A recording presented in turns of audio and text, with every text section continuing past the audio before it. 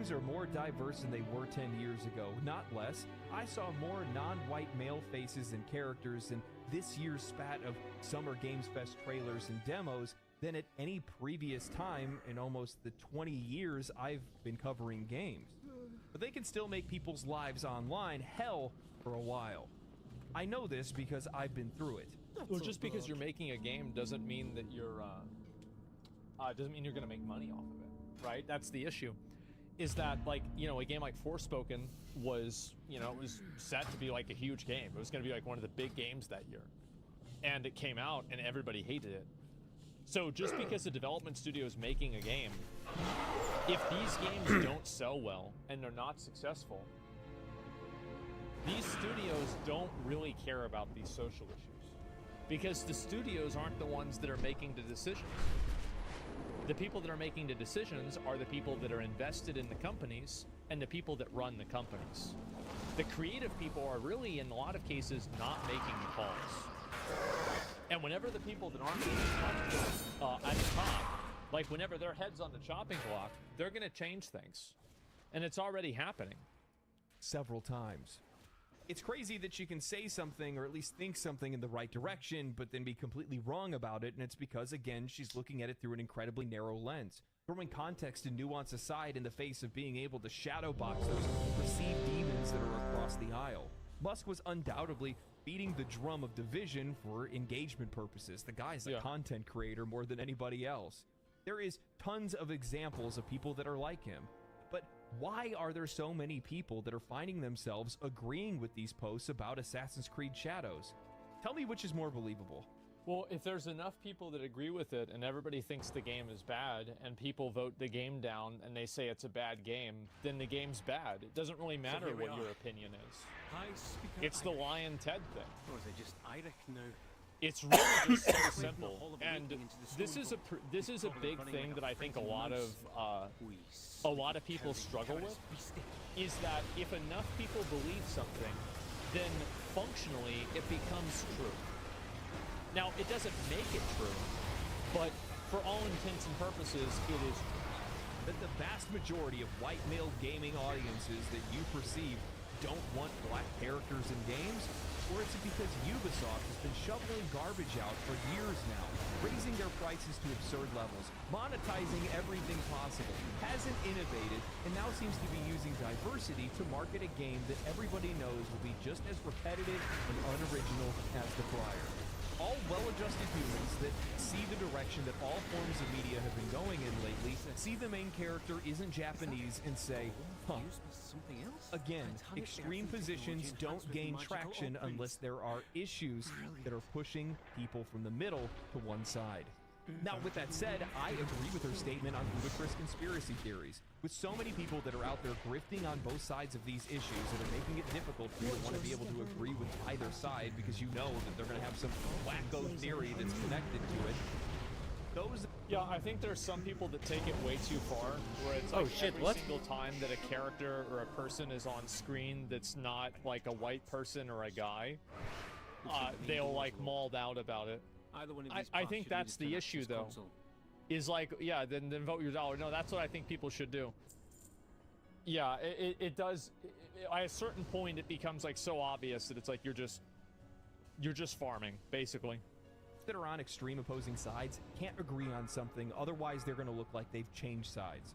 Like Keza, I don't believe that there wasn't. Yeah, and this is another factor. Is that this is another example of how people are stupid. Changing your mind based off of evidence is considered a bad thing. And there's a huge contingency of people that respect a person who will hold an opinion that's been proven wrong by evidence because it was their original opinion. I think a great example of this is the Dr. Disrespect drama.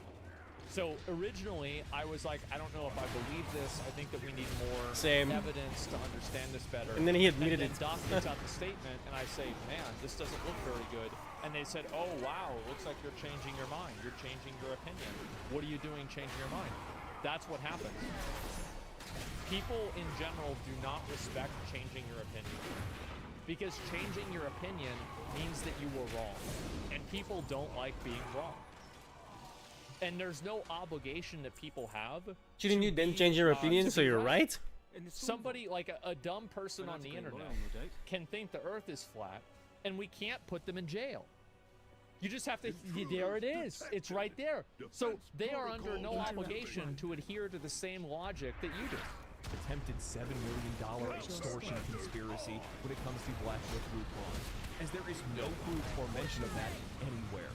I mean, Totally made up. look at how many people grifted off of Captain Sweet Baby Incorporated's name to their YouTube titles, articles, and tweets in regards to whatever company allegedly perpetrated this extortion. Oh, come on. However, at the exact same time, she completely ignores the cultural differences and the intentional mistranslations conducted regarding the interview with Black Myth Wukong's developer and the garbage level of sensational journalism on the side of IGN. Because Well, the real problem is actually a lot. It's a lot more surface level than that, but it's a lot more broad. The real problem is that these people appoint themselves to a position of power and then expect everybody else to accommodate them. They expect everybody to be like, oh, okay, well, you're in this position, you believe this, and like now everybody has to listen to what you're saying. That's the real reason. What people? Like the journalist that wrote the article. She wrote an article about Black Myth Wukong that was negative about it, and then she was angry because Black Myth Wukong didn't come out and refute or address her article. That's the real issue. It's these people think that they have a power dynamic, and they don't. They actually have no power. And I think that's what, for example, Gamergate back 10 years ago started to prove. And that's why their popularity has gone down massively. And now they really don't have any power. Because they're just like, they have these tiny little This guy's going for it, audiences, dude. and it's like a bunch of other people that think exactly like they do. And like, yeah, they can still, and this is a problem, right? It's taking time for this to address. Bro, how do I But die instantly, there are dude? still a lot of companies Fuck's that sake. have a very antiquated media policy and media philosophy and strategy that they still think that appealing to like mainstream outlets is a good idea. Those people are not an audience. They're tiny, minuscule, fractional, they don't matter. If a game is good, that's the only thing that matters. And the relationship that you have with the public is the only thing that makes a difference. Journalists used to be the gatekeeper between games and the public because of things like IGN, and not IGN, sorry, Nintendo Power, Game Informer, magazines, things like this, because that's how you would hear about video games now. But the fact is that the internet has democratized that entire process.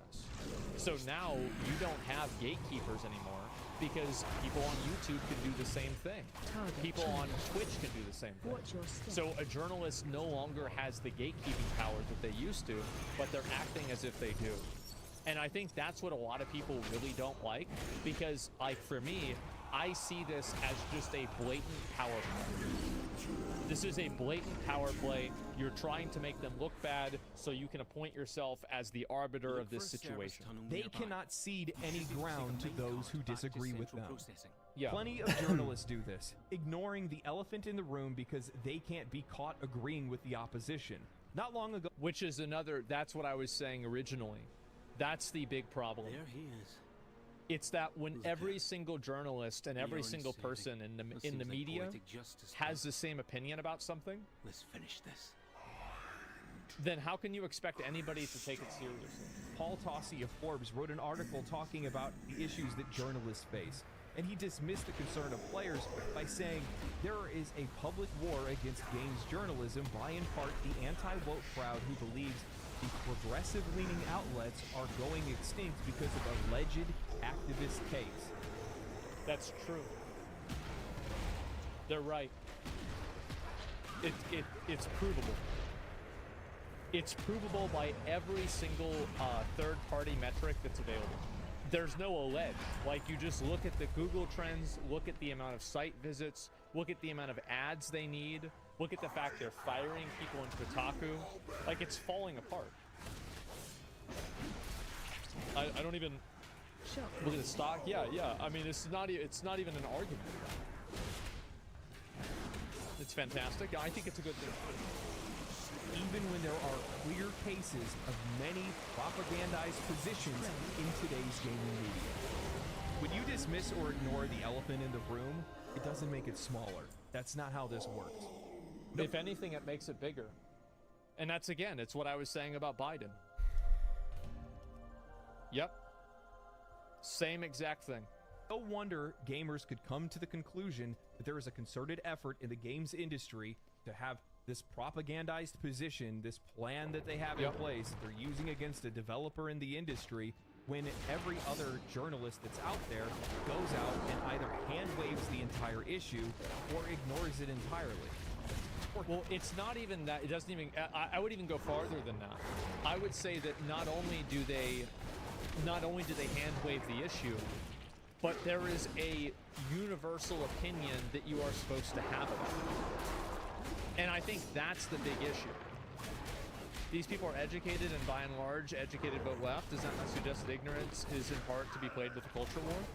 Oh, that like stupid people care about this? Well, it doesn't matter, right? Like at the end of the day, like I think that there are a lot of opinions that I think that if the collective society had like more emotional intelligence or like more logical intelligence, that we wouldn't have problems with these things anymore. We can always talk about what society would be like if people weren't the way they are. And hey, you want to do that? Go ahead. But I think that's a waste of time. I want to talk and think about what's actually happening. Co-signs for it. That's the case that we have with this article from The Guardian. She quite literally co-signs on what the girl had said in the article, even though it's already been shown that it was mistranslated and also misrepresented in their article that they made. So of course players are going to come to the conclusion of that. And what that does is it only serves to embolden the position of the players that held the belief that, well, there might have been an extortion fee to this because, well, if you're going to ignore this blatant lie. Well, it's effectively an extortion fee. We're going to label you with this thing, and in order to remove this thing, you have to hire these people that make it to where you don't have this thing. You know, like the last boss in the Elden Ring DLC that puts the debuff on you, and then you have to use the item to remove the debuff? This is the same thing. We're putting a debuff on you, and you have to use the item to have the debuff not be on you anymore. It's that simple. That's attached to it, well then chances are you're lying about the other thing too. That's the conclusion that people are going to come to. They are the ones that are creating this issue for themselves. Stop being so reactionary. Stop paying attention to what people are saying and ask why people are saying these things. Be proactionary. The article concludes with, I was running the UK brand. I would argue that a lot of the issues that people have with things that seem to be woke are fundamentally reactionary. Because they are reactionary from the way gaming used to be. So we are changing gaming because of the way it used to be. That's being reactionary. Also, I don't know where this idea came from that being reactionary is bad. I don't necessarily understand that. Because if things were good the way they were and you thought they were good, then somebody changes them and you say, I don't like that, change it back. That's not necessarily being bad. There's nothing wrong about that. Reaction, like, yeah, everything to some degree is reactionary. I think this is it's a dishonest term. Branch of Kotaku when Gamergate kicked off, and I had a front row seat to their harassment tactics, which included sending the most disgusting threats imaginable to all online channels available to them, trying to get me fired by emailing game publishers and my bosses with dossiers of my professional misdeeds and journalistic failings. Read, writing about video games from a Yeah, but they do the same thing to other people, right? Like, remember whenever that one guy that hit that Cabrutus, the guy that did the Sweet Baby Inc. detected group, remember whenever he made that group, they constantly tried to get him banned. They tried to get his Steam account banned. They tried to get the group deleted. They tried to ruin this guy's life. So no, I'm not going to cry about this happening. Too bad. You shouldn't have done it to them. They wouldn't have done it to you. Or maybe they would have. But hey, if you had done it, had the moral high it ground. would have been a little bit more sympathetic. Now it's not. Like, don't go and play a game and then be surprised whenever somebody else starts playing the same game. They've been doing this forever. oh, let's find out who this person is, and then we're going to, you know, get them fired from their job. It's crazy. Yeah, that's what you get. Too bad. Feminist perspective. Searching for me and my colleagues' goes real around, addresses comes and phone around. numbers and family members and posting those details to their subreddits if they found them, and putting them together in unhinged Google Docs with links drawn between social justice warrior journalists and developers. One of these mad documents briefly appeared in a recent documentary about 4chan, prompting several of my friends to text me a screenshot asking me if I knew I was a figure in an old alt-right conspiracy theory. Unfortunately, yes, I did. It's happened again a few times since. It's not a big deal. I mean, I've been in those too. People think that they think that I am contractually obligated to defend Disney because one of the companies that represents me, Knight Media, is connected to Disney through like 3 different levels of like disconnection, right? Yeah, the Mr. Beast stuff. Yeah, so like I get the same thing. Like, you're not special. Like, it's not like yeah, that's what happened. I knew it. No, that's true. Yeah, I am represented by Knight Media. It's true. Various reasons. Unfortunately, dealing with online mobs is a part of the job for many journalists and indeed game developers these days. And despite all of the shit that I've dealt with over the years as a woman covering video games, I'm still rather glad that I don't write about politics. But I know exactly how awful it not can sure that's feel true. when they mobilize against you, especially if it's the first time. They'll search for whatever they think is the least flattering image of you on Google Images, use it as a cutout for a YouTube thumbnail, and then rant for 10 minutes over screenshots of your articles. Well, they do the same thing. Yeah, they're gonna do the same exact. Yeah, she's like, there's describing nothing her really own surprising about that. her own work Yeah, I to mean, a it's T. really not that complicated. Like horror, I mean, yeah, we've done it. They'll do it. Yeah, for sure. Play stupid games, win stupid prizes. Yeah, like, and also like if you go like, don't expect people to not push back when you do something that they don't like. Like, it's these people, they think that they have a free reign to have any opinion they want on the internet and never have pushback for it. Like, I get shit on for opinions that I have that are like objective. People are like, I agree with him, but he shouldn't have said it this way. I hate him. People are like, yeah, I hate him too. Too bad. If you don't want this to happen, get the fuck off the internet. Stop being a bitch. They'll tweet prominent people in games trying to get them to publicly discredit you. They'll set their followers on you. It's not hard to meet their manufacturer. And they would do the exact same thing to you if they had the power to do it. Never forget that. They would do the exact same thing to you. My perspective is that anytime that a person is doing something that, like, anytime a person has something bad happening to them that I think they would have done themselves, I don't feel sorry for them. That's the way I see it. Rage with a lot of genuine rage of your own. It's tempting to dunk on these people Well, now their rage is invalid, but your rage is justified. Yeah, exactly. endlessly, but outrage fuels outrage, especially now, when there's literal money to be made posting inflammatory nonsense on X or YouTube. If Gamergate proved anything, it's that nobody has to pander to rage-baiting toxic gamers or even listen to them. That said, I still don't think there's... Well, I can think maybe if those gaming websites did that a little bit more, they wouldn't have to put 8 ads on the same page. And they wouldn't have to fire a bunch of people. Like, they're worried about AI taking over their job. Correct me if I'm wrong, but AI doesn't create anything new, does it? It's not like AI can create new information. It just synthesizes existing information. Right? Yeah, of course. And so, like, how are you worried about, like, if you're a journalist and you're worried about losing your job to AI, doesn't that mean that you're not contributing any new information?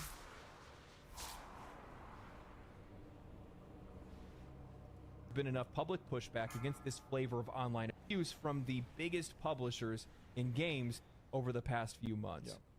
When the consultancies they work with, the journalists and critics that cover them, and even some of their own developers have been caught in an online shitstorm. Take it from me, vocal support means a lot. This goes without saying, but none of this should happen to anyone. It does. And There is zero justification for it whatsoever. Nobody should ever be publicly or privately attacked for any of their opinions. I think they absolutely should. You should 100% attack people if they have opinions that you disagree with.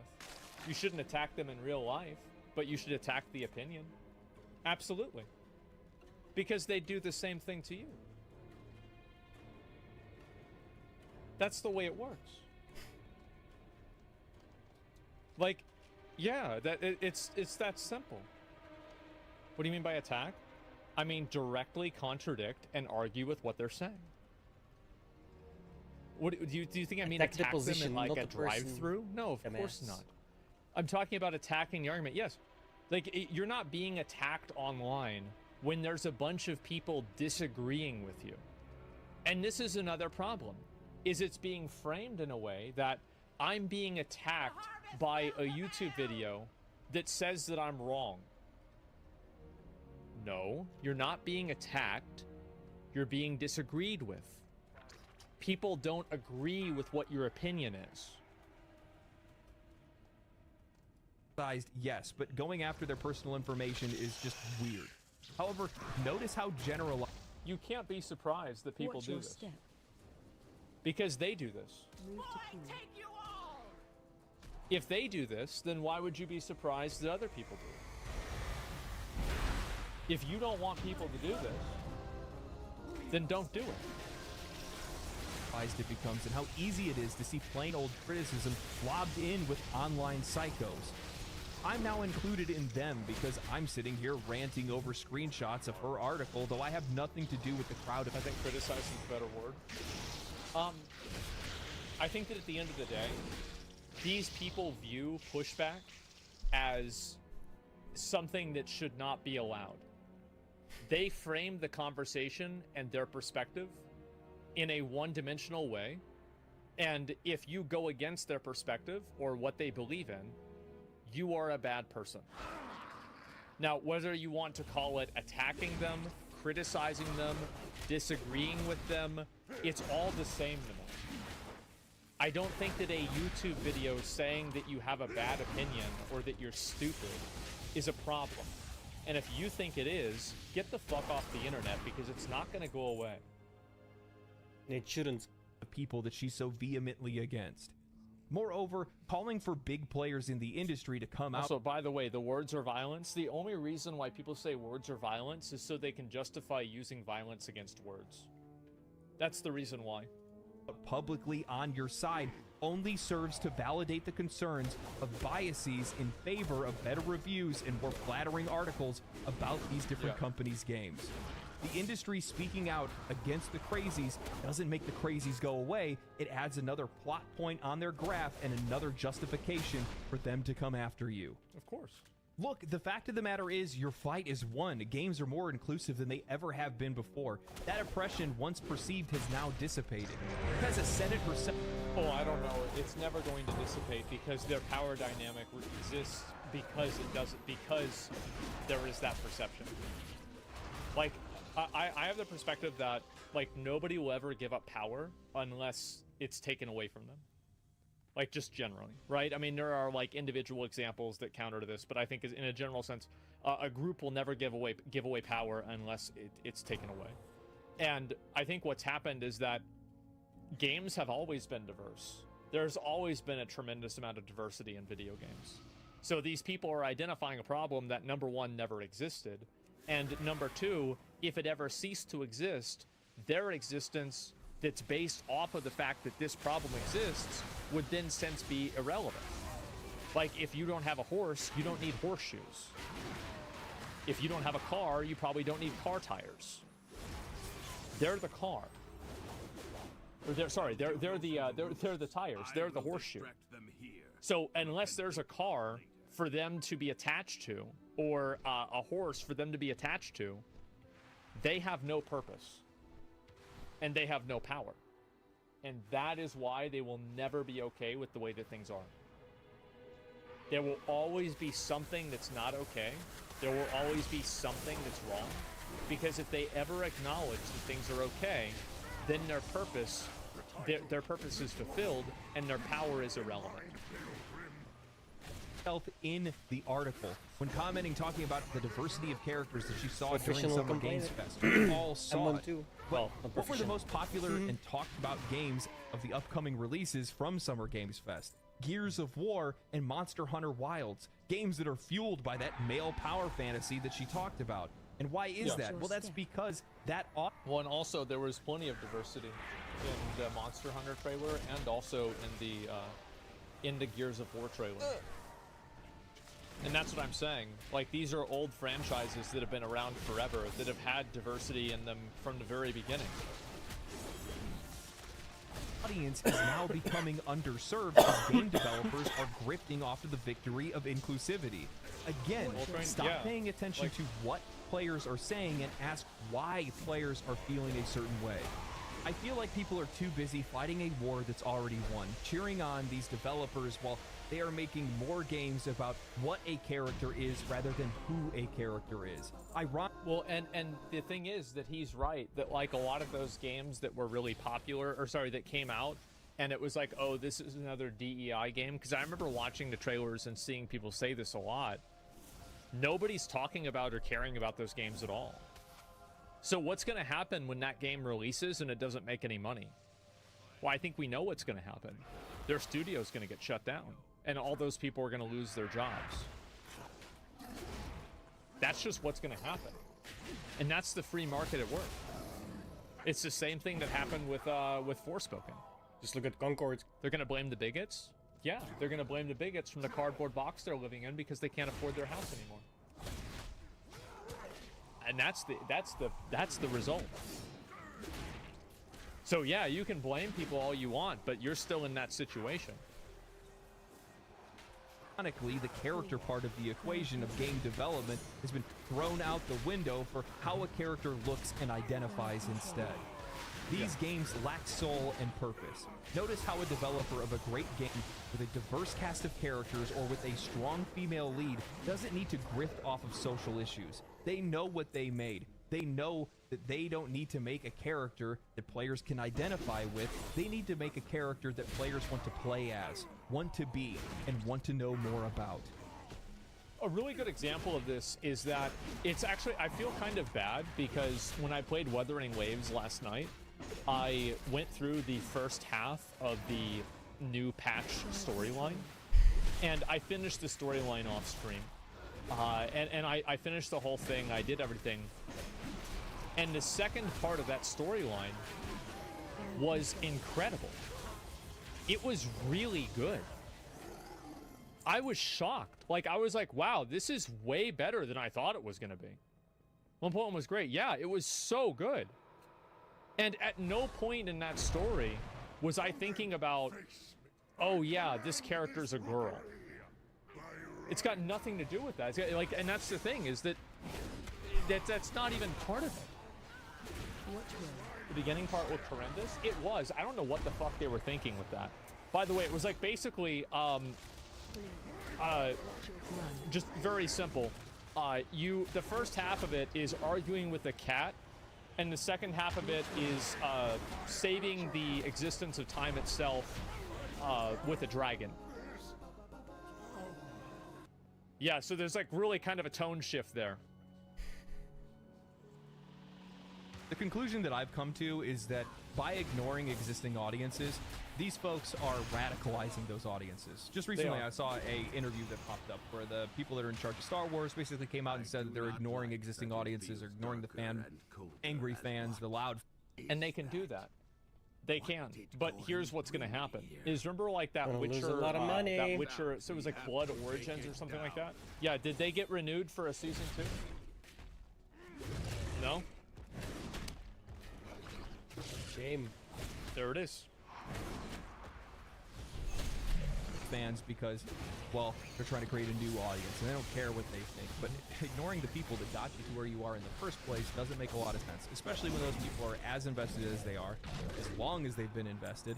And yeah, they're going to be mad. Of course they're going to be mad. Why does that confuse you that they would be upset? Recently, what I've noticed is within video games is that the quality of the game itself, the quality of how fun it is, how interesting it is, how great the story is, all of those things are taking a backseat to game character identities. And that doesn't mean that inclusivity and diversity is bad. It just means that they're not putting priorities where they should be. They're not dividing those priorities equally, and as such, they're not making games that players are going to enjoy, players are going to love, that are going to be successful, that are going to be remembered. Well, they're not focusing on the things that players care about. Like, for example, we watched that one video from Ubisoft talking about like how much went into making the water move like normal water. Nobody cares about that. Nobody cares. Sorry, Literally. nobody gives a shit. It's that this is not an important factor.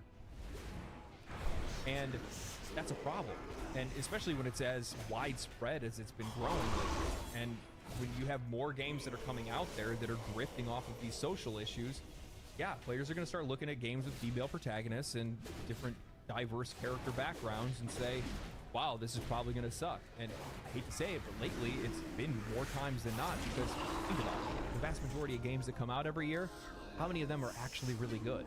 There's only very few that we all play. So yeah, the vast majority of those are going to be hit or miss, and there's a lot of misses that are out there, and you're going to start to put plots on a graph and connect the dots, and next thing you know...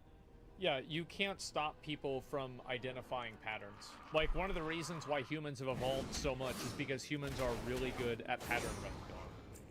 They are crazy good at it. And when people keep So seeing good that we this, have to see patterns and you where they're keep not. telling them that's not what it is, The brain just but does they that keep automatically. seeing it, you're going to have some problems. Every single time. Well, this is the thing that I'm seeing, that's the trend that's making these games worse, and that's the conclusion that a lot of these players are going to end up coming to. I don't really know exactly what the solution to this is, especially because I think a lot of the people that are in these positions in a lot of these game companies, media companies in general, movies, television, whatever, I think a lot of it is actually like nepotism more than anything else. Like people that got into positions of like high power that don't deserve it whatsoever. Yeah, They have that's no probably idea true. what they're He's doing. right. And the only thing that they can do is the one original idea that they Kathleen think is Kennedy, original, anyone? which is doing everything that they think everybody else is doing, which is making their games more inclusive, and they're just focusing on that because that helps to distract from everything else. I do genuinely think there's a lot of people... Yeah, I think they use it as a shield. That's what it is. It's like people don't like the game and they say it's because of racism. Okay, for sure. That's the real reason. that are out there that are using it as a shield to be able to block themselves from criticism. I do think that. And if that's not what they're doing, they're just bad at their jobs in general. So there's that. But yeah. Anyway, tell me what you guys think about this. I don't know where things are going. There's a lot of games to look forward to next year. I know that for a fact. But there's always a lot of games to look forward to, and I think that there's also a lot of games to look back on. Like, I still haven't finished Dragon's Dogma, like the first game. I haven't even started the second game. Like, I tried to play it the other day, and It was then, like, lagging. it bugged out on me. It was really fucking annoying. But like, I still need to finish that game. Like, there's tons of games. It's fine. Yeah. yeah. Anyway, thank you guys for watching this long. I hope you guys enjoyed the video. Tell me what you guys think down in the comments. Dislike the video if you don't like my points. Like the video if you do. You don't have to watch me any longer if you don't. And anyway, stay cool, stay righteous, stay safe. I will see you guys later. So yeah, I pretty much agree with everything you're saying. I'm gonna be honest. Like, I think that a lot of the games that try to build their, you know, their brand off of something like this. And I think what people really don't like is they don't like whenever something is changed. Like, for example, like the Blade movie, people were saying that the Blade movie was going to be like, it wasn't going to be about Blade, it was going to be like a secondary, like, female protagonist that was going to be the main focus of the movie. That's what people don't like. I think that the issue isn't necessarily that there's diversity or anything like that, because you see people that are like, yeah, we don't like this game, this is a bad game. I read But, right like, through a lot of mine, the I didn't real even notice. negativity and like frustration comes from when a new game is, sorry, whenever an existing game is changed in a way that people view to be inauthentic. It's easy to grift on social issues, but it's a lot harder to write good. You can platform these issues, but you need to be good at your job. Yeah. It was such a blunder. Yeah, it was. And it was a very well made video. Yeah, exactly. I mean, I think that a lot of people, and this is another issue, is that gamers and like an audience has no obligation to see things based off of your morality. And this is a big issue that a lot of these people have, because remember what I was saying before about how these people are mainly concerned with the optics of an argument? And that's why they usually win arguments in public, but they lose arguments with the population.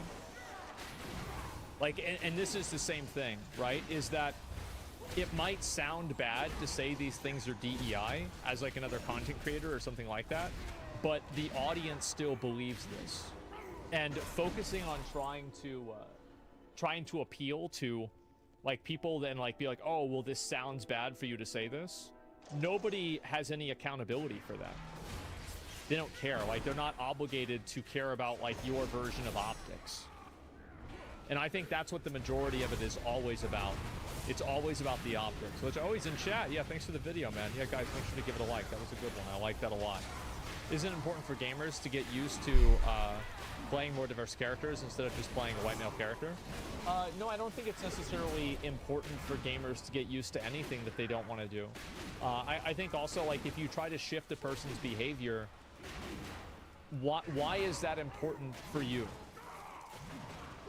Like, would you say the opposite is important? Probably not. And I think that's where, again, this is like another optics thing, where it's like people say things and they present it in a way that makes the opposition seem like they're bad people. But at the end of the day, a lot of people don't care about that. They don't give a shit about that. Like, look at Trump. I think Trump's a great example. Trump does a lot of things that are optically terrible things, like calling people fat, saying this kind of stuff. But you know what happens? People vote for him. A lot of fucking people vote for him. And so, yeah, that's it. But they are fat, right? But, like, you know, other people don't say that because you're not supposed to say that. But the actual public doesn't care about what you're not supposed to and you are supposed to say. This is it's a made-up thing that these gatekeepers create in order to control narratives. But the actual public and what the public believes is totally different. And that's the point that I'm making, is that these people think that they can make arguments based off of optics to a population that's not accountable to optics. Well, you can't do that because these people don't care about how it sounds. They're going to still say that, and that's it. I'll be right back.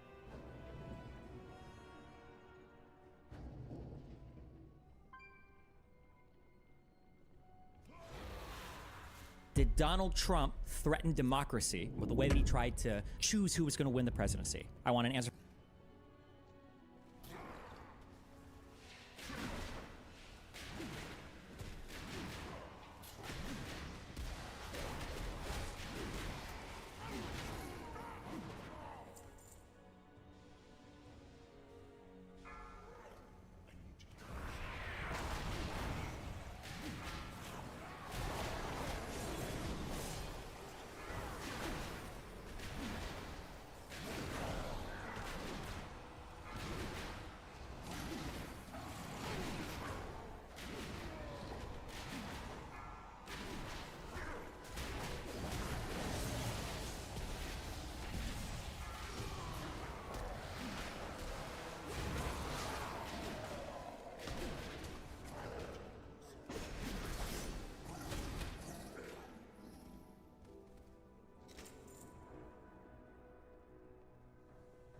Golem fused with scarred and corruption? Fascinating.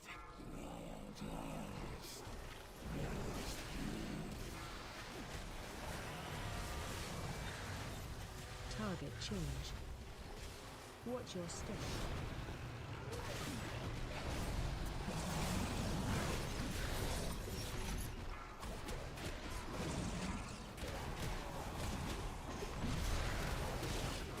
Target change.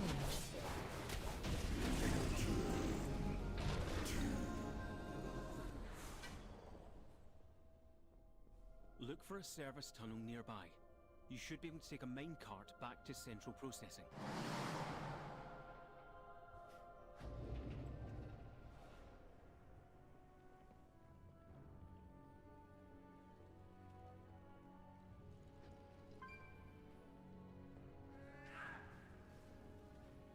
There he is. Look at him. Beyond soothing. That seems like poetic justice, but let's finish this.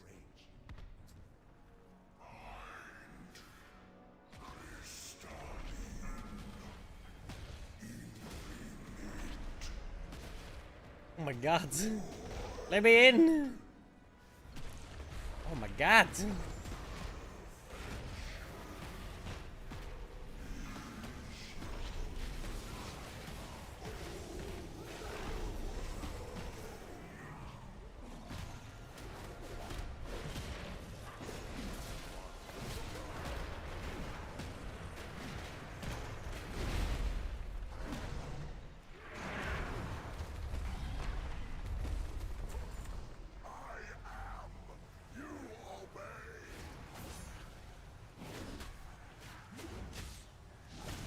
Shockwave.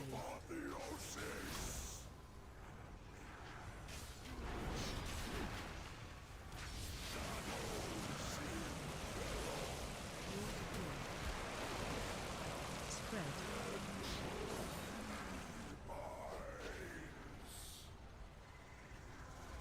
Shockwave.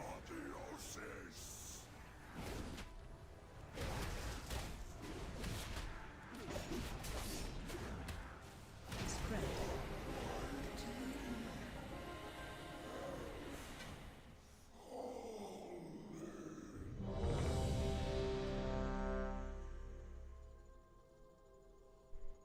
Everyone left. Whatever.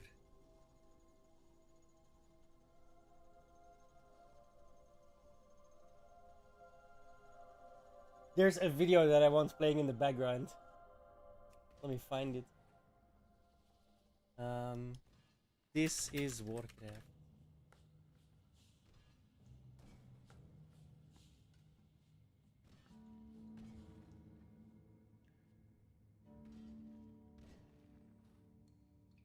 Is it not?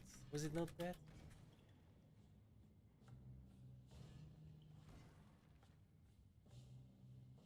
No, that's not it. It's only no. It's only 3 minutes. What's the?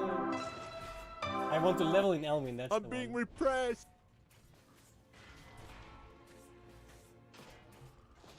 If you know, you know.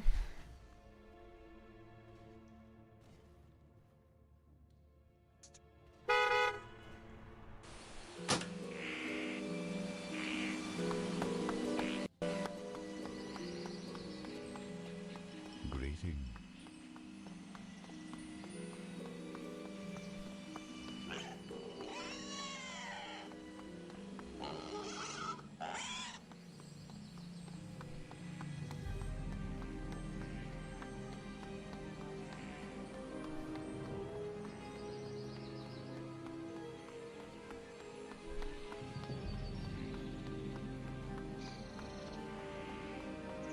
Have you nothing better to do?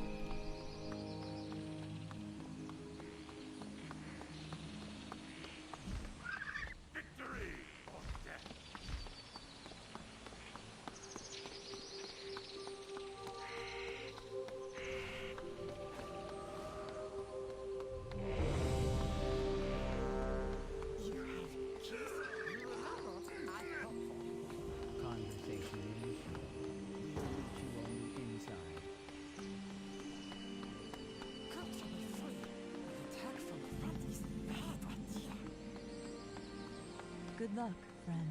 Goddess watch over you.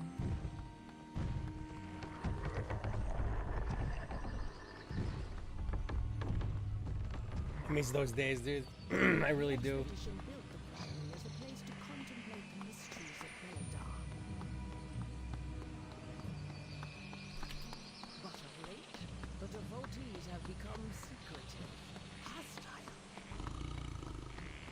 Vishnu Allah. Kill you. Captain Gale cries protecting something. Each of his lieutenants bolsters his tactics. Draw them away and defeat them.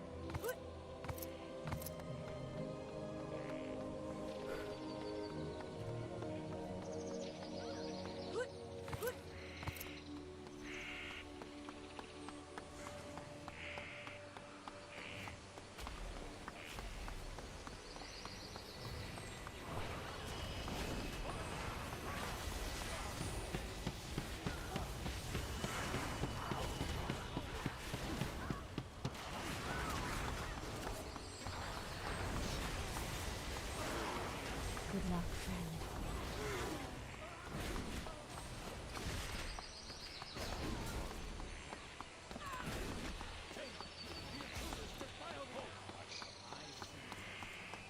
They seek to ambush me without my lieutenant.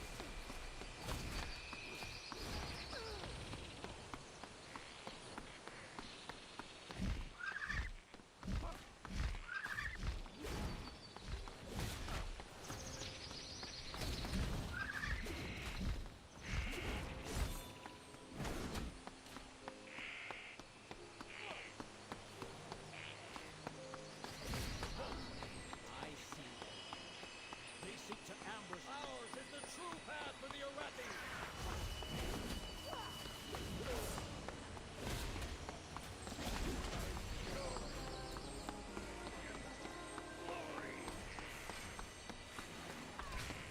Fuck.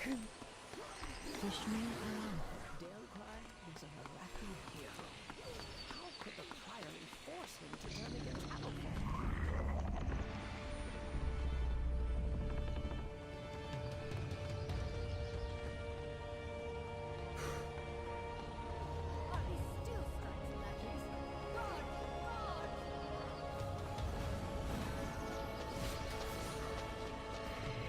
What brings you here?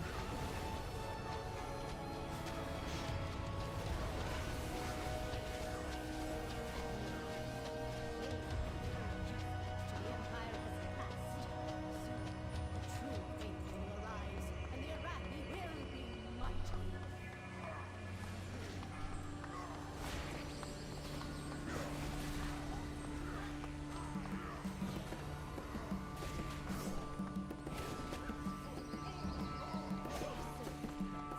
Baron, demonstrate your worth. What have we here? Intruders! May the stars guide you.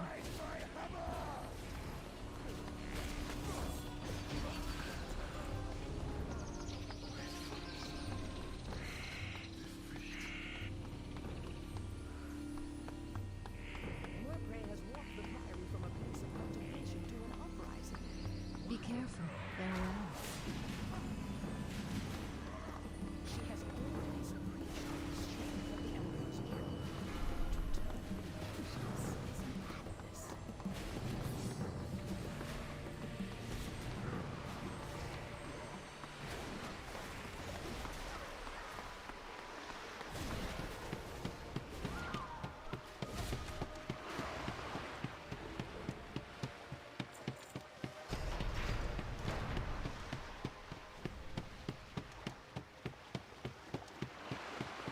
Can I assist you? Belladar is the crucible. It burns away weakness. Its blinding light reveals the strength we Arathi possess. It's kind of crazy how much this video like gives me all of the nostalgia vibes, bro. Like insanely so. Create the world. Now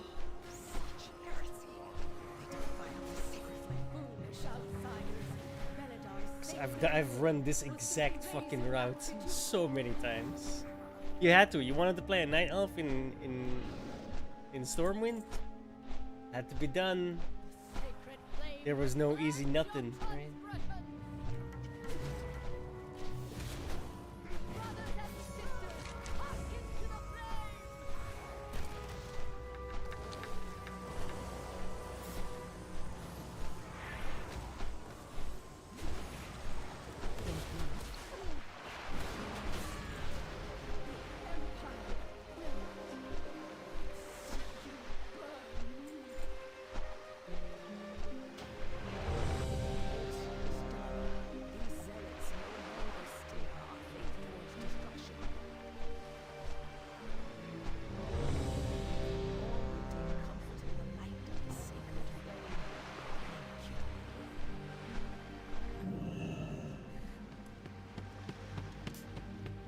Del Nadris.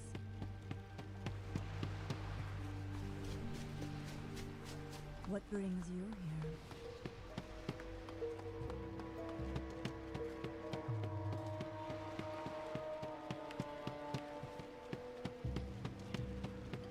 Elune be with you.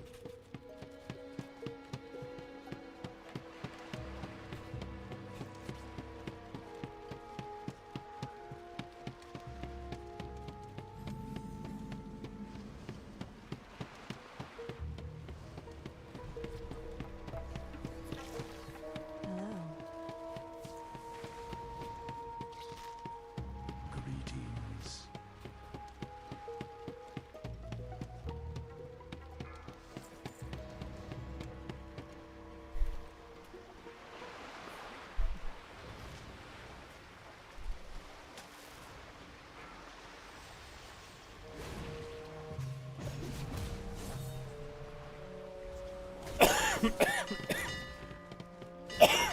Excuse me.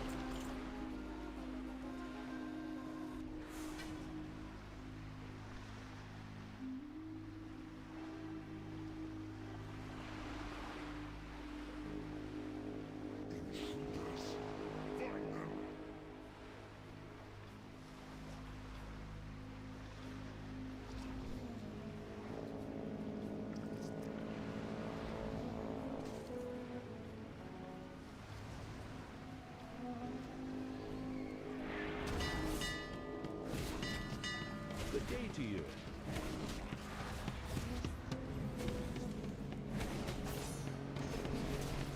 Safe travel.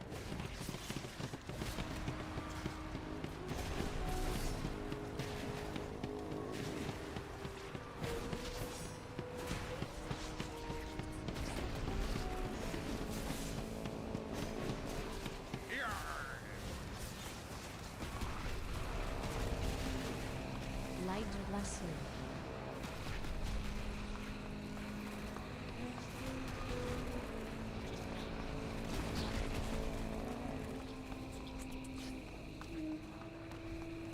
Safe travels.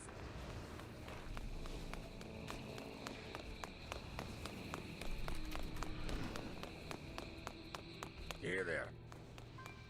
Be careful. Incompetent drones. I will end you myself. Farewell.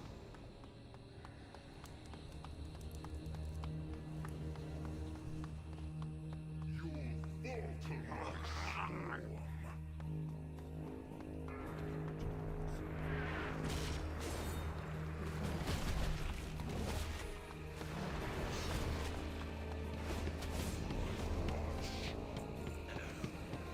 I'm doing like, what the fuck, bro?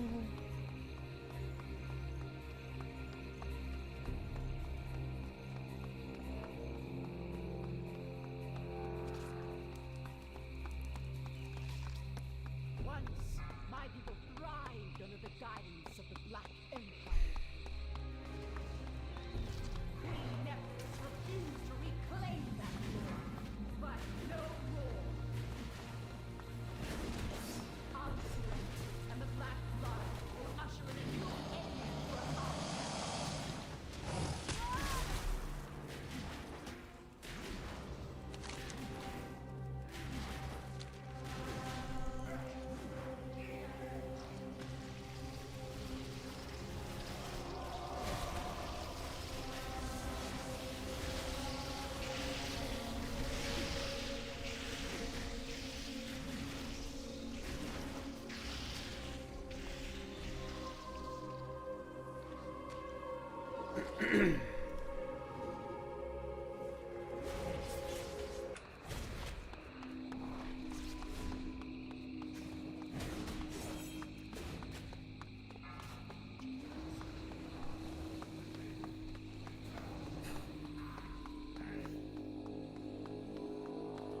The harvest will prevail!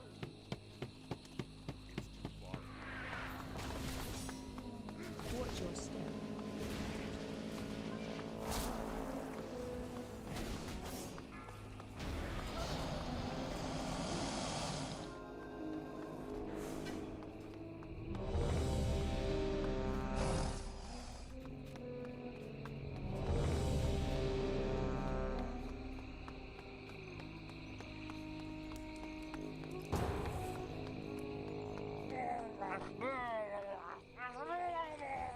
So here we are. High See you later. Or is it just Irex now?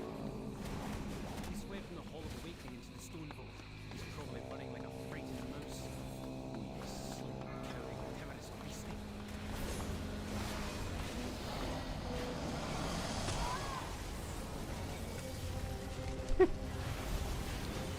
So fucking accurate.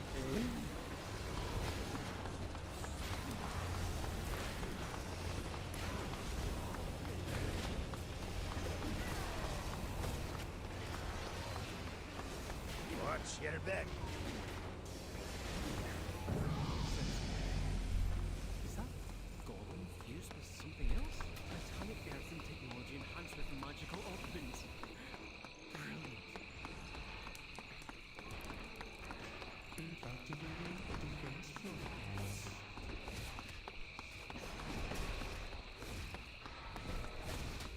Watch your step. Laser immune. Oh,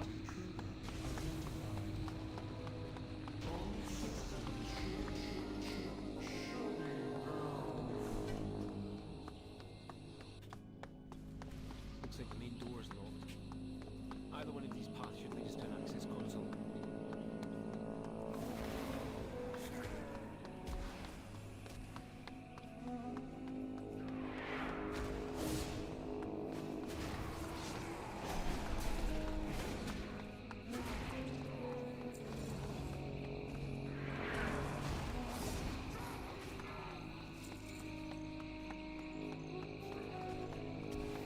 Fused with scar corruption? Fascinating.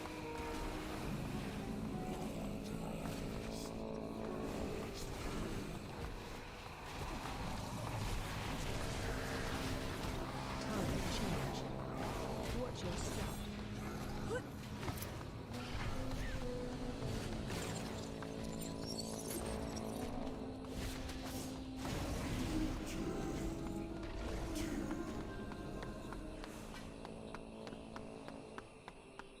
Look for a service tunnel nearby. You should be able to take a mine cart back to central processing.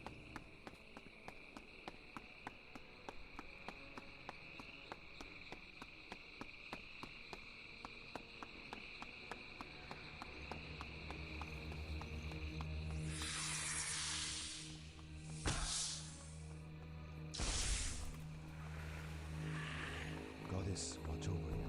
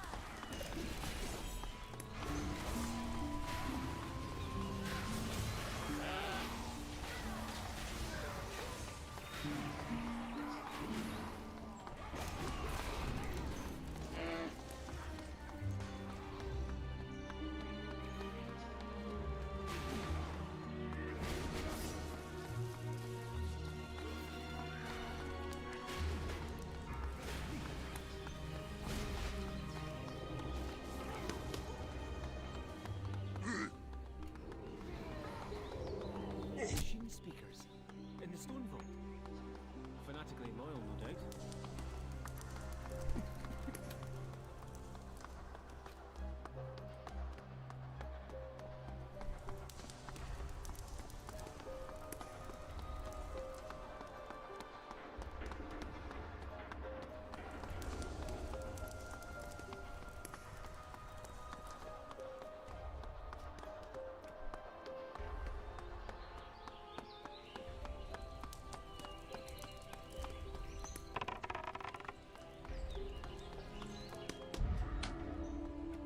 Good tidings. Huzzah! Thank you.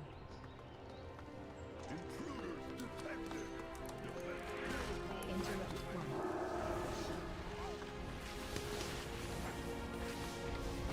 Watch your step. Here there.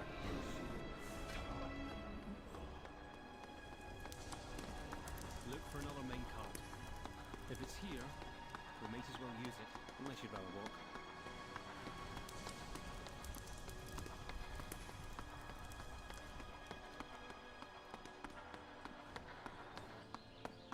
How are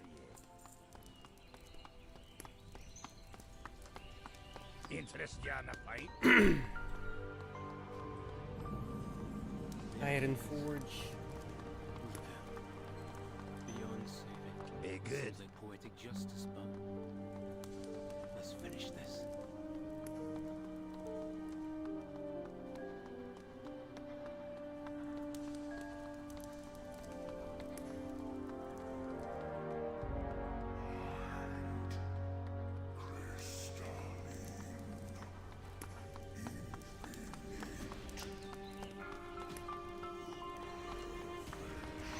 Keep your feet on the ground.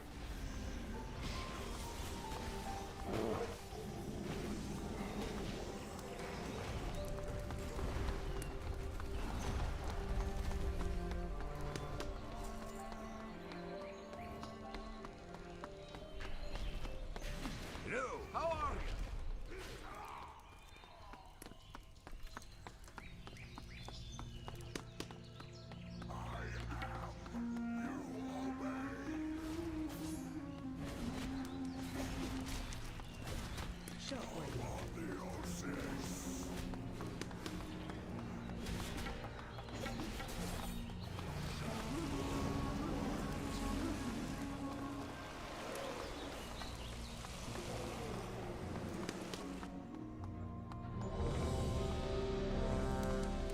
Yo, this group is great, man. Everyone's talking. We're just running through it. People are queuing up. It's fantastic.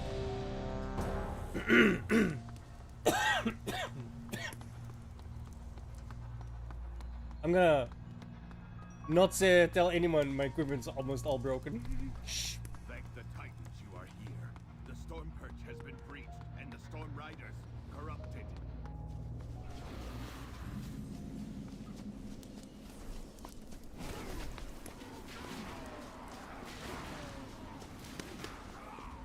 We can fly there, and while you go to the rooms, I will distract them here. Lift up later.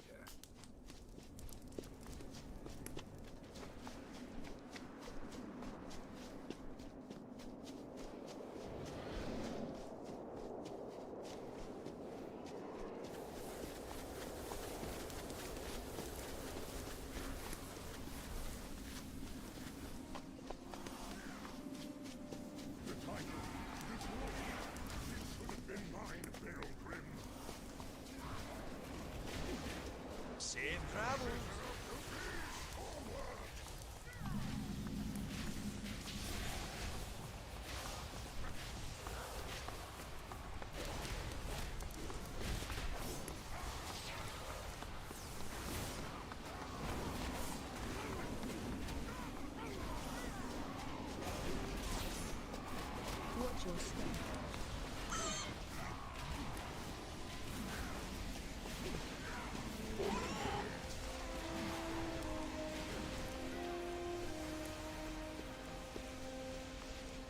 Watch your step. Whoa.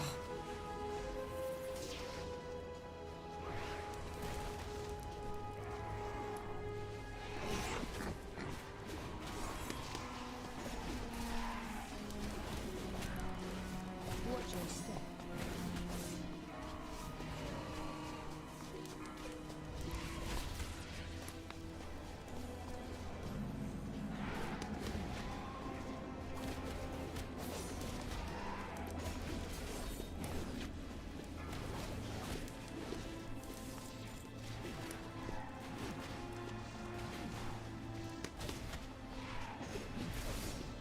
Watch your step.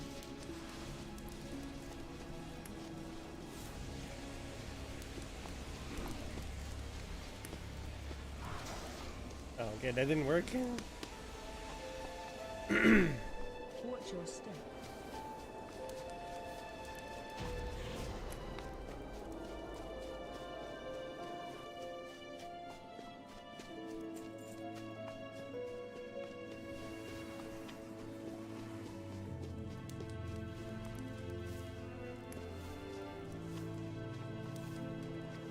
How are ya? Watch your back.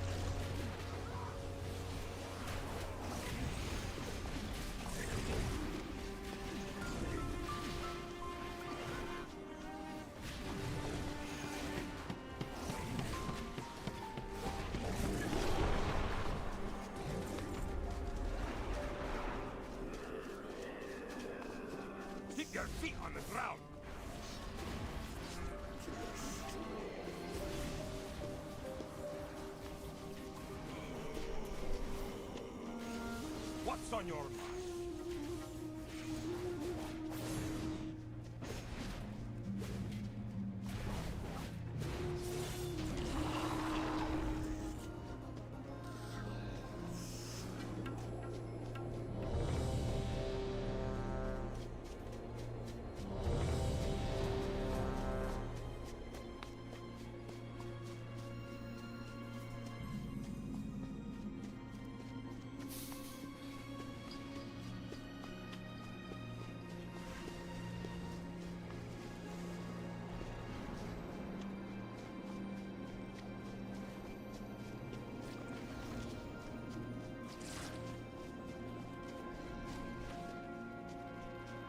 Great to meet you.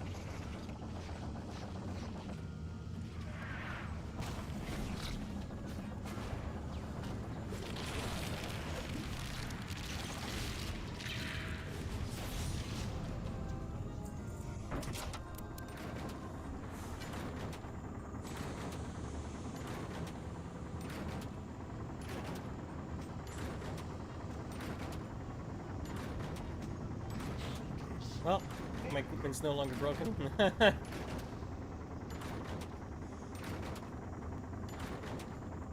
what does it say it is?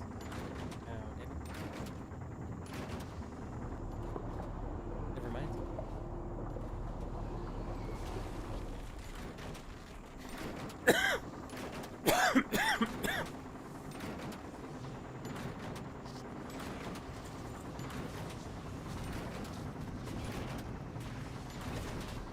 Bro, taking the deep drum the first time was just so magical, to use the exact words. You're like going under the ocean and everything. It's fantastic.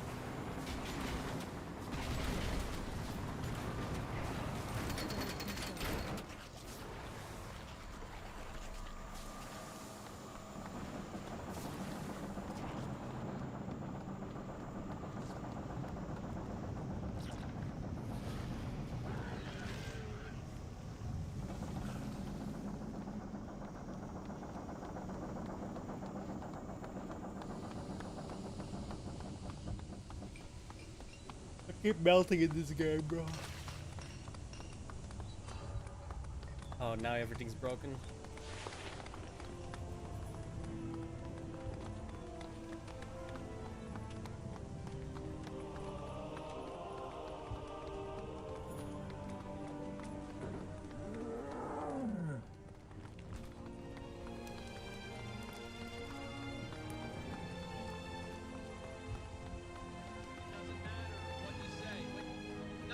No water breathing.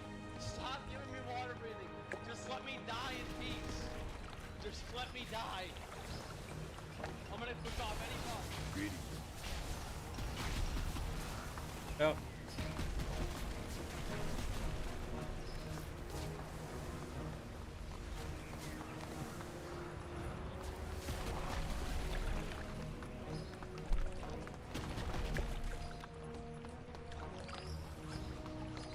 No way!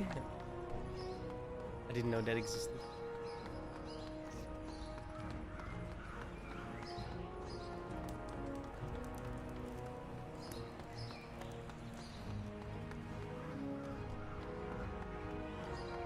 You need something?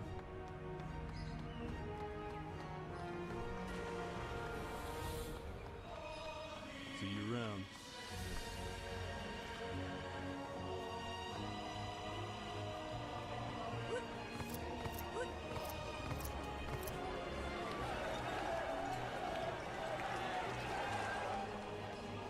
I supply only the finest goods.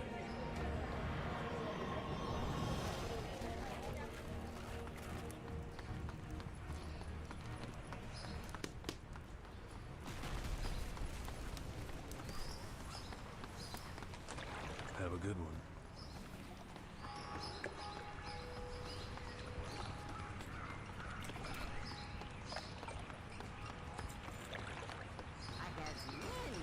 Oh. Greetings. Be careful.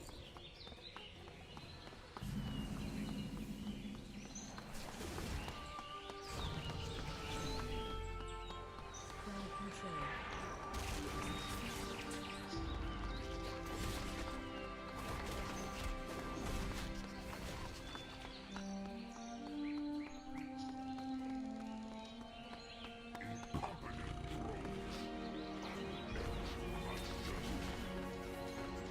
Forget something?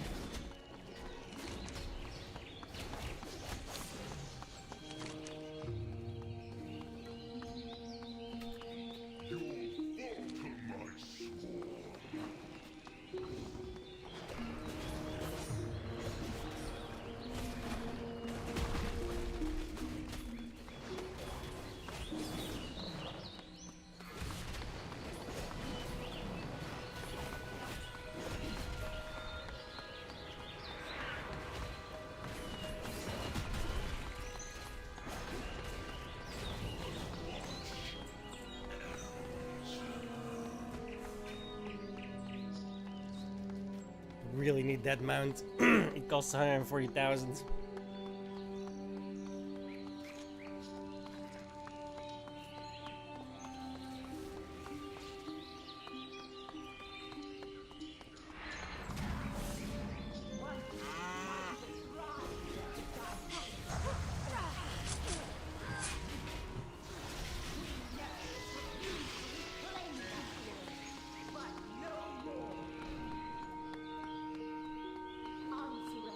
And the Black Blood will usher in a new age for Ashcat. For the Alliance.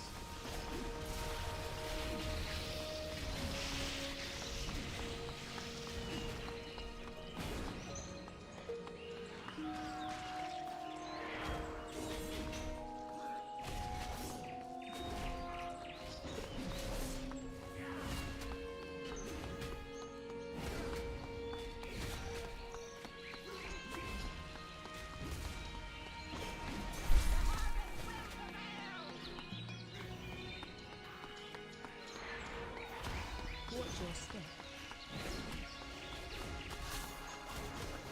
Well met.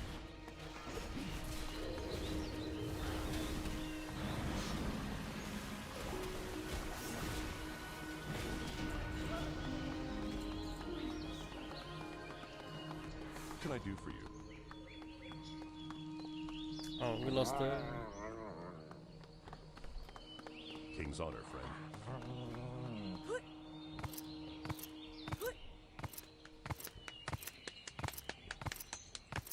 What can I help you with?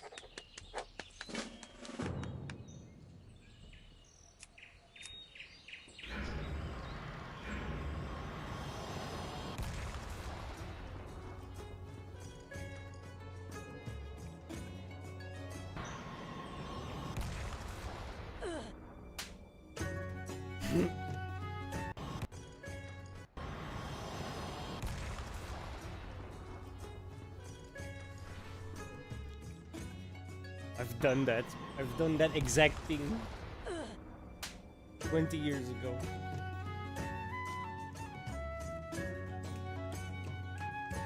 It's literally a 40-minute run, right? From fucking the Night Elf starting zone to the human starting zone, and then you don't set your Hearthstone, and the first time you use your Hearthstone, you're back in the Night Elf starting zone, and you're like, oh my fucking god.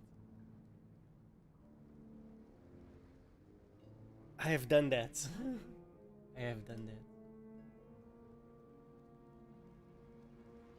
Can confirm, not fun.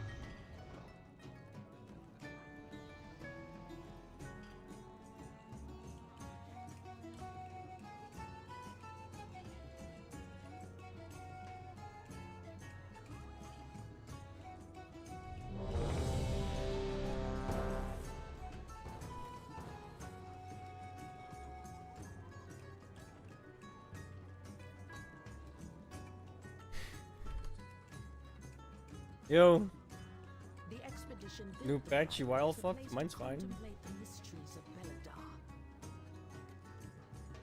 Did you buy the expansion? But of late, It comes out today, right? devotees 3 have hours, become 40 minutes? secretive, hostile.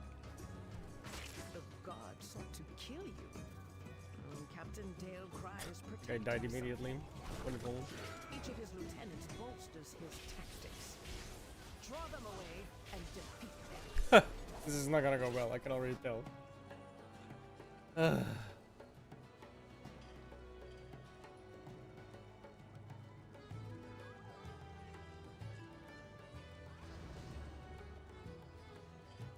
Did you just miss, by the way, the entire 40-minute video that I was just playing in the bottom, in the top right corner? Because you of all people would appreciate it, I think.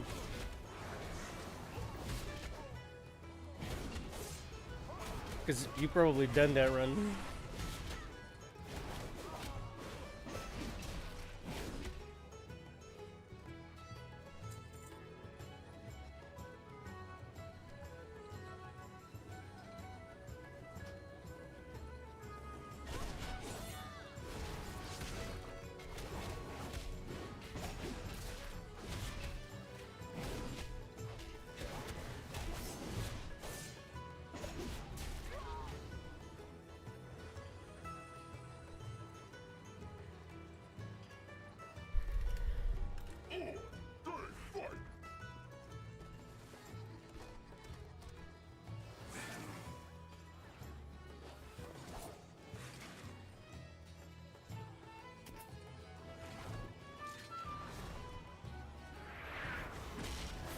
Wonderful.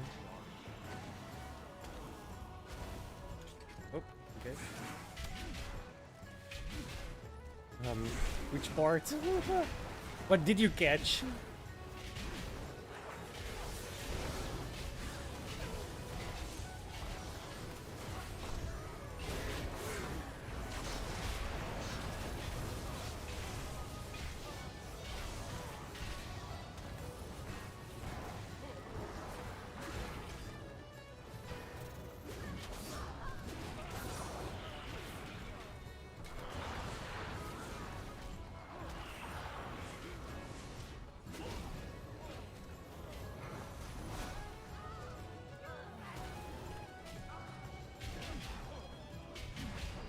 Okay, first I said, did you see the 40-minute video that I just played in the top right corner? Because you'd probably appreciate that. You've almost certainly done that run at some point. And then I said, or before that I said, well, my UI is fine, even with the new patch.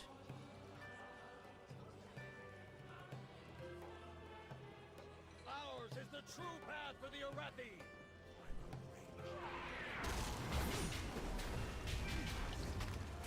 Watch your step.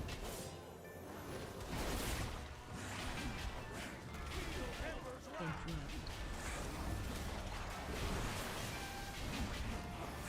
And to these heathens.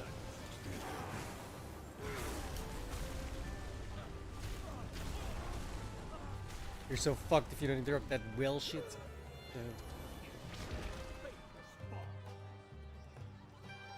Did you buy the expansion as well, by the way? Like the cheap one? Well, cheap. Because that comes out in 3 hours and 40 minutes.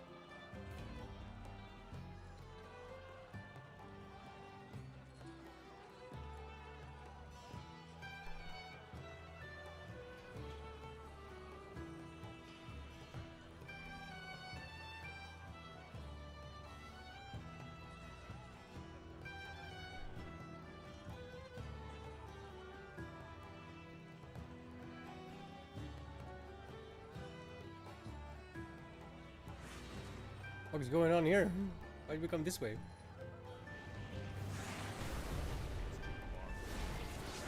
Let me go back this one. I'm being repressed. See if this looks familiar to you.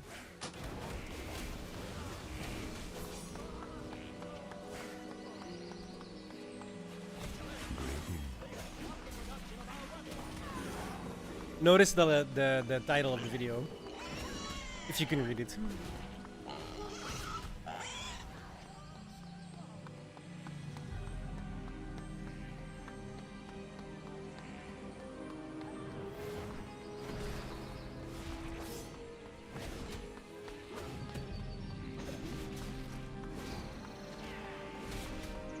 Have you nothing better to do?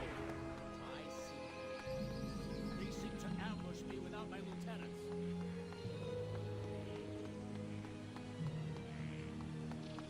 That's kind of cool. Is he outlaw? Just like Ours is the true path for the Arathi. It says, I want to level in Elwyn.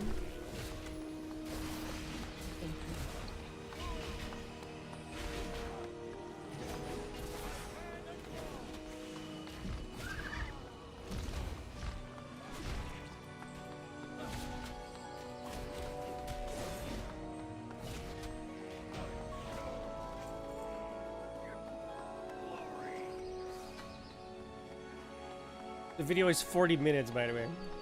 If that helps. Put the pieces together.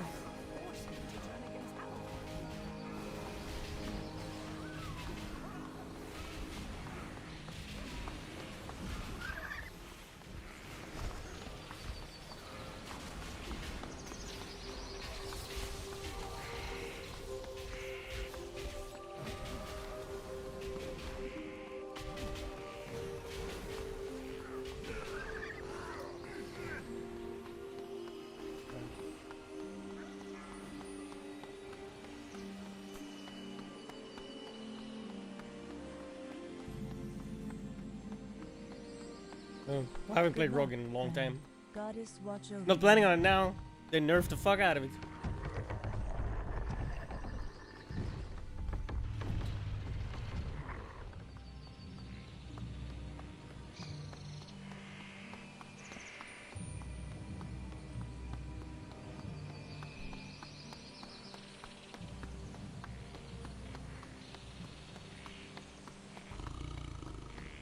Ishnu Allah.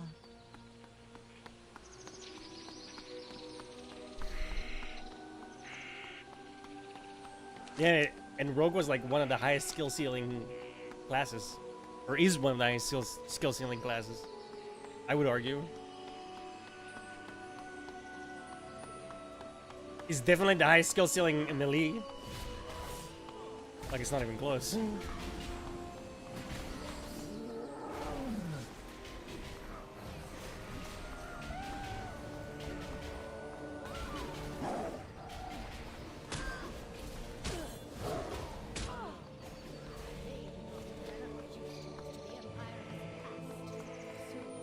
Yes. Not to Darnassus, to Elwyn Forest, to Stormwind.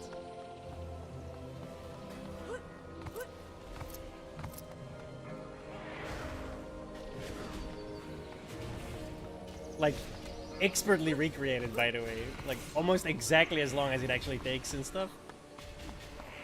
It's so well done.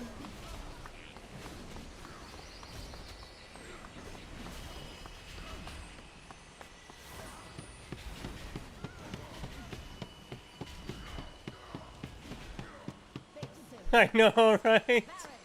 I'm not gonna lie though, it's a little nostalgic. The best part is, hang on, let me get to the best parts. As well here, like, it like goes to the thing and then it actually like does the fucking flying as well. And then when you get to the boat. Watch your step.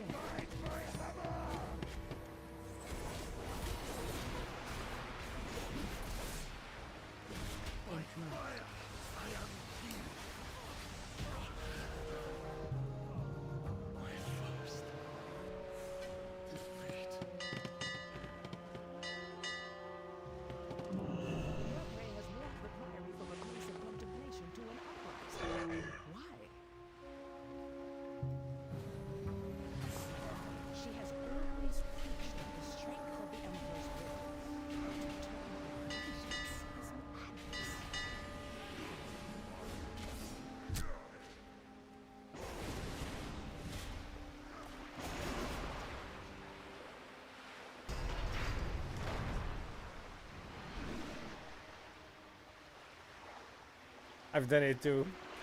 It gets better though, hang on. So the boat, and then hang on, where's the wetlands? There we go.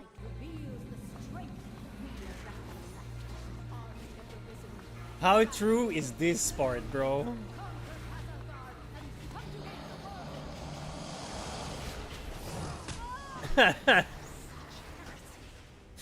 It's so true, dude.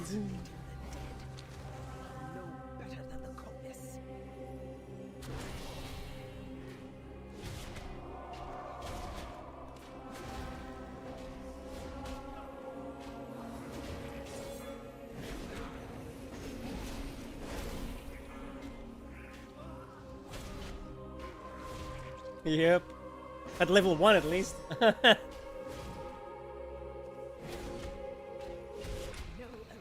leaves the Emperor's service, even in death.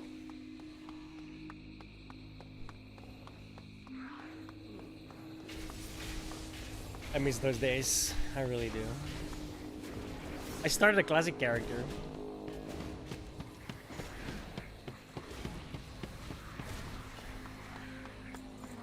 Like, imagine actually having to make sure you only pull one guy, you know?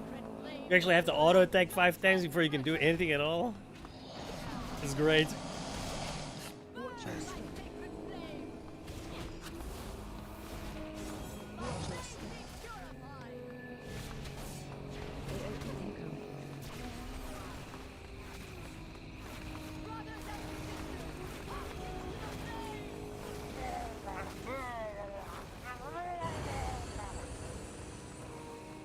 See you later.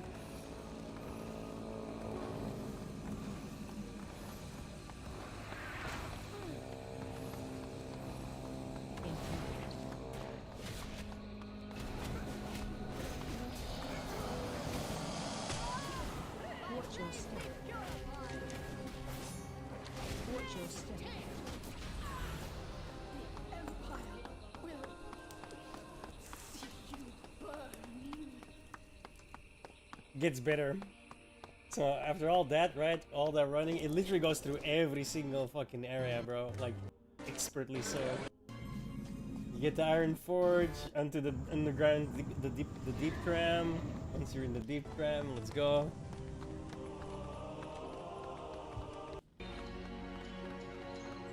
Forget something? This one is important. Forget get something? Foreshadowing.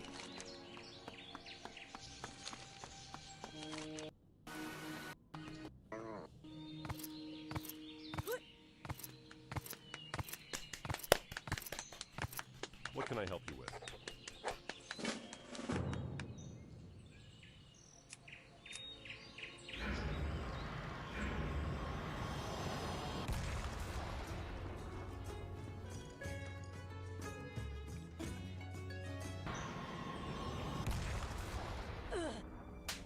I've done that. I've literally done that. I've literally done that, bro. So fucking accurate, dude. Oh my god. I've literally done that. I'm sure you have too.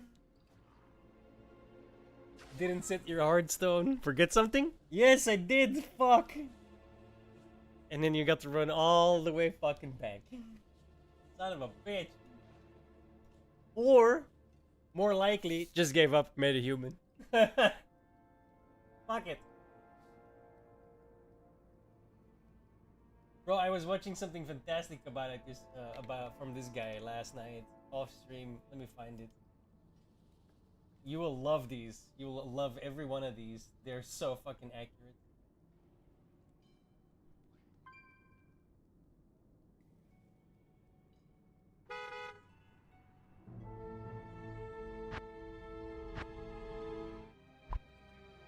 Yeah, he is, dude. You can tell he actually played all of these games. Like this one. Like. Oh. It's the. Oh. So true. Yeah. I hadn't seen them yet. I was watching them last night.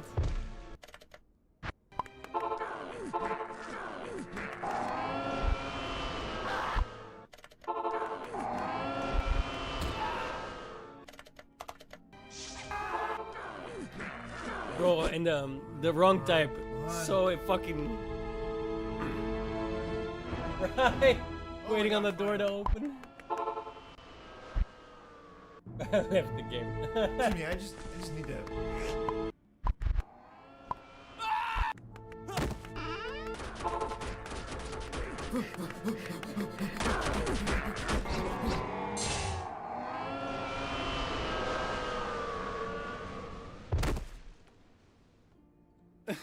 The lag. I am impressed. Yeah. Oh. It's so true though. What? Bill, there's a party of 8 here to see you. Cancel it. Tell him I'm busy. The number you have reached is not in service. Hello? Hello? The fake bail. Time to die. Now Die. you die. Time to die. Die. Die. Time to die. Die. Time to die. Die. Die. Time to.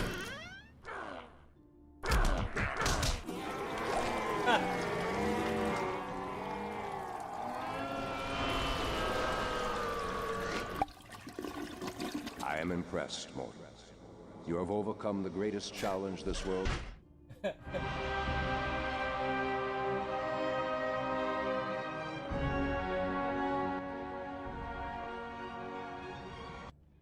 The music alone, bro.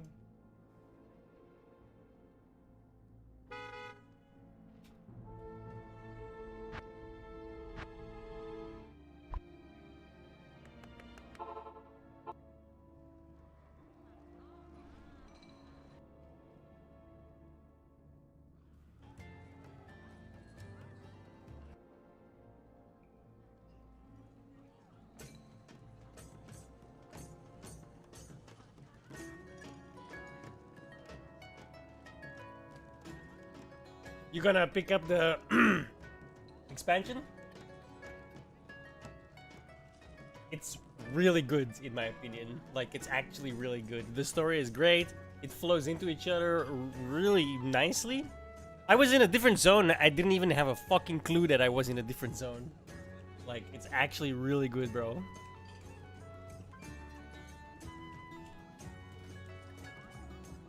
And besides vanilla, I was talking about it with one of the random groups. I haven't been this addicted since 2004, aka when the fucking game came out. The zones are great. The enemies are fantastic.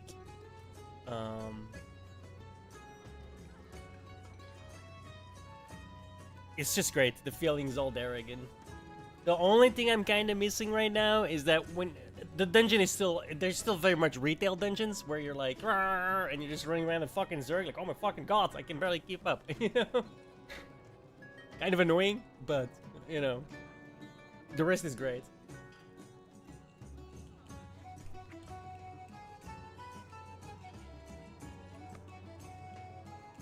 Yeah, I'm super on board. I need to find a guild for my horde characters.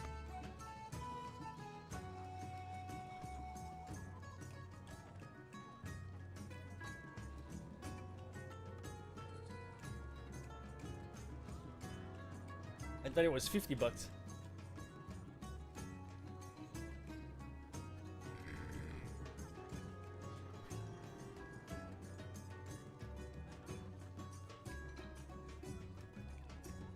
Bro, how far do I have to scroll down for the damn price?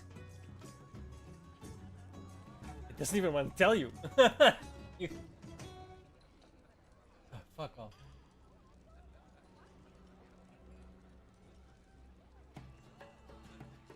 I don't know.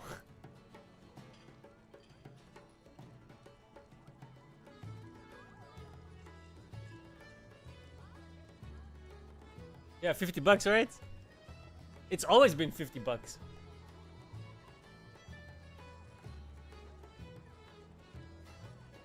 I bought the $90 version because I'm a retard.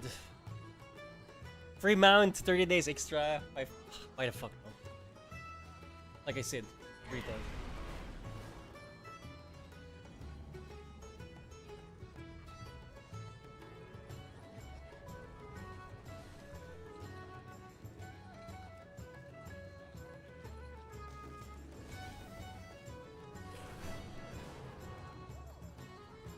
Let's be honest, what else do I do?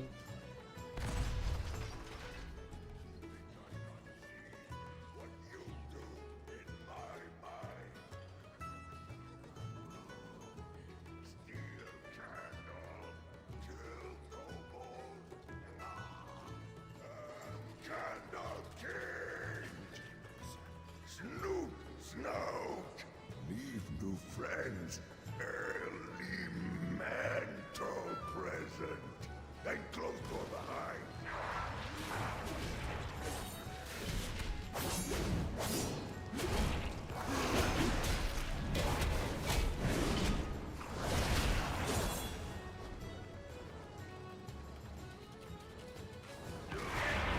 He didn't close door behind.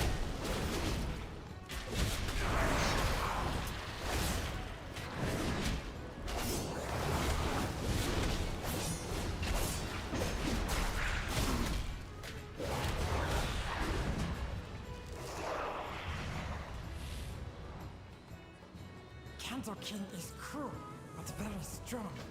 Too strong to attack like this. Anyway, yeah.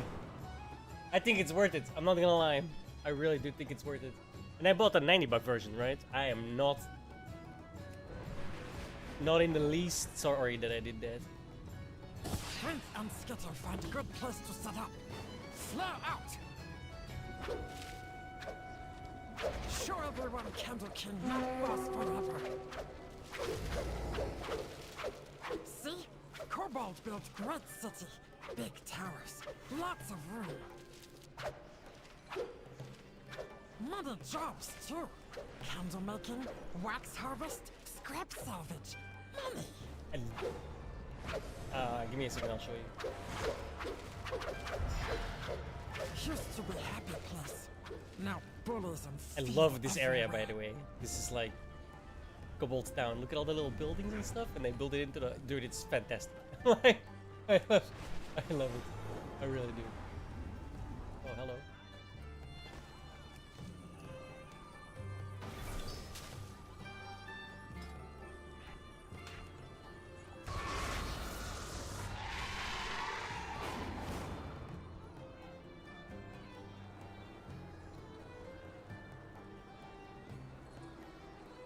Storm something.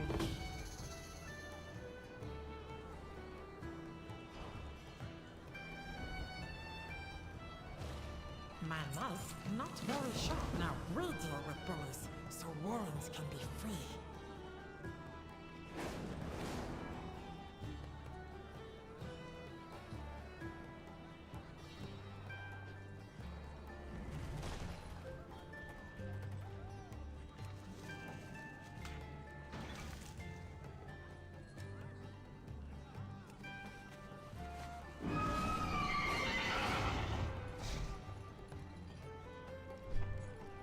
Yeah, the actual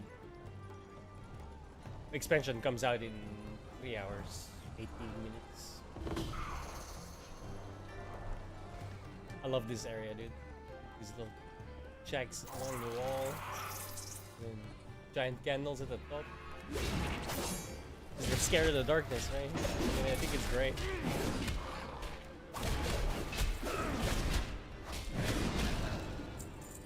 Big timer. Yeah, of course. Well, I've seen like a lot of people here already, so I'm semi-hopeful the game won't just fucking take a shit. It is still a Blizzard launch, so who knows? But technically it's the second launch, right? It's late launch. So might be good.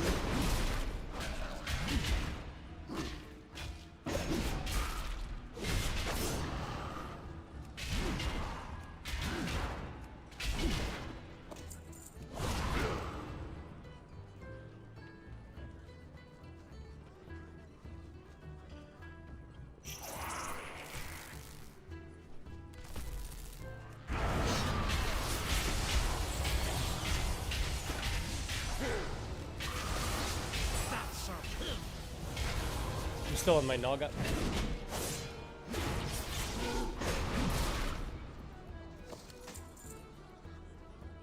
Hence, num 1 to 12, mouse 1 to 12. Like literally 2 bars on my mouse. 2 full bars. It's so fucking handy.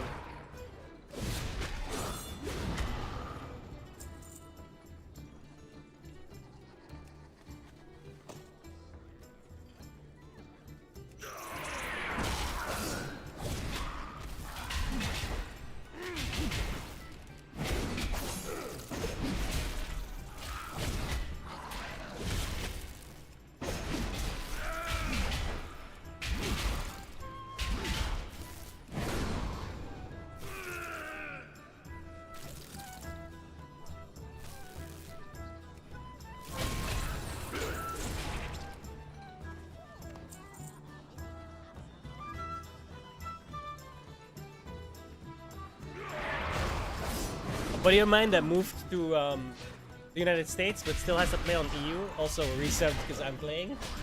Like he was on the, he's just like watching and it's like, oh, you make me want to play a Shadow Priest. And like a day later, it's like, okay, I'm waiting for the release now. I bought the expansion. I'll be playing a Shadow Priest. Excellent.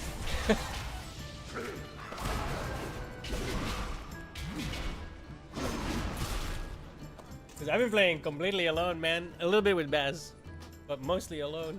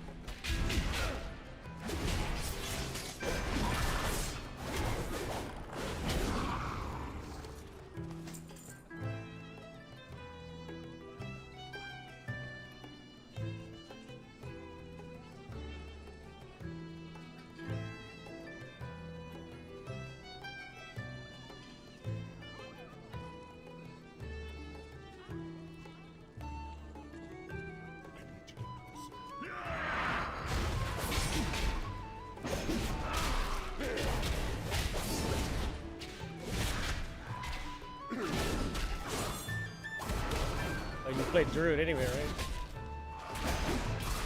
I was in a U raid last night, bro. It's like I was a warrior, and then the other 4 party members were all druids.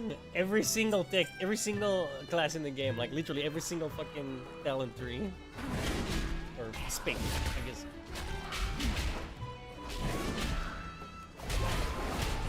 One of each.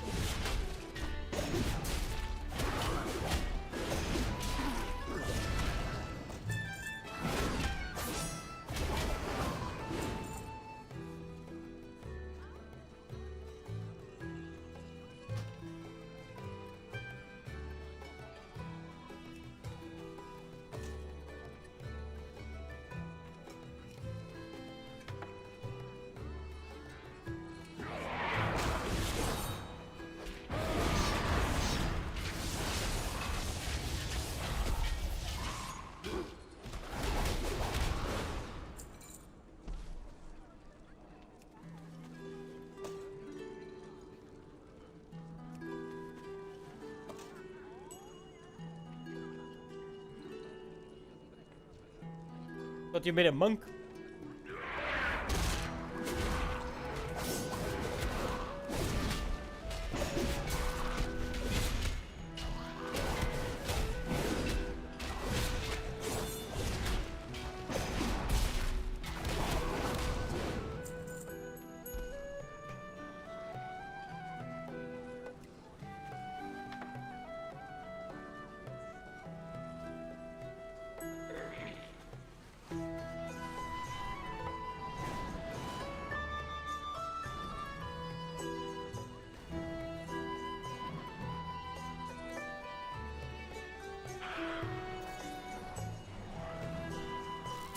Well, I have more than enough characters that I need to get to level 80, so whatever you choose, I got something for you.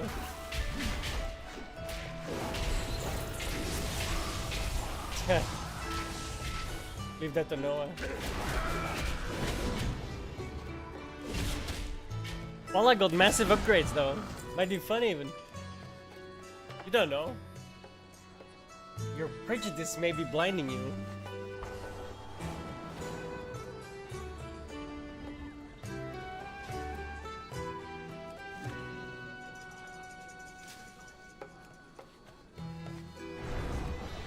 Bro, I don't understand why it does that. Look at the top left. Like, every time I go on the mount, the thing slides up a little bit more to the left. Like, look at the way. I'm just gonna edit mode. I'm not touching editing. Edit and then escape again. What the fuck? Makes no fucking sense, dude.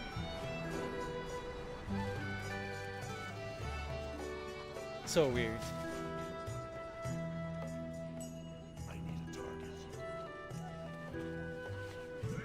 Look, it fucking slid to the left already.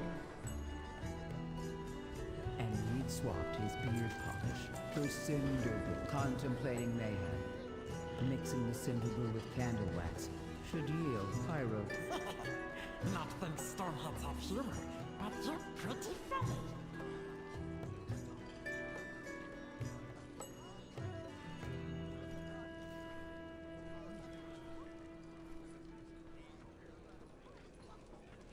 If me and Noah make a hardcore character, you gonna join in?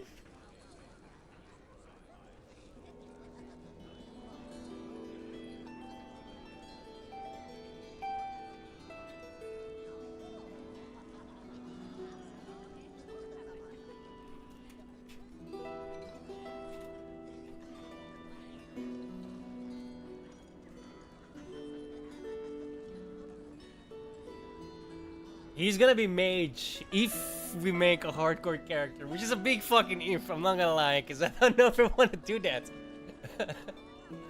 It's like in the back of my head, like, oh, it could be fun, but on the other hand, we could just die and lose our characters like after weeks, or not even, you know? Ugh, I don't know. But I don't want to be the tank, and he wants to be a mage, so... If you're a tank... Ooh, what would I be then?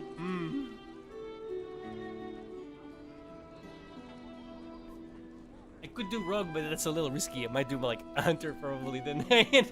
Fuck, I'm sorry. Ugh. I'm so predictable. Oh, I need to go to the bathroom, bro. Give me like 5 minutes. Check up on my mom as well.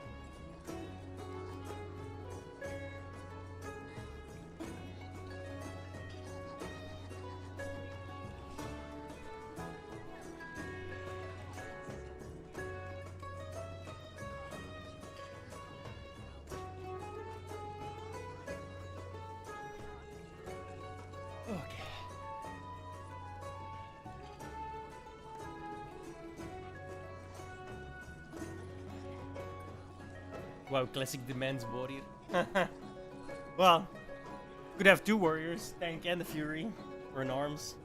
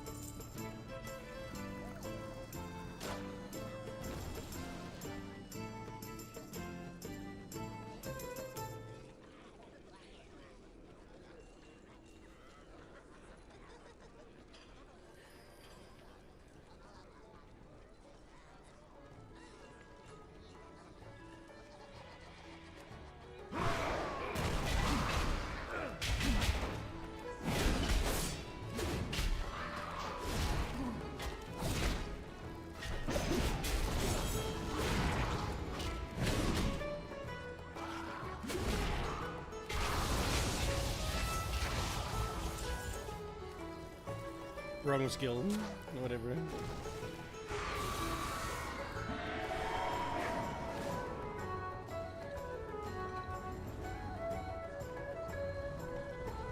Candle King Rick, Bowls Rick, just one thing left to do.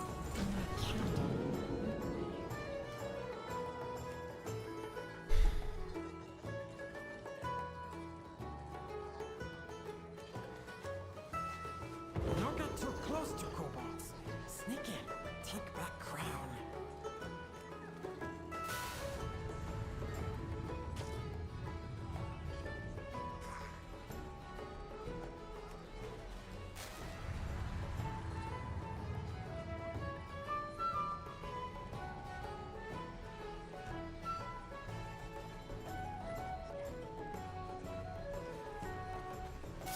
Just dark. Dark can't hurt you if you keep light inside. Just dark. Dark can't hurt you if you keep light inside.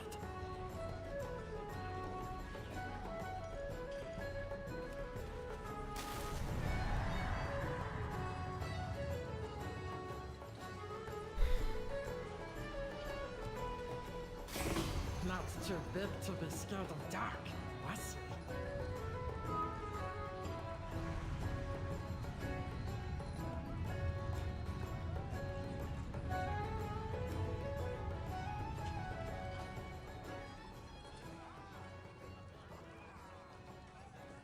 What is that?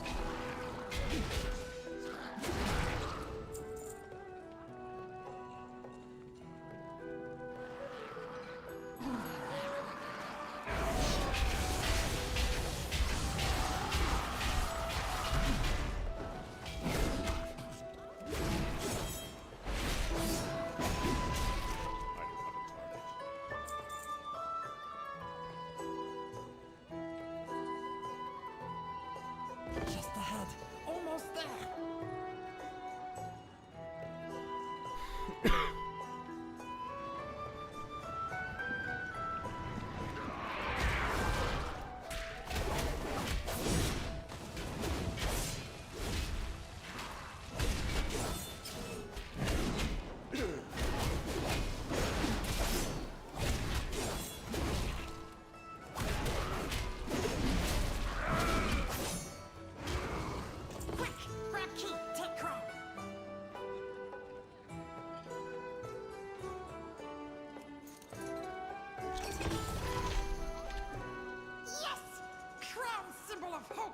Candle can no take it from us.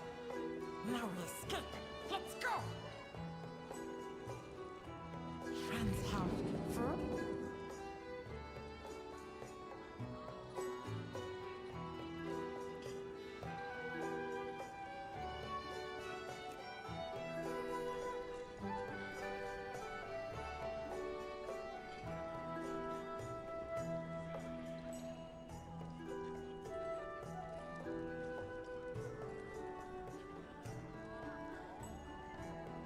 We're friends, right?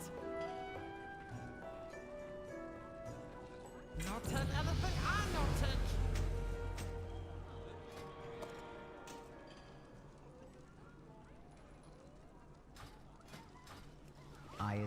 to the archive. I am sorry for what has happened to your people. I understand what it feels like to watch your home slip away. At least we're friends now, yes? Not all is doom. More friends means less doom.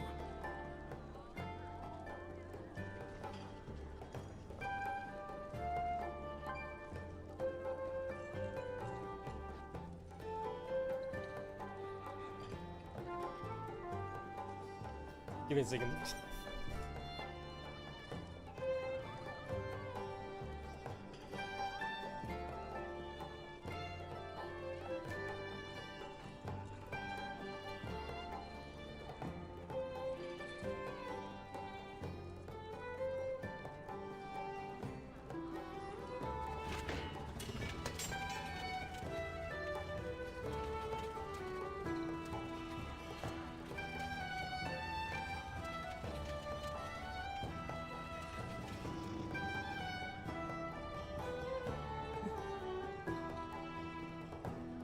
Weirdo.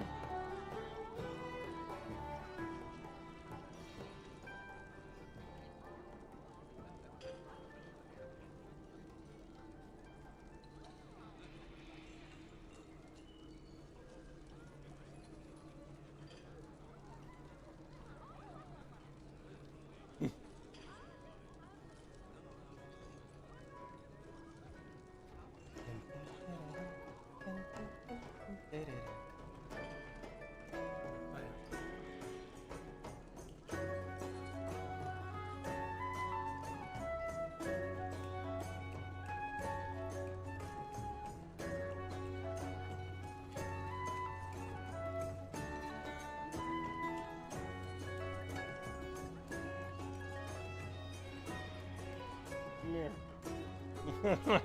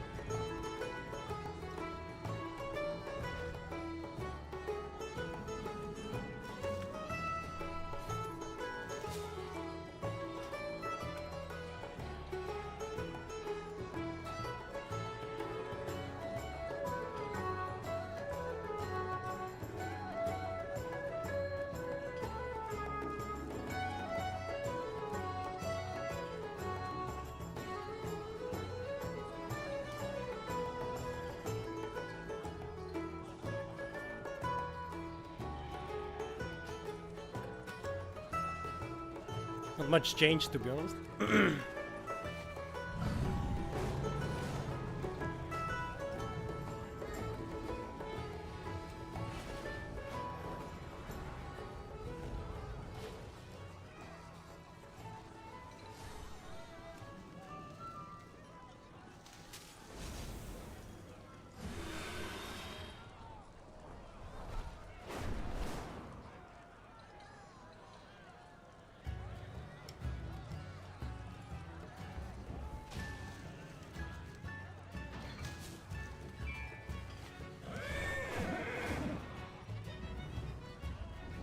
Candle King may still hold powers here, but your people have a home in Gundergaz.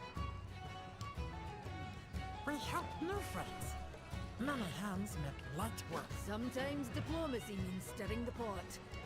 Let's see what bubbles up.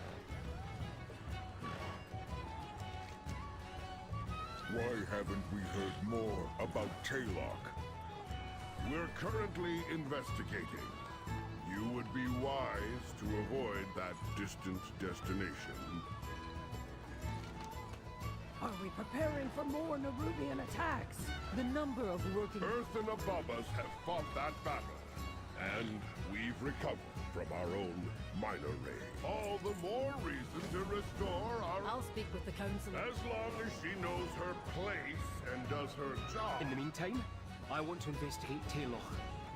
Something about those missing ships.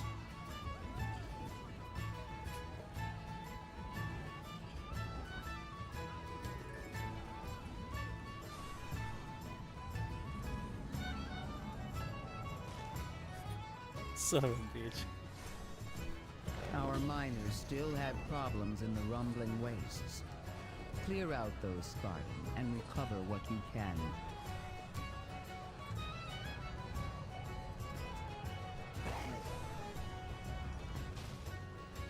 Intruders, the beasts inside.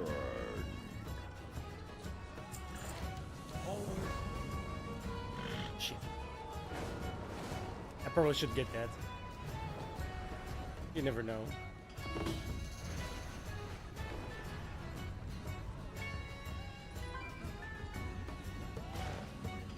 Start talking.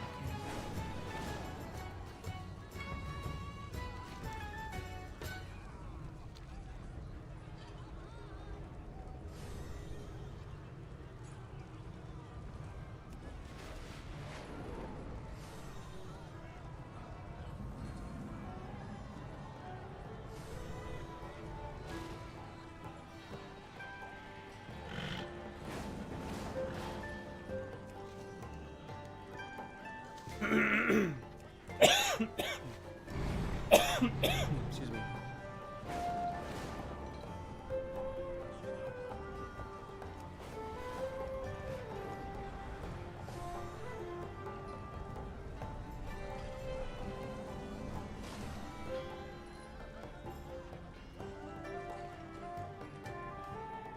I know what you mean.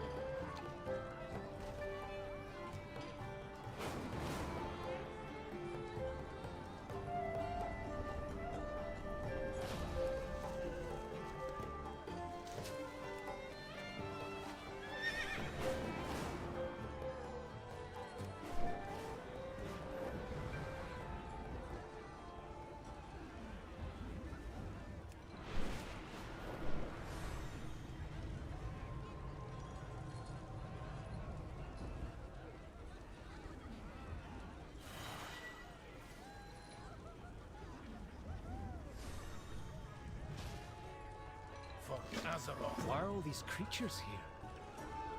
What happened? This is one of your books, man. Watch your step.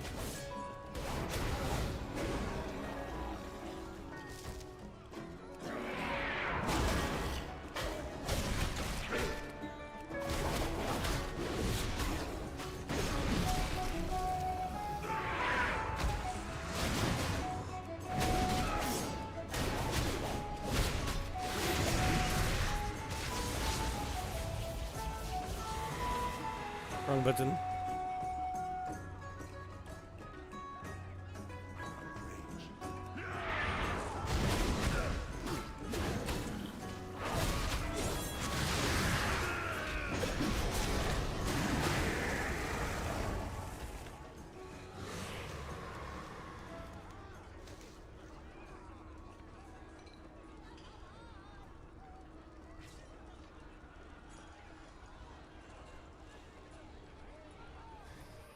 This looks like the foreman's office.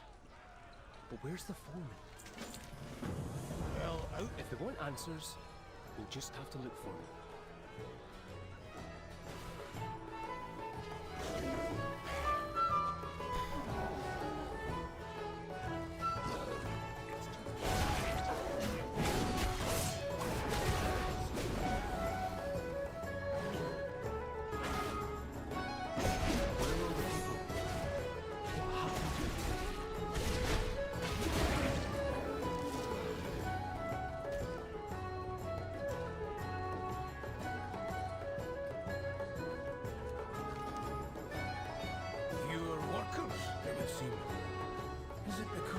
something they're shutting down? Shutting down? These mugs are still full. The drinks look fresh. There's no one around. I think people were here recently.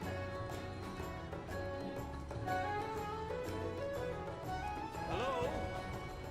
Someone there? I doubt it. The entrance is boarded up.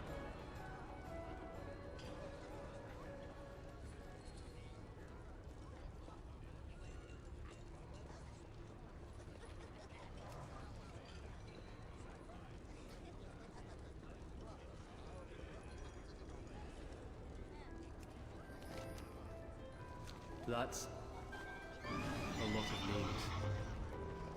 Everywhere we go, we find the names of people lost.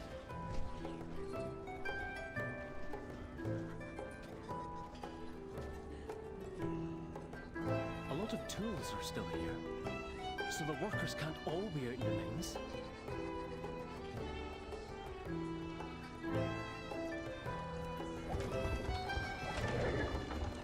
Did you hear something, Granda?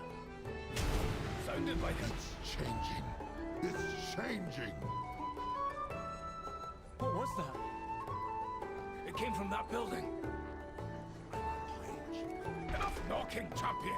We're breaking this thing down. It's changing. It's changing. Whoever you are, get in here.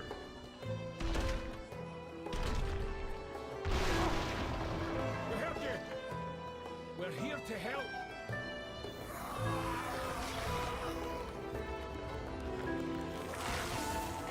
What's happening to them? A Spartan transformation in progress. Fascinating. Stay back, lad. I'm speaking for no one. Another puzzle to solve?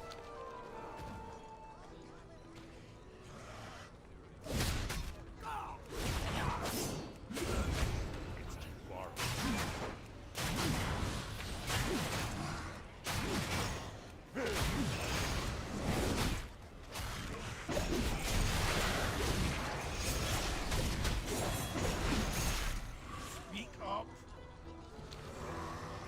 Did you find something? Fuck off.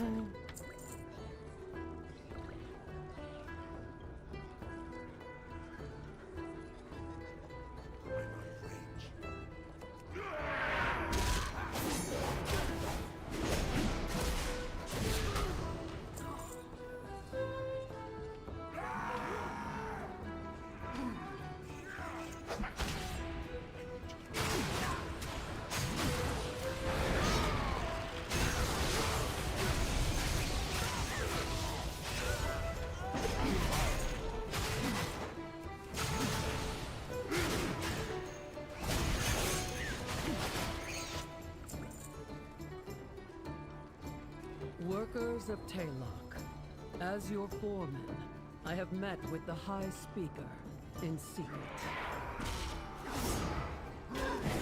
The outcome was not what I expected. I have been altered, perhaps even chosen.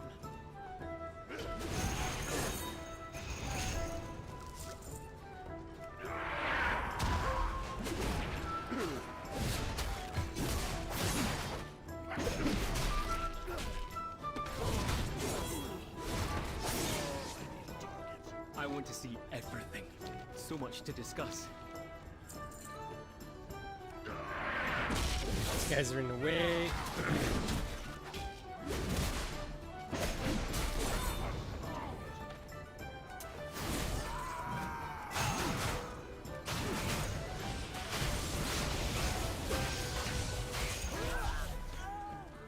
I read about this. I swear to Keep your God. eyes open.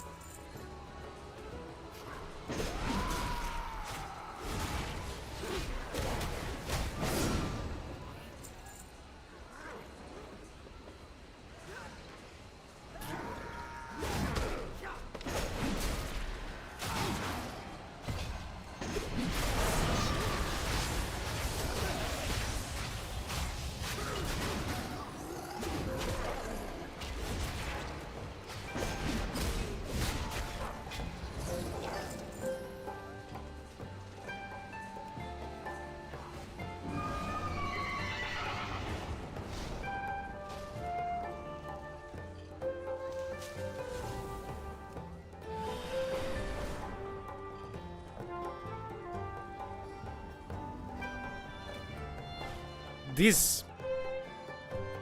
What does that fall under?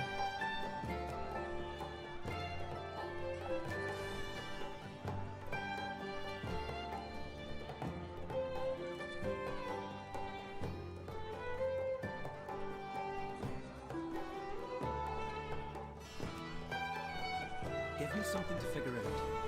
I need some time to think.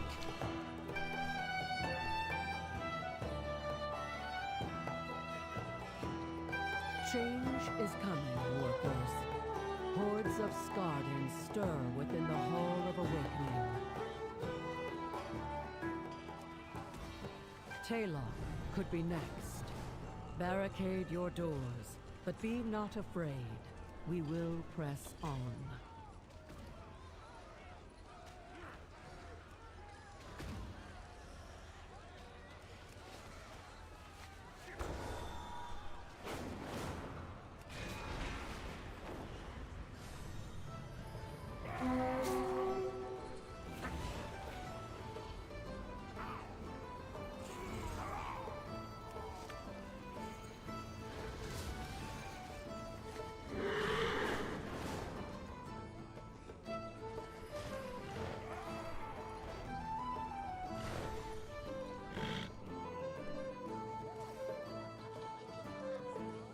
Can you hear it? The ringing. The ringing. It returns.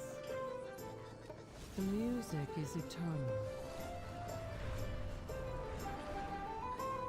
The itching.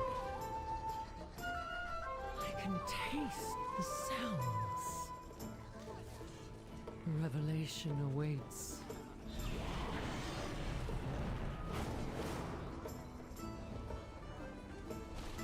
The ringing. The ringing. We'll lock away deepest cavern for darkest memory.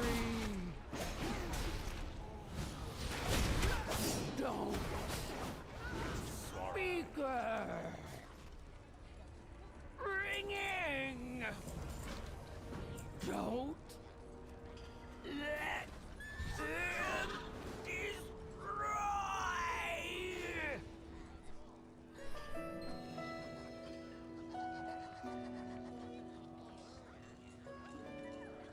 Wait.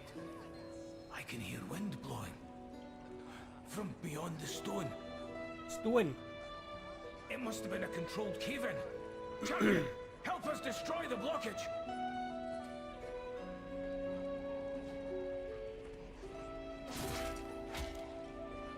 From beyond the stone.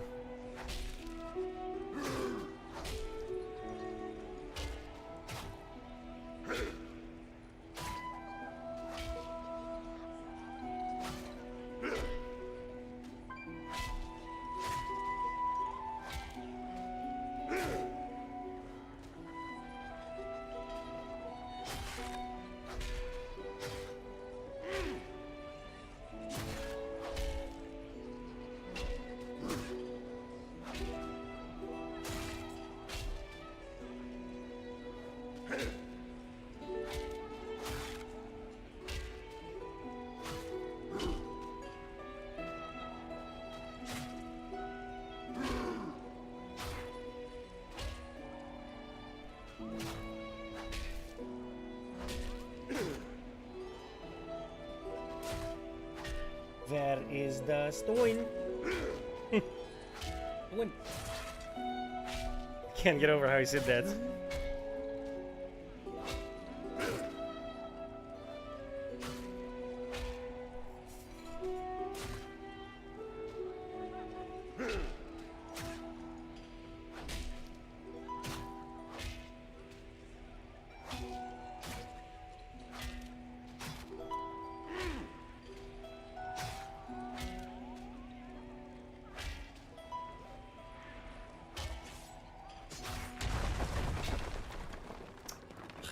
I still don't have a deadlock invite, bro. Come on. Give me a break.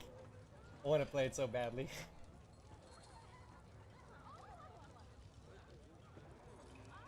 Yeah. Yeah, not quite. No, no, this character.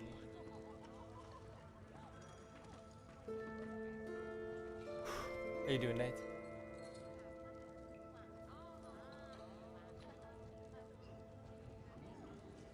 Hmm? Oh, I was just thinking.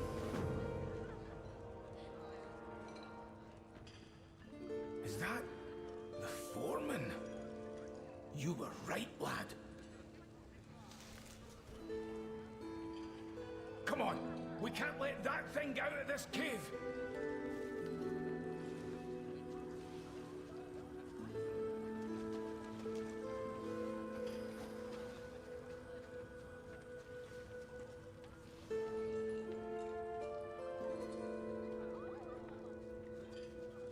For the whole.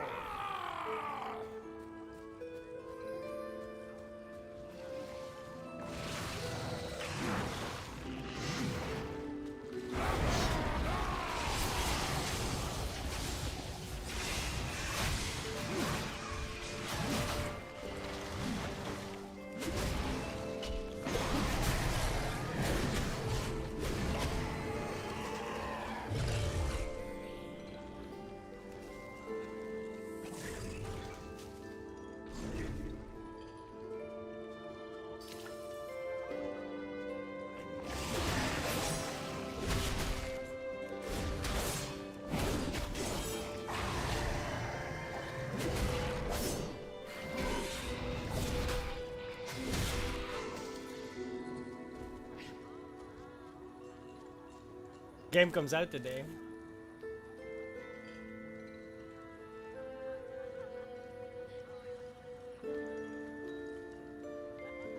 $50, little man. Put that shit in my hand. If that money doesn't show, then you owe me, oh, my jungler.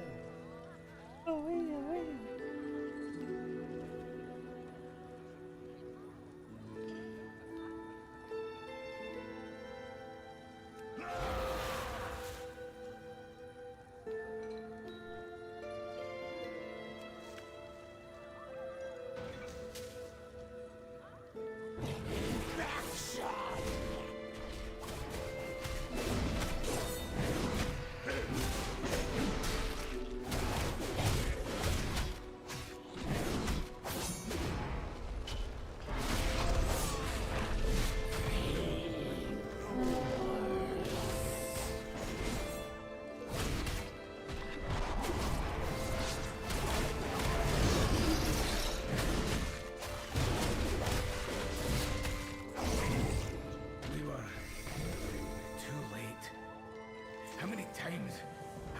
Too late.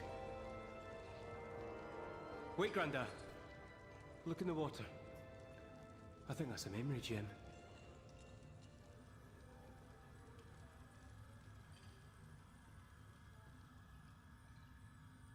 Oh shit. Leveled up herbalism. Nah.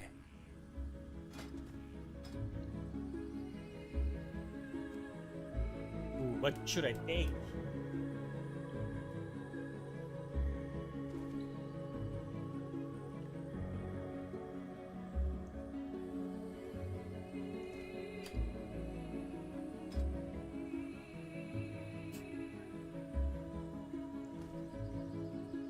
That's nice though.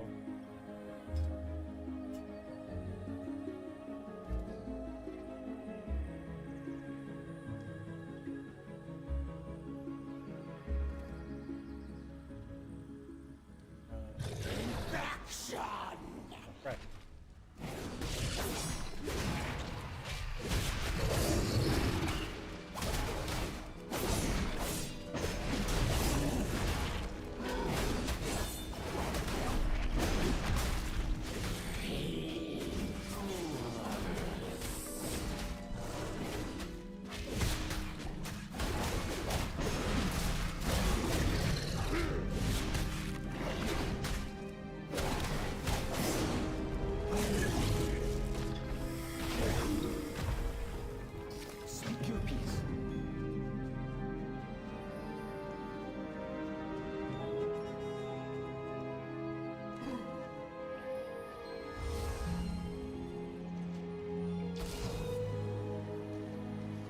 Hey, look, what the fuck? Speak the truth. Bro.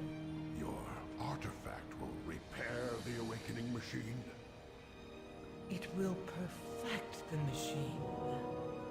Your struggle, your That's suffering carbonite. will be at an end. All will awaken because of you. Because of me?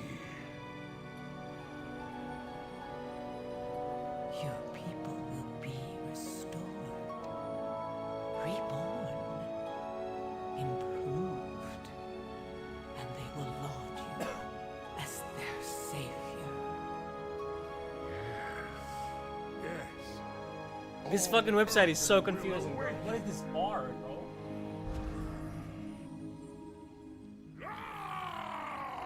There we go. That's what I need.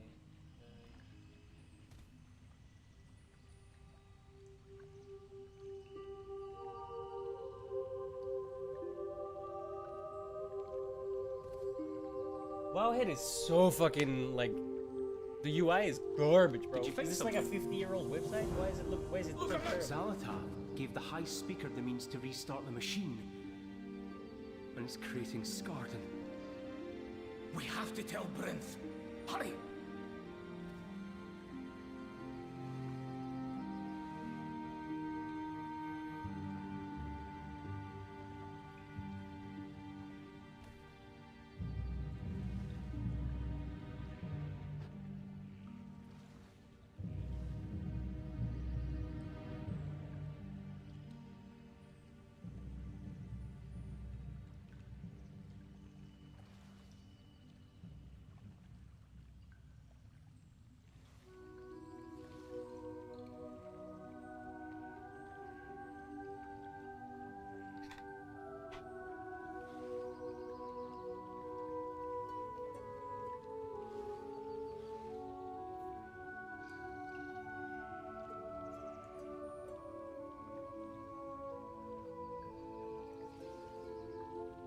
Sounds really nice.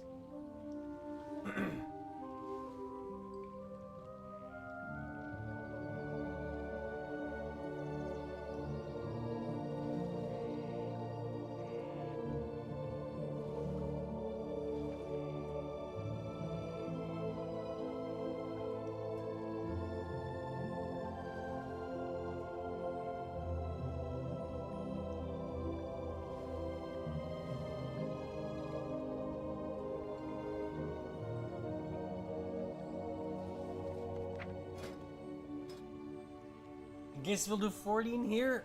God, this is like super fucking nice, no?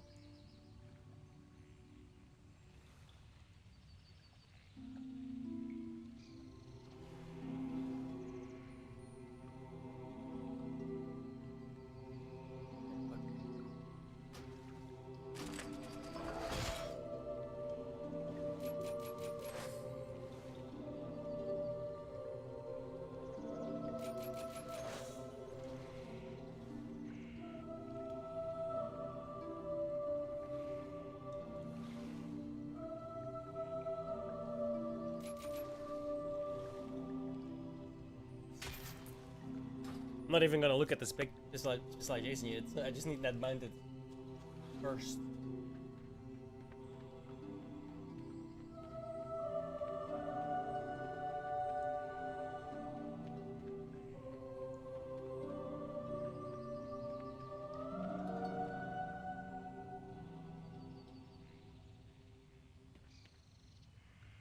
What does that even do? Is that the same as with the blacksmith stuff?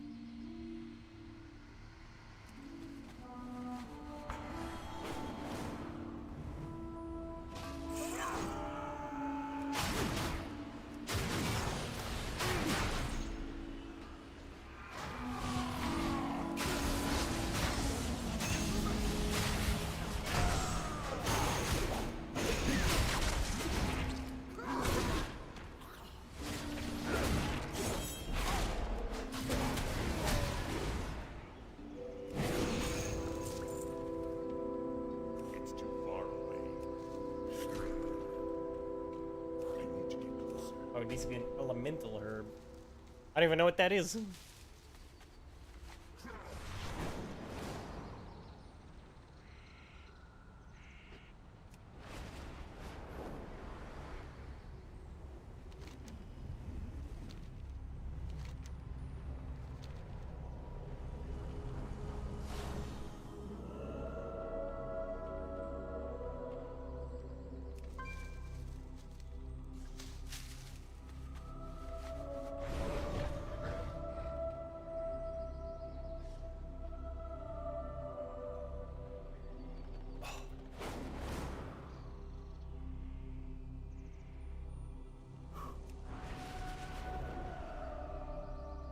Our miners still have problems in the rumbling wastes. Clear out those Garden and recover what you can.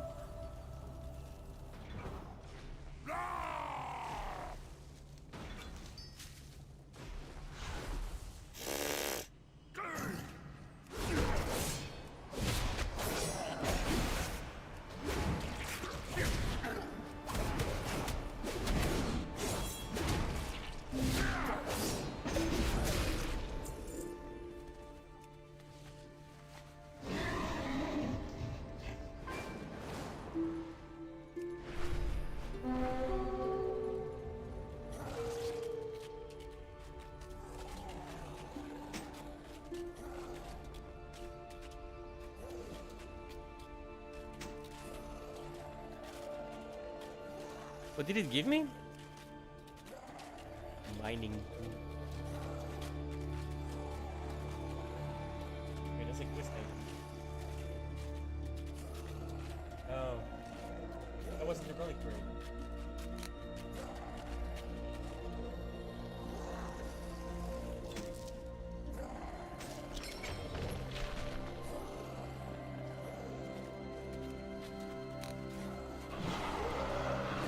Relic bird is just loot.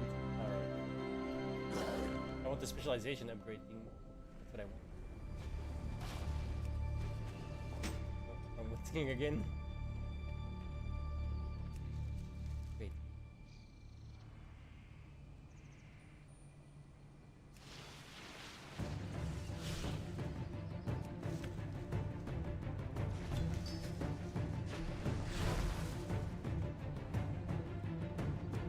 I'm so confused. I can just gather it twice then?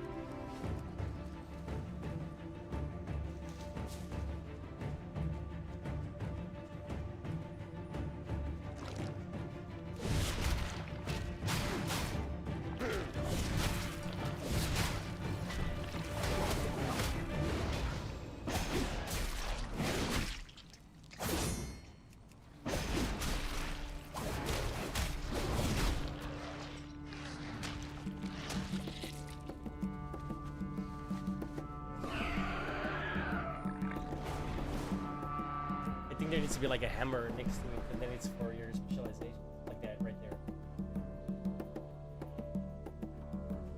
Convenient.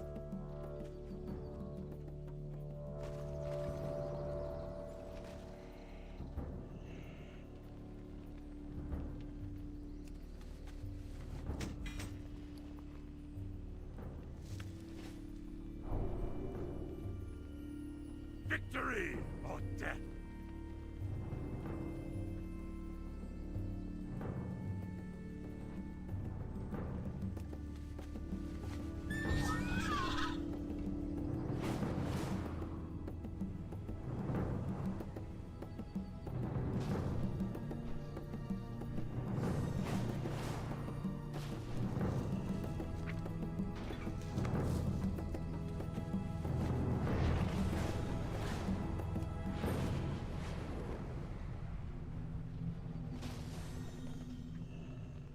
And not do it!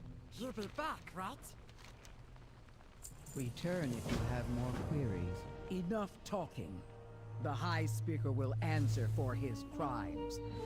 To the Earthen Worlds.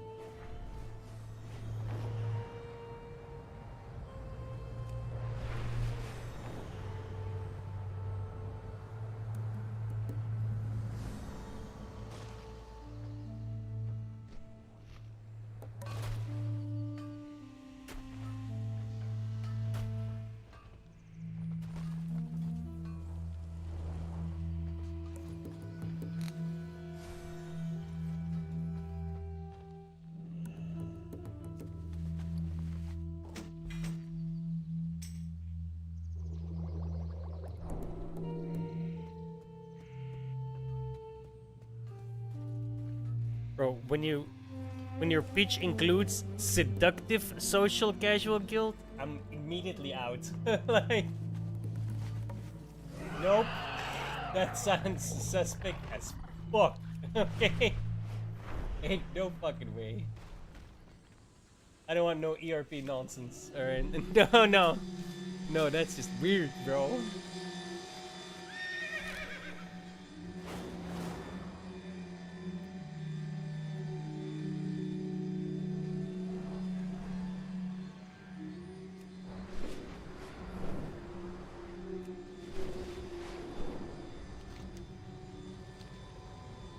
I'm not surprised, honestly.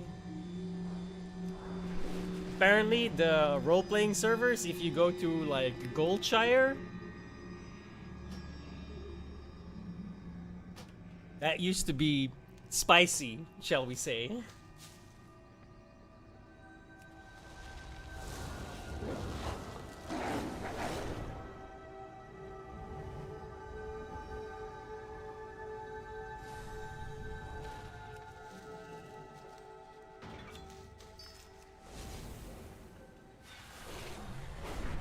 What's this?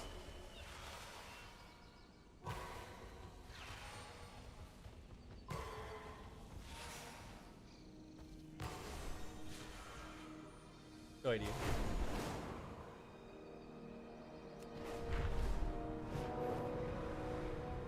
Nice. I'll see you in a few hours when the game. Actually, you have to start from scratch if you actually do. I'll help you level up. I suspected we might need some. We require a foreman's key. Moira informed us You can of do the the ERP on situation. your own time. We're ready to help. Touched by divinity. Yeah, touched alright. We all have. Speaker detected. The High Speaker warned us about you.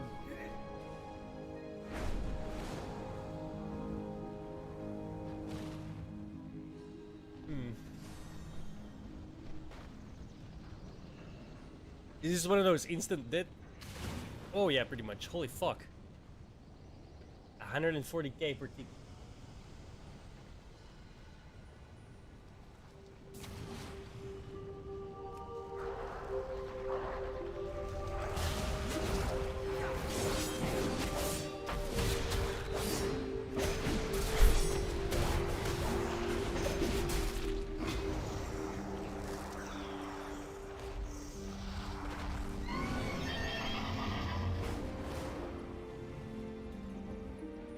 Work delayed. Speaker detected. The High Speaker warned us about you. No more.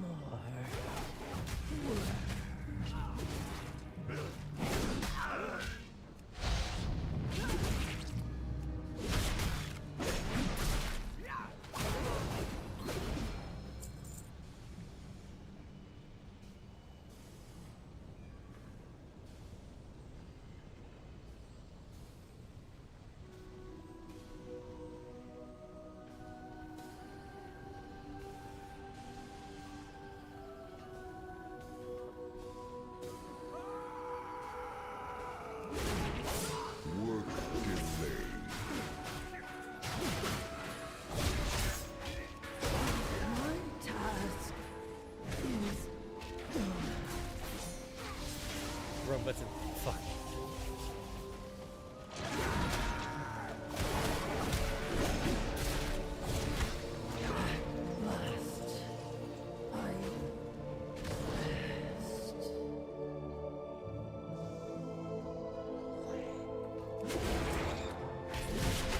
Doesn't matter.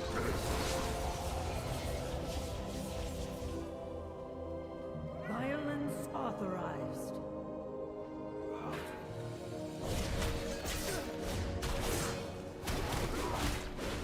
That no longer matters. Battle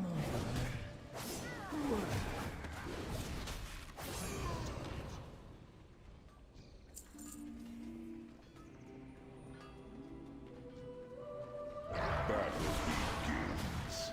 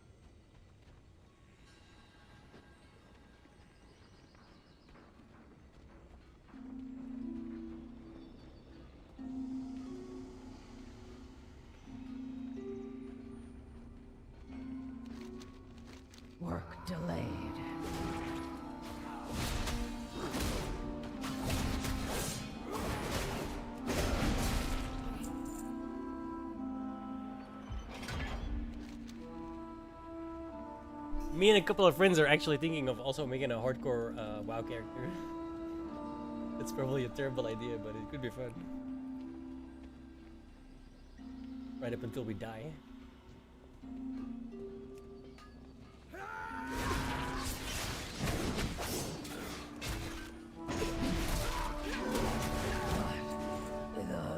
The violence authorized.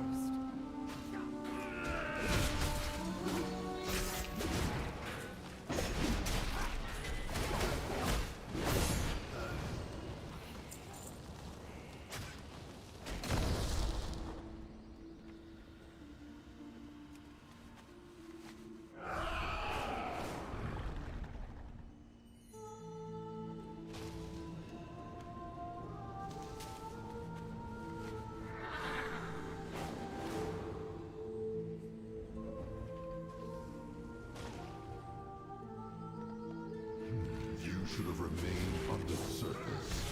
Speak up, friend. You should have been friendly. Now die. Pathetic rich.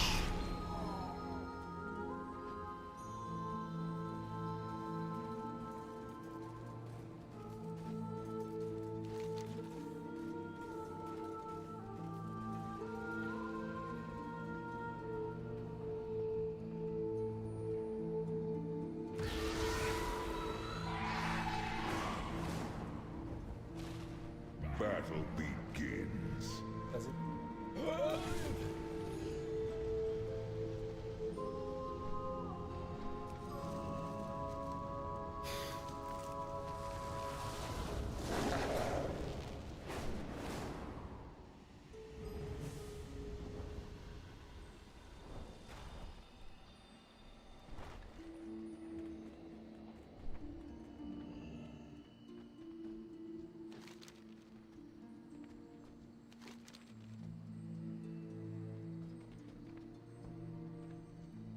This sounds suspicious. I can't attack that. I'm listening. Yeah, broken. For now. Not working, I see. Keep it quick. I'm listening. For now.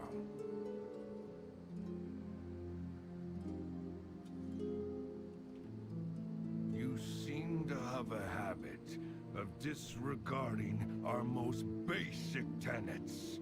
I wonder, how would we shut you down? This sounds suspicious.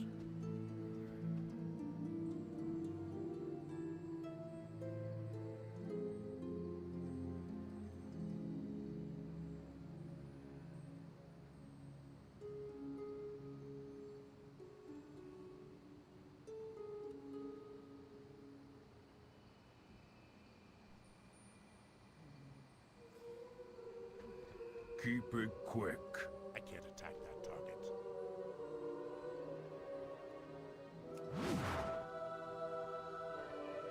Not working, I see.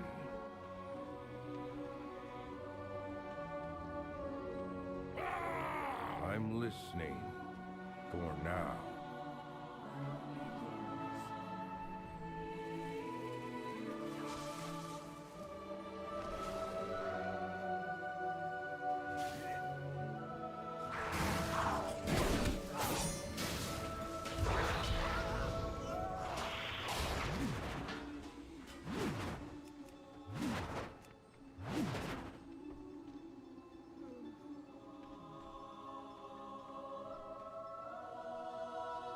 This sounds suspicious.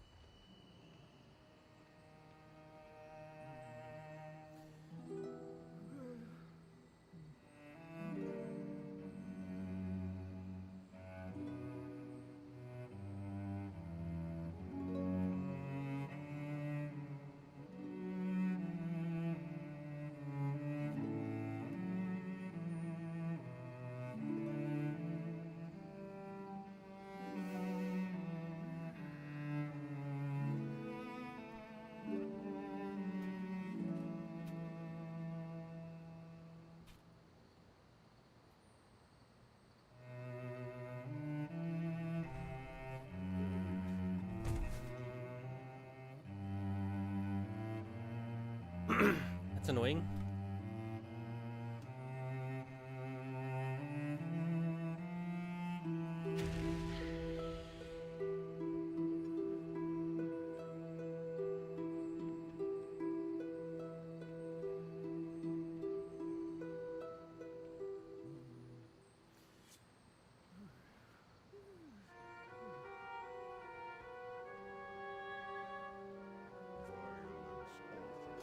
Or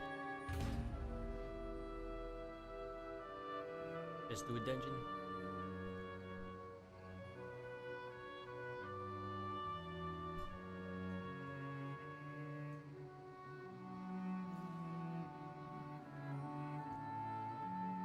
I need to target something first.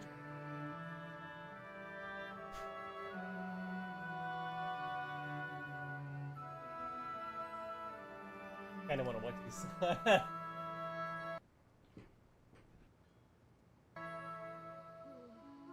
keep that up here.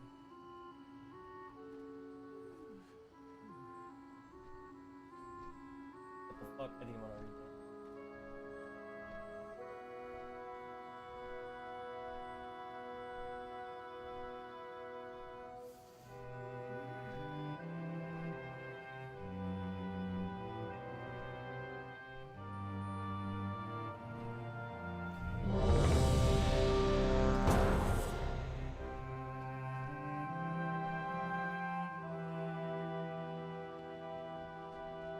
Hell?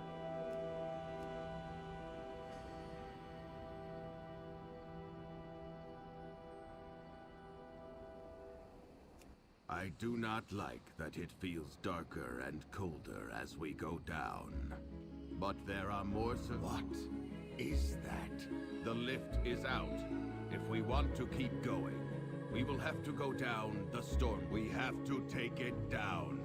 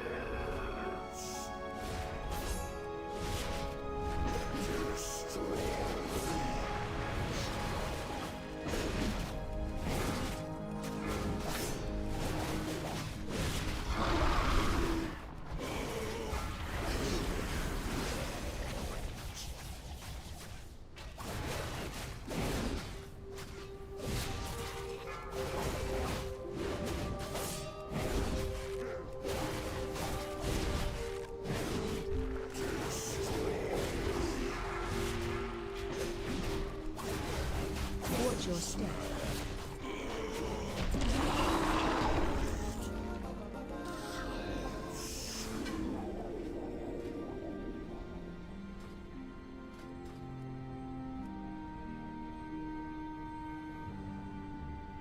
only one they care about is the second one on this team. Guaranteed.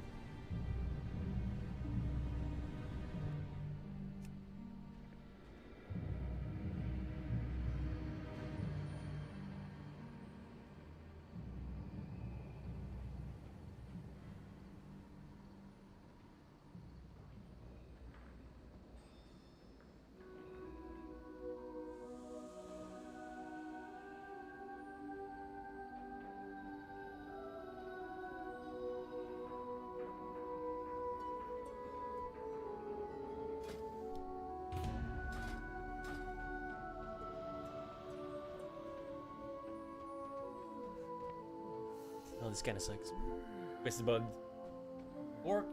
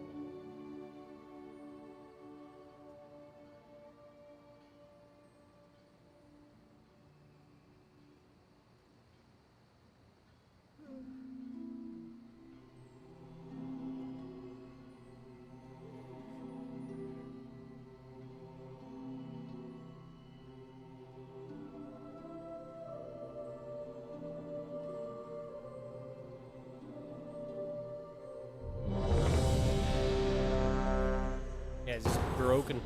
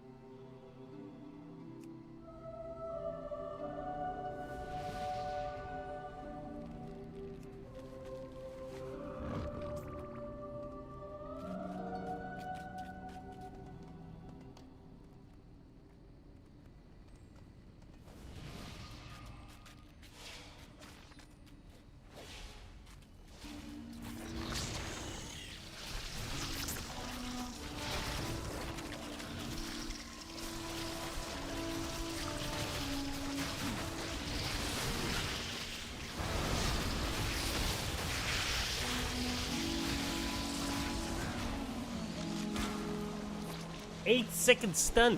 Fuck my life. That's a lot.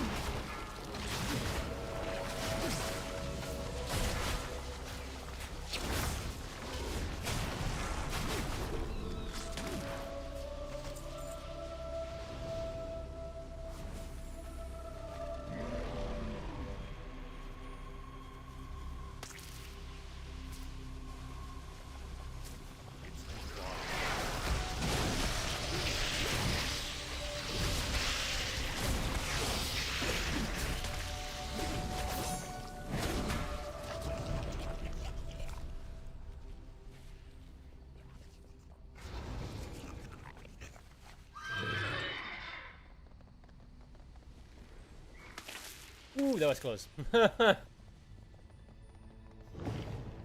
was close.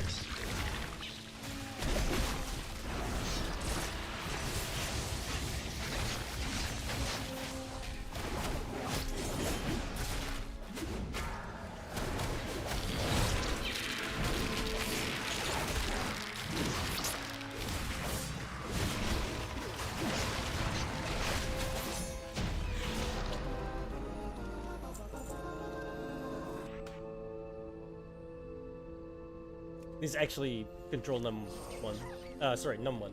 Not control, it's num 1. It's a mag. Intruders, find them.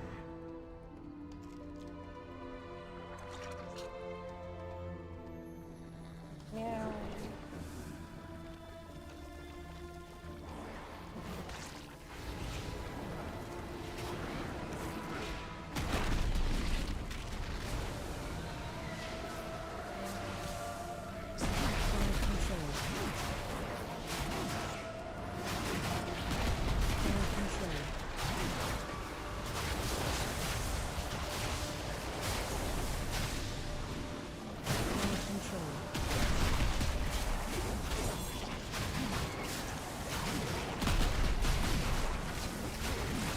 I swear I can't see what the fuck is going on half the time. These large bulls.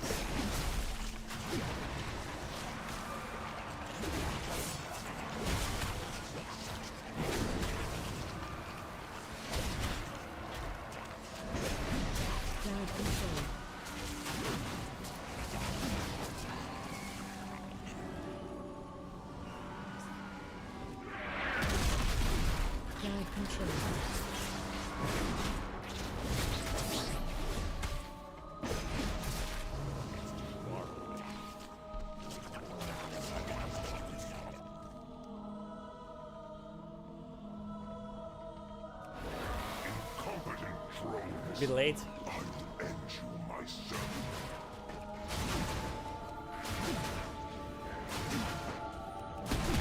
I didn't notice because mine was up, but not for them. It's just for me. It's because I joined late, right?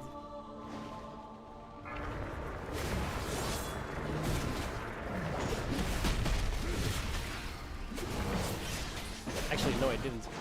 It's a new one. No, I'm just mad. That's totally my fault. It was me.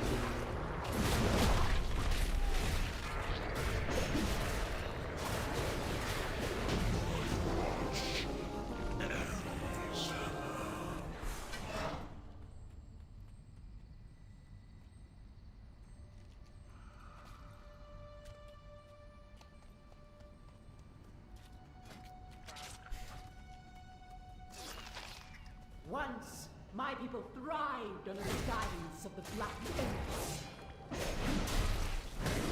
Queen Nephthys refused to reclaim that glory, but no more. I must get closer. Ansurek and the Black Blood will usher in a new age for Outcast.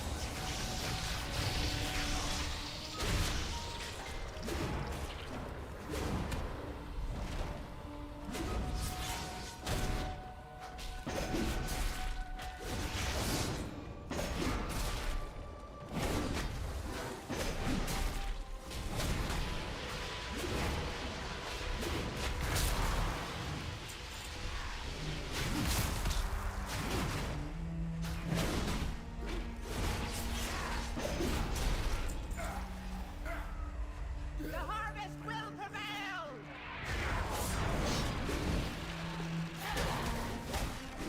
Watch your step.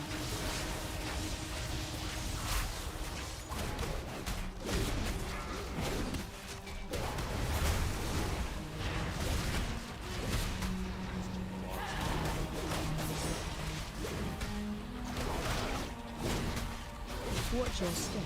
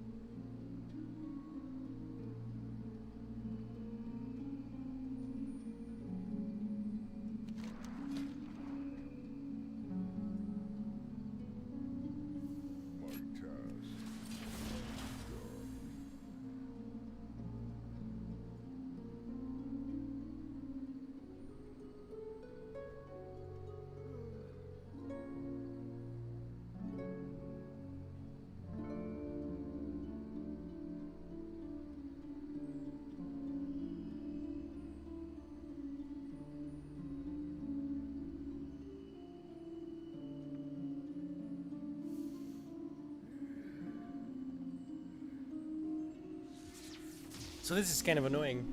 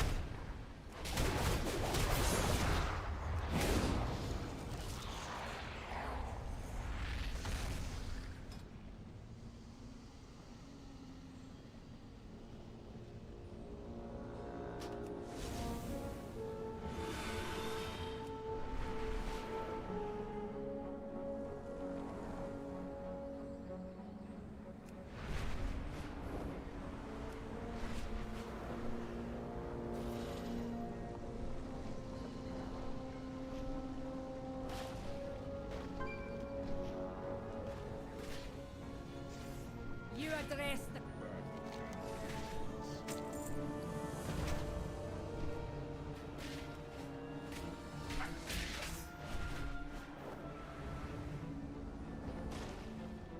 It's too far away.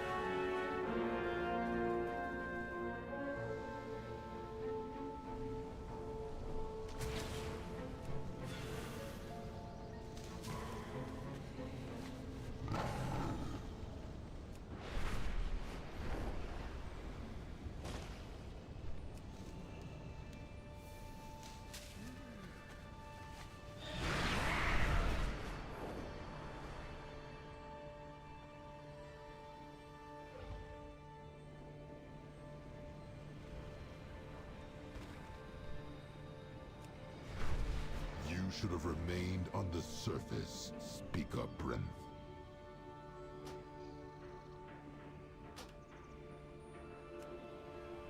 Who said that?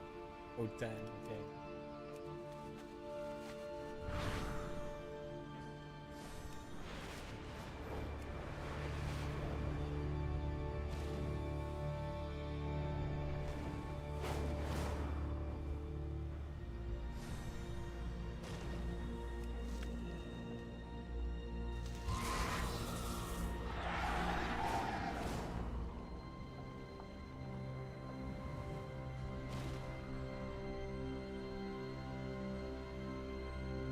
No idea.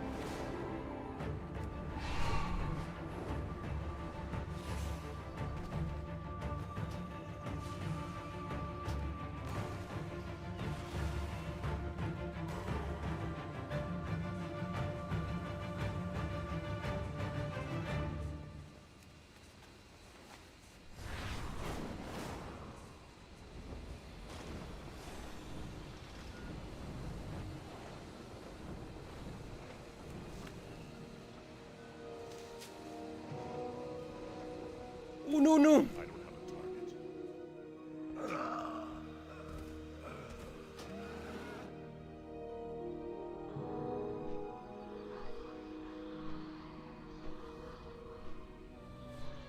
The amount of times I've done that, bro. Fucking hell.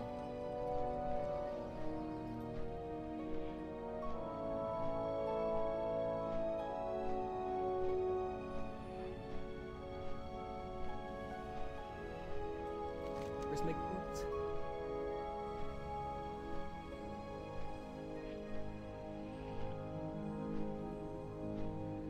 Where's my corpse?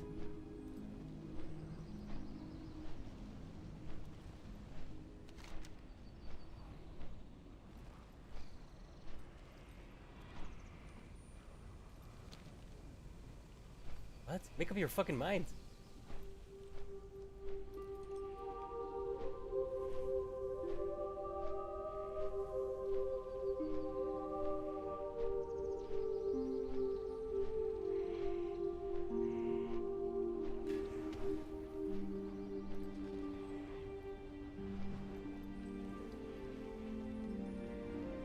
Okay.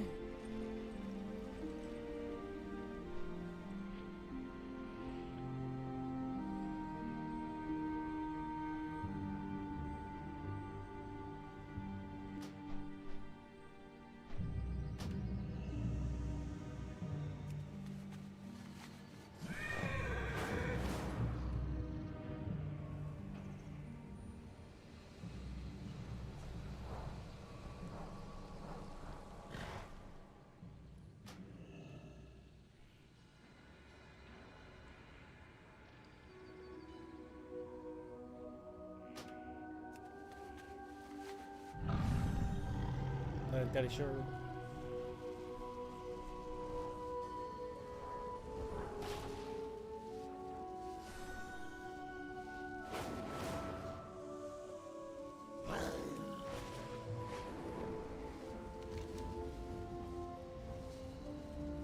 You should have remained on the surface. Speak up, Bren.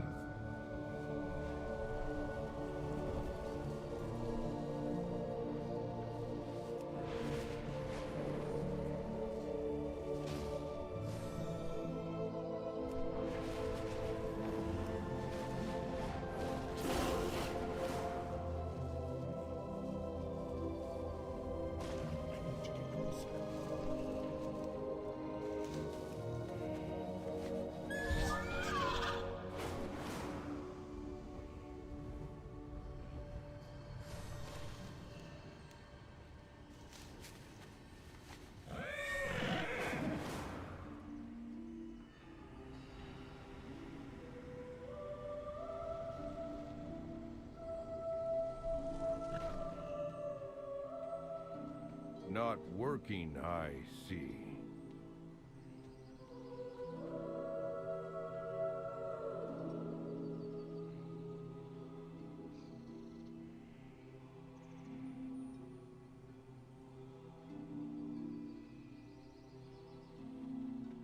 Oh, this is annoying.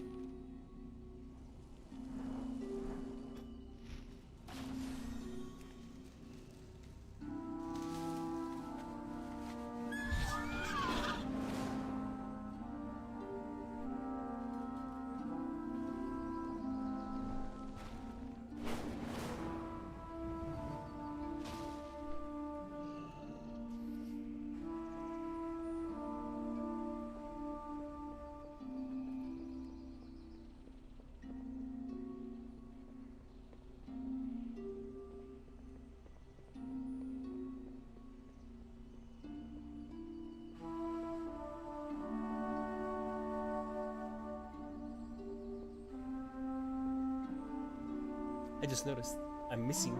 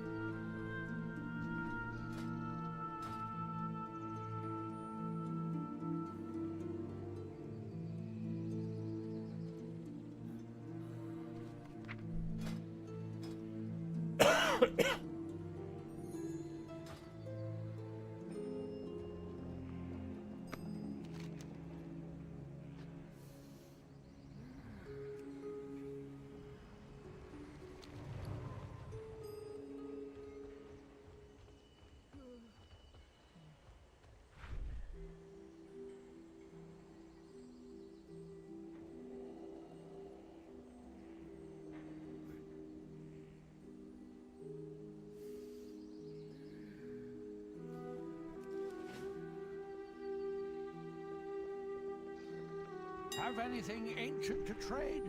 Needs to be at least 2 centuries old.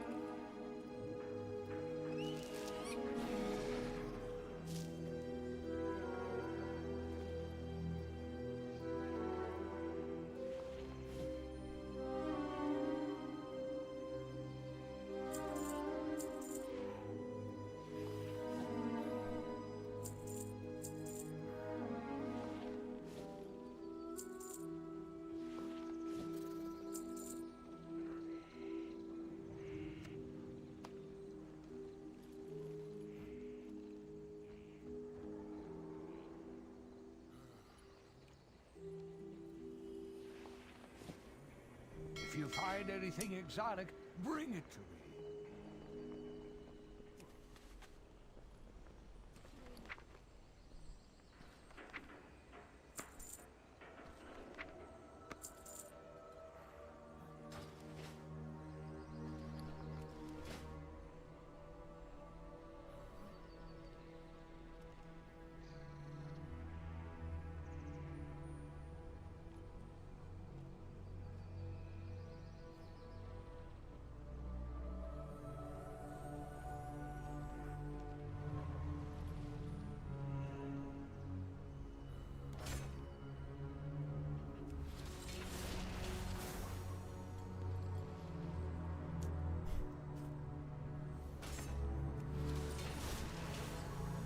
Well, that makes that choice easy. Like, I got that talent.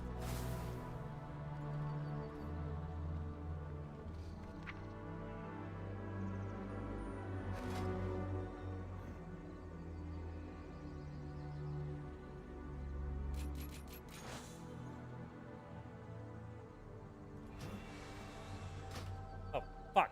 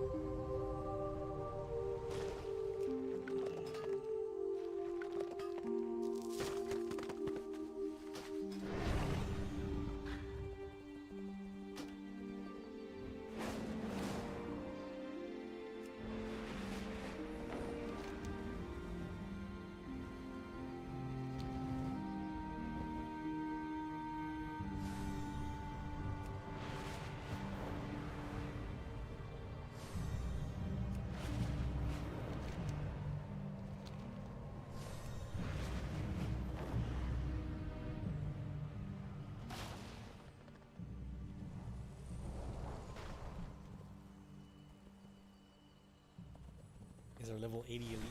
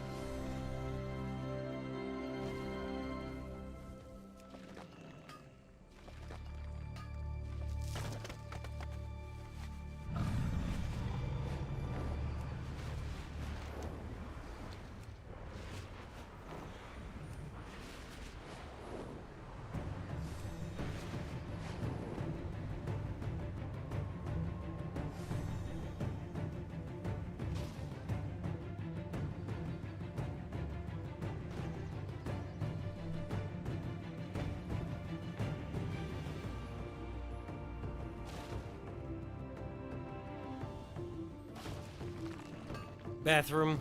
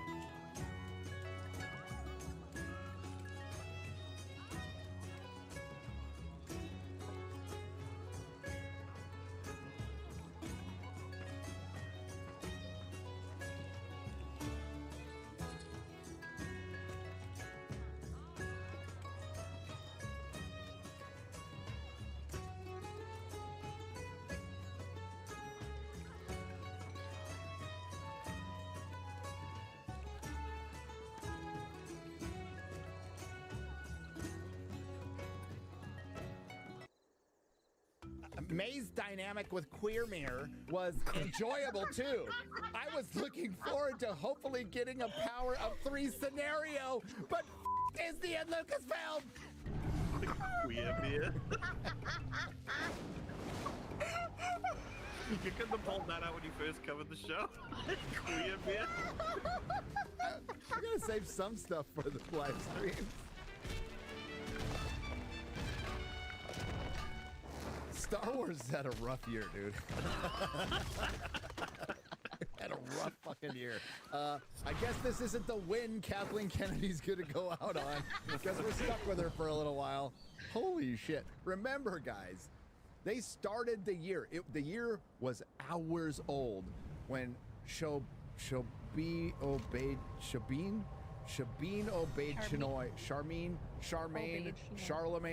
Obed Chamoy went out when the year was hours old and said, well, it's finally time a woman takes control of Star Wars. Is it plugged in still? Wait, oh, I hit the wrong button. What are we talking about? We're talking about the Rey movie. Oh. Thanks for paying attention. That's still No, coming. I meant what was plugged in. Bimboism. We've encountered a lot of it on Twitter in the last 24 hours. Poor Amandla, huh? Poor Amandla. Yeah, I guess that diss track didn't work. That's a shame. Crazy, because everyone saw that as like, that's IP launching kind of stuff, you know? It's so good, but I guess it backfires. The Acolyte is dead. Star Wars series won't return for season 2. Aww. Little image there of Amandla looking sad. That's the only face she has. Is that looking sad? I thought that was happy. No, that's what I mean. She's doing emotions. All of them. All of them, all at once. The Acolyte will not return for season 2. Lucasfilm has elected not to continue with the Star Wars D+ series following its first season, which depicted the rise of the Sith through roughly 100 years before the events of Star Wars The Phantom Menace. Depicted the rise of the Sith. That's what we were looking at? Is that what that was? Alright. Really? I thought it was the rise of lesbian space witches and fires in space and inappropriate interpersonal Jedi relations and thirst traps. I think it was the rise of thirst traps in Star Wars, although that's been around for a while. But actually injecting fan fiction into your fan fiction just makes it fan fiction squared. Makes it more shit with the whole Manny Jacinto disrobing slowly. They even mention this, dude, in the article. It's so funny. Slowly, and it inspired a lot of thirst posts. The news comes at once as a shock, given now much of season 1 finale ended on a cliffhanger and teased several plot lines for season 2, and not much of a surprise given the widely opposed reception from fans and the less than robust viewership that appeared to drop off like a freaking rock the series after the series premiere in June, which we've gotten confirmation of, and they mentioned that it's the finale was the lowest rated finale in D+ history for Star Wars, Disney Star Wars, sorry. Like, intuitive somewhat, right? So why would anyone continue watching that fucking show? And if you did, what does the average person take away from that show by the end? What the hell happened? That you can become good by simply from evil by simply just changing your mind, and then go back by simply just changing your mind. And the message was ultimately it's empowering for women to be evil as long as it's their own choice. Creator Leslie Headland, former personal assistant to Harvey Weinstein, an avowed Star Wars superfan. Yeah, of course, she loves all the Star Wars. Absolutely. I have an extended supply Set out to create the of first goods for Star Wars Outlanders. story set outside the core timeline in the franchise that stretches from The Phantom Menace to The Rise of Skywalker. I sold everything already. I just have to wait for the money to The arrive. show followed twins Osha and May, both played by Amandla Stenberg exactly the same way, who were separated as children and led to believe that the other had been killed. Some critics and fans loved how the show challenged the traditional perception of the Jedi as infallible and wholly virtuous, as embodied by the emotionally self-serving choices made by Jedi Master Soul, who is responsible for removing Osha and removing her agency from her family and causing her separation from her sister. I mean, never mind the fire that broke out in the stone structure. That was sorry for the fire. So she's clear. Oh, she's clear. Okay. I didn't know she said she was sorry. Even though it's like the cause of everything in a way, but it's fine. Despite these objections, the Acolyte also captured a great deal of positive reaction. Good fortune to our friends. You say so. A great deal, all right, especially surrounding the reveal of Manny Jacinto. I have many or wares. Or Jacinto. Oh, by the way, they canceled the show on his birthday.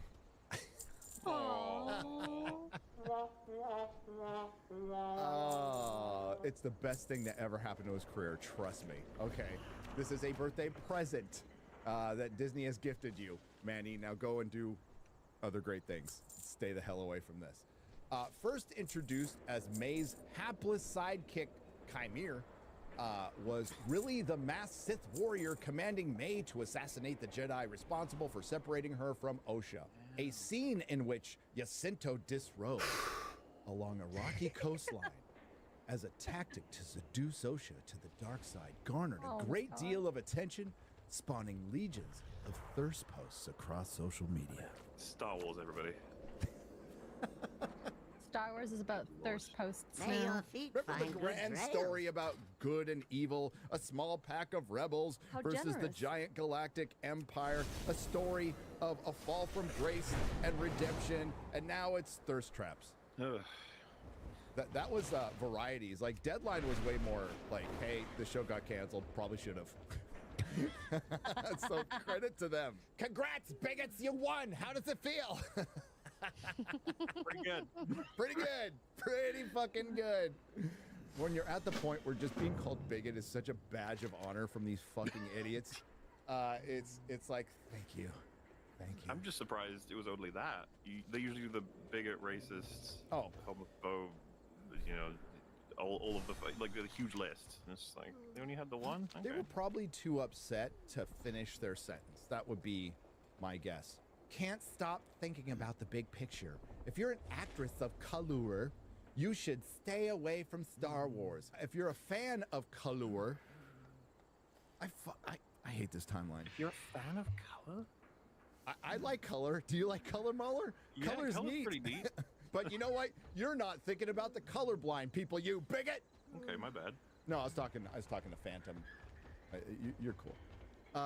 You should stay away from Star Wars. If you enjoy women Good to see you, Commander. POC stories, you should stay away from Star Wars. See you around. So, okay, so then they're The answer's saying here. that abysmal story that we saw, that is a woman POC story now. Yes. As opposed to just a shit story that we can disregard and hope to do better next time. But no, now it's like, no, that was a POC there was nothing interesting about it. Why would you even want to claim it? Like, nobody would. And besides, there's plenty of other races involved in this story. Whatever. It's so divisive, man. It is so divisive, and it's ejected from the access media and the corporations. This franchise will not protect or listen to you. That line right there is why they don't cancel things like Doctor Who right now. And they don't cancel things like Star Trek Discovery because they're afraid of that. The saying goes, you can vote your way into socialism, but you can't vote your way out. Same thing with DEI. Once they're in there, they are infested, and now you're afraid of not just a very small portion of the audience, by the way, your own people, a very large portion of your own employees. When they canceled Fireflies because it was all this, but for white people, I guess. Yes. Yes. They hated white stories, and they wouldn't let white people have their sci-fi. That's terrible. Obviously, I'm just fucking We are memeing because I think united that it in always comes down to purpose. money, pretty much. Yes, it came down to Be budget. bold. And Be true. possibly dealing with Jaws. All right, so this one says, Farewell. of course they So don't. many The racist, bigoted, possibilities. and toxic, but this isn't about me, so it's garbage. Star Wars dude bros have won again. Until next time. Star Wars dude bros. Oh, God. All I did was like a movie from 1977. That was my mistake. From 1977. Yeah, I'm such a dude bro. I got picked on for Fine, wearing my bro. Star Wars shirt with pride. I'm such a dude bro. Get the fuck out of here, you fucking poser. Yep, seeing what happened to him in Top Gun hurt but Filipinos are used to doing the work and being invisible and ignored. The Acolyte gave me hope things could be better. Fuck Disney and Lucasfilm. Man, they make the show, it does awful, so they cancel it, and then they get like, you have failed us. It's like, you know, I'm not going to bat for Disney here, but I'd be like, I mean, why did they have to burn their money making this show? It's so bad. I mean, they put $180 million into a show run by a gay woman, starring a non-binary female of that, non-binary female of color, and half Filipino bad guy. So that, yeah, that's an investment. That's a pretty good investment to your cause. You didn't watch it. I promise you, the vast majority of the tweets we're seeing are by people who didn't watch it all the way through, watch some clips, and they're just here to back it. Just want to be part of what they think is, I don't even know. Or owning the chuds. Let's own those chuds. I didn't think I'd like the Acolyte, and I ended up loving it. I'm incredibly sad at the cancellation of this wonderful show, and it's made me even more angry at these cancerous fucks that brought misery onto a lot of with their grifting. Lucasfilm, Disney, shame on you! Hey, they're ruining our fun now. We're having happy thoughts, positive thoughts, and you guys being negative. Yeah, quit raining on our parade. Okay. Yeah. We're trying to enjoy this. And Yeah. you guys being all like, oh, critical. Let us enjoy Terrible. this, okay? Mm-hmm. Jesus. So I'll just not watch any of your shit anymore since you never finish your fucking stories. You just came to fake troll bullshit. Fuck you and fuck your management of this brand. Okay, I'm getting to a point where I'm like, you know, you guys should have fucking watched the show if you wanted it to continue. Sorry. But why would Disney carry on? It's fucked. We're not gonna find out about the goblin in the cave. I'm sorry. We're not gonna see Yoda being stupid. I'm sorry. This is gonna be my last tweet for now. I love it when they announce it because I'm gonna study. But fuck you, Disney, Star Wars incels and dude bros, Lucasfilm, and Time all to the fix people who things. wanted the Acolyte to get canceled. Thank you.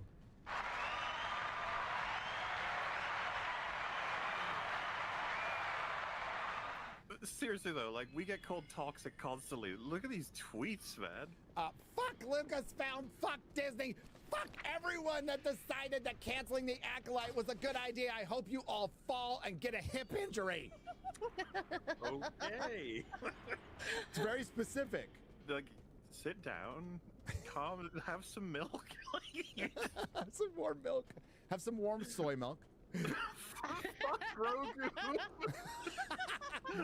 Fuck Disney. Fuck Lucasfilm. Fuck Dave Filoni. I'm on board with this one for so far, by the way. Yeah, Fuck John Favreau.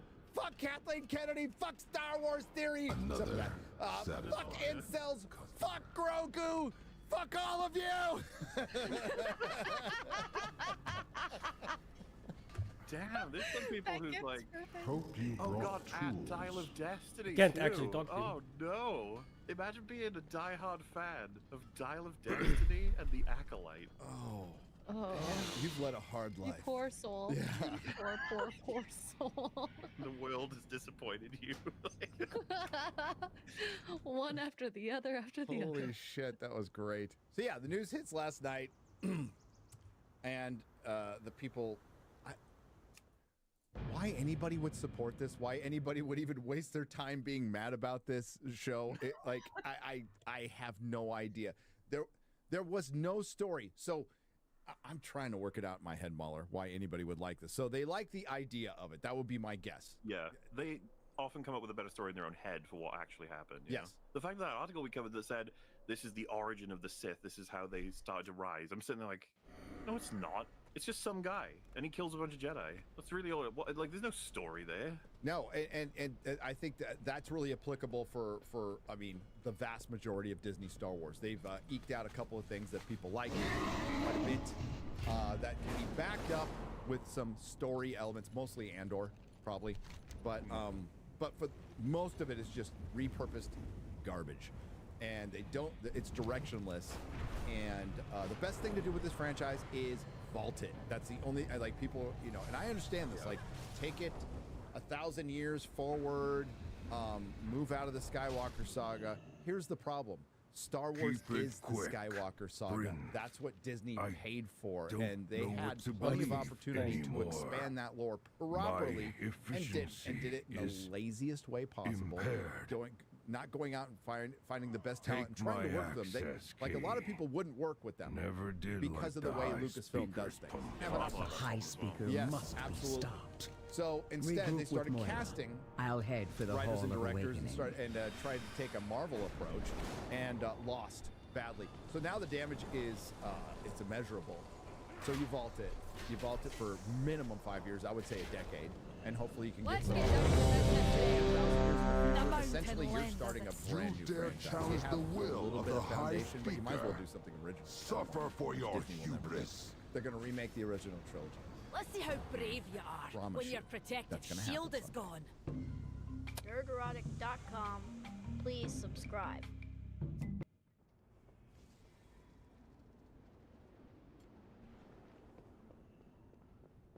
You know those little number settings that you get on your shaver? The ones where you think, oh, I'll set it to 10. That must mean 10 millimeters. Well, no, apparently that's not what it means. That's not what that means. Who knows what those numbers mean? But by the time I noticed, the damage had already been done, and I had to even it out. The god sought to kill I you. look like a baby. Captain Dale I have Fry is absolute baby protecting face. something. I know it's on the internet for everyone to see. So, Each of laugh his it up in the lieutenants comments, bolsters his throwing it straight back, let's just get Draw on them with away it. and defeat them.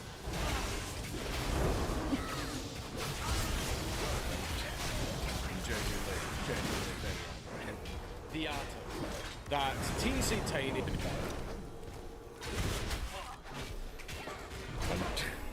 I'm genuinely very angry. The atom. That teensy tiny little ball of abstraction that quite literally makes up everything and everyone in the observable and unobservable universe. When humanity finally figured out how to harness this primal force of nature, it caused an irreversible leap in technological progress. The cost of opening Pandora's box and potentially pushing us closer to oblivion. As such, it shouldn't be surprising that its process and study are a source of curiosity to many. From the murky depths of government agencies that birthed its breakthroughs to, as we will discuss today, a well-intentioned teenager who also tried to harness the power of the atom from his ship. David Hand, the Nuclear Boy Scout.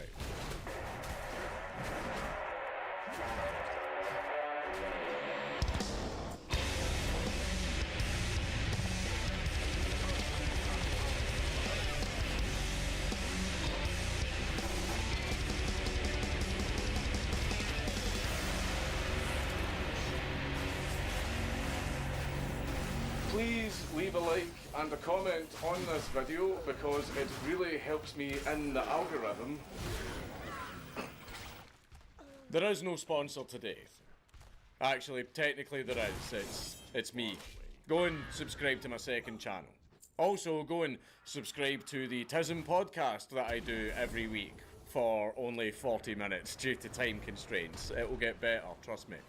I promise. But anyway, I don't shout myself out enough, so go down below and go to all my socials and subscribe to all of the links down there, you know, things like my Patreon. Things like that. I need to start doing things like showing patrons at the end of videos and stuff like that. But anyway, yes, the sponsor today is me.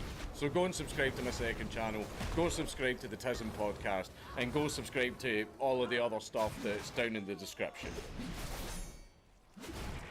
Enjoy the video.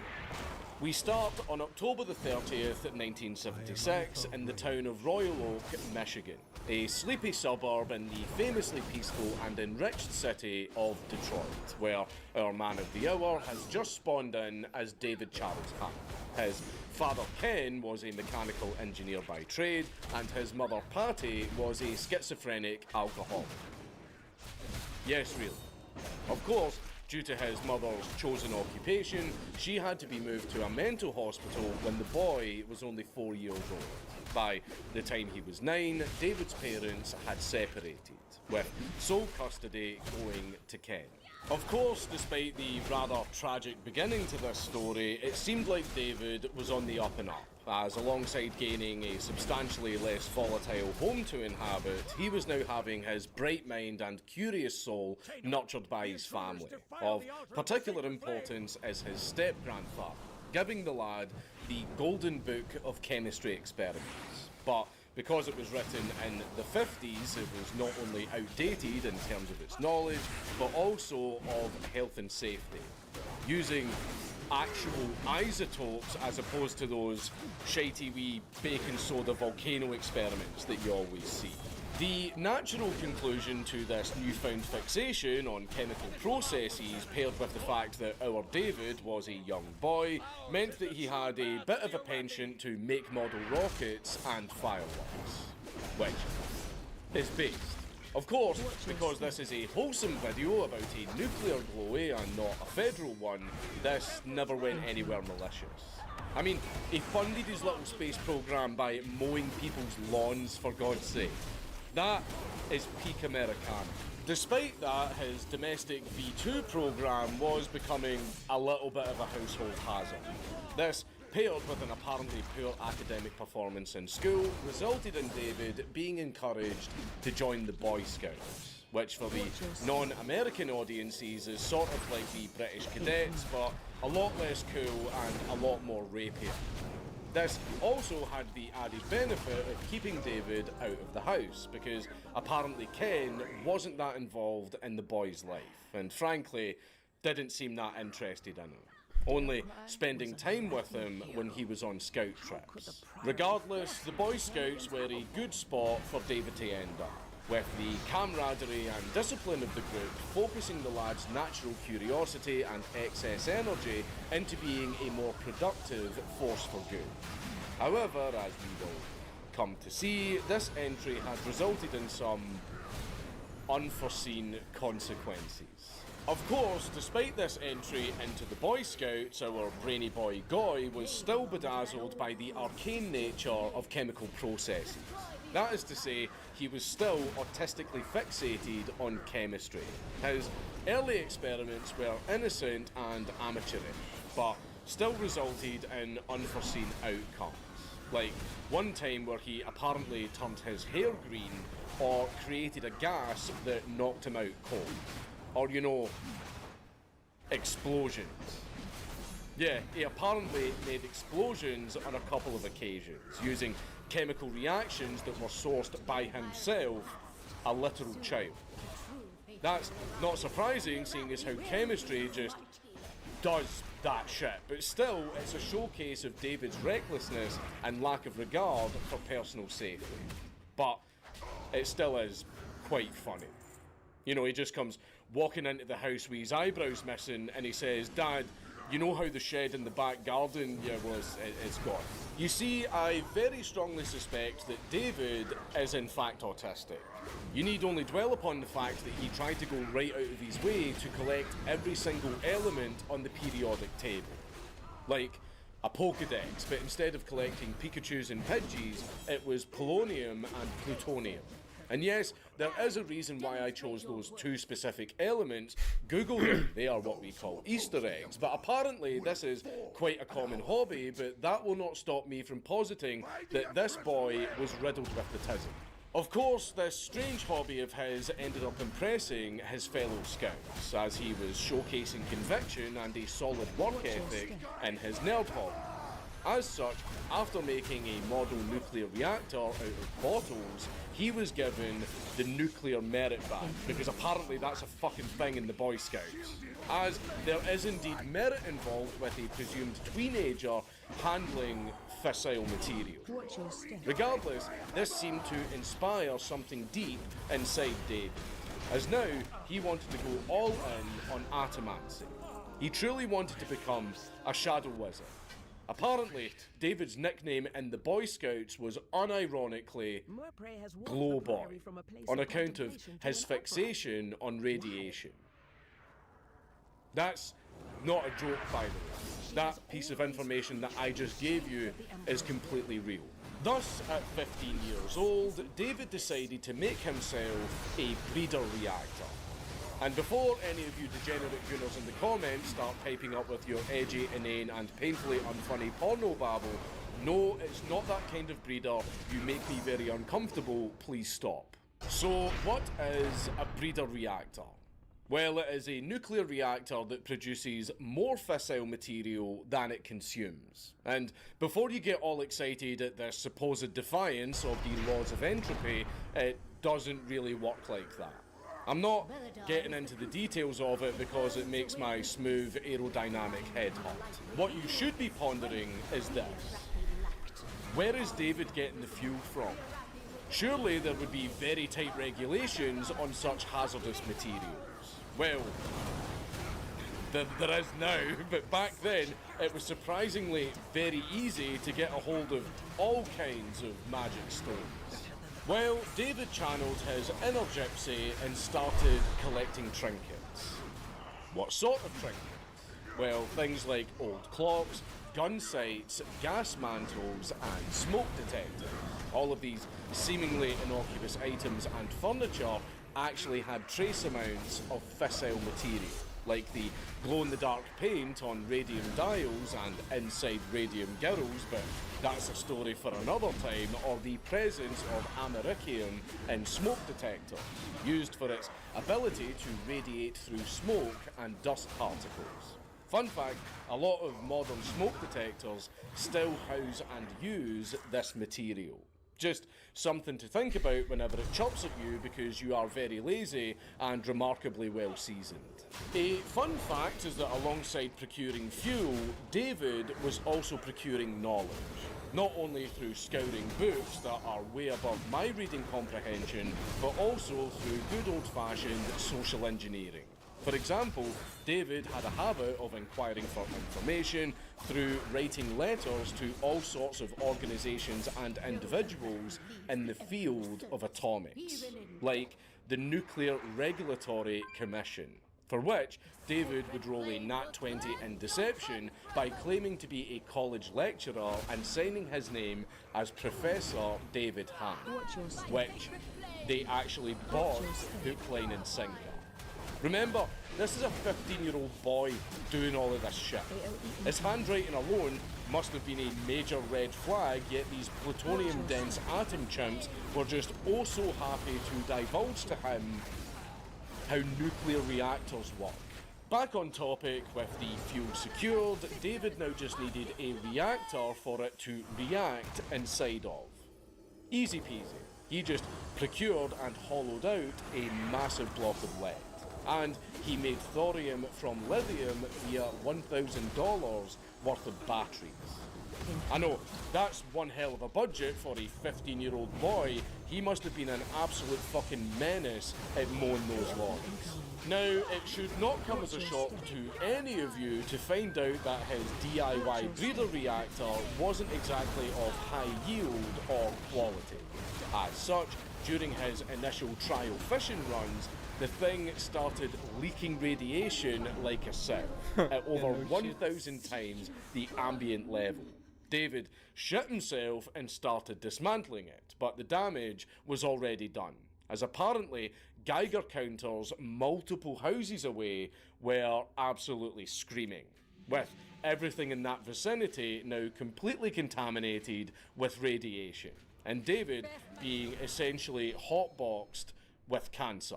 But it only gets worse for Dave, as upon finding out that his reactor actually reacts, he panicked and dismantled it, sticking the thing in the boot of his car and driving hell for leather to dispose of it a safe distance from his neighbourhood.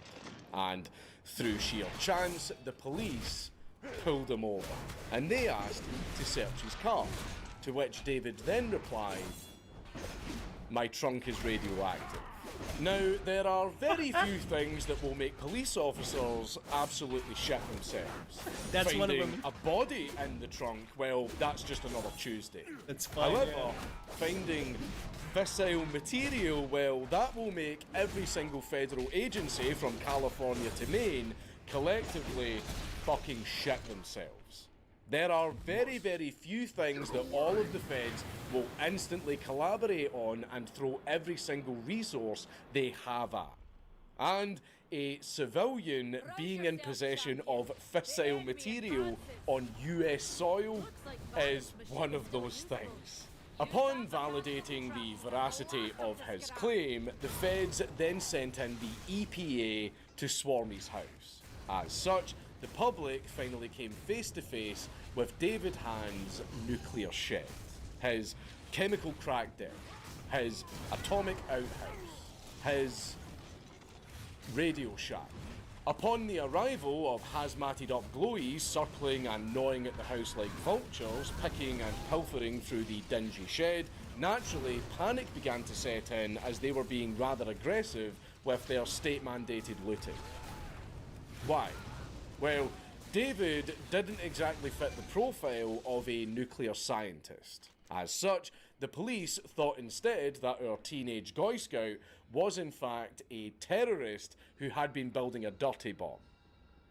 Yes, I am being completely serious. They thought that David was about to 10-penny tower the entire cul-de-sac with a fucking shed nuke.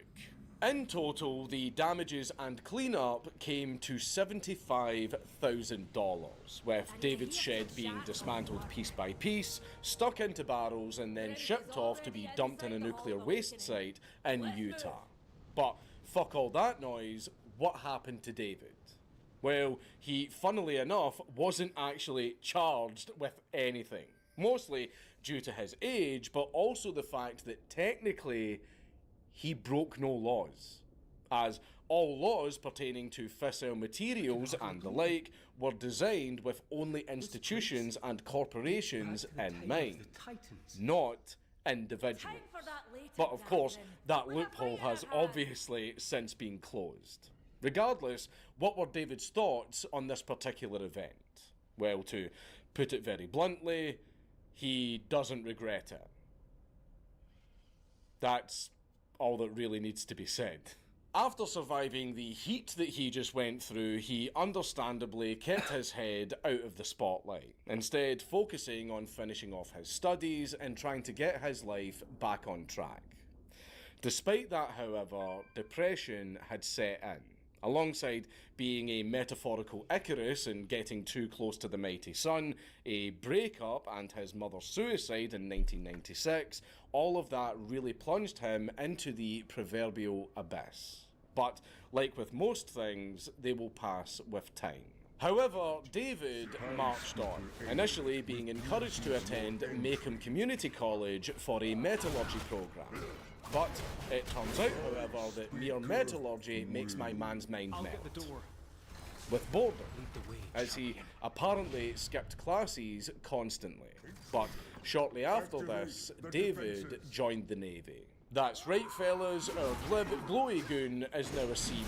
And because he seemingly has divine providence when it comes to anything to do with fishing, he was naturally stationed on the USS Enterprise, which, for context, alongside having the funny Star Trek name, had 8 AW2 nuclear reactors on board. So, David was spoiled for choice in nuclear reactions to react to reactively.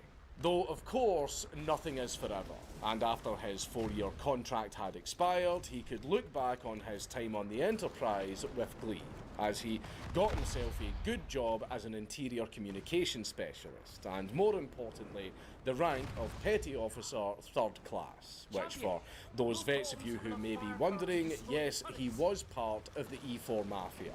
Of course, he left that life behind and he was out of the game, so where did he end up next?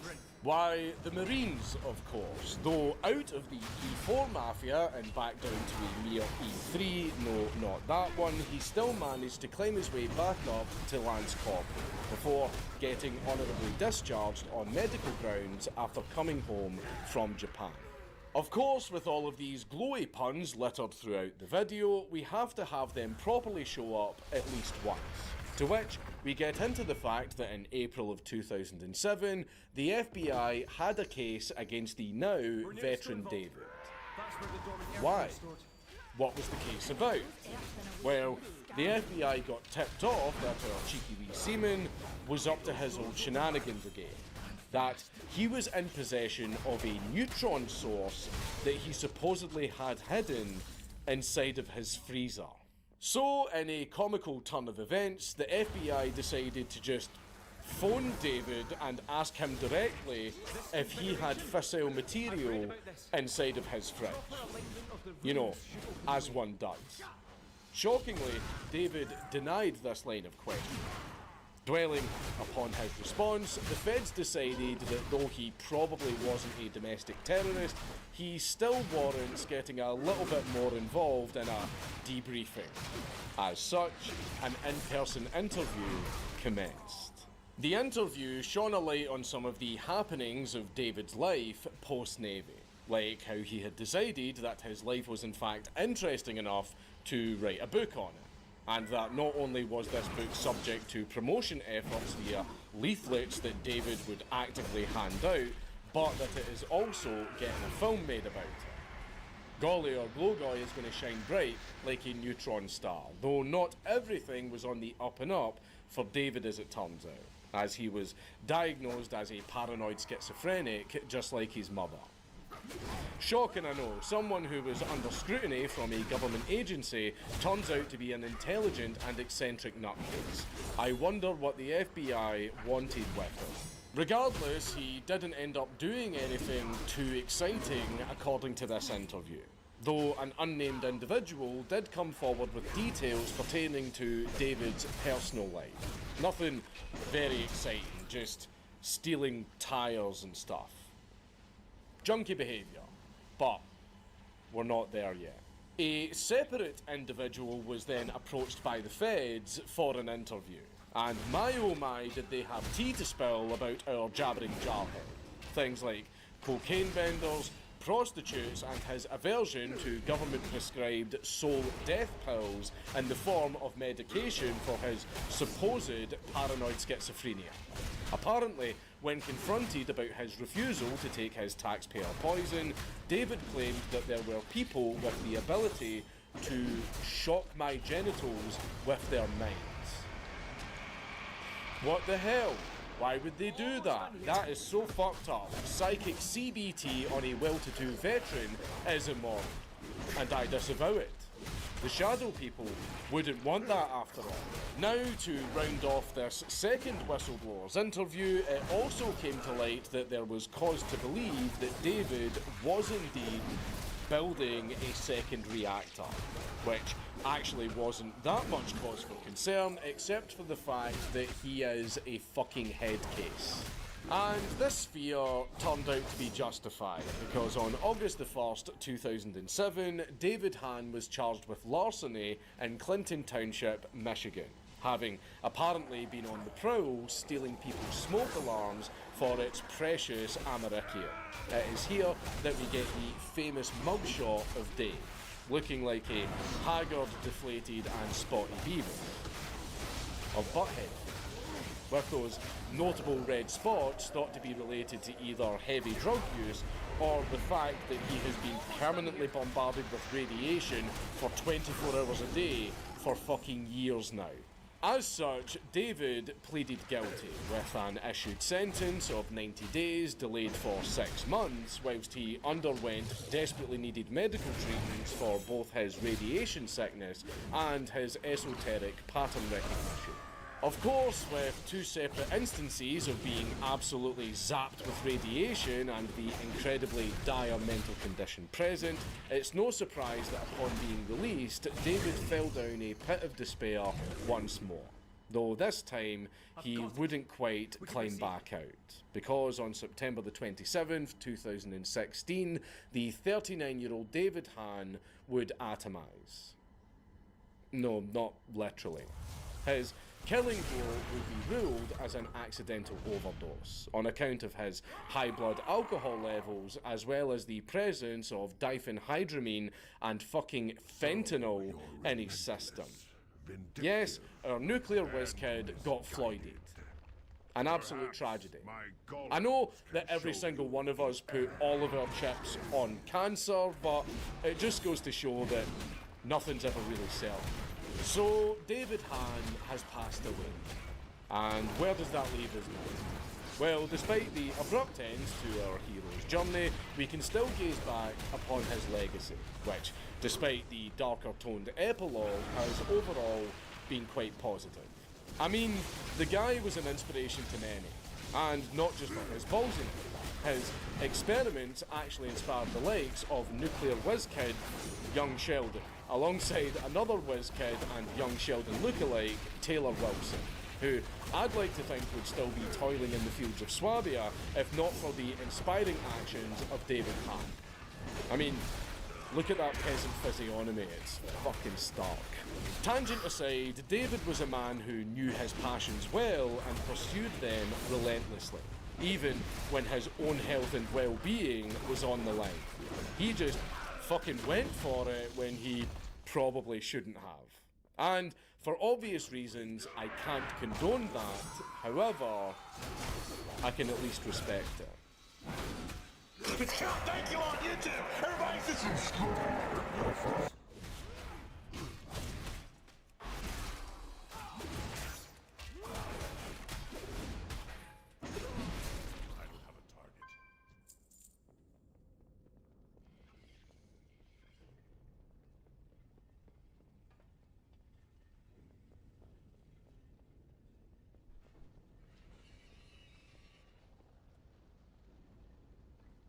Maybe the actor played Soul could have done a car video. I felt a connection to OSHA, and this racism going on in our TV show is not right. Usually, I scare of black people, but Amanra is very nice. Amenra. It is time to step Blame down, modern High Speaker. TV Everyone for Star knows Wars The what Acolyte's you've done. cancellation. Now, there's been a lot of debate.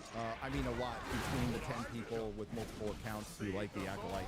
A lot of debate on why it should have been canceled. A petition was started. We'll go over that petition in just a moment. To save a show that was thoroughly disliked by most, I mean, enough of, you could just say all the audience at this point. It's such an Nobody watched the show. Nobody watched it.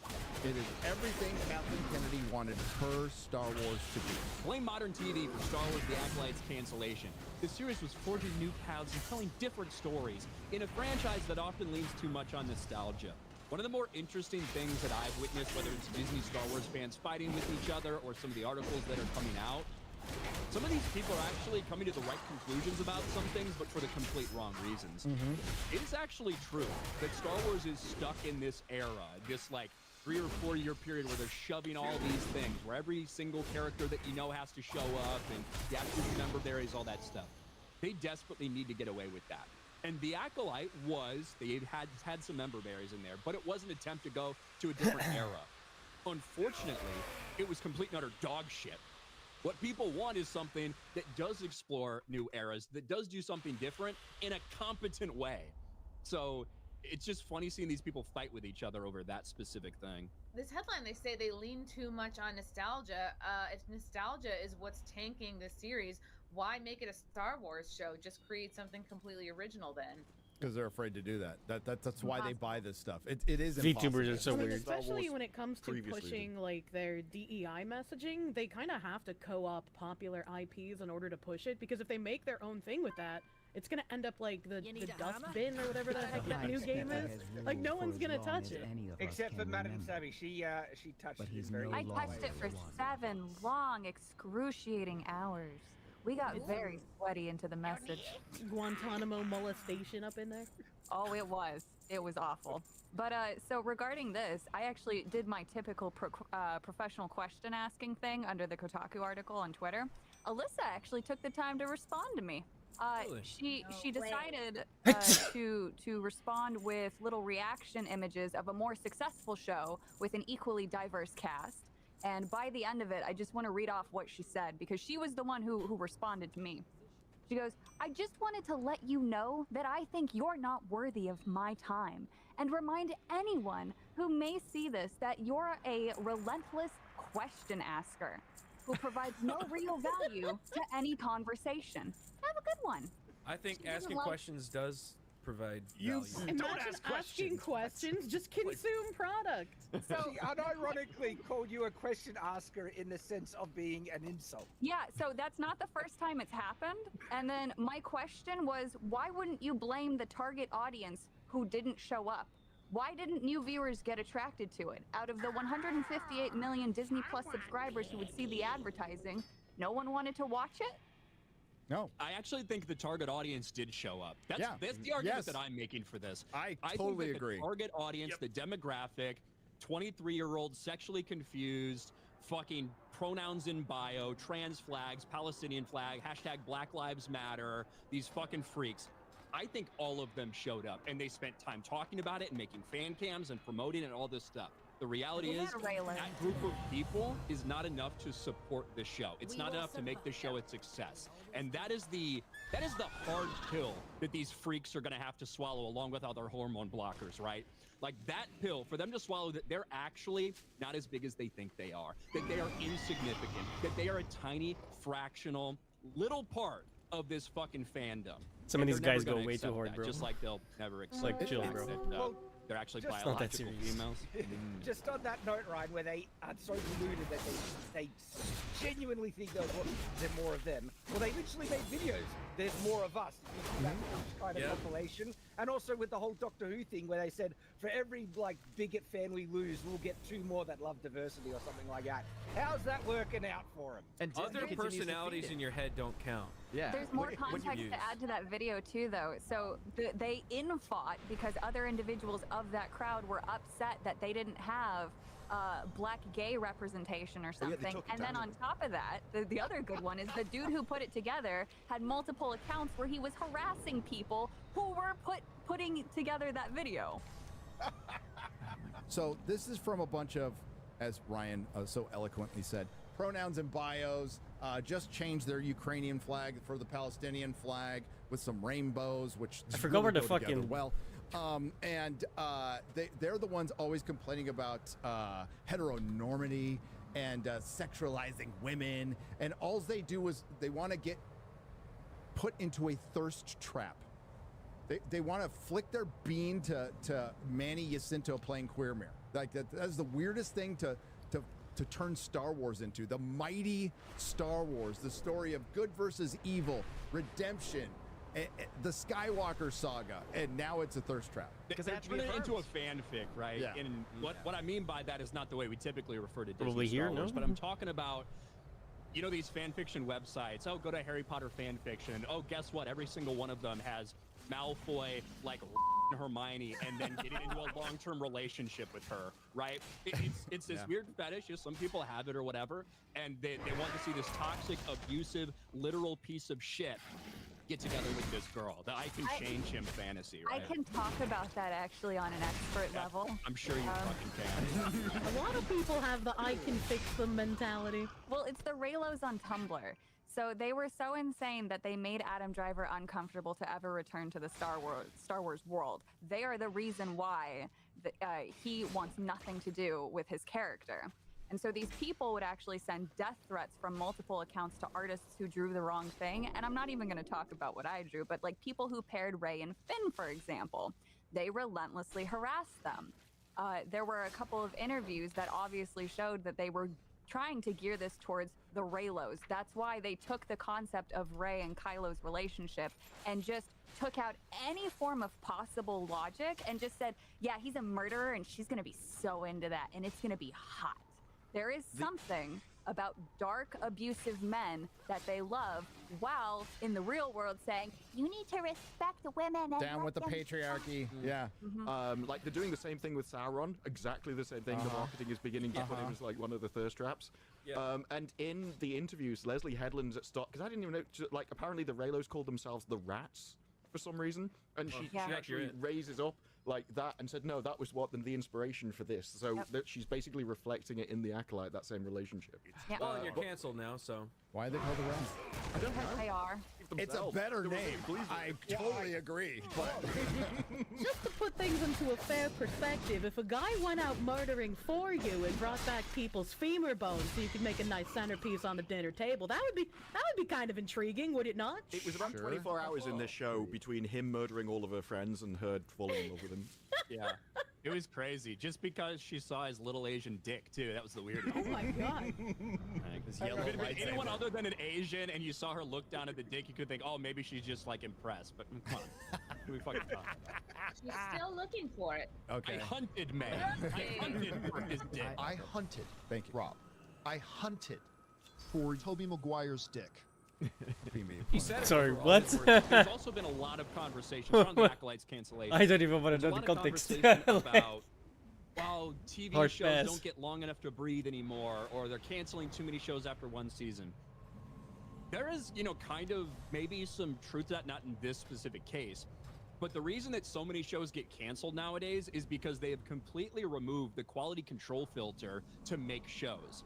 In the rush to fill all these streaming services, they got rid of the traditional way that we made TV. You make a pilot and then you pitch it to a couple fucking places. And then of the 10, 12, 15 pilots that they might view to maybe put on air that year, they might pick up 1, 2, or 3 of them. And the rest just never get made because, quite frankly, they weren't good enough. We don't think that's interesting enough for our audience. Now, you order up entire seasons, sometimes 2 seasons at a time, of this dog shit. Oh, Secret Invasion? We don't need a pilot for that. Let's give them $250 million, and let's do the Samuel L. Jackson Secret Invasion garbage. Oh, The Acolyte, we need this. Leslie Headland, come on board with us. You gave us a pitch. So we'll greenlight $180 million in the 4 years while you actually get this thing written and put it on screen. That is why so many things are awful, one, and also so many things get canceled the way that they do. But also why they're taking it so personally as well is because it's about affirmation for them too, right? So part of this show was a part of affirming their identity or affirming their community, and so when you take it away, they because now they're being told that their identity is not actually mainstream. Their identity is not actually all that it's cooked up to be. And so I think that's also why you're seeing this just complete Nobody cares screeching about like your a banshee identity that you have coming from these groups of people. Like The actual other sad people thing don't give remember, two too, fucking so shit. Disney doesn't care about money because they're in talks with Blackstone. Nobody gives a Blackstone fuck. actually wants to be their primary funder and member for their branch in India, Which is gonna get totally set up. different than BlackRock. Right. Yeah, Blackstone very, is very different. It's just stone, to give not the rock. chat a little breakdown on it, Blackstone is actually the original, and BlackRock would like to actually emulate Blackstone. Blackstone recently invested nearly $2 billion into an e-reader manga platform, so I did some digging into them, and it turns out they're actually causing the global housing crisis. The way that they make money is they buy up tens of thousands of real estate properties, jack up the rent by about 50 to 80%, and then they share all of that with all of their little holders. The University of California recently gave them $4.5 billion defying their union, so that way they can keep making money. Keep in mind, the University of California is funded by the government. Yes. Totally not the same. Blackstone was buying up a bunch of houses here in Texas. We were in competition with them. It is the number one Stockholder alternative alternative asset holder. Yeah. Of all of nothing to these see production here. companies, every single one. Definitely not a conspiracy going on, guys. nothing to see. The quality of a show is determined by its audience. So with this, it says it's forging new paths and new stories, but it's also going for a different audience. So it is making a good show for that audience, as you said, but it doesn't work in Star Wars. If they put this story in Bridgerton, it would probably work. Yeah. It would probably be far more popular. But I think even with pilots, because you've changed the people in charge, they're now making shows that they like. So Kathleen Kennedy would probably like the show. It's probably made for her. And so I think you'd still get those things greenlit anyway. You have to... The people in charge of these companies have to be the original audience of Star Wars. So Kathleen Kennedy never should have been put in charge because she was never part of that original audience. Yeah, because Amazon no and everything women else. watch Star Wars, obviously. But not the majority, and you have to make these things for the majority of the audience. Other people on the periphery can like them, but if you want something to be majorly profitable, it has to be made for and by the majority. Yeah, I was just saying, if the male to female ratio of whatever given product, and it's no problem, right? If there's a 70% male fan base, that's not Oh a my bad God, I'm thing. gonna That's smash. not a great thing. Like, guess what? There's probably a pretty heavy female ratio in the Barbie fan base, right? Intentionally. And there's nothing wrong with that. No one's trying to say they need to appeal to boys. That'd be fucking weird. But Barbie needs an SMG right now. yeah, well, there you go. That might Call of Duty Barbie. But also, the 30% that was there before, that were fans of the product the way it was, not only are they going to alienate a lot of the men who like the fan base, or the franchise, you're going to alienate all those women as well. Yes. And you're left with what they have now. Just a bunch of degenerate, fucking mentally ill bitches that are now complaining about their show getting canceled. Yeah, you're marketing towards a Hollywood idealized form of what the modern feminist audience is, which they have no idea. They have no connection with any human beings at this point, based on the writing, what I've seen in all of Disney Star Wars. And so you alienate everyone. Star Wars used to be a brand for men that women liked. Now it's a brand. Disney Star Wars is a brand for no one. Can we go back to the time where they wrote stuff just to make toys? Like, that was the peak time. Remember when that was a problem? Yeah, right? The Acolyte wasn't perfect, okay? But it did break new narrative ground in Star Wars. Now, it broke new narrative ground, or it just broke more Star Wars. I think it just broke more Star Wars. I'm not going to say it's new narrative ground. I think what they do is they pick off the corpse of the EU that they murdered, and then they repurpose it into what they call original storytelling and new ground. That's all the Acolyte was, from my basic knowledge of the EU, was just pieces picked off the corpse and repurposed. What's the narrative ground? In a lot of ways, Is it the Jedi could be fallible? Is that what the narrative ground that's being broken is? No, because they did the Jedi are evil. That's what they were aiming for. They missed. It wasn't enough to show that the Jedi had failed and made some mistakes, along the way. We have to actually show, no, they're the bad guys here, just for the record. The lesbian space witches that want to, force groom their children or whatever, they're the good guys. They're the good guys. Want to practice the dark side? It's just an opinion, bro. Okay? Chillax. Ryan, do you know why they're the good guys? Because Mother Anastasia let one of her created children choose on her own. Remember that Sol was a bad guy because he didn't let her kill him properly. And so when he said, "Oh, Iron Cut, it's okay, I'm sorry," and I'm just taking away a female agency to murder him. It was about agency.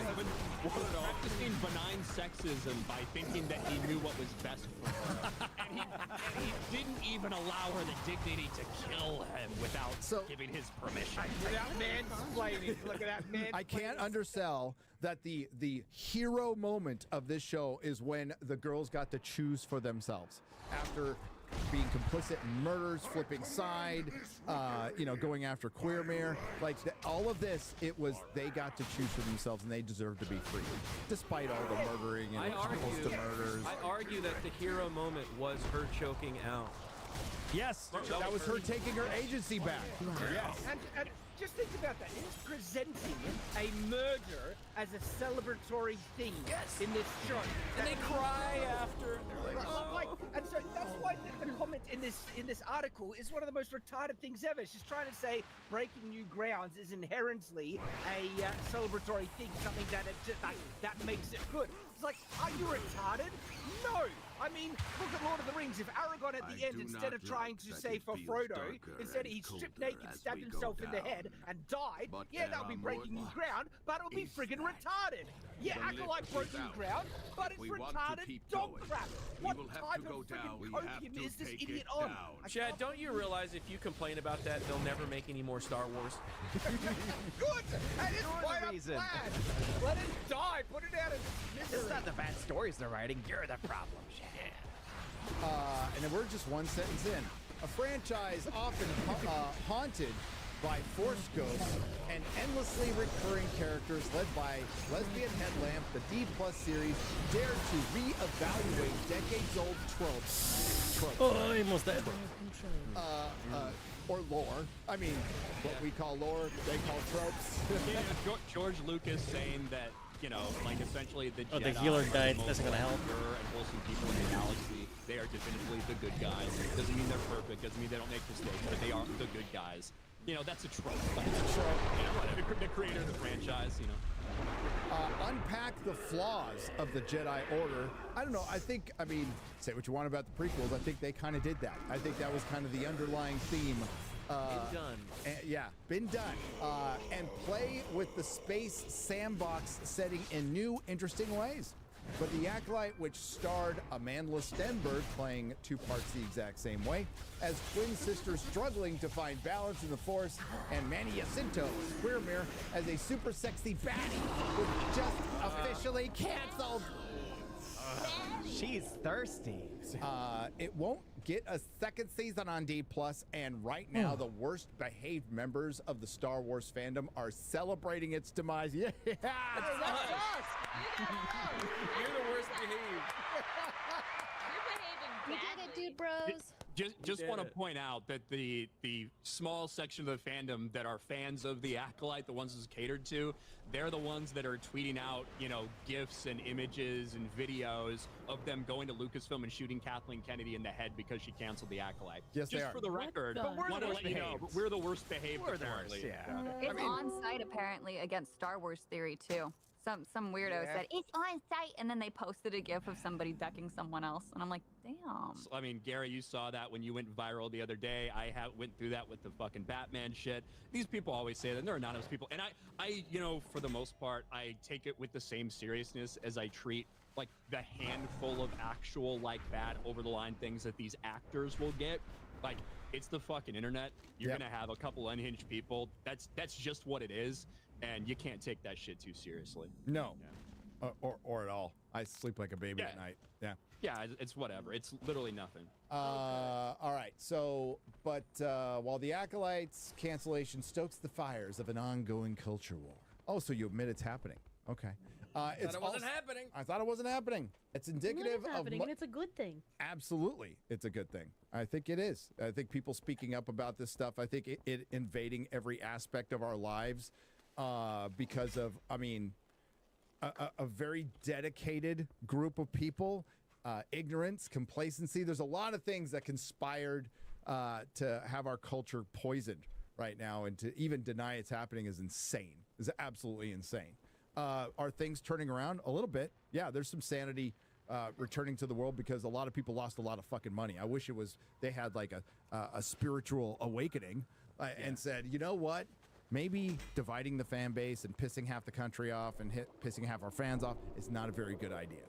You know, instead of quietly saying it to other people but not saying it out loud within your industry, whatever that is, or school or government.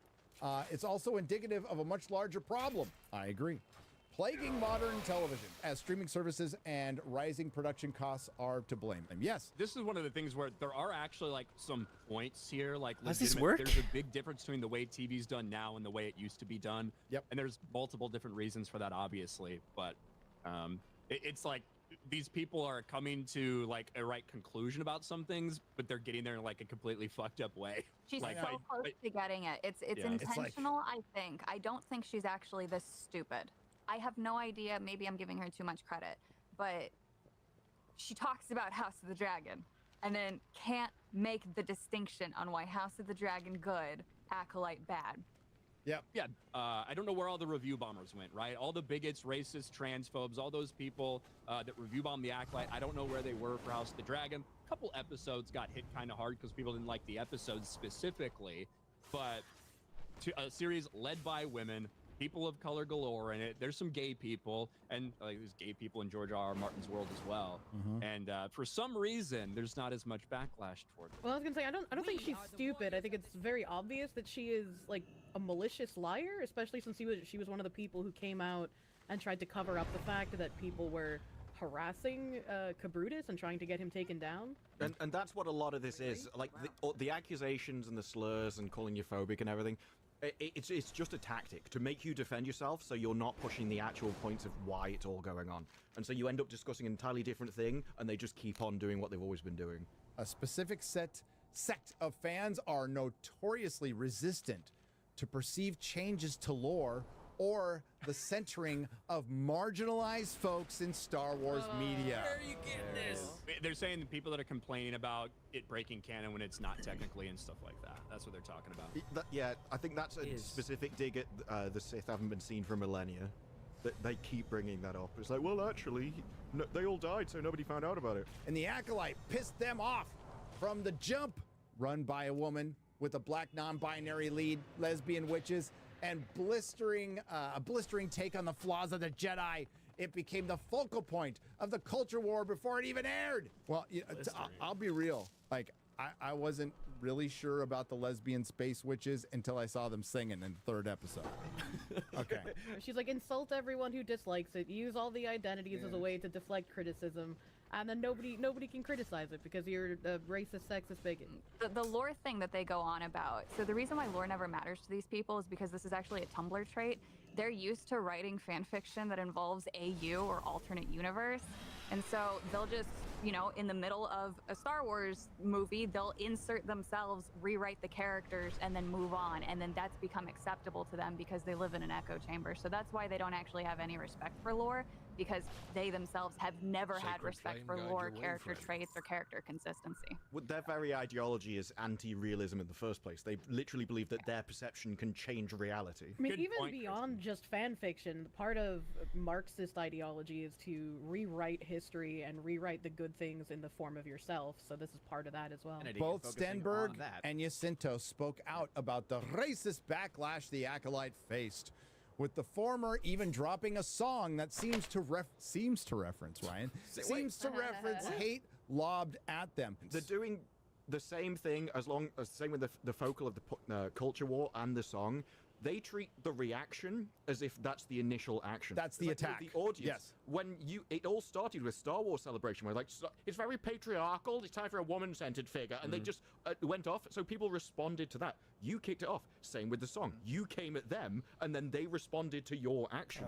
But they always blame the other people. It's like, well, no, I should be able to kick you, and you just not defend yourself. During that Star Wars Celebration, the other thing that fans got annoyed at was when the other actor said, Star Wars is it's all about the gray area. There's no good or evil in Star Wars. Like, what? What are you talking about? That's what people got mad about. Yes, Her song, too, though, it didn't make sense. So in her song, she also mentions the journalists who are supposed to be telling the truth and calls them out, even though every single journalist has been on their side. So I really would like to ask her, what did she mean by that, and why did she put that? Well, her assistant fed her that information, so you'd have to ask her assistant. She wouldn't fucking know. At the time of writing, Stenberg's latest Instagram post is filled with comments denigrating them. Take the L. Never do Star Wars again. Is that an attack? No. That's not an attack. That's the internet. That's actually pretty very light. Good career advice. Yeah, like if they sat there and hunted through these fucking Instagram comments, they couldn't find anything worse than this. Yeah. Like, you know what? If I saw somebody that was like, you know, shut the fuck up, Amanda, I hope you die, you effing N-word or whatever, be like, you know what? That's an attack. Too far. Yeah. That's probably too far. But it's take the L, never do Star Wars. Yeah. How does it feel to have your terrible show canceled, princess? Like, You're a poo-poo come on. bucket. Yeah, anything that's not outright praise is harmful. And like Disbrew brought up, this is a couple weeks, well, a couple months at this point, after Amanda Stenberg spent the time to film and script and edit a diss track attacking Star Wars fans because her Acolyte show was failing. Right? And Keeping an eye on you silly racists is like she's literally just coming out and attacking. The Hollywood Reporter even mentions this as, from one of the insiders, as one of the reasons the show got canceled. Like, that didn't, of course it didn't help. Like, at the time, I was like, there's got to be a couple people at Disney, like with half a brain, that just went, oh, fuck, this dumb bitch. And we can't say anything because she's the non-binary lead of our show. All the lines. And then when she gets some criticism back, they're trying to say, it's so terrible, how dare you, look at all the criticism. And commenters. She triggered it by attacking the fans. Yeah. And so it's like, they want to kick us, but when anyone tries to kick back, usually as a reaction. She made a fan diss track? Oh, yeah. You haven't seen I don't know anything about Star Wars, and I only pay attention to like the DEI nonsense. It's hilarious. She basically just convulses for a while. A lot with of her this film going crew. on. Unfortunately, in an age where modern television series are defined by their big price tags and hopefully bigger viewer numbers, a show like The Acolyte had almost an insurmountable feat in front of it in order to ensure its survival. If its mere existence hadn't been used as a catalyst for conversations about wokeism in Star Wars, Disney Star Wars, perhaps it would have had a fighting chance. So the review bombing, all of us apparently. So we're trying to get to the bottom of this. Apparently, we did beat the Acolyte. Like, it's all our fault. But also, it's like, no. If this show wasn't like woke and had the propaganda, it still would be a dog crap show. Exactly. Insanely trash. But when a modern TV series takes place in a long-running franchise and dares to offer a different kind of fan service, that said, reality is it will likely serve as a reminder of how far a fandom can still go. It's not a different kind of fucking fan service, though. This makes no sense. You have a dude who in one scene literally killed everyone that she loved, including the little lesbian alien girl who had a thing for her. And then in the very next scene, she's looking at his willy wang like, oh, I guess everything's fine now because dick solves fucking everything. It does. It feels good, doesn't it? Having it in your hands again. I mean, she's not wrong. Watch your step. Nerderotic.com. Please subscribe.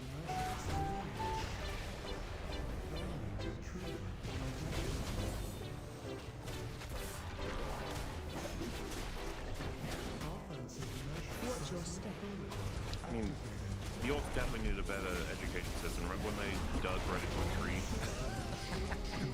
Like, damn.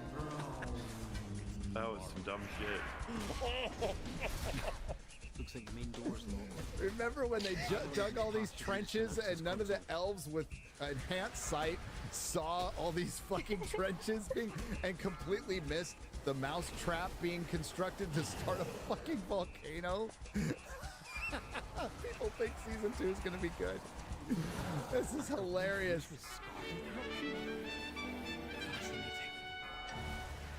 There's Don Lemonless. He's going to be without Brana. He's going to be without Brana. She died. That's in a behind the scenes of the first trailer. They show a funeral. Fuck.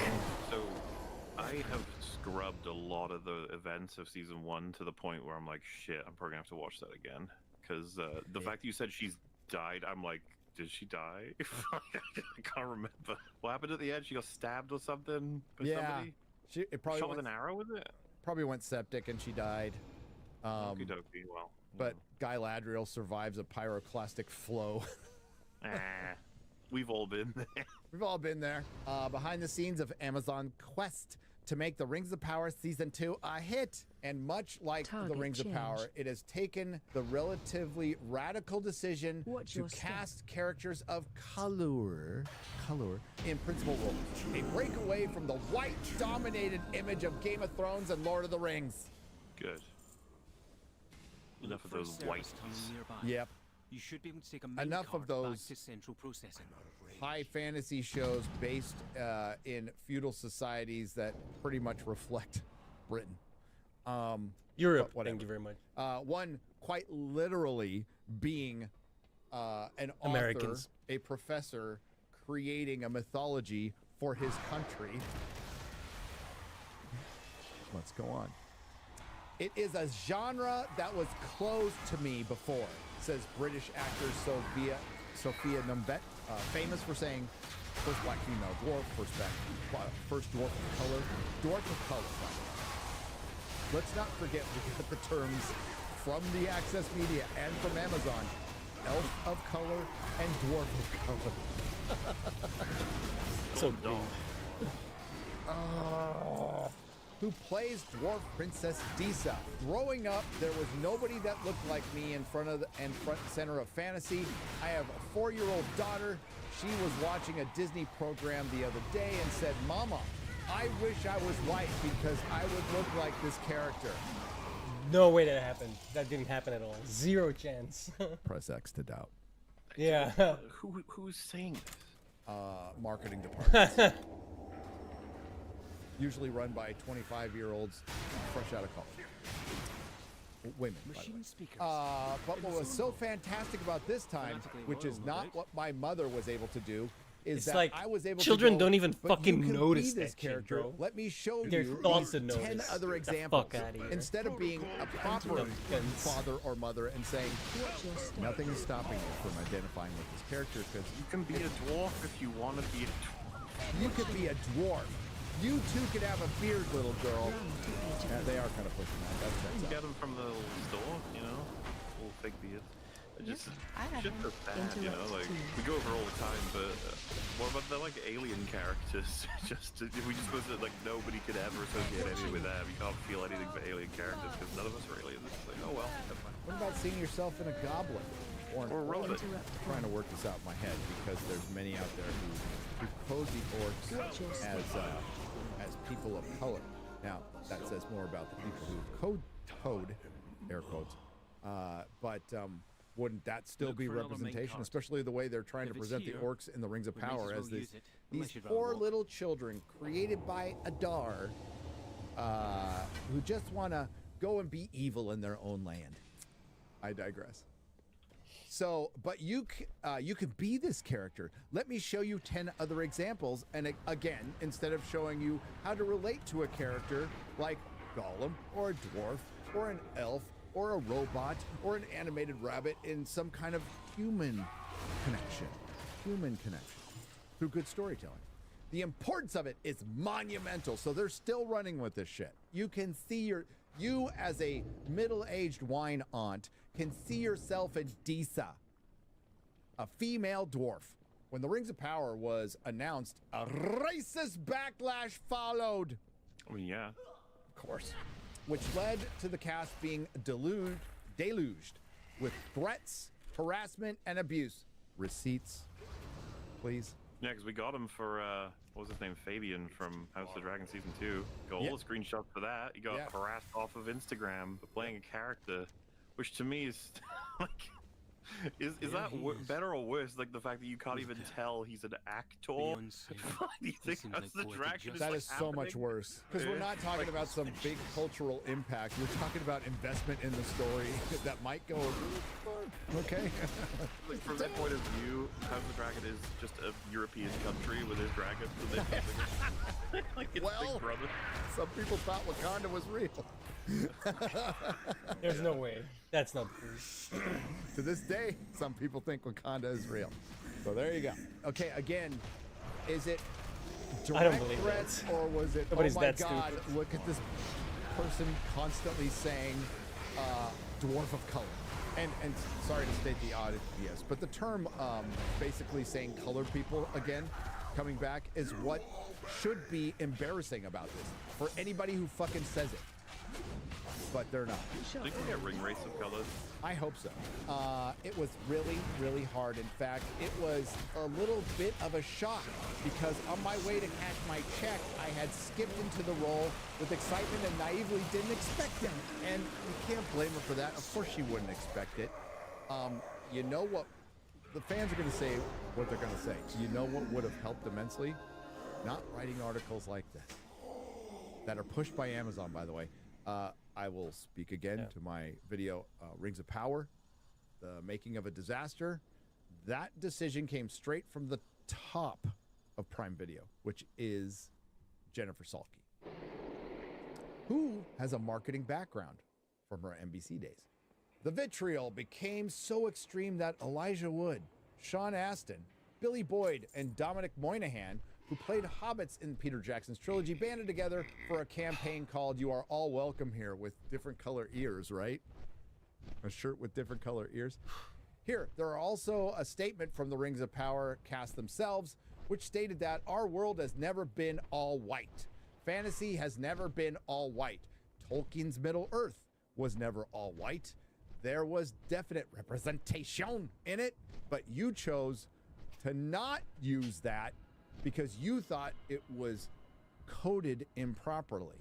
BIPOC, Black, Indigenous, and people of color belong in Middle-earth, but not as much in the story that Tolkien laid down and specifically stated, and despite what the philosophers, professors, scholars, whatever they want to say, it specifically stated. The term fair is used a lot. So our argument has always been, just respect what's been written. You could have representation. You could bring, sure. I'm sure Numenorians did some trade with the South at some point, you know? Sure. But when you do things like take Tarmiriel, who doesn't really officially become a queen because she is forced into marriage by our Farazan.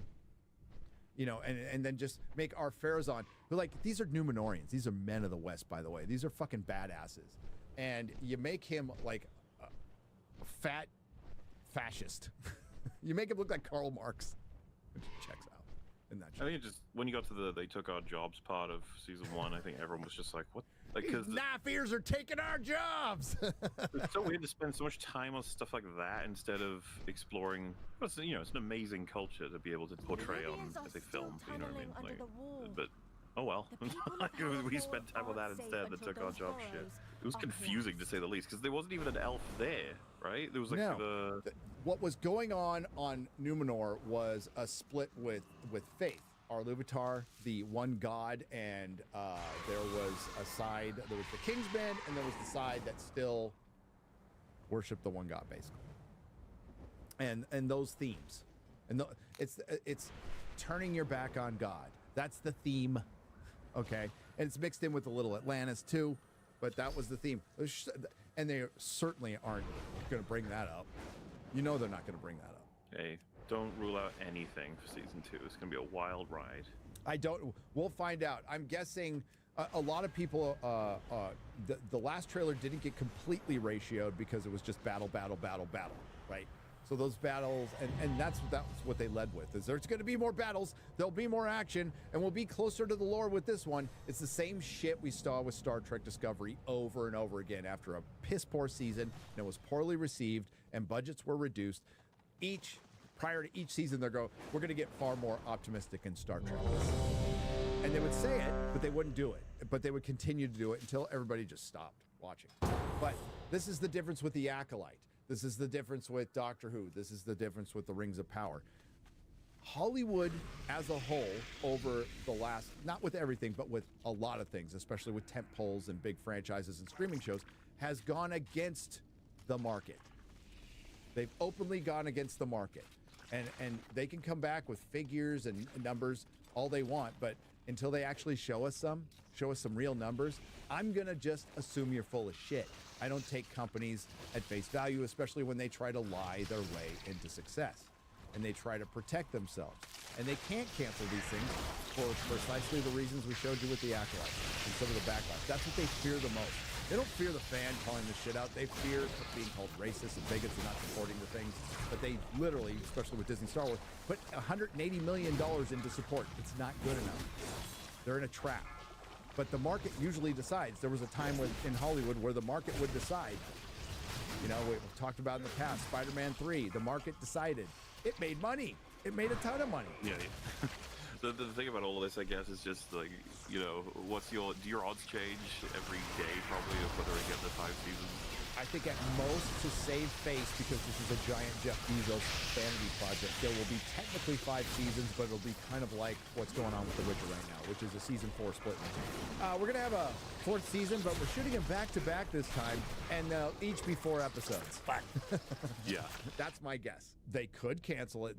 Amazon's canceled shit before, but this is different because, again, there's a giant, that first teaser was the making of a sign to hang in Jeff Bezos's office. So the first teaser trailer was of a vanity project, was shooting the footage of a vanity project.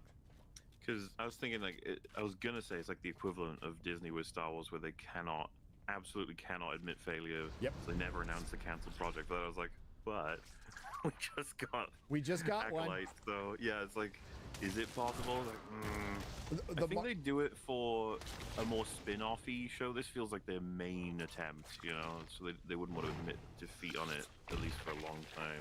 Well, this is the big flaw in corporatism, right? Not capitalism, corporatism.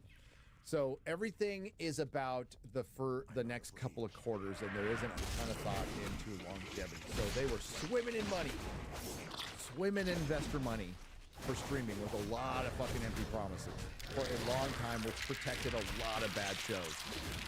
Even though the market was saying, you know, and they had time then to pivot, but they're like, man, we're in so much money. It doesn't matter. We're not actually making it. This is investor money. It doesn't matter because we're just thinking about the first couple of quarters. Down the road, now the money's drying up, and it's forcing them to make these decisions that should have been made 4 years ago. too big to succeed. Here, we're back to this article. Black, indigenous, and people of color belong in Middle-earth, and they are here to stay. Well, yeah, the ones that Tolkien wrote, and you promised to honor Tolkien, and the first red flag was you prioritizing diversity over, I don't know, adapting the Second Age, which you could have gone a million different ways with. But the one I proposed, and I'm not the only one, is you take the 3 big events, just 3. Forging of the Rings, Fall of Numenor, War of the Last Alliance. Do 3 separate series as an anthology with some returning Elven characters, and over the next 10 years, and done it right, and it would have been a huge hit. It could have been a huge hit, and it would have been in it would have been in the ethos of pop culture for a decade. People talking about it, anticipating. It would have been Jeff Bezos' Game of Thrones. He just hired the right people and adapted what was there and not made up a bunch of fucking characters and repurposed hobbits into Harfoots and did female Sam and Frodo and bring back possibly Gandalf or a blue wizard. Don't really give a fuck at this point. And bring in Tom Bombadil or the Barrow Whites where they don't belong. You know, they did it as wrong as they possibly could. But I am onward to be in the battlefield. I wear those scars with pride. So you have minutes of battlefield. McKay and Payne are reluctant to be drawn into the negativity. The internet does breed some toxic behavior, says Payne. We're not going to justify it with a response. Yeah, that's probably the best response. This kind of definitive shutdown is not uncommon for the showrunners. They are friendly and polite, and they are not pushovers.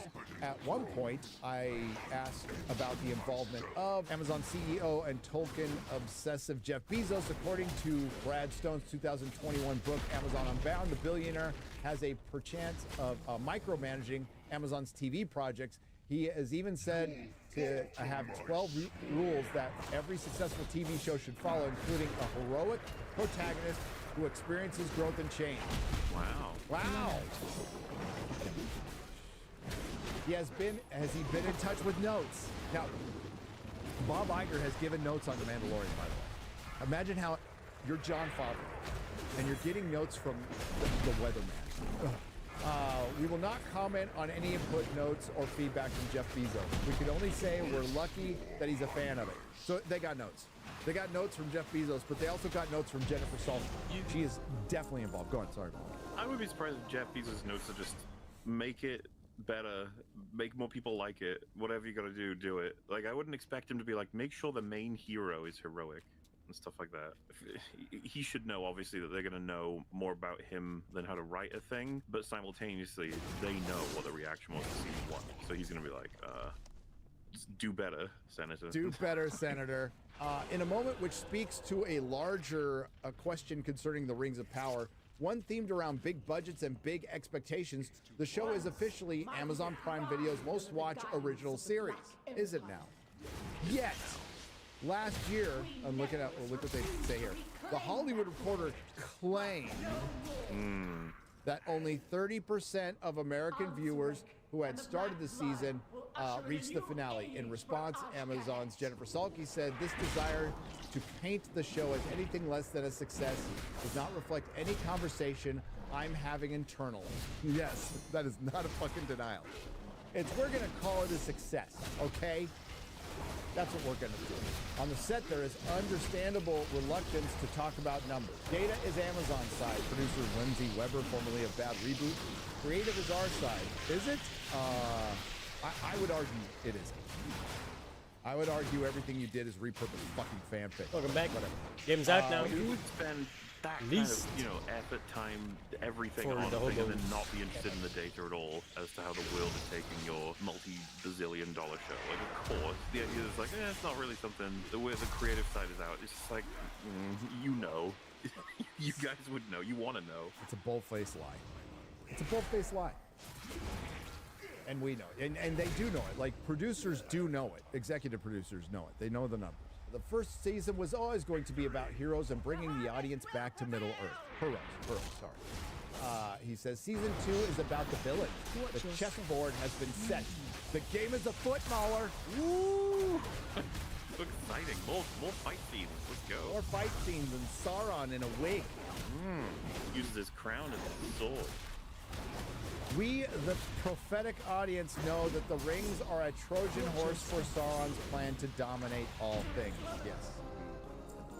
Yet for the ailing kingdoms of Middle-earth, ailing, it should be noted, by Sauron's design, they represent salvation. The dwarf realm of Khazad-dûm, for instance, is reeling from earthquakes and famine. In exchange for mining mithril, the rare metal used to forge the rings. Remember when Celebrimbor discovered alloy? Hey man, you know, it's a complicated thing. It's really advanced. You didn't know. You just gotta. Remember when they showed an origin of mithril? Really satisfying. The Balrog and the tree and the knight or something. It was really good. I hope we get a movie someday of the origin of iron. But yeah, they couldn't help themselves. They were pretty much talking about the show up until this point, but they went right back to it. And the reason they went right back to it is because of that 37% that hung on in season 1, which, if my math is right, 63% did not hang on and left. That's losing 2/3 of your audience. A smaller percentage of that 37% is even going to give a fuck because A, it's been 2 years and they've had time to think about. They've had time to think about the error of their ways. It's like season 2's coming up for that show, and they'll be like, "Which one was it?" Like it was my job to cover it, and I've forgotten a shit ton of what happened in it. Wait, I didn't know Wheel of Time was coming back so quick. That's what's going to happen. I can't even tell you how many seasons Wheel of Time currently has released. I just know that everyone hates it. 2. Under the ground. 2. So Isn't they the third drop. on the way? Yeah, so they do Wheel of Time, Rings of Power, Wheel of Time, Rings of Power. Ugh. Why do they hate fantasy? What's going on there? I don't. Fantasy was something that they really felt the need to subvert, and it's failed, which sucks because some of us have waited a long time to get to see some fantasy on screen because it's always so expensive. And Dungeons and Dragons movie was pretty chill. Dragons. It was. It wasn't hoping good, we'd get but it was a good run and funny. It was like a fun romp. I was just a child. We didn't. Ergorotic.com. Please subscribe. The Rubians are still tunneling under the wall. The people of Hallowfall aren't safe until those burrows Amazon's are Jeff collapsed. Bezos stated that he wanted his Game of Thrones, and in 2017 he got it when he secured the rights to the Lord of the Rings from the Tolkien estate for $250 million. And after unceremoniously getting rid of the two most important people who helped secure those rights, the former richest man in the world decided to bring in Jennifer Salke, who in turn hired 3 rejects from the destroyer of franchises, Jar Jar Abrams' bad reboot. At that point, the beacons were lit. The fandom was very concerned that our beloved Lord of the Rings would end up going down the same road as Star Wars, Star Trek, and Doctor Who, and followed by what can only be described as the worst PR campaign in Hollywood history, including but not limited to hiring influencers or super fans to do a video. I can fix him. Middle-earth had like a club. Yo, this tune is banging! It was like, I was trying, but every time I was like, okay, take a breath, something new would happen, and it was... One of them getting caught pissing in a corner at the trailer premiere event, finding out that the Amazon team ghosted Peter Jackson. In their first official article from Variety in February 2022, they took a shot at the fandom. Showrunners J.D. Payne and Patrick McKay, whose only prior experience was one bad Star Trek script, were out there openly wondering if they could write the novel Tolkien never wrote. Producer Lindsay Weber was making statements like this. It felt only natural to us that an adaptation of Tolkien's work would reflect what the world actually looks like, confirming the fans' worst fears, and they voiced their opinion. Then Amazon decided to take another opportunity to attack It's always the fandom good and call them when you take racist, an and existing things IP were that's just like getting decades started. old and She go, is we're the gonna cram first politics in it. Female dwarf that we will ever see on screen. Fuck off. I think it is time. I think with a franchise of this scale, it is so important that we make it as accessible as we possibly can for every single generation. It's going to mean so much, like me personally, because it's getting that representation in Middle-earth. It is so time for us to expand the accessibility and the opportunity for this world, Tolkien's world, to be seen in a way that it hasn't been seen before. I also want to say representative, because we're getting like more diversity within this series. Like we're seeing the first female elf, we're seeing the first female dwarf, and I'm very looking forward to like looking at that.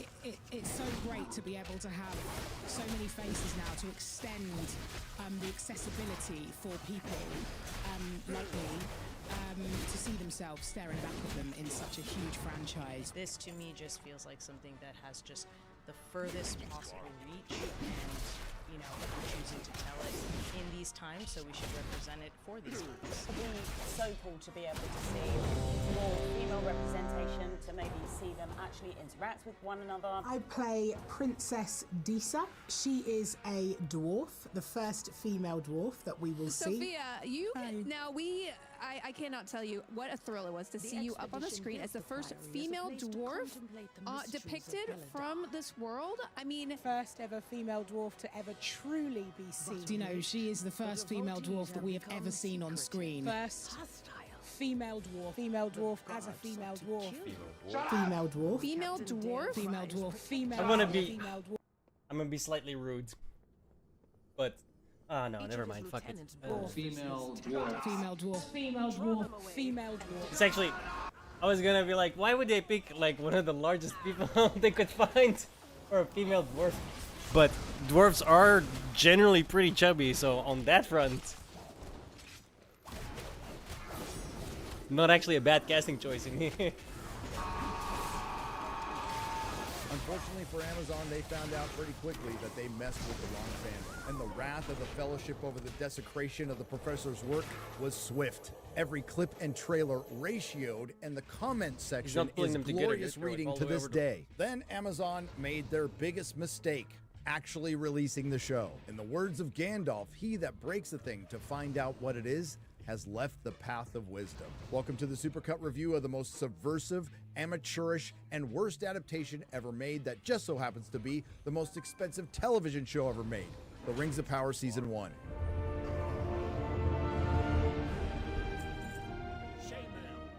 But you have not seen what I've seen.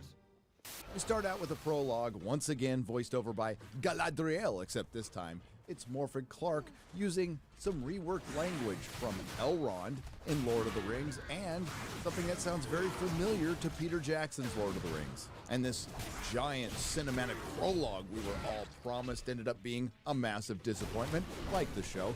Sure, we saw a few seconds of a dragon killing an eagle, a few seconds of battle, and the rest of it is Galadriel getting bullied and her talking to her brother Finrod. And yes, it was indeed Finrod who ends up dying by werewolf. And that's right, at the very beginning of this episode, Galadriel gets bullied. And after some pretty flat dialogue, which sounded a little bit like the Sphinx from Mystery Men. Do you know why a ship floats and a stone cannot? What? The ship has a secret. For unlike the stone, her gaze is not downward but up, fixed upon the light that guides her. Okay, am I the only one who finds these sayings just a little bit formulaic? No mention of the open Feanor, the kinslaying, the burning of the ships, the Noldor rebellion, the exile of the Noldor, crossing the Ice Fangs, nothing. What we thought was the Helcarax ended up being something completely different because Galadriel is on a mission of vengeance. Stating the obvious, this was never in the lore. It was completely made up for this giant corporation, and it's nowhere near the spirit of Tolkien. High King Gil-galad has sent Galadriel the Girlvarian and her company on a mission to search out any remnants of the War of Wrath, any orcs, possibly Sauron, and they have been on this mission for centuries. Now, how much time has passed since the first age into the second age?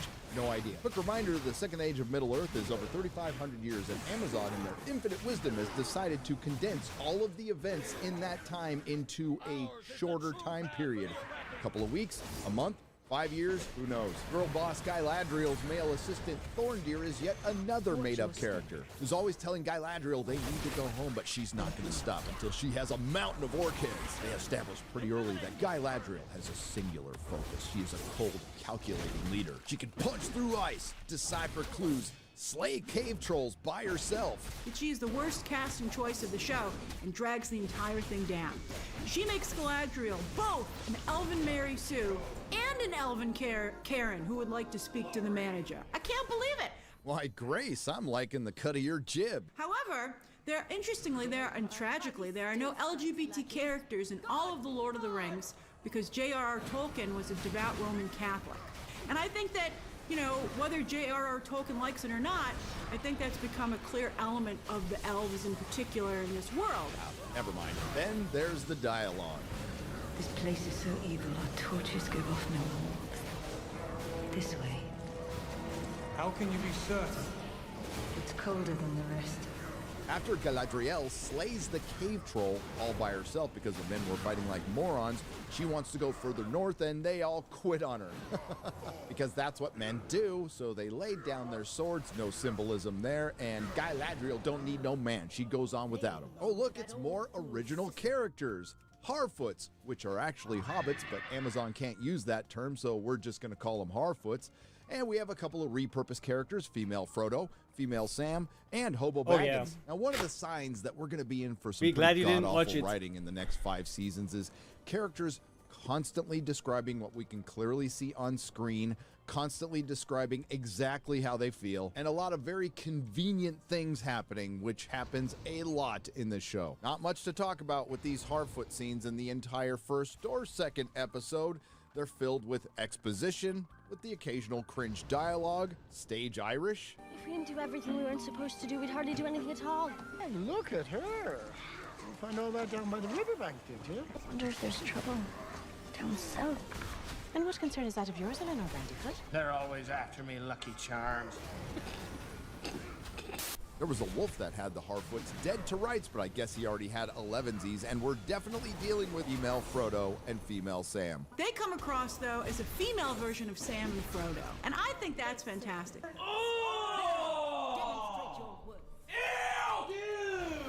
What the fuck? The show finally gets around to introducing us to Doogie Elrond, and hey, What was we'll learn that? something about his character. Oh, never mind. This scene's about Galadriel. First, Elrond is told he can't go to an Elf Lord's meeting because Elf Lords only, and it's probably because he's half elven. Your friend just She's here. I just said so. She just did. So what does Doogie Elrond tell us about Our Lady of Light, our Lady of the Woods of Lothlorien? Look at you now. Commander of the Northern Armies. Warrior of the Wasteland. What? What the fuck? Oh, but it doesn't end there. That reaction clip was gold, yeah. I don't know what that was. This time frostbite and troll blood. You've got to be fucking kidding me. This is a character vandalization on the level of Luke Skywalker and the Doctor from Doctor Who. It is everything we thought she would be, except worse. Galadriel, the Girlbarian, who's on a hunt for vengeance, searching for Sauron, and she immediately wants to see the manager. I want to hear about you. Your harrowing journey. Why, Elrond? You really have become a politician. You make it sound so grim. I'm not some courtier to be placated by idle flattery. I demand to speak with the king directly. Now, Doogie Elrond tells her that her men quit on her because she exceeded manager God, dude, how am I getting Gil-galad's smashed? orders, and she demands to see the manager again. Oh, I she even guess. gets in his face. And because every guy that interacts with Galadriel is reduced to a duplicitous boyfriend, a duplicitous manager, or a duplicitous personal assistant, Doogie heroic or Elrond something? grants her What the request. fuck? Manager Gil-galad declares the days of war over, and we are now in the days getting of peace, and he slaughtered, grants a gift to Galadriel and all the men who quit on her. The elven equivalent of an Amazon Unlimited gift card, a trip to Valinor. And like a true Karen, she refuses the gift card. This is followed by modern Hollywood's attempt to be Tolkienian. Galadriel describes what we can clearly see on screen. The likeness of one fallen preserved upon a living thing. Then there's this interaction. It is over. The evil is gone. Then why is it not gone from in here? After all you have endured, it is only natural to feel conflicted. Conflicted?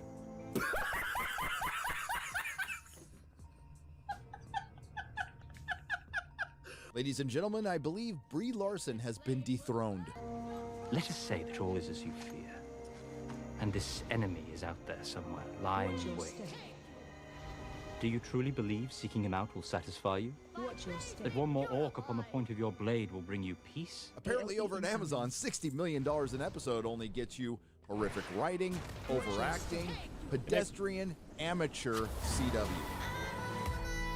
Galadriel is not a commander of the Northern Armies, she's not a warrior of the Wasteland, and she doesn't want to have orc heads on the point of her blade. She's a tortured, battle-hardened warrior with PTSD that we're supposed to feel sorry for.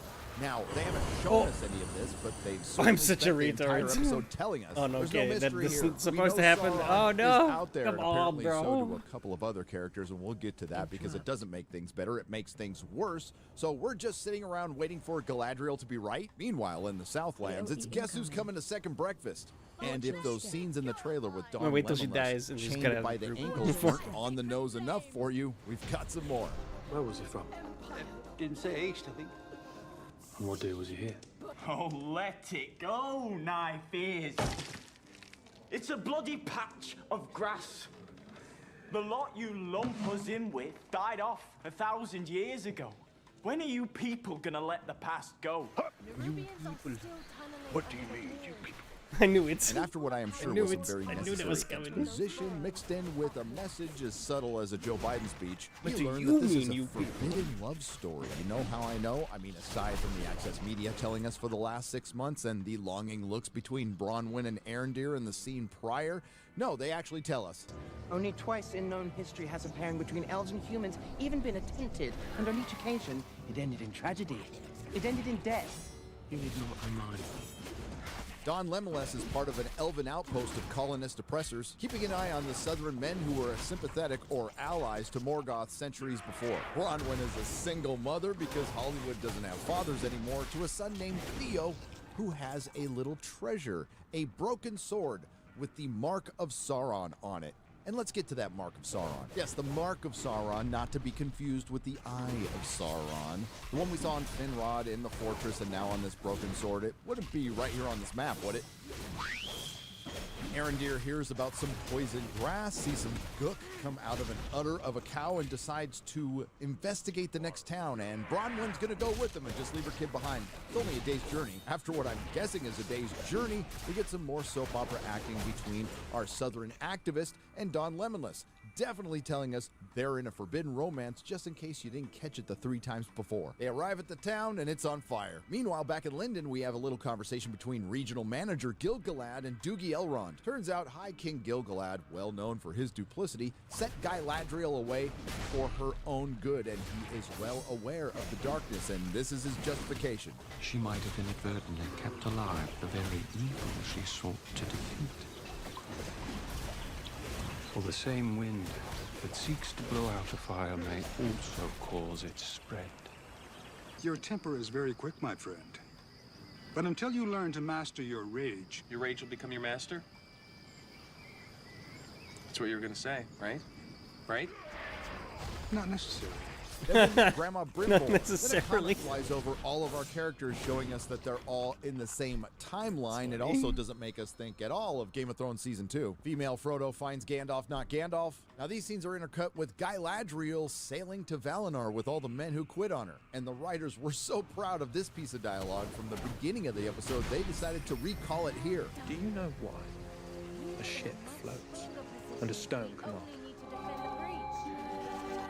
Do you know why a ship floats? I know he says ship, but I keep hearing shit, bro. And my brain is like, what? And a stone cannot. I don't know, Amazon. Why does a dumpster... Yeah, directly in the Lord of the Rings universe. The part we know, right? Like, he's saying Galadriel, but he's talking about Galadriel. The fucking elven prince, queen. This is about the first war where she defeats him in this one or something. It was bad. It was absolutely bad. It's like they're changing characters instead of making, you know, as per usual, because these people are hack frauds. They can't actually create anything original. They just adapt stuff and then make it way worse.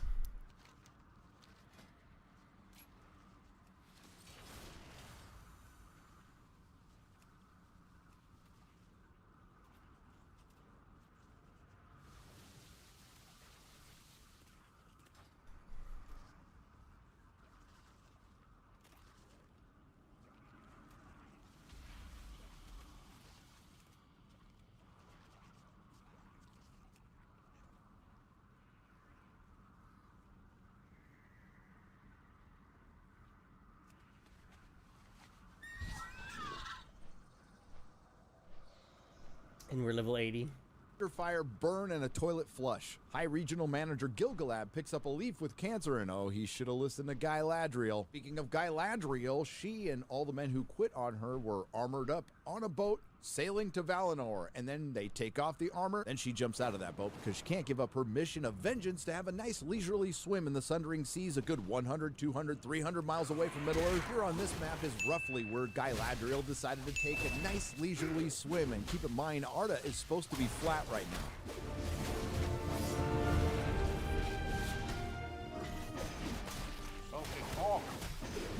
The second chapter of the Fellowship of the Rings, and quite frankly, the most important, according to not only yours truly and probably every Tolkien fan, along with real Tolkien scholar, you know, the one that Amazon fired, and Tolkien himself, because this is mystery box bullshit storytelling. We have a mystery, and we're meant to believe that either Gandalf, not Gandalf is Sauron, or Theo, Bronwyn's son. After unfortunately watching each show a couple of times, I have to say they managed to make the second one slower. It's a competition between the Harfoot scenes or the Guess Who's Coming to 11Z scenes that will put you to sleep faster. Female Frodo and female Sam find Gandalf, not Gandalf, and manage to make him look more homeless. Oh, and how do I know he's Gandalf?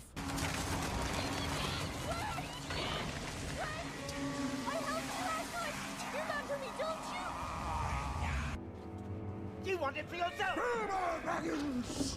Do not take me for some conjurer of cheap tricks. Female Frodo and female Sam make him a little homeless hut, and then later on in the episode, he takes the fireflies out of their firefly lamp and shows them a constellation. That's it. Our star-crossed forbidden lovers, Don Lemonless and the Harad activist, arrive at the village that's clearly been torched to investigate, and then we get riveting dialogue like this. This was no ground shake.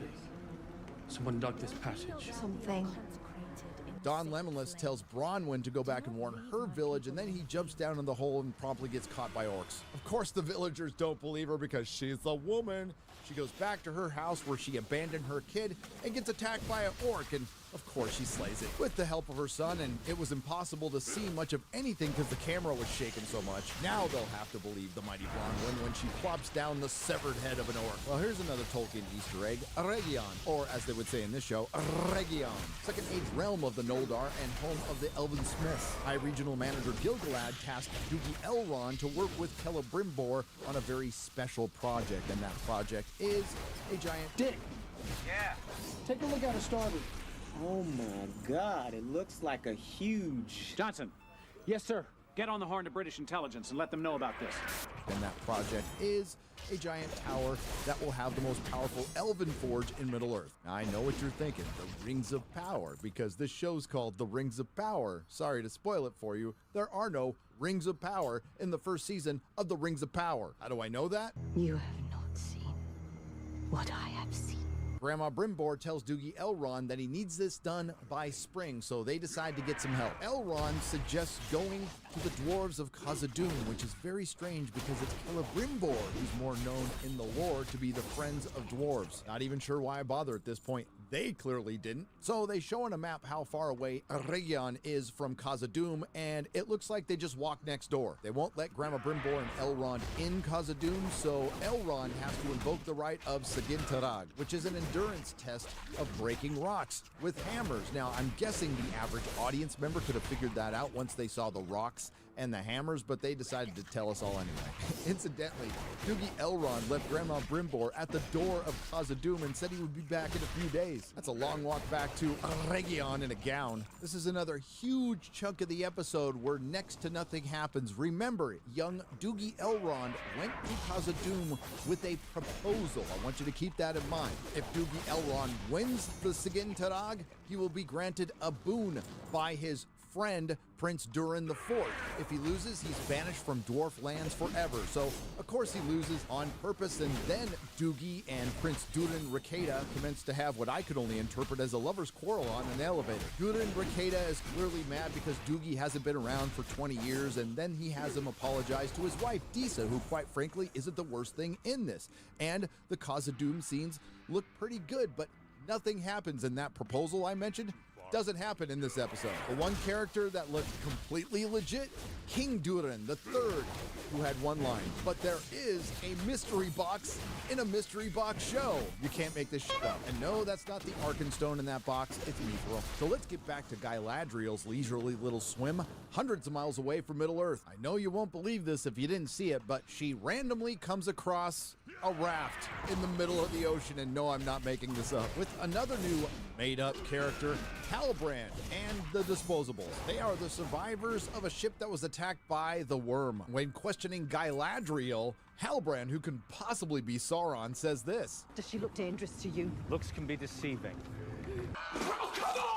The Worm attacks again, and Halbrand, because he's Sauron, bails on the Disposables, and after Galadriel gets pushed into the water, she bails on him too, and then Galadriel has the nerve to chew out Halbrand for abandoning his friends. During some getting to know you, because they have a lot of time, because they are adrift on a raft, and that's the name of this episode, and quite frankly, I think they're taking the shipping a little bit too literally. Hashtag Sarandriel. Galadriel says she chose not to go to Valinor and take a leisurely swim for duty's sake, when in the lore, she actually was fine with her exile because she wanted to rule her own realm in Middle-earth. Halbrand, said he was on the run because his village was destroyed by orcs. Then a storm comes, Galadriel gets knocked off the raft, Halbrand saves her, then they wake up, and lucky for them, wouldn't you know it, they randomly run across a Númenórean ship. Speaking of Númenóreans, no Isildur or Elendil in the first two episodes, two major players in the Second Age and this show.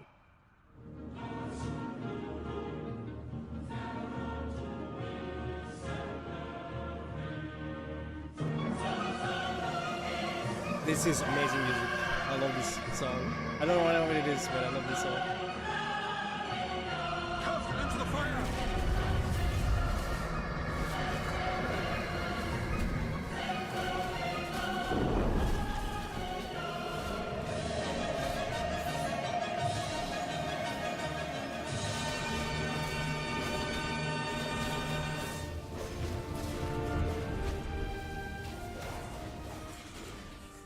Pork.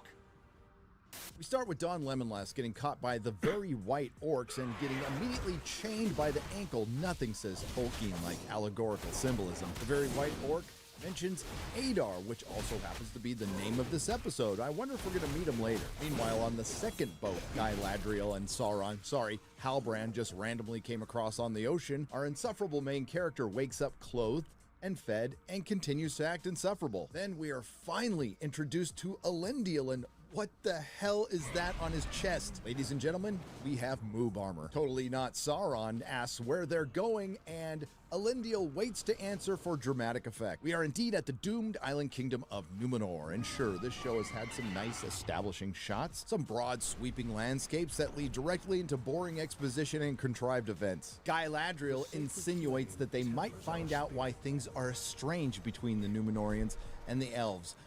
We don't. I guess this is a good time to point out that Galadriel is short. Totally Not Sauron stops to look at a forge. Subtle. Just in case you weren't sure we were in Númenor, we're told one more time.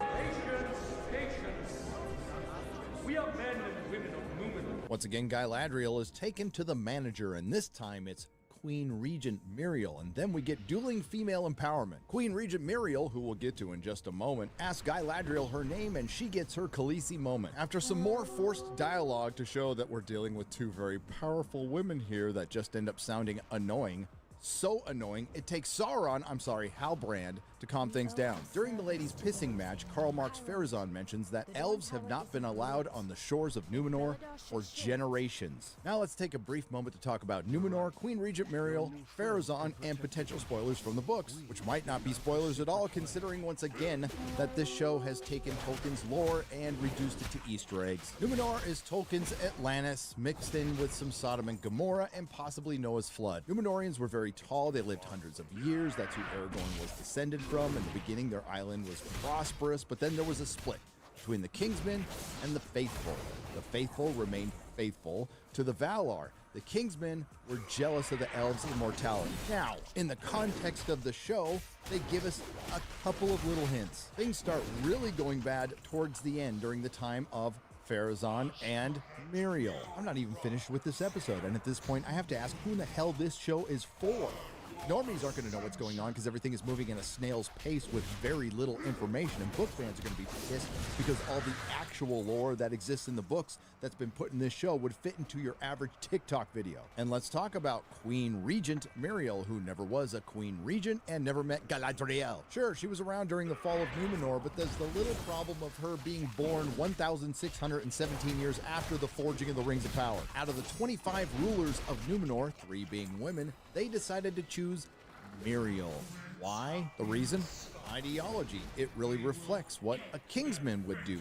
Turn their back on the source, Tolkien, and pray at the altar of agenda. I guess it's also so it could pass the Bechdel test. Later on in the series, Galadriel and Muriel go into battle together and get their Thelma and Louise moment. Then we finally get a chance to meet Isildur, the man who cut the ring from Sauron's hand. This is a younger version who has his head in the clouds. How do I know? Well, there's a scene where they show him not paying attention, and then someone says he always has his head in the clouds.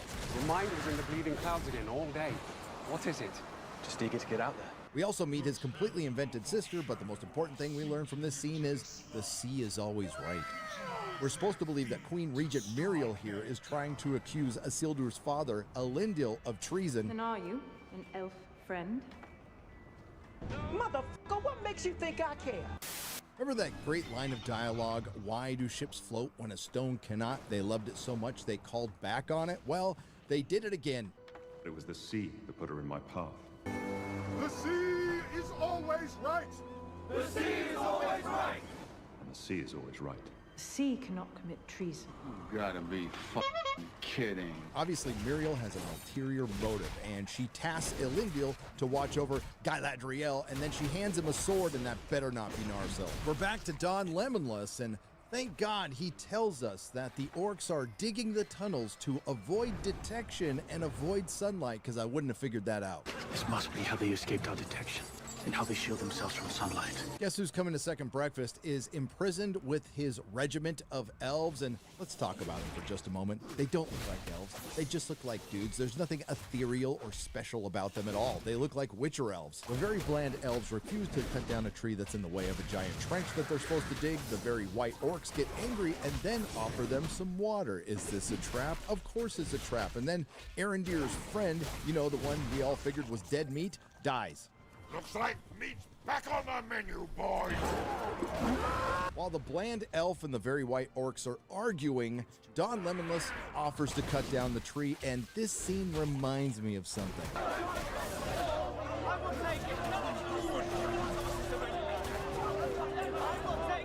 I will take the ring to Mordor.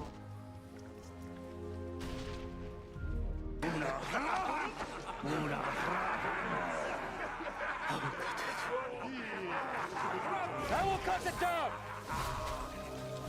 As Guess Who's Coming to 11Z's is cutting down the tree, we get a good look at the landscape and the size of the trench and what's covering it. Where in the hell did the very white orcs get all that fabric? And how in the hell did the elves miss this? Legolas, what's your elf eye see? A big-ass trench! We can't go very long without the insufferable Galadriel, who died.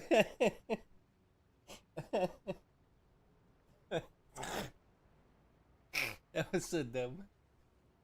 The hell did the elves miss this? Legolas, what's your elf eye see? A big-ass trench!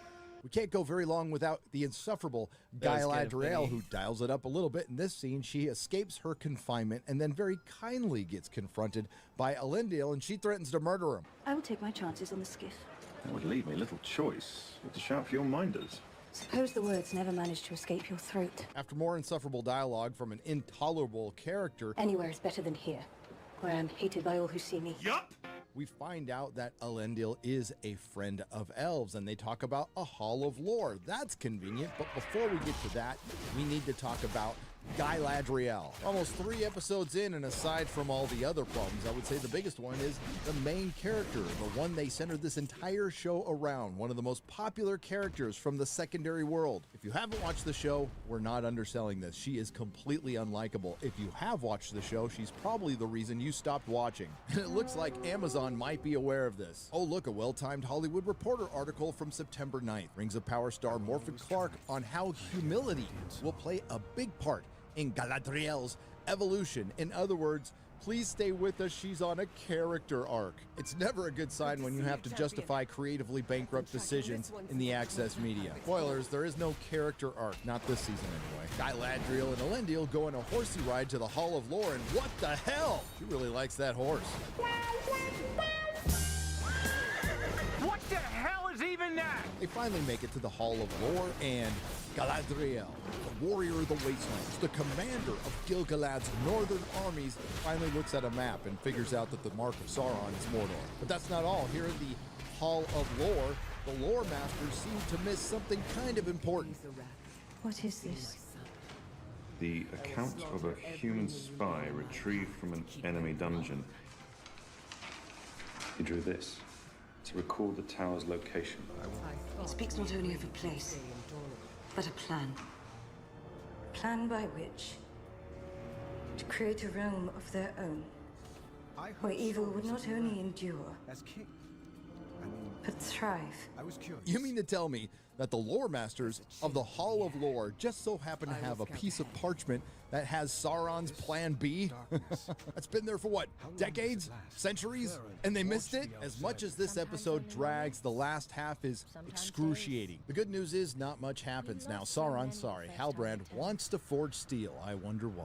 But you're not allowed to forge steel in Numenor unless you have a guild badge. But as Shad Brooks pointed out, how in the hell can you learn to forge steel if you're not allowed to until you get a guild badge? Well, Totally Not Sauron fails at stealing a guild badge from some guys that he avoided a fight with and made friends with and then got into a fight with and almost killed a couple of them. He goes to Numenorian jail, and this part was just unavoidable. On to the Harfoots. No, we don't learn very much. The Harfoots that we can't call hobbits are about to go on their migration. Ogle Baggins talks about female Frodo again. And we got Nori. No! Look, once that girl puts her head to something, nothing can stop her. Just in case you didn't catch how free-spirited she was the first 7 or 8 times. Guess you're not supposed to go off trail or walk alone. I know this because it's in a chant they repeat multiple times. Nothing happens. The constellation not Gandalf showed female Frodo and female Sam comes up again, but we're no closer to figuring out where it takes us. The Harfoots finally figure out that female Frodo is hiding, not Gandalf. Female Frodo almost gets decaravan, and they all get in trouble when the whole family gets put to the back of the line. But not to worry, not Gandalf helps them so they don't fall behind. But why were they worried so much? Well, this is where we find out the most pertinent information about the Harfoots. They're assholes, because if you fall behind, they're just gonna leave you. Sure, they'll have a ceremony later and feel real bad about it, but they'll still leave you to die. This is followed by a useless scene to show that there is some forced drama in Elendil's family. But we do get the single most cringe line of dialogue in this episode. Turns out Isildur is a fanboy of Galadriel. The Galadriel.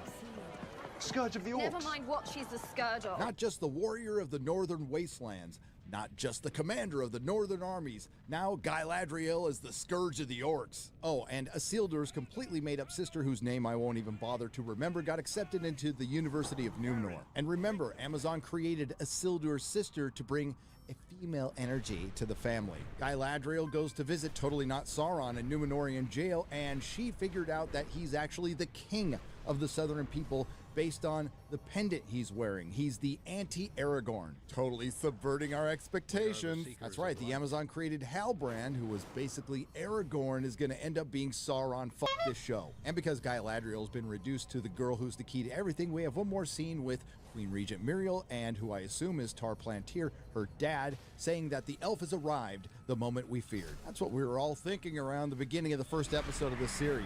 The end of Arda shows Amazon doing their best Zack Snyder impression with the failed escape of Don Lemonless, where all that ended up happening was all the white elves were killed by a warg. The very white orcs take guess who's coming to second breakfast to their leader, the namesake of this episode, Arda, and we don't get to see him. All right, folks, my name is Daryl Weathers, and I'm with the Construction Workers Union. I work with a lot of fine men who have families to feed. Now, I don't know about y'all, but we worked long and hard to get our pay up to a level where we can make a decent living. And these knife ears took our jobs. Yeah, they're down. Well, they took our jobs. Knife ears took your jobs. These damn knife ears took our jobs. Kick them out. Make Numenor great again.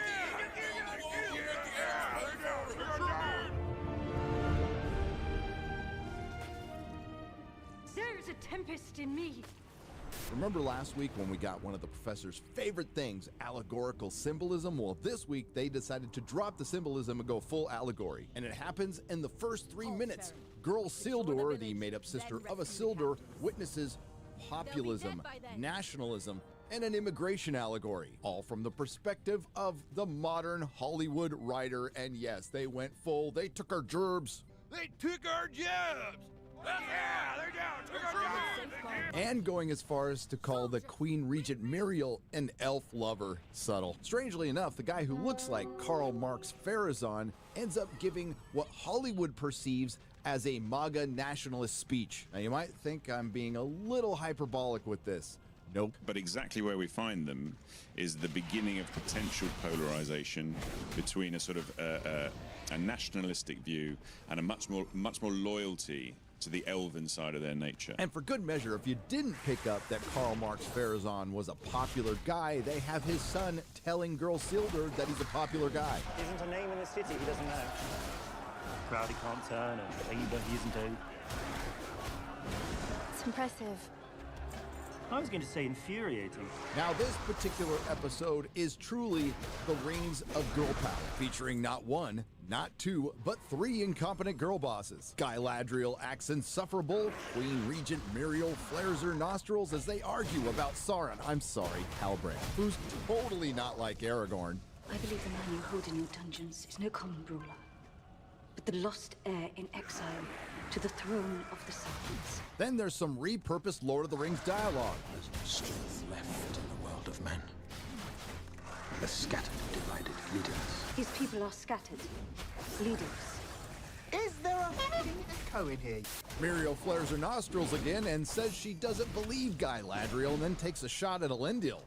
I suppose Elendil here is a runic emperor. Petty lord, actually.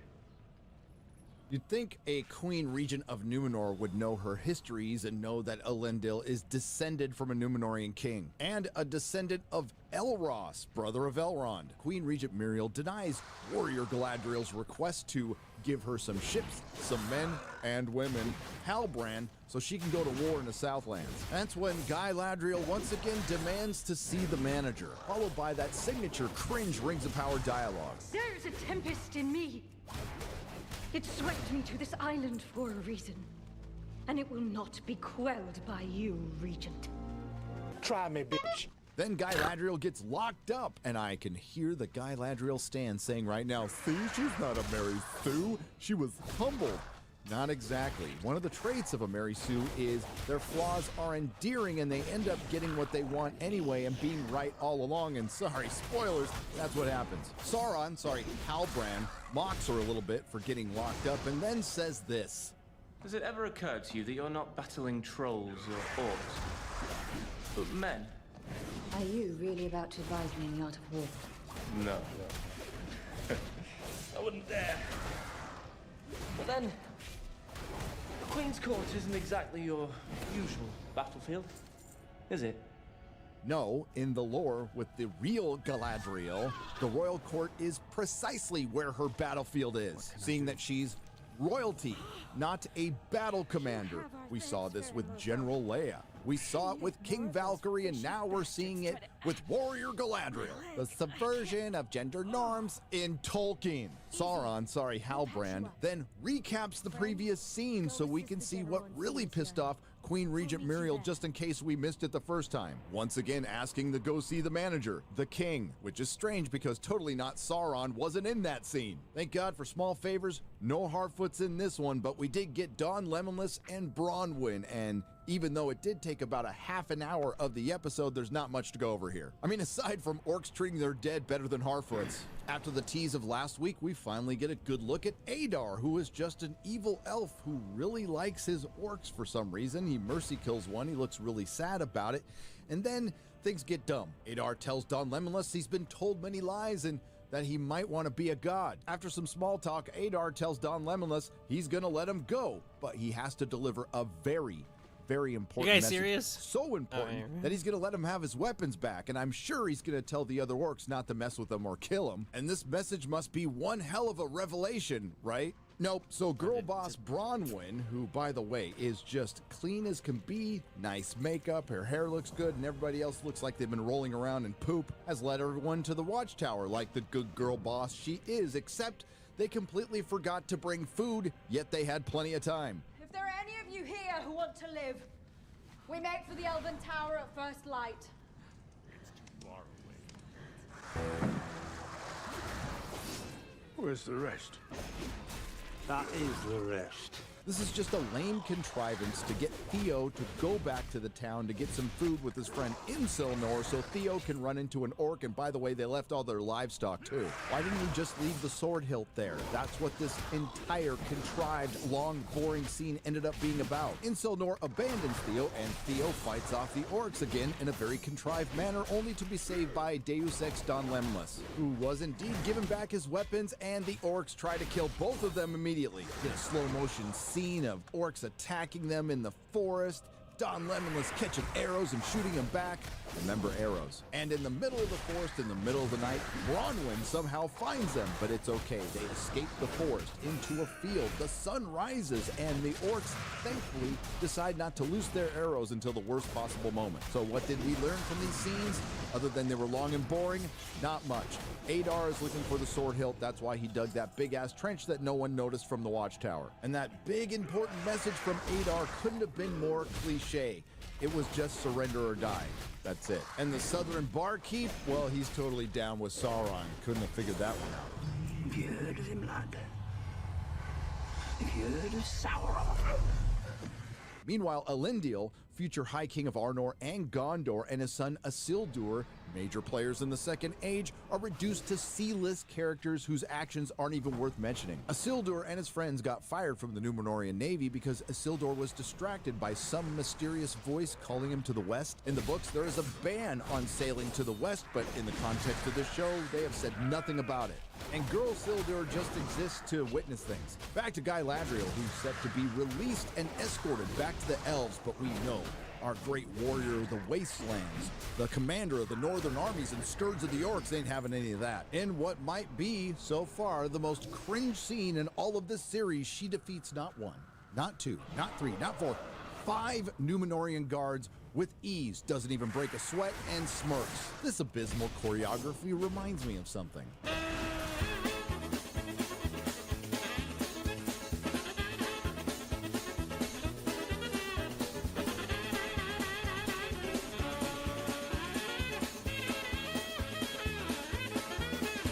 Of course, they had to quickly cut away from this fight because the very short Morfydd Clark looks ridiculous fighting men who are a foot and a half taller. Down with the patriarchy. That's the message. Our insufferable Mary Sue escapes, climbs a tower, breaks into the queen. Message.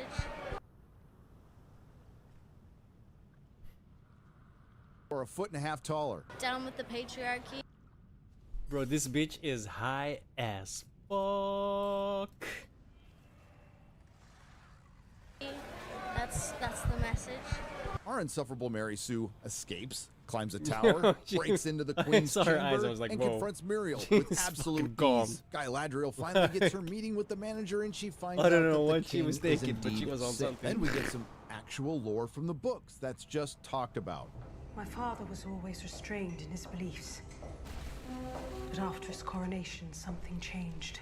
He became strident, claiming that we provoked the anger of the Valar and must repent and return to the old ways. More tell, not show. If you haven't figured out by now, Númenor is doomed. They showed us Muriel's premonition at the beginning of the episode, and then they show essentially the same scene, except with Galadriel, which ended up being one of my favorites.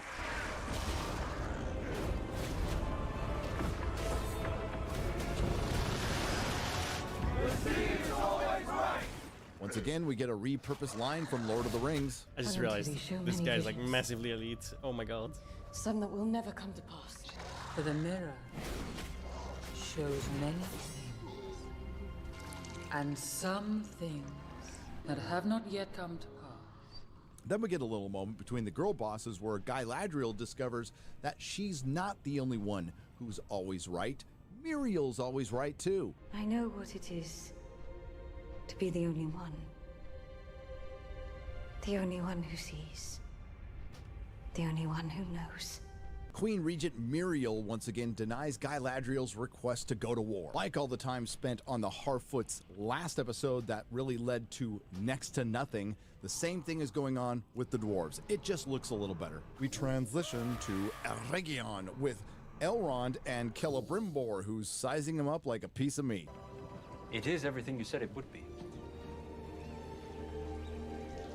I do have to slay those. Yeah, I'm not gonna be able to do that. What? No, with my gear. Remember that proposal that Elrond had for the dwarves in episode 2 that we really never saw accepted? Well, that happened off screen. Will they show us something rather than tell us? Sure, and then they'll tell us about it. Elves and dwarves working together. Guess we'll just have to take their word for it, because I don't see any dwarves and elves here. But this presents a bit of a problem. How much time has passed? It seems like it's only been a couple of days with Don Lemonless. Same with our Hadad activist. Same with Galadriel. Now, I know elves and dwarves work fast, but that is a minimum of months. Don't forget, everyone was connected in the same timeline with the comet. They also did away with the map this episode, so the insecure and weak Grandma Brimbor sends Elrond next door to cause a doom. This is applicable for this entire series, but a lot of time and money was spent on these Elrond and Durin scenes where next to nothing happens, the story barely moves forward. Essentially, we find out what was in the mystery box in episode 2 if you were awake enough to remember. Mithril. Remember Mithril from Lord of the Rings?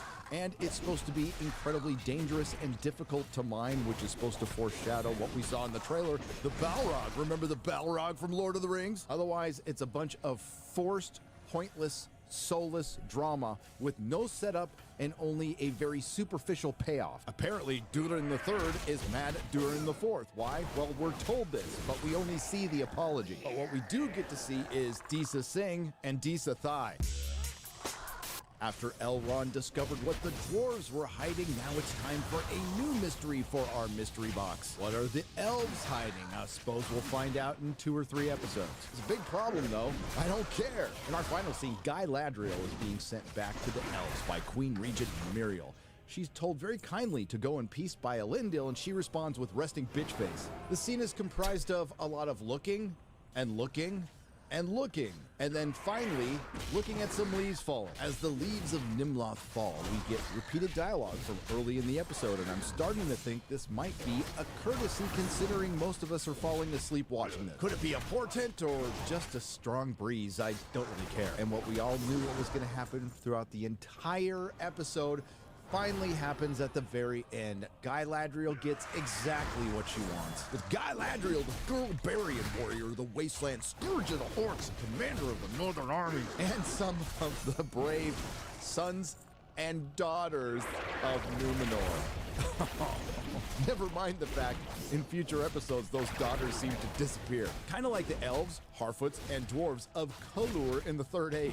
And yes, this is the battle later on in the season where we get Cheeto Galadriel. And that wraps it up. Intersectional repurposed mystery box with a Tolkien skin. Who's Adar? Mystery box. What are Gil-galad and Grandma Brimbor up to? Mystery box. Who's the stranger? Mystery box. Theo's sword. Mystery box. Who's Sauron? Well, it's Halbrand, but... Mystery box. What's a mystery box? Briefly, it's a Jar Jar Abrams and bad reboot creation. It's a box with nothing in it because it's just about the mystery, and it's also a cheap and easy way to avoid difficult things like plot and characterization. Hi, John. Is this show divisive? I don't know. There are far more, so there's a lot of vocal people about it, but nowhere near as divisive as, say, Star Wars had been or anything like that. I think, generally speaking, the general audience has been quite enjoying it. Wrong! For you, I will keep it strong and simple. Come at me. So where did we leave Come off at me, last bruh. time? The Harfoots were migrating, Galadriel was being insufferable, Halbrand was being Sauron, the Stranger is a mystery, Adar is a mystery, the Hadad activists and Don Lemonless, guess who's coming to second breakfast, are trapped at the Watchtower, and the Numenorians are going to sail to Middle-earth. Sorry, spoilers. By the end of this episode, the Harfoots are still migrating, Galadriel's still being insufferable, Halbrand is still Sauron, the Stranger's still a mystery, Adar is still a mystery, guess who's coming to second breakfast is still trapped at the Watchtower, and the Numenorians have decided again to sail to Middle-earth. Okay, we might have learned a few minor details that progressed this show that's going at a snail's pace inches forward, but that was far outweighed by the total destruction of Tolkien's lore. My one big takeaway from this episode is the elves are as big an asshole as the Harfoots, but not as much as the people who run this show and put it out. We did get a break from the Harfoots last episode, thank God for small favors, but unfortunately they're back with female Frodo and totally not Gandalf. Like the true bad reboot disciples these hack writers are, or graduates of repurposing school, we get a repurposed Strider's riddle set to a horrible song. Through cold and through frost, that not all who wander or wander are lost. In the following scene with Adar, or Adar, I don't really care what he's called, we get some more of that trademark Rings of Power repeating things we already know. We're shown once again that the orcs don't like the sun and their skin burns in it, except for the times it doesn't. We did get a crumb of new information in this scene. Adar, or Adar, wants to do something with the sun. It probably has something to do with bringing in a new age of orcs because these hack writers can't come up with anything original and they can only repurpose.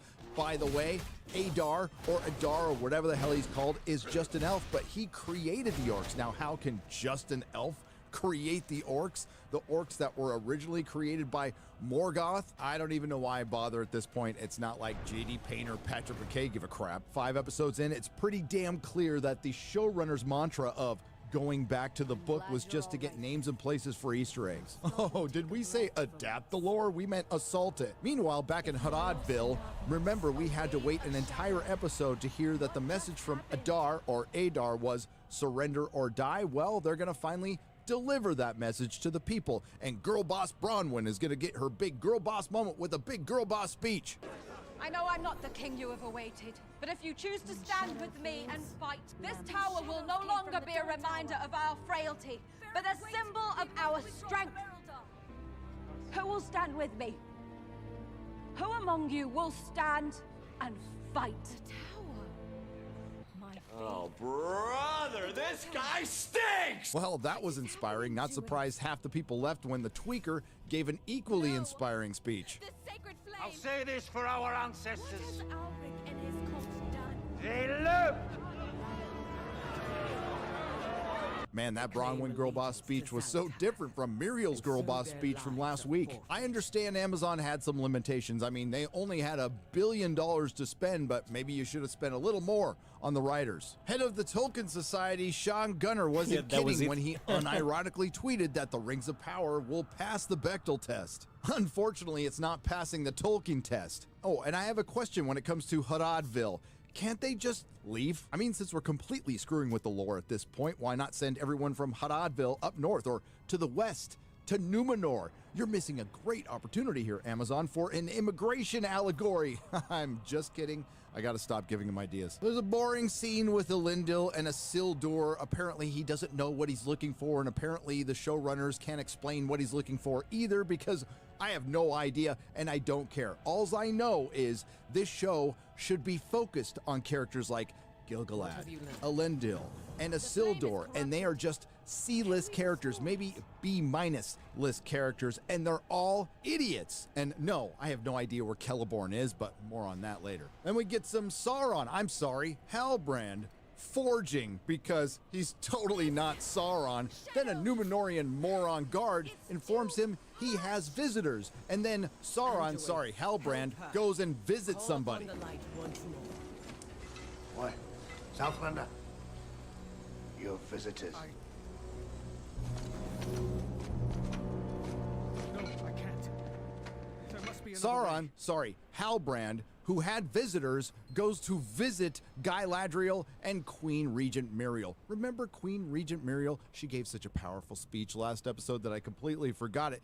You know, the one that was picked by her people to be Queen Regent. Well, apparently, she's a battle commander, too. I think the character of Muriel beautifully encapsulates everything wrong with this show. Yes, she was from the lore. Yes, she was destined for the throne of Numenor, but it was taken when Ar-Pharazôn forced her into marriage. She never was a Queen Regent. She never was a battle commander who went into battle. She never met Galadriel. But what they needed was another girl boss because this show is short on them. That reminds me, I forgot to mention the very brief appearance of Chicka Chicka Slim Lady, or Feminem. And I know what you're thinking. That guy's got a nice rack, but that guy is another girl boss. Slim Lady and these ladies are inspecting the area where Totally Not Gandalf landed. And you've already seen 95% of this in the trailer. Where was I? Oh, back in Numenor, Muriel gets called away, and then we get some forced argument between Halbrand and Galadriel. This whole show is about just filling time and creating content.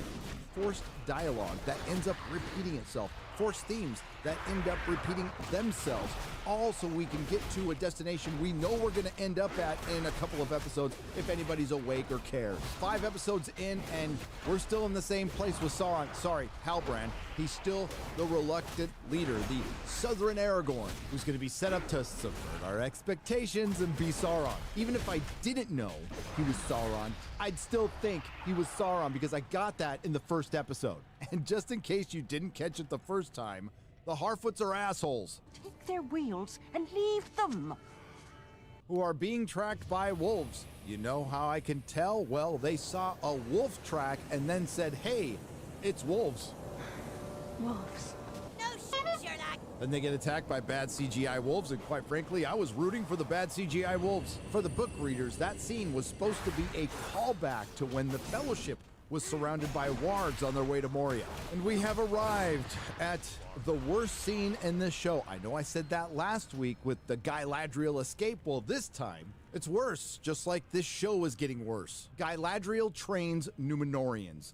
To describe how ridiculous this is, it's like the Virgin Mary training Spartans. Just a reminder, Numenorians aren't just regular men, they're Ubermen.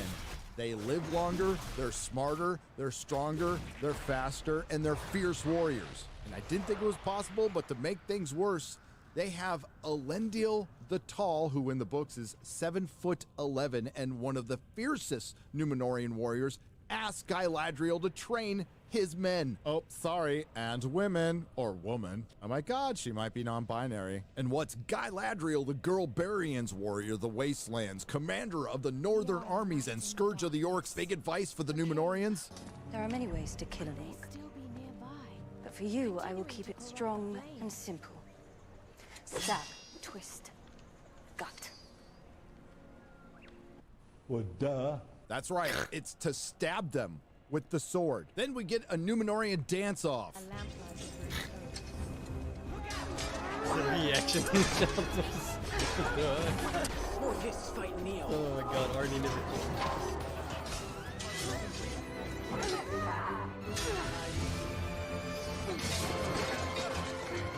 The acting was awful, the editing was terrible, and you can tell they were trying to hide Morfydd Clark as much as possible, having her walk behind giant beams or conveniently get blocked by somebody or cut away. I mean, what the hell is this?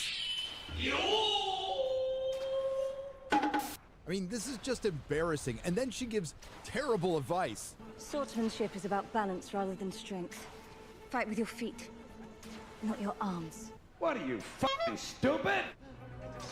Don't plant roots. Keep Pretty sure moving. it's a decent mix of both. Never trust brute force to best an orc.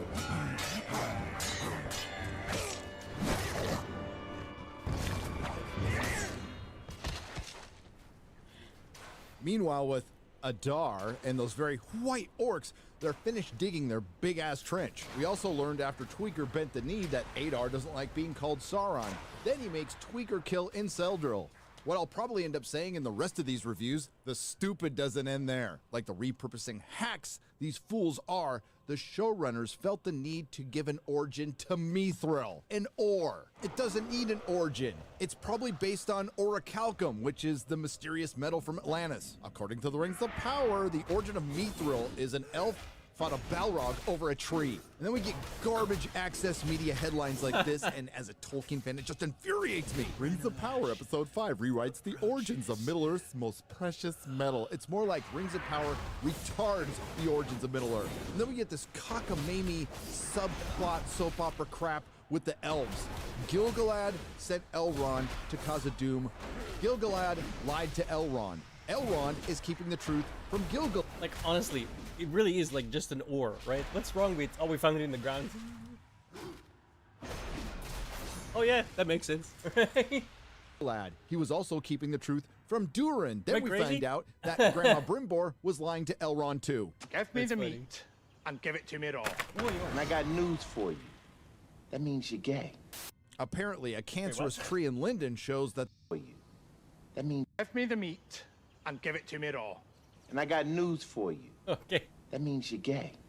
Apparently, a cancerous tree in Linden shows that the light of the Eldar is fading and the elves might have to leave Middle-earth or die. Their big savior, Mithril, which now apparently contains the light of the Silmarils, and they've just turned Mithril into a MacGuffin. A MacGuffin, according to the Oxford Dictionary, is an object or device in a movie or a book that serves merely as a trigger for the plot. But the ring was a MacGuffin. Sure, an argument can be made. You'd be wrong, but one could be made. Big difference. The Lord of the Rings is good. The Rings of Power is shit. We had the dumbest scene, and now we have, again, the most, I guess I gotta use this word again, infuriating. There's some forced dialogue between Galadriel and Halbrand, and they completely telegraph that he's Sauron, but they also give Galadriel an opportunity to mention her husband, Celeborn, and she doesn't. For every mystery, there is someone somewhere who knows the truth. Perhaps that someone was watching. Have you seen this elf? Incidentally, we're just 2 episodes away from finding out that Celeborn is indeed dead. The reason he's dead in season 1 anyway is because they didn't want to rob Galadriel of her agency and they wanted to ship her with Halbrand. Hashtag Thorondriel. Meanwhile, in Harad Tucky, we get some incredibly boring and forgettable dialogue, kind of like this entire show. And then Theo finally shows Don Lemonless his sword hilt. And lucky for both of them, Don Lemonless has seen that before, on a wall about 3 feet away. And this is all setting up something completely different from the Battle of Helm's Deep in the 2 towers. This is going to be the Battle of Harad Tucky with 1 tower. The episode ends with the Númenóreans doing exactly what they set out to do last episode, and they just repeated it. They're sailing to Middle-earth.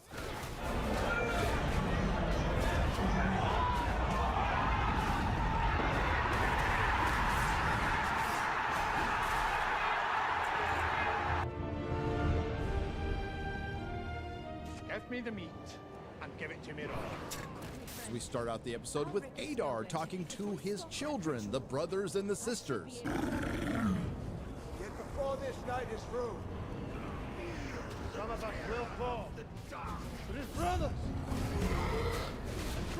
and sisters in our home. Anybody bring any extra bags? No, nobody brought an extra bag. I'll let your imagination do the rest. This question is for all the women out there, and by the way, today I identify as a biologist. Do you feel seen in this crowd of orcs? Adar and his very white orcs want to make evil great again. I guess that would be mega. And they're going to do it by taking the Southlands in a scene that's totally not supposed to remind us of Helm's Deep. General Bronwyn and her male assistant, Don Lemonless, came up with the master plan of loosening every stone in the tower, so much so that all it would take is a single wooden beam to knock it down. How did they do this in essentially an evening? I don't know. That did admittedly kill some orcs, all to sacrifice their fortified position to go fight in a sparsely populated village filled with hovels and homes with wooden and thatched roofs. Which is... What is this? That's the kind of strategy you're going to get when you decide to make Is that Summer something I Moonbeam, unlocked? who runs the It's not holistic on my medicine bars. and CBD shop in Sunnyvale, your battle commander. This is to be our key, our fallback point. To your position. Remember when we spent 2 entire episodes with Galadriel trying to convince Halbrand and girl boss Muriel to sail to Middle-earth to fight for the Southlands? Then it took them about 10 minutes to sail there. Again, this is signature fuck, did I not have bad a stance? reboot disciple storytelling. They have no concept of time and distance. Just ask any Star Trek fan. But Elendil finally tells us what happened to Isildur's mother when Galadriel asks. His mother. What happened to her? She drowned. And the sea is always right. Listen, I know you only had $1 billion, and admittedly, you got a couple of CGI scenes right, but look at this costuming, look at this moob armor. Here is a great example of repurposing hackery. We have Don Lemonless here trying to destroy the MacGuffin, the sword hilt, which is a stand-in for the ring. But if that isn't enough for you, they have repurposed dialogue. It is beyond our skill to destroy. The ring cannot be destroyed, Gimli, son of Gloin, by any craft that we here possess. Now, during the town meeting, we get another girl boss moment, and then this genius statement was made. Our position gives us an advantage. You know, it is like the actual Don Lemon and some cannabis dispensary owner from Marin came up with the battle plan for this town. Remember, they gave up their fortified watchtower, admittedly poorly put together by elves, to hide out in a tavern with a wooden roof. A tavern that is for the wounded and the children. Tavern for wounded and children. I can fight. I challenge any Tolkien expert or scholar to argue for that line sounding Tolkienian. Do you think something like that would come out of his mind or mouth? He would gouge your eyes out with his pipe just for attaching his name to this. Why do you think women stay behind with children? Because they're weaker? No, someone needs to take care of the children. But ladies, you have achieved equality. Now you're as disposable as men. Do you feel seen? That's the biggest difference between writers today and writers of a now bygone era. The writers of today's whole experience is watching other people's films and TV shows, and the writers of the bygone era, for example, J.R.R. Tolkien, fought and survived in a world war, managed to raise a family, become a professor, and write a couple of books by hand. Some of the most accessible stories of all time. This Battle of Balls Deep is just ridiculous, and yes, I stole that from Az. It happens in a magically reconstructed town from 2 episodes ago where it was burning, again with thatched and wooden roofs. And their weapon of choice? Fire! They trapped the very white orcs in a very similar scenario to Obi-Wan not being able to get around that fence. All this was to set up the big twist that they were actually fighting their own. The men and women, the very diverse men and women who split off from the group because they weren't inspired by Girl Boss's speech. Allegory was a little subtle, so I'll just explain it to you like they do in the show for everything. The very white orcs were fighting with men and women who were fighting their own, like a civil war. I'm surprised they didn't say the South will rise again. Then in a scene that's totally not supposed to remind us of Aragorn fighting the Uruk-hai at the end of Fellowship of the Ring, we had Don Lemonless versus a big orc. Big difference here is he's saved by Bronwyn, but to be honest, if Fellowship was made today, Aragorn would have been saved by Arwen. That's now 3 confirmed orc kills for Girl Boss Bronwyn. Slay! After Don Lemonless and Girl Boss Bronwyn realize that they have been fighting their own, they decide to retreat into the tavern, but it's too late, and Bronwyn gets shot twice by arrows. Then everybody involved in this show must have forgot she got shot by 2 arrows, as we get a prolonged scene of them removing just 1. Adar finally breaks into the tavern, kills a couple of people, and Theo finally gives up the MacGuffin. And then we get some more repurposed dialogue. Why sacrifice their lives for such a little thing? Strange fate that we should suffer so much fear and doubt for so small a thing. Now, I did predict this scene quite some time ago before anybody knew anything about this show, but it was in jest and I didn't get it completely right. Warrior Galadriel leading Númenóreans. Not going to be surprised at all to see diverse elves, inclusive dwarves, representative hobbits, an all-female legion of Númenórean warriors led by the warrior Galadriel in full body armor, cutting through orcs and goblins like they're butter. Yeah, I know, Nerdstradamus. Now, the next scene, we have Adar or Adar and some obvious ADR. See what I did there? Well, Drake, I have a task for you. It's almost like they think the audience has the room temperature IQ of, I don't know, the Rings of Power writer's room. Adar handed Methrandil his package, hey now, with the sword hilt, and obviously we're gonna have to keep this in mind because, well, more than one person completely forgets to do something really important. We get Deus Ex Númenóreans led by, of course, warrior Galadriel, and this battle is just an absolute mess. We have side-saddling Galadriel not once, but twice. But in this first interaction, she's not anywhere near this orc that just explodes when she swings her sword 5 feet away from him. Of course, the moob armor is on display, and what the hell is going on with Elendil's helmet? And compare this to the Elendil from The Lord of the Rings, The Fellowship of the Ring, that came out 20 years ago. Then Galadriel, the girl Barian, and Halbrand pursue Adar and his package. And quite frankly, this fits in with Amazon. They would know a lot about stolen and lost packages. Halbrand trips Adar's horse, and Hey, at least the director was nice enough to show that the horsey was okay. I mean, never mind all the people getting gutted and decapitated. Then we get some more cringe dialogue. Now, earlier in the episode, Guy Ladriel lectured Isildur on humility. Despise not the labor which humbles the heart.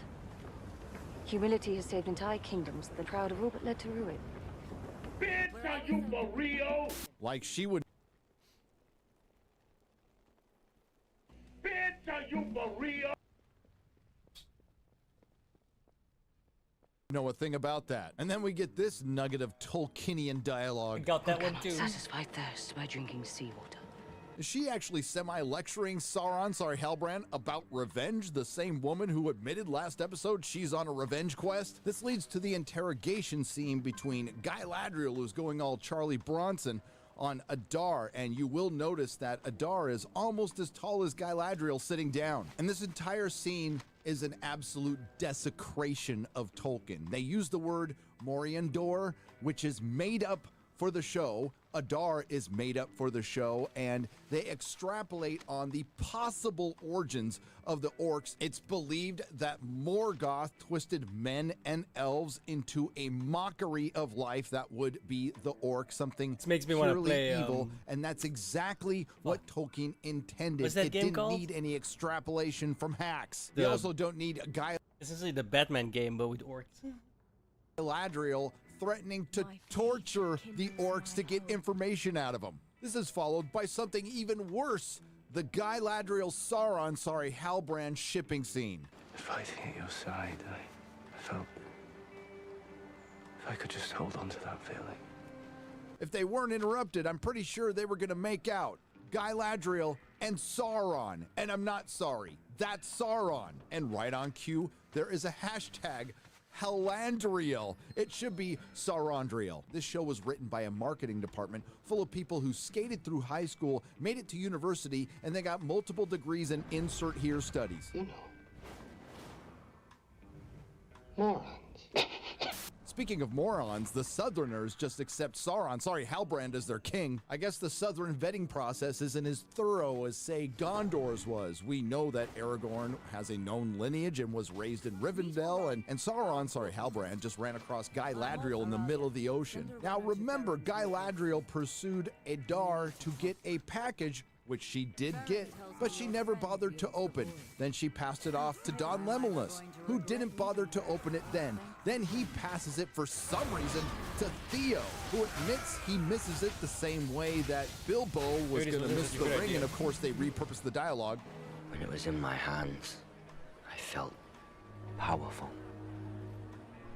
Then rid yourself of it. Trust me, as you once did. Let it go.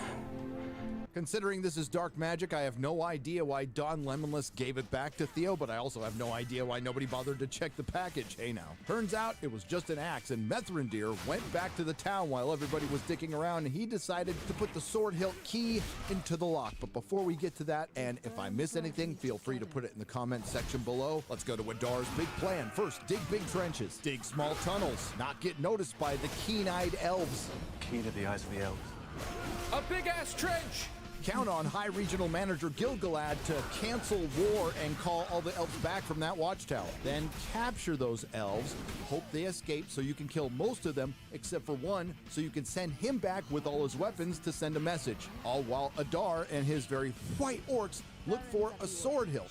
How do they know about this sword hilt? I don't know. Then ultimately get defeated by the Southerners and the Deus Ex Numenorians, led by Warrior Galadriel, and then count on Guy Ladriel and Don Lemonless to not open that package that you obviously switched into the last possible moment for dramatic effect. So Mithrandir can turn the lock, which opens up a spillway from a dam that just so happens to fill up all of the trenches and holes that you dug to start a volcano. Also, you can block out the sun for your 5 orcs that are left. And that, ladies and gentlemen, is your very dumb origin of Mount Doom. And no, that amount of water couldn't have started the volcano because the chamber wasn't pressurized. Still, the volcano explodes. Adar escapes. By the way, he knows Halbrand is Sauron too. And the town and Guy Ladriel get hit by a pyroclastic flow that no elf or human would survive. They're not Superman.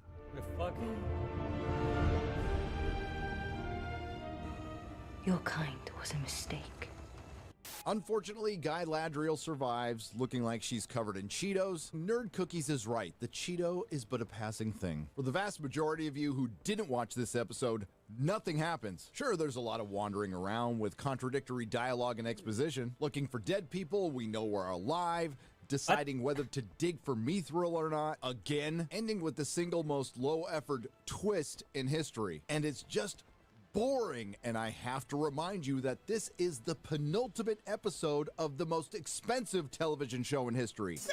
Guy Ladriel lives, but in typical Guy Ladriel fashion, she completely ignores a burning horse, people screaming for their lives, and a baby screaming until she runs into Theo, a character she has no connection with. Admittedly, it's only slightly more than all the people she just ignored, who were dying screaming. Then it turns into Mordor 911, where Isildur, the man who cuts the ring from Sauron's hand, the great warrior, future king, needs Queen Regent Muriel's help to lift a roof off of his friend. The same Muriel who was described by Tolkien as fairer than silver or ivory or pearls. Then Isildur and Queen Regent Muriel go and save some children. She is blinded by some ashes and the house collapses on Isildur. Gee, I wonder if the guy who cuts the ring from the hand of Sauron is dead. Unfortunately, the Harfoots are back and they make it to their destination, and they find that a few trees are burnt. So of course they give up hope because they're assholes and idiots like the writers of this show. I guess that volcano in the Southlands that we're not supposed to say is Mordor at this point has a pretty good range. Once again, we're deciding whether or not we should dig for mithril. King Durin says no after Elrond basically pleads for his life and sells out the elves. For I am no common elf, but Elrond half-elven, and I see in elves that which they cannot see in themselves. So all the elves are going to die, and Durin the Third is completely okay with this. He just says it's the will of wiser minds who know more than they do. Elrond is sad. Durin the Fourth is sad. Disa is mad. They say their goodbyes. Then Durin throws the mithril next to the cancer leaf, and it cures it. So after being told not to dig for mithril again, they decide to dig for mithril again. Compelling stuff. By the way, in the lore, this should not be Elrond. This should be Celebrimbor. 22 minutes into the penultimate episode of the first season of the most expensive television show of all time, and they finally tell us something of note. Everyone in the Southlands is wandering to a Númenórean camp. Oh, and Elendil thinks Isildur is dead, the guy who's going to cut the ring from the hand of Sauron. This is almost as dumb as centering your whole entire first season of the most expensive television show of all time around the mystery of who is Sauron. It's Halbrand, and it never should have been Halbrand. Then there's some cringe, contradictory dialogue. Everyone. What cannot be known hollows the mind. Fill it not with guesswork. That is precisely what Galadriel has been doing for centuries with Sauron, who's Halbrand. Then Theo asks Galadriel this. When I was your age, there was no such thing as fuck, bro? How many have you killed? But this kid is amazing. Good. I would not use such words. It darkens the heart to call dark deeds good. Oh, that's rich. Except didn't Galadriel in the previous episode just threaten to torture and kill all of Adar's orc children right before she kills him? So Elendil figures out that Muriel is blind. Much further until we're clear of this smoke. How long have we been clear of it? Nearly a mile. I see. This reminds me of a scene from She-Hulk this week. I think you're in a unique position to do some real good. You see, the way I see it. Listen, I have to mix some entertainment into this review. Nothing happens this episode. Back to the Harfoots, totally not Gandalf tries to heal a tree in what will totally not look like the Shire when he's done. While totally not Gandalf is doing that, a branch breaks off and female Frodo decides to push her little sister towards the tree. So of course the little ass banish him again, and it leads to probably the most satisfying scene in the entire series. I love that they spent 2 minutes of screen time having female Frodo very slowly hand not Gandalf an apple. And this discourages little female Frodo, and she decides she won't be subverting Harfoot traditions after all. I have to do it. Oh my god. Nope. This brings us to the scene, and I find it very hard to believe that Galadriel, the warrior of the wasteland, right? commander of the northern armies, and scourge of the orcs, on her mission of vengeance, failed to mention her husband for 7 episodes. Have you seen this, Elf? Feels like this one was tacked on and reshot. Have you ever lost someone close? Can I go here? It starts My brother, Finrod, and my husband. As we've been saying for months, Celeborn is dead for now. Again, this is just stupid mystery box for the very same reasons I mentioned earlier. The same reason Isildur possibly being dead is stupid. The same reason centering your entire first season of the most expensive show of all time around who is Sauron is stupid as the showrunners. And yes, it's also stupid that they haven't been fired. Remember when I mentioned it gets worse? When he went to it, I chided him. His armor didn't fit properly. Called him a silver clam. I never saw him again after that. Galadriel, who did not take part in the major wars of the first age or the second, clowns Celeborn, who did, about his armor not fitting right. Amazon and the intersectionalists running this show aren't just happy demoralizing and diminishing Tolkien's characters who are alive in the show, they're diminishing dead ones. This is followed by some more repurposed dialogue. There are powers beyond darkness at work in this world. There are other forces at work in this world, Frodo, besides the will of evil. And a repurposed scene. Theo and Galadriel hiding from the orcs is totally not supposed to remind us of the hobbits hiding from the Nazgul. And we're only halfway through the episode. I guess the good news is less happens in the second half. So let's recap Doogie Elrond and Durin. They decided to dig for Mithril, got shut down by King Durin III. Then they decided to ask King Durin III if they could dig for Mithril again. He said no, so they decided to dig for Mithril again and got shut down by King Durin III. Doogie Elrond gets banished and Durin gets ripped of his succession. I'm guessing at some point later in the episode, somebody's gonna talk Durin into digging for Mithril again. Here's my favorite scene from the show, and it's not anything the writers did intentionally. The Harfoots wake up in essentially the Shire. Turns out totally not Gandalf healed the place. While they were out foraging, they ran across Chicka Chicka Slim Lady, or Feminem, and her girlfriends. Who are these people? No idea. Do they speak a line of dialogue? No. I'm going to tell you something the show hasn't for 7 episodes. It's an all-female Sauron cult. Female Frodo tries to distract the all-female Sauron cult so they won't go after not Gandalf. And when Hobo Baggins puts a torch in their face, Chicka Chicka Slim Lady burns their village. Little shits had it coming. The only reason I'm even mentioning this scene is because it's repurposed from the Two Towers.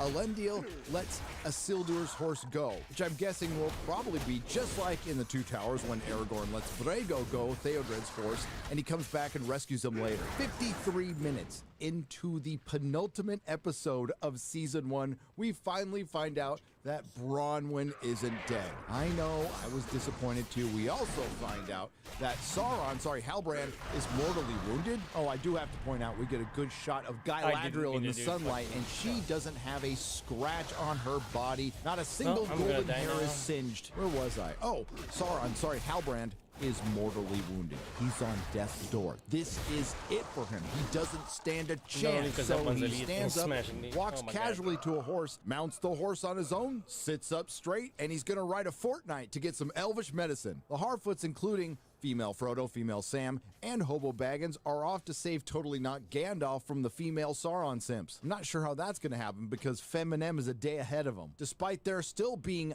missing, dead, and wounded, the Númenóreans are fucking off. And while our 2 girl bosses, one of them being blind, are stoically saying goodbye to each other, Elendil the Tall, the mighty warrior, cries, "Fuck this show." And this may come as a surprise to you, but the final Durin scene is he's talked back into digging for Mithril again by Disa, who starts making all kinds of crazy statements. One day this will be your kingdom. Not some other dwarf lord's. Yours. And mine. And together we will rule this mountain and all others before our time is done.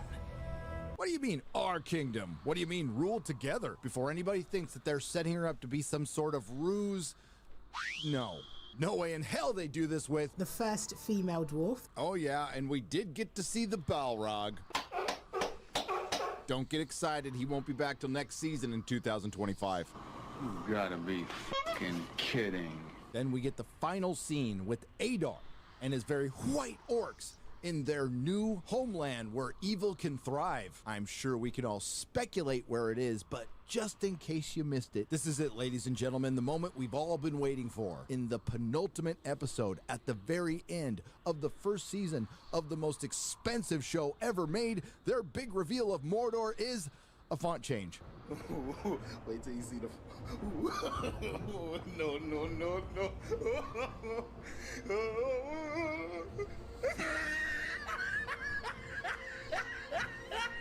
That has to go down as the dumbest, low-effort, unsurprising reveal in television history. One, always back to Tolkien, and two, when Tolkien was silent, we tried to invent it as Tolkienian a way as possible. Go back to the book, go back to the book, go back to the book. So I play the character of Princess Disa. She is the first female dwarf that we will ever see on screen. Woo, woo, woo! I hunted, Rob. Ever see on screen.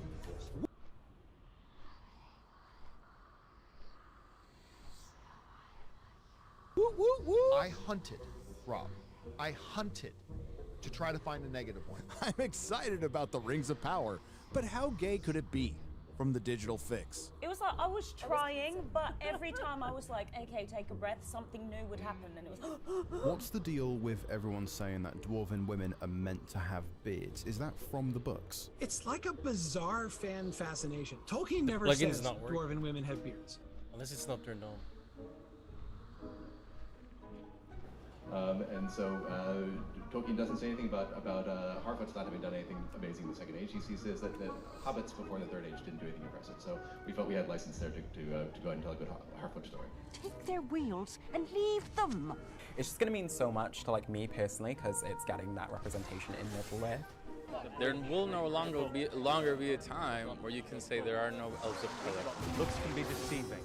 You have not seen what I have seen. I would consider to be my most major concerns are significantly less concerning now, after having spoken with the showrunners. Why do some elves have short hair? Patrick.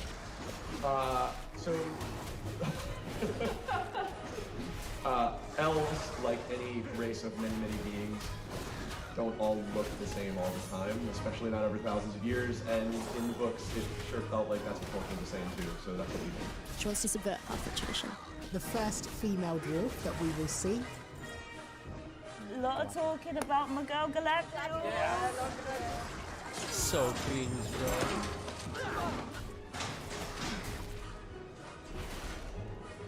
There is a tempest in me. Conflicted. Those people were all somehow popular YouTubers. Like, what the fuck? Who watches those fucking guns, man? Whatever it was you did, be free of it. Like, I can fix him. Go back to the book, go back to the book, go back to the book. Holy shit, could you be more cringe? Jesus. Maybe that's why they're popular. A lot of talking about my girl Galadriel. Yeah, I love Galadriel. Episode starts out with totally not Gandalf or Methdolf getting hoodwinked into thinking his apple was stolen by female Frodo when she actually transforms into Chicka Chicka Slim Lady or Feminem. And the rest of the ladies, showing an awful lot of leg there, bow to what they think is Lord Sauron. And look at how Feminem is bowing. It looks like she's mounting something. Doesn't take very long to get to our very first member berry. We have Galadriel, who has been riding for 6 days to Eregion with a mortally wounded Sauron. Sorry, Halbrand. Well, I'm just going to call him Sauron since we all know at this point. And this scene is supposed to remind us of the Lord of the Rings. Remember when Arwen saved Frodo? And they're not even mining the books for member berries, they're mining the Peter Jackson trilogy, the very same Peter Jackson trilogy that the Access Media is arguing that this show is improving on. Doogie Elrond and Grandma Brimbor are at their wits' end because they're dimwits. High Regional Manager Gilgalad is going to arrive within a day, and Grandma Brimbor, who's supposed to be Celebrimbor, the Master Smith and Lord of Eregion, doesn't know what to do with that small of an amount of mithril. Only there was some way of doing more with less. Something small and round that rhymes with sing or ding? I'll think of it later. We must inform the High King of our failure. That line is applicable to every single person involved in this show, right down to the caterer. Meanwhile, Sauron is getting elvish medicine, even though Dom Lemonless said earlier on in the season that there was no elvish medicine. Maybe they just gave him some Robitussin. Daddy, I got asthma. Robitussin. Then we get more of that Tolkienian dialogue between Doogie Elrond and Galadriel. How is it you are here? How is it you are here? You have seen what I have seen. I did not cross that bitter ocean. Oh, no. Well, actually, you didn't swim across any ocean, Galadriel. You technically randomly came across not one, but two rafts and then a ship. And I think I'm speaking for most of the audience by saying, we wish you would have drowned. The sea is always right. Does that sound a little harsh? Yeah, maybe. Meanwhile, back in Eregion, Sauron confers with Grandma Brimbor, and apparently the Lord and Master Smith doesn't know how to combine oars. And is it just me? Is it not only the dialogue atrocious, but so is the acting in the scene? These gemstones. Oh my god, it didn't go away. I've never seen anything like that. What do you plan to use them for? This is a peculiar ore. What is it? Not enough. Enough for what? Forgive me, but at the risk of sounding a fool, couldn't the right alloy also amplify those qualities? And for the few Tolkien fans out there who are still looking forward to something in this show, maybe seeing the Elven Smiths of Eregion, well, they were just window dressing with no dialogue. We get one scene with Pharazôn, who's supposed to be a big player in the Second Age, and he almost gets close to giving us a hint of what the motivations are of the King's men, who are on the other side of the faithful. Of course, they don't come out and say it because they expect you to wait for 3 years. They want immortality. Then there's a scene that's eerily similar to last week's House of the Dragon, a dying king confusing somebody for his daughter and spilling an uber secret prophecy. Except it worked in House of the Dragon, and in this show, it just makes Girl Isildur the impetus for the faithful leaving Numenor. By the way, it's in this scene a pop-up ad came up while I was watching the show, and I agree with Shad M. Brooks from Shadiversity's theory. This is a way to pad the views. Not Elendil or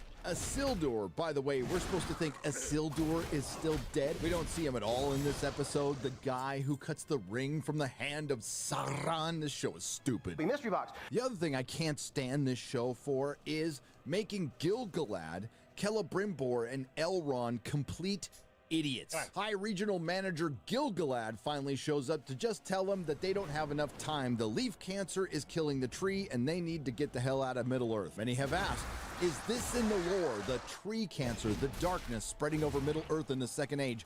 No, and it doesn't make any sense within the context of the lore. They completely made it up like 99% of the show. This is where Grandma Brimbor comes up with the idea of the ring, except it was Sauron's idea. We are on the cusp of crafting a new kind of power. Not of the flesh, but over flesh. This is...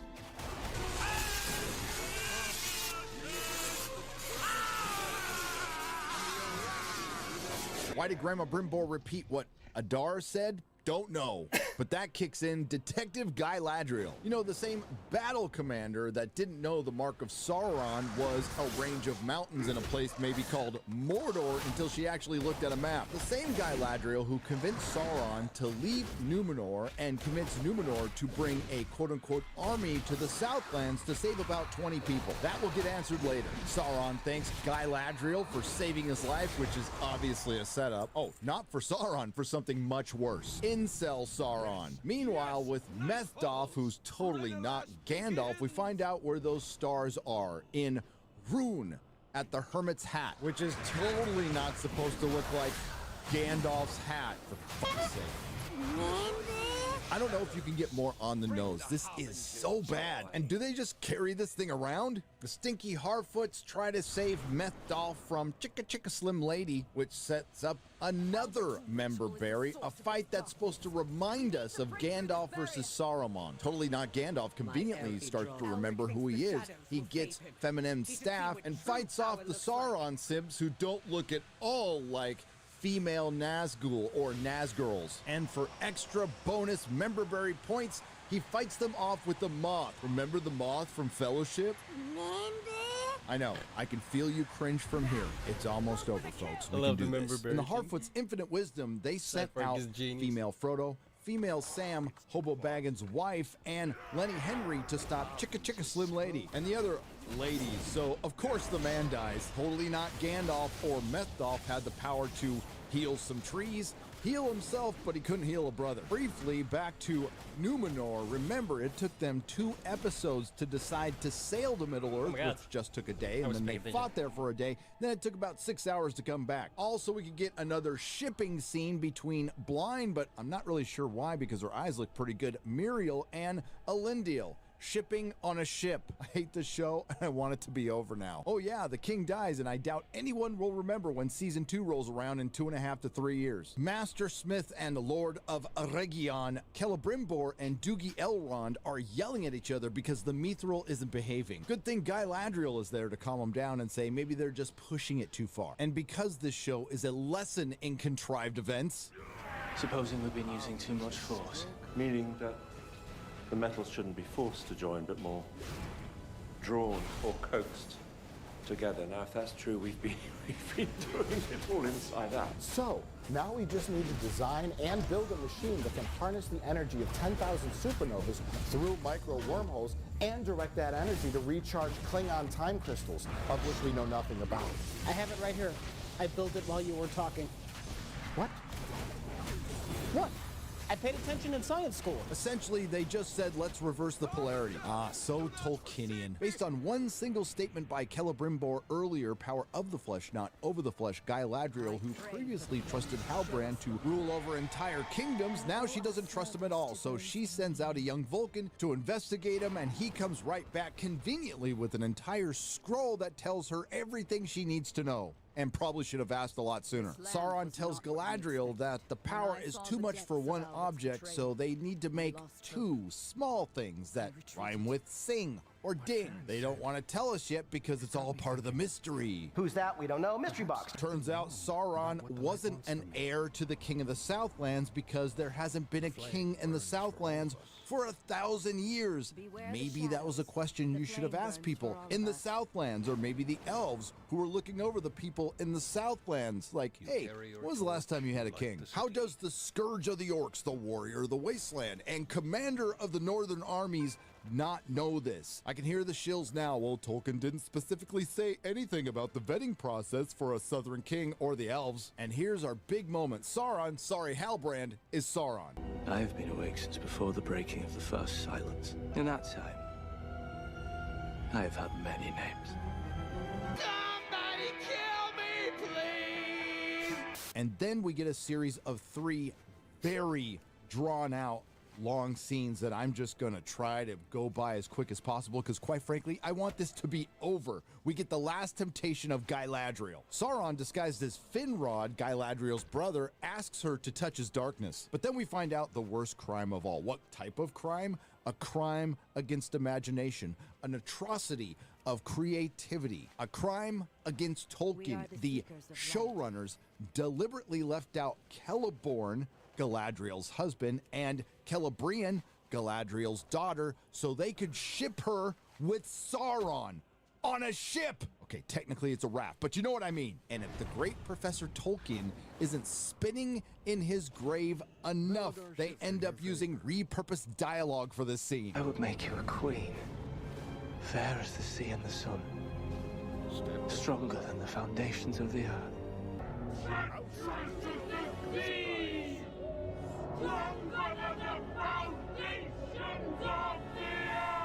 Yes, they saved the worst for last. That's Mystery Box for you, but we're not done yet. Galadriel now knows that Halbrand is Sauron, and she knows that he's trying to make rings to gain power, and she doesn't tell Elrond and Celebrimbor. She almost stabs Doogie Elrond, and look at how tiny she is. She runs back to Celebrimbor with Elrond in tow, and they both ask her where Halbrand is, and she says, "Trust me, bro." Again, she knows the Dark Lord Sauron is back. He wants to make some sort of power to take over Middle-earth, and she's not telling anybody. While Elrond looks slightly concerned, Celebrimbor doesn't look concerned at all. For some reason, Celebrimbor asks Guy Ladriel if they should continue making the rings. She says no, and then tells them to continue, with one exception. So, do we proceed? No. We must make 3. And because they want to turn Tolkien's grave into a tornado, it is Guy Ladriel who recommends the 3 elven rings. 1 will always corrupt. 2 will divide.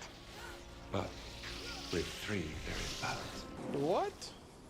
There's this long drawn-out goodbye scene with the Harfoots as female Frodo takes off with Methdolf, or totally not Gandalf. Except he's Gandalf. More repurposed dialogue, please. When in doubt, always follow your nose. If you always follow your nose. Oh my God, thank God that is over, and I don't have to look at Harfoots for at least 2.5 years. Maybe somebody will come to their senses at Amazon and cancel this shit. And there's another long drawn-out scene with the construction of the rings, and I'm sure they did this practical, and it still looks like costume jewelry, far inferior to Peter Jackson's version. You know, the same guy Amazon ghosted. Again, thank God for small favors, am I right, Peter? Oh yeah, Elrond finds the scroll in the creek, and he figures out that Halbrand isn't king. Not sure if he finds out if he's Sauron. And then we get another scene that's essentially repurposed from the end of Fellowship to be the big Sauron reveal. And I'm not sure which green screen looks worse. The one in the beginning of the episode with Guy Ladriel riding on a horse, or this one. Either way, you have to understand, Amazon only had $60 million an episode. That Go back to budget the is book, go back nuts, to the bro, book, go back for to the something book. so terrible. Prior to season 1 premiering, Jeff Bezos' own son told him not to fuck it up. But he did in every possible way, because this happens every single time you prioritize the message over storytelling. Because the people involved in this show are not creatives or creators, they're not writers, they're repurposers. And The Rings of Power Season 1 is still everything wrong with modern Hollywood. And it's absolutely no surprise that this show lost 63%, that's 2/3 of its audience here in the United States. So as we hurl towards Season 2, I'm sure 5s and 10s of you are chomping at the bit to find out what happened to female Sam and female Frodo. What happened to Totally Not Gandalf? What's the fate of Don Lemonless? And will he ever get his Guess Who's Coming to Second Breakfast? Oh, I guess not. What's going to happen with Slim Lady and the Nas Girls? Will Celebrimbor, the Master Smith who just found out about Alloy, figure out that this is just Halbrand in a wig who's the master of disguise, Sauron? Will warrior Guy Ladriel, the slayer of orcs, who searched for Sauron for 1,000 years without a map and then ran into him in the middle of the ocean and almost screwed him, and then let him go when she found out who he was, finally realized she's retarded? And where in the hell is Celeborn? And after introducing the first elf of color who wasn't the first elf of color, and the first dwarf of color who wasn't the first dwarf of color, will we get more firsts, like the first Asian elf of color, or the first black female stewer of color? Maybe we'll get the first non-binary character of color who designed and built the town of Bree by themselves, or the first lesbian elf of color to bake a loaf of lambus bread and then later create the Middle-earth equivalent to you all. One small bite is enough to fill the stomach of a grown... They, them. I jest, but... So many of us in the LGBT community see ourselves in Tolkien's writings. Any chance we'll see ourselves on the show? Maybe you have already. Shucks. Gee, I wonder who mentioned that was going to happen. Will Amazon dial back the cringe PR?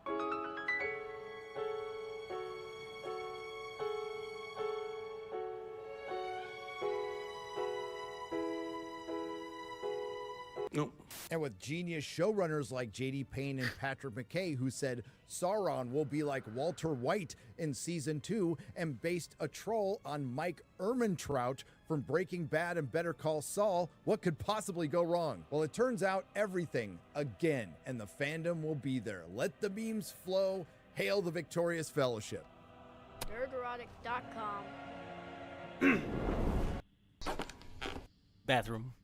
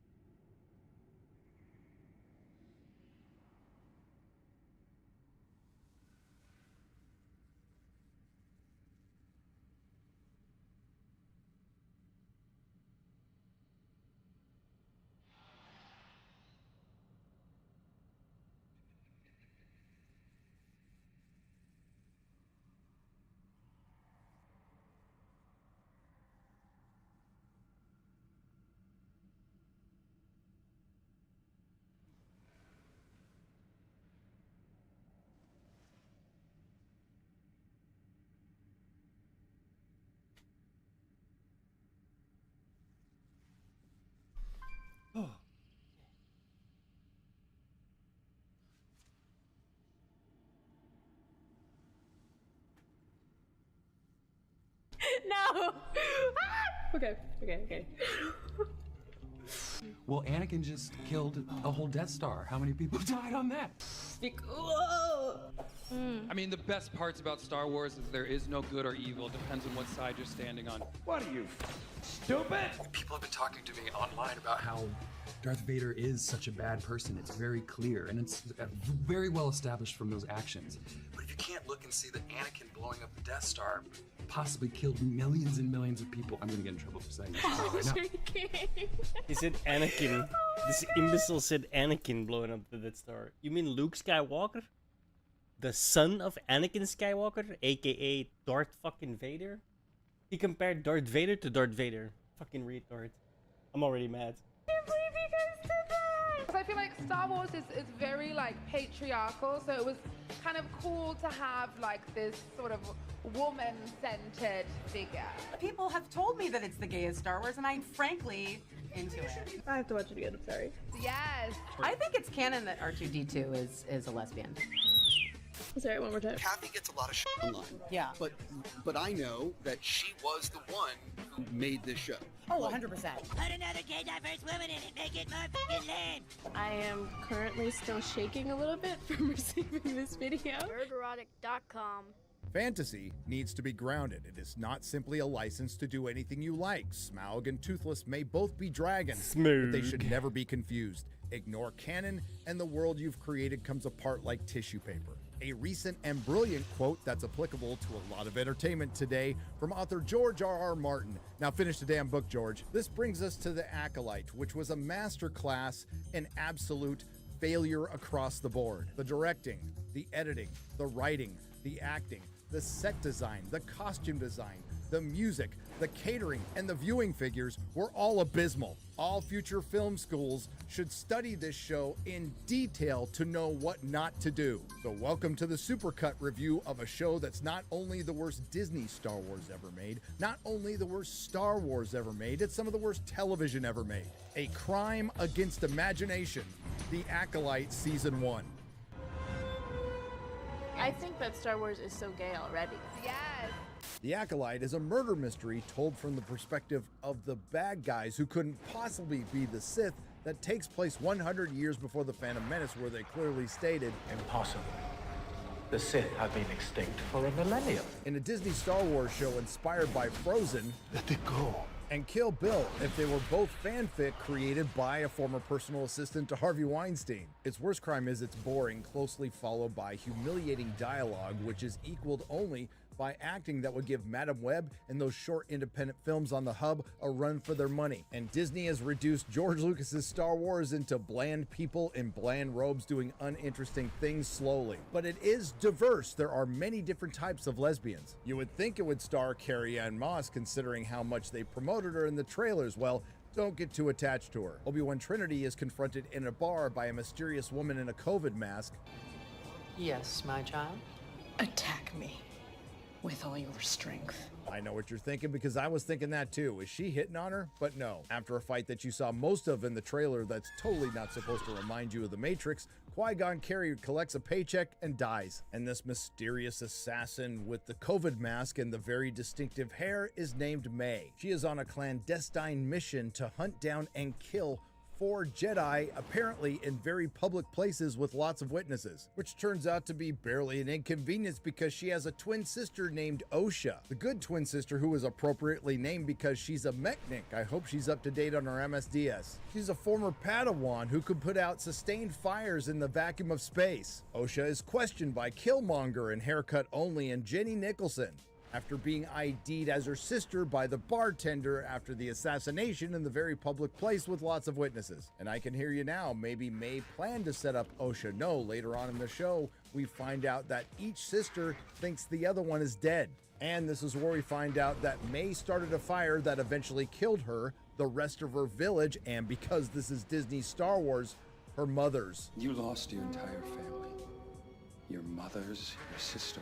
You know, this reminds me of something. Home. My mom's.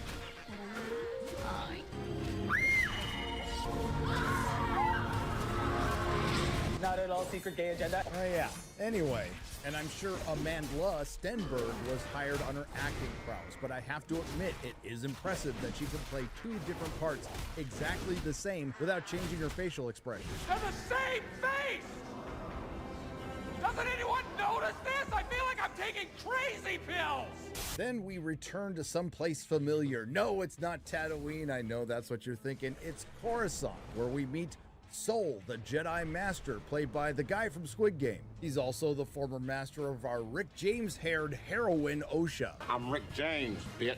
Despite recently learning English for this role, and yes, sometimes it's hard to understand him, he's easily the best thing in the Acolyte. The bad news, he's in the Acolyte. The rest of the Jedi Council cast is rounded out by the insubordinate and annoying Padawan X-23 and the wife to former personal assistant to Harvey Weinstein, Leslie Headland. Jedi Master Nepo, whose acting skills would fit perfectly in a Neil Breen film. May the Force be with you. The first two half-an-hour each episodes of the... I just want to point out, if you have no idea who Neil Breen is, he makes some of the literal worst movies on the planet. Acolyte. They're, in one sense, amazing. Are absolutely filled with what we expect.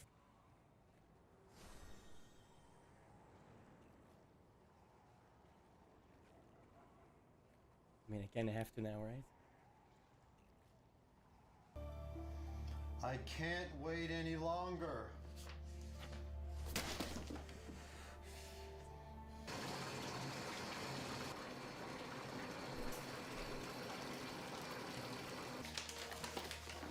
I'm not ready for this.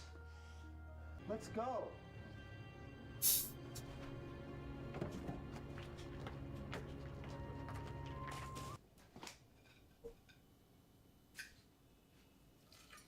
Neil Breen.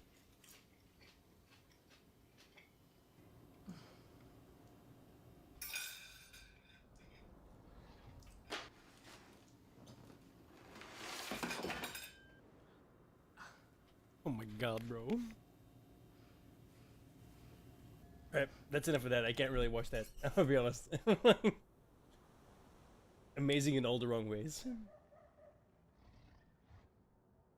From D+, inane and or unnecessary trips to pad time, including our Jedi gang spending the last third of the first episode going back and retrieving their Jedi murder suspect that Shillmonger and Jenny Nicholson thought it was a good idea to leave unsupervised on a prisoner transport, which they managed to do pretty easily.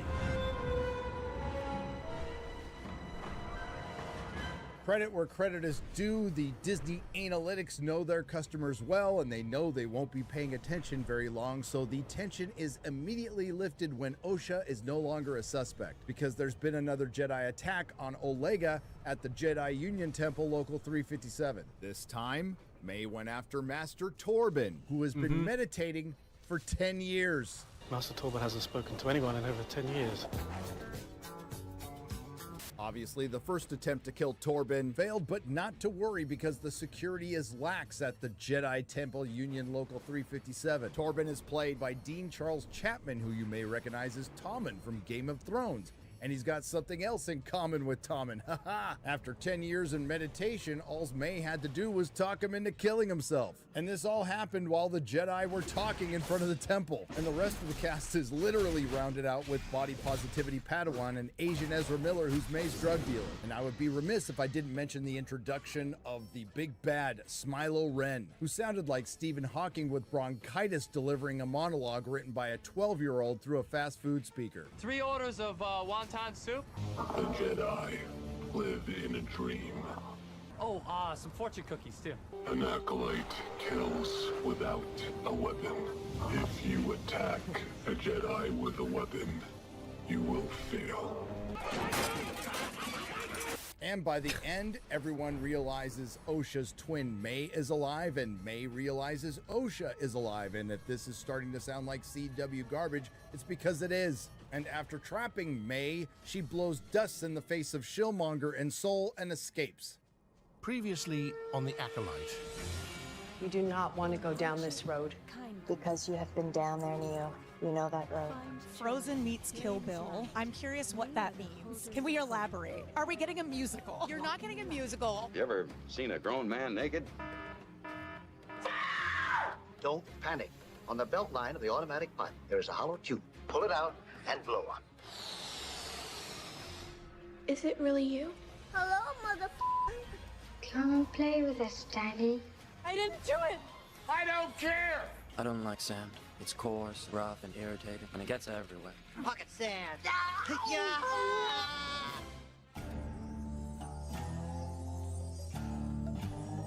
Bro, where are all the blacksmith at, man? Fuck this shit.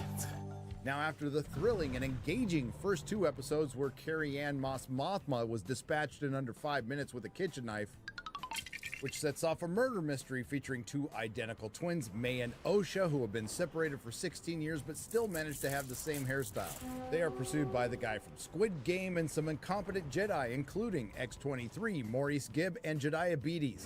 Anger is not the way of the Jedi.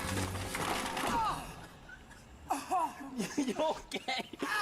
So, after getting to know Osha and May, identical twins played by Amandla Stenberg the exact same way without changing her facial expression, it's time to spend the entire episode 3 of an 8, roughly half-hour each episode series with a flashback that she's not even in. We start out 16 years earlier on the planet Brendok with young May and Osha, who are played by sisters who will eventually grow up to be identical.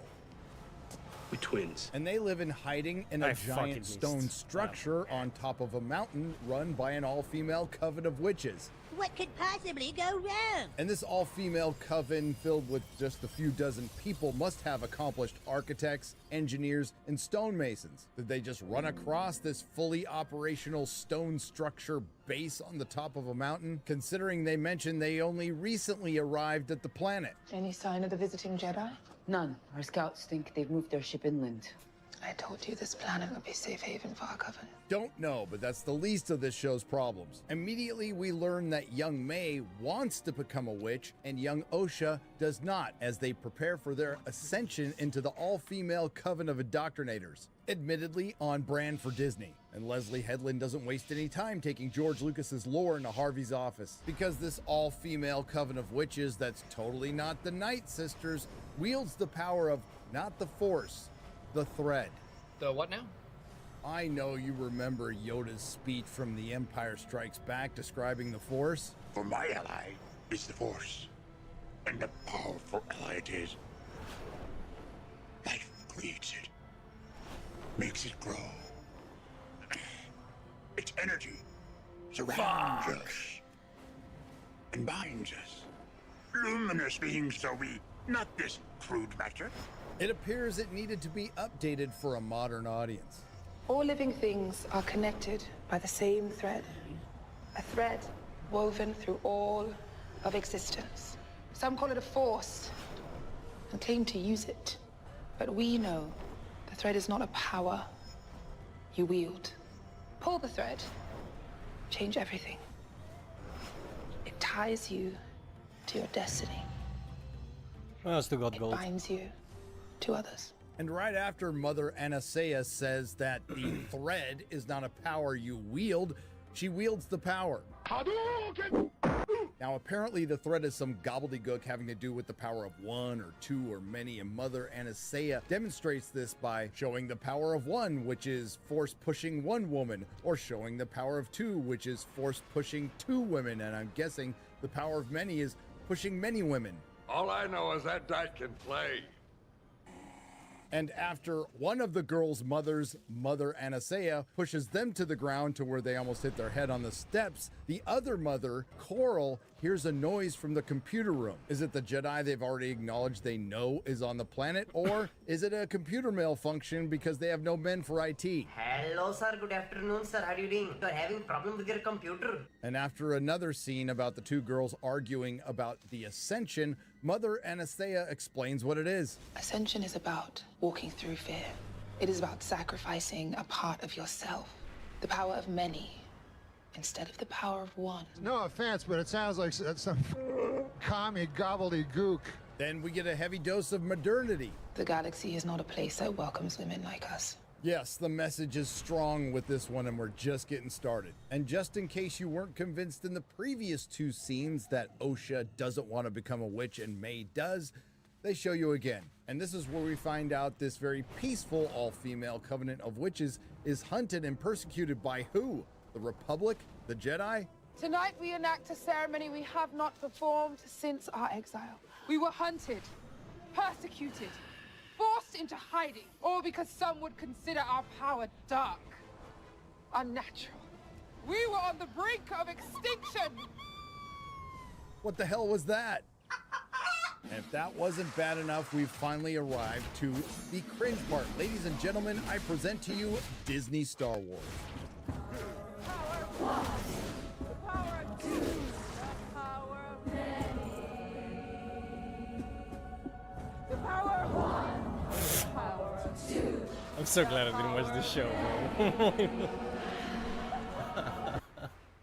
You know, I've seen something like this before.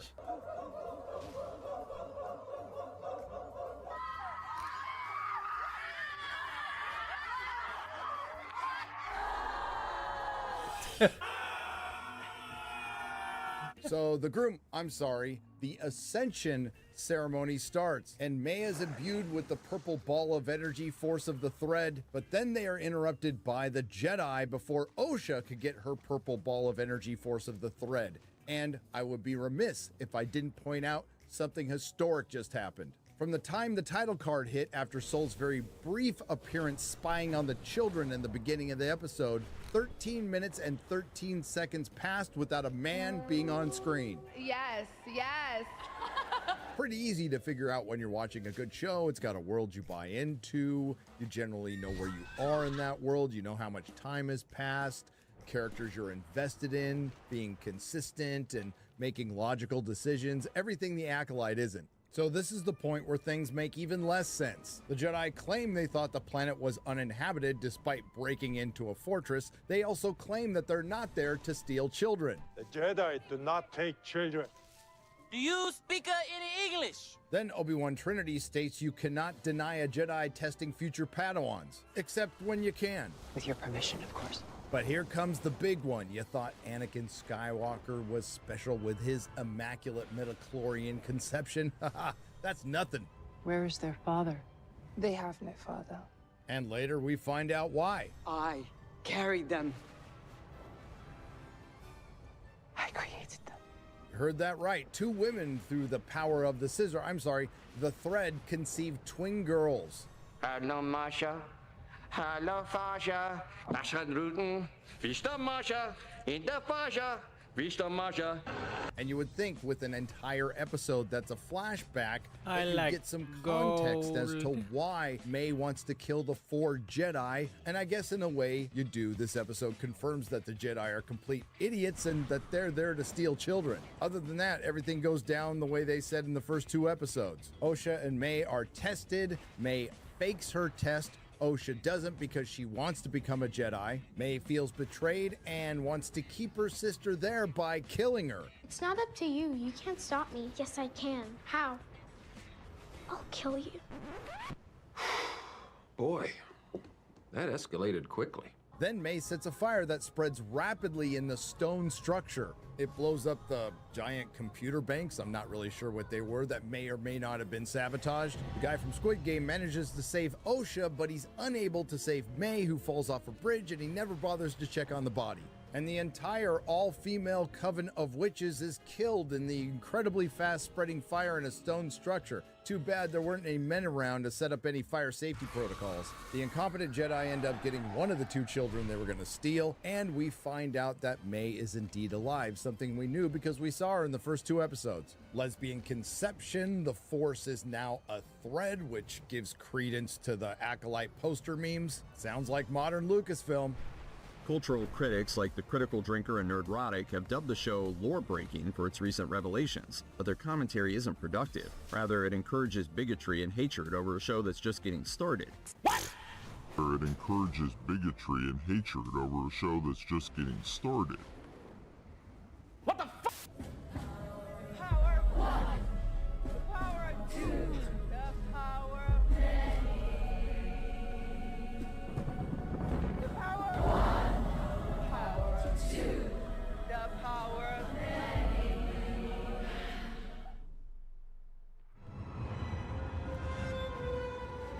Previously on The Acolyte. Imagine like actually You writing lost that. your entire family. Your mothers, your sister. I carried them. Said I created them. Drive them from our shore.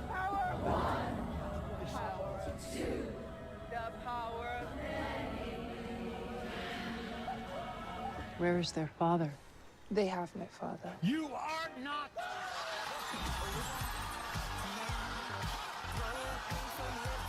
Ascension is about walking through fear. It is about sacrificing a part of yourself, the power of many, instead of the power of one. Time to die. The Acolyte Episode 4 is thankfully a very short 27 minutes and 11 seconds, not counting the previously on in credits, which quite frankly isn't enough to review, but thanks to the Acolyte's lead actress Amandla Stenberg providing us with some bonus content, now there is. The Acolyte Episode 4 Day is filled with slow-moving establishing shots, multiple exposition scenes, characters slowly walking down hallways or slowly walking up to doors, characters talking to each other and not making much sense, and we're gonna skip all that. It opens up with an establishing shot of planet Gobbledygook, where we find the Wookiee cooking and possibly investigating the lesbian space witches. Man, at least we get to see a Jedi Wookiee fight, right? Can't wait for that. This is followed by a scene with Osha, who was coincidentally Osha trained to put out fires in space, crushing on X-23. And who couldn't see this coming with a Disney Star Wars product? Two young girls crushing on each other after roughly 4 minutes of screen time together. Now, to be fair to the House of Mouse, if they break up next episode, it checks out. Jedi Master Nepo does some girl bossing and quickly assesses that May was trained by a Jedi. How? From this hologram. The nepotism is strong with this one, but I'm not really sure how she figured it out. Maybe it was these awesome Jedi moves.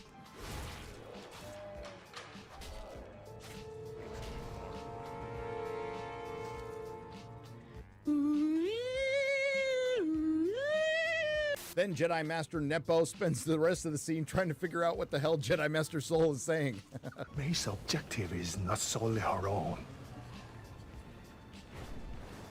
And despite absolutely nothing happening in this episode, Leslie Headland wouldn't want to miss an opportunity to once again take George Lucas's lore to Harvey's couch. Hey, remember the guy who said this in The Phantom Menace? Impossible. The Sith have been extinct for a millennium. This is Jedi Master Conehead, or Ki-Adi-Mundi, who wasn't supposed to be born at this time until, of course, Disney Star Wars decided to retroactively destroy more lore. And honestly, that's the least of this scene's problems, because apparently there's a deleted scene out there where, after saying that the Sith have been extinct for a millennium, he follows that up with, except for that time we ran across a coven of lesbian space witches where two of them managed to conceive twin daughters without a father, who incidentally didn't look anything like their mother. I mean, where are the horns? But they were created by this thing called the Thread. So that really dark lord-looking dude carrying around a red lightsaber who trained May couldn't possibly be a Sith. It's not important. Please keep in mind this is the same Disney Star Wars that's been destroying George Lucas's lore for years and doing things like having Han Solo walk into a lightsaber, Luke Skywalker overdosing on the Force, Princess Leia died, not really sure how. Somehow Emperor Palpatine returned, and their one-hit series is a repurposed Boba Fett and a repurposed Yoda. And when they got around to doing a Boba Fett series, they made him Boba Fett. And I tried to cut back on the beers so the stomach wouldn't be out too far. And then there's Obi-Wan Kenobi, whose sole purpose was to watch Luke Skywalker until Disney Star Wars got a hold of him, and he decides to fuck off twice to fight Darth Vader twice and not mention it later, meet a toddler Princess Leia that Princess Leia fails to mention later, and the Jedi Master Obi-Wan Kenobi had a real hard time getting through a gate he could clearly walk around, and Ahsoka being alive to usurp Luke Skywalker's story. In other words, it's on brand for modern Disney Lucasfilm. Anyway, Sol and Jedi Master Nepo devise a plan to once again use Osha as bait to draw out May. And this brings us to the most poignant scene in all of The Acolyte, the use of pronouns in live-action Disney Star Wars. Is he or they with us?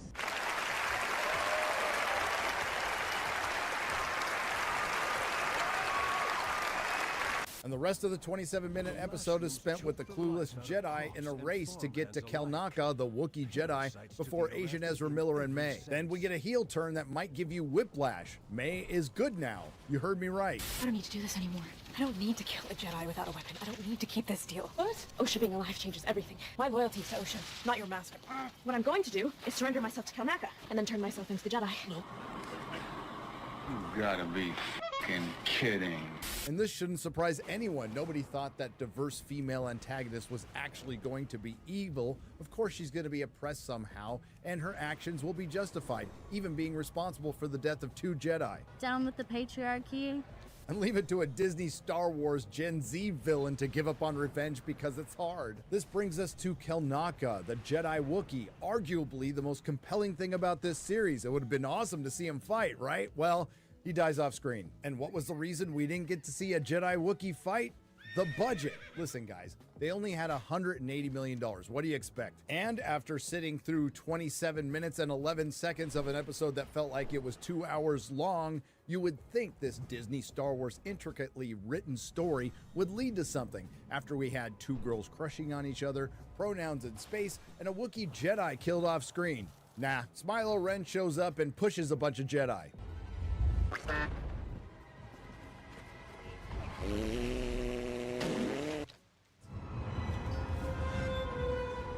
Previously on The Acolyte. An acolyte kills without a weapon. This is awful in every way. Forgive me. Where is their father? They have no father. That's impossible. Is he or they with us? May's objective is not solely her own. What the actual fuck did you just say to me right now? Man, I'm dead. Osha being alive changes everything. I'll turn myself over to the Jedi. He'll kill you. After some much-needed pronouns in space, our room temperature IQ Jedi are meandering around planet Gobbledygook in a race against diverse non-binary antagonists and Asian Ezra Miller to pad time in a filler episode and to find the Jedi Wookiee Kelnaka. Diverse non-binary antagonist decides she's not an antagonist anymore. Kelnaka, the Jedi Wookiee, gets killed off screen, and it all culminates in a forced push. This brings us to the second half of what was obviously one episode cut in half within a series with enough story to fill maybe an after-school special. After being forced pushed by Smilo Ren, diverse non-binary protagonist wakes up halfway through what we are told is the best lightsaber duel since the Phantom Menace. Well, I can't honestly say yes or no because most of that must have happened behind the trees on the repurposed set from the Jungle Cruise. May and the audience are able to peer through a couple of trees and witness Smilo Ren dispatch 3 Jedi with ease.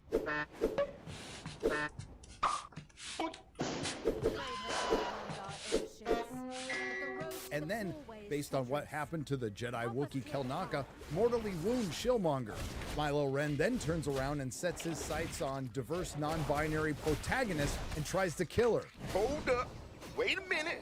Something ain't right. Why does Smilo Ren want to kill her now when he had a great opportunity to do it 5 minutes ago in this scene? But not to worry after Smilo Ren throws his lightsaber that cuts some trees that had the good sense to wait to fall dramatically. Diverse non-binary protagonist is saved by Deus Ex Manchurian. Well, isn't that convenient for you?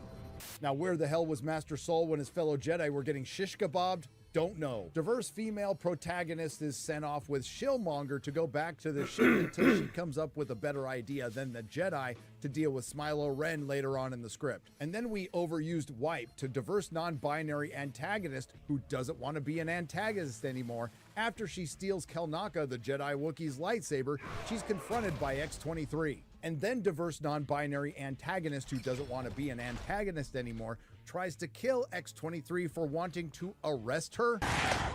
You're under arrest for the murder of Master Indara, the murder of... Hold up. Wait a minute. Something ain't right. Wasn't it in just the last episode that diverse non-binary antagonist, right when she decided she didn't want to be an antagonist, says she wants to turn herself in? Osha being alive changes everything. I'll turn myself over to the Jedi. Make up your mind. And there's a lot of fighting in this episode. Master Soul and Smilo Ren take a couple of hacks, speak a couple of lines. What master hides his face from his pupil? What?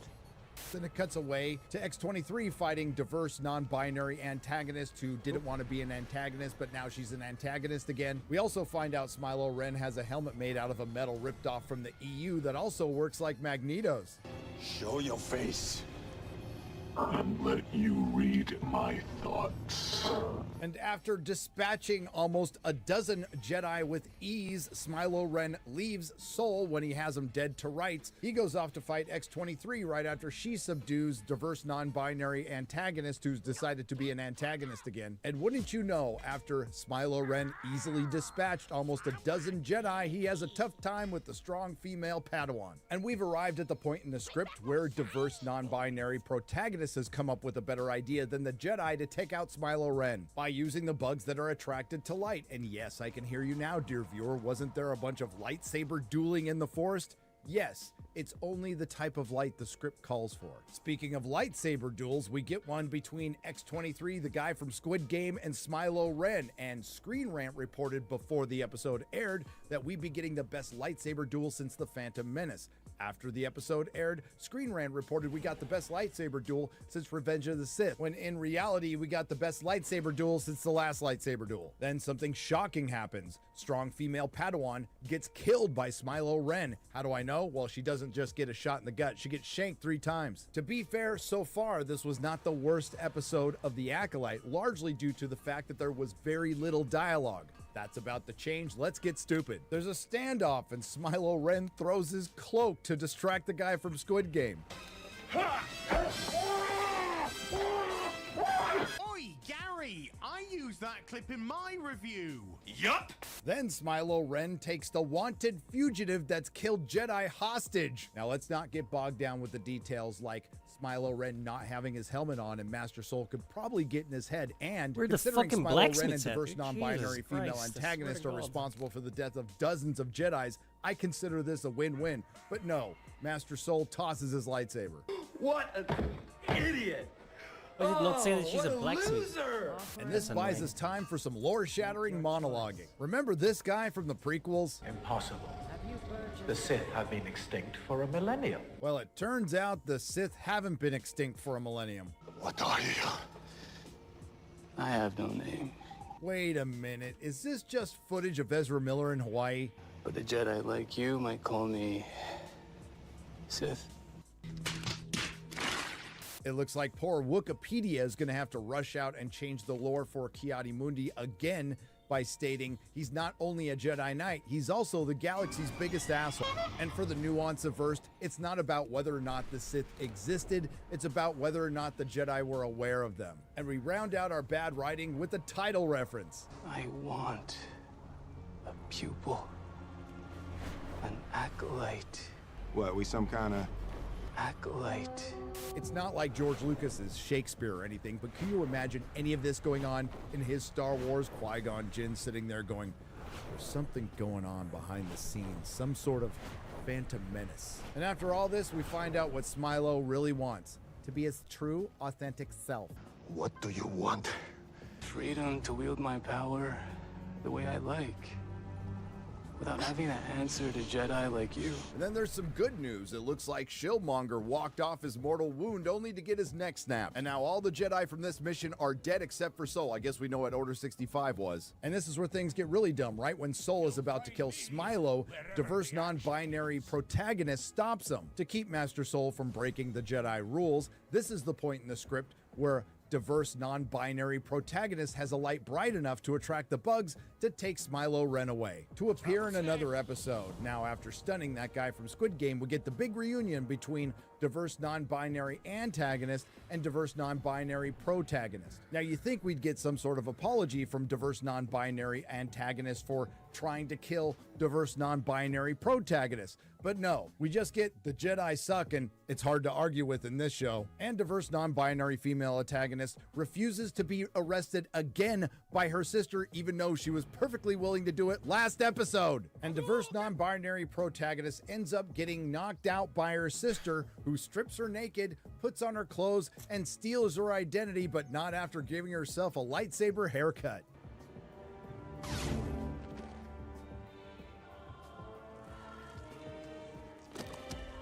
And now we know what the Acolyte is. No, it's not Frozen meets Kill Bill. It's the Parent Trap, or the Jedi Trap. Diverse non-binary antagonist posing as diverse non-binary protagonist then meets up with Jedi Master Soul, whose ability to look into someone's mind must not be working that day, along with not being able to smell burning hair or spot the spiral on May's forehead that OSHA doesn't have. And I have to agree with my favorite editor, Perry Chan, when he said, best episode so far, 1 out of 10.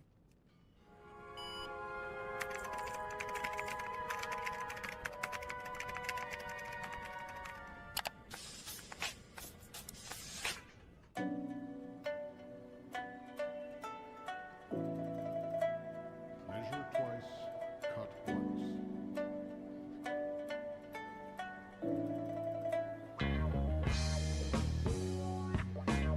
How does it feel? Feels good, doesn't it? To hold one in your hand again. Stay where you are.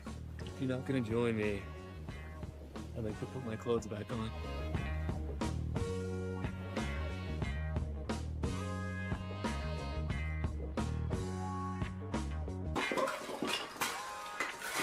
Two hours later. Previously on the Acolyte. The Jedi justify their galactic dominance in the name of peace. In the name of the Republic and the Jedi Order! You are under arrest. Get out on the ground! Get on the ground! Get on the car. Stop resisting. Take him down. After the Acolyte episode 5, 5s and 10s of the fans were rejoicing because something actually happened. Characters we knew little about and cared less about died amidst a lightsaber battle that had the same entertainment value and consequence as those videos of cats chasing laser pointers. And in one of the most obvious reveals in herstory, Smilo Ren is Asian Ezra Miller, who also happens to be a Sith. Diverse non-binary antagonist trades places with her sister, diverse non-binary protagonist, and it all culminates in the Jedi Trap. In episode 6, titled Teach and Corrupt, a bit on the nose for Disney Star Wars, diverse non-binary protagonist wakes up after being knocked out by a force push for the second episode in a row. But this time it had to be more than that. It couldn't just be a force push, it had to be a force roofied. Not only did her sister, diverse non-binary antagonist, knock her out and then strip her naked and then put other clothes back on her, then she was found by Smilo Ren, a blanket was put over her, then he put her on a spaceship which took her to unknown planet on an island where she woke up. And yes, that island on unknown planet does look like it's on Octu, and Perry, don't you dare use that meme. And with Disney Star Wars, I wouldn't put it out of the realm of possibility. Then I remembered, I don't care. that guy from Squid Game finally does what someone should have done last episode. He tries to contact the Jedi Council. Unfortunately, the connection isn't good, but to be fair to the Jedi Council, even if it was, I doubt they'd understand him. Please keep in mind the guy from Squid Game is now with diverse non-binary antagonist who's posing as diverse non-binary protagonist. Now, it's still in question whether or not Master Soul knows that diverse non-binary antagonist is posing as diverse non-binary protagonist, but considering that he's turned his back on his enemy twice, he doesn't sense the fact that she almost tries to kill him, and the only reason she doesn't is because he asked her to take the wheel. Stop it! Then the guy from Squid Game goes down in the ship to reset the communicator and does something no one's been able to do this entire series. Emote. Emotional damage. And because Disney Analytics dictates that you can't have any complex emotions in Disney Star Wars for longer than 2 seconds, we cut away to Space Beaver fixing diverse non-binary protagonist speak and spell. This brings us to a first we never thought we needed. If you thought lesbian space witch interpretive dance was bad, Star Wars' very first and hopefully last Me Too as Reylo fanfic scene. The Sith reaches the edge of the placid pool. He unslings his bag from his shoulder and unpacks it, while Osha observes from a hiding spot in the rocks. As he begins to untie a belted knot from around his waist, she straightens up for a better look. He begins to undress, revealing a prominent scar on his well-toned back. Dropping his billowy-legged hakama pants, he steps forward with the sunlight accentuating his taut muscles. He wades barefoot into the pool. Bro, that's the, there's no way that's the actual audio. She lies in wait behind some rocks closer to the water's edge. Bullshit. You know, I can hear personal assistant to Harvey Weinstein, Leslie Headland now. Write what you know. Now that diverse non-binary antagonist posing as diverse non-binary protagonist and diverse non-binary protagonist have switched places, now this is just speculation, but both had an opportunity to kill the men they were looking for and didn't, allowing themselves to be coerced or seduced by a corrupt, unjust, oppressive system that will eventually unite them in victimhood. Now, for the sake of our time and our sanity, let's get this over with, because Teach/Corrupt is essentially filler in an 8-episode series that averages out to $22 million per episode. It looks like the Jedi Council finally got that message. Jedi Master Non-Threatening Effeminate Male informs Jedi Master Nepo that he thinks Sol's entire team has been killed. There were casualties. Who? It sounded like the entire team.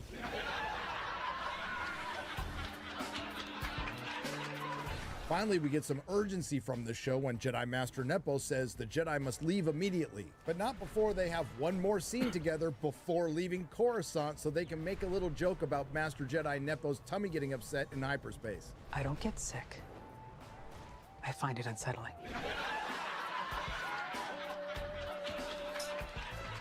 The same could be said about this show. They arrive at planet Gobbledygook quickly, just missing that guy from Squid Game. More on that later. And the Wookiee Jedi Master Kelnaka's location that required days to find with a tracker was found pretty easily by Jedi Master Nepo and Jedi Master Non-Threatening Effeminate Male. Barely an inconvenience. And wow, they did get there fast. None of the bodies decomposed. They quickly assessed they were all murdered by somebody with a lightsaber. What gave it away? The lightsaber wounds? And this brings us to a pivotal scene. Remember in the trailer when you saw the lightsaber whip?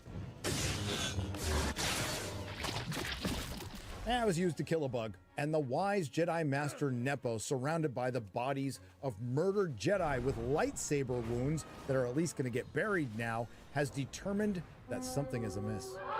Meanwhile, with diverse non-binary antagonist posing as diverse non-binary protagonist, she's spending her time with the sad soul after dealing with the communications breaking down that they fixed by resetting it and the ship breaking down that they fixed by resetting it. Now, the question is, was this sabotage? No, the ship just broke. This is followed by another cutesy, silly Billy scene when Space Beaver attacks the woman who is directly responsible for the death of 2 Jedi and an accessory for the death of dozens.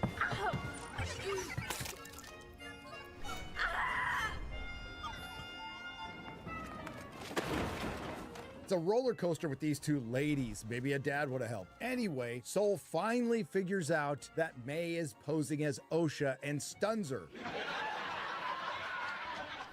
And leaves planet Gobbledygook right when the Jedi arrived that he called. Also, he could put May in restraints to talk. And now, finally, we're gonna get the big reveal that they've been teasing all season. I'll explain everything. What did you do? Please, Osha, I'll explain. It's time to make things right. It's time for me to face the High Council. To tell them everything. Everything?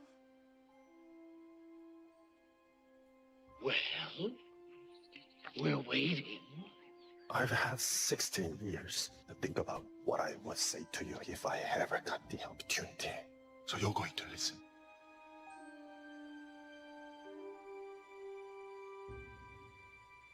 Next episode. Oh, and the whole Osha and Smilo Ren talking in a cave is filled with vague notions of the Sith, how it's about feelings. They talk about his helmet. No, not that helmet. Kurtosis, handy against lightsabers, but also a sensory deprivation headpiece. It blocks out all your senses? I guess aside from seeing and hearing, but that's not important right now. They talk about a scar again, which looks like it came from a lightsaber whip. Does that mean that the master that rejected him was Jedi Master Nepo, or was it some other Sith Lord, or was it one of the lesbian space witches? And then I remembered... I don't care. The Sith Lord Asian Ezra Miller also mentions the power of 2, and I may be going out on a limb here, but whoever the real bad guy is, I'm guessing they're going to be defeated by... The power of many. And in the dramatic final scene, diverse non-binary female protagonist puts on Smilo's helmet.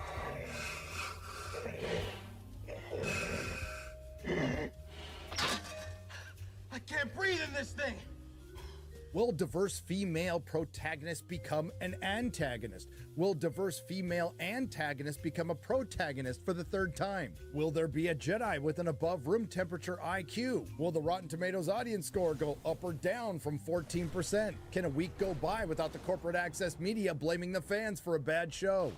So I don't know what went on with Chiarimundi. I heard there was some drama. It's the dumbest thing ever. It's about a birthday. Oh, shit. Here we go again. Okay, sorry guys. Yes, yes. Like, how did Jason Mendoza go from like Jason Mendoza to the hot Star Wars baddie? I can fix him. I felt like Amandla when she understood the breadth of what she would be doing, dug so deep into both of the girls.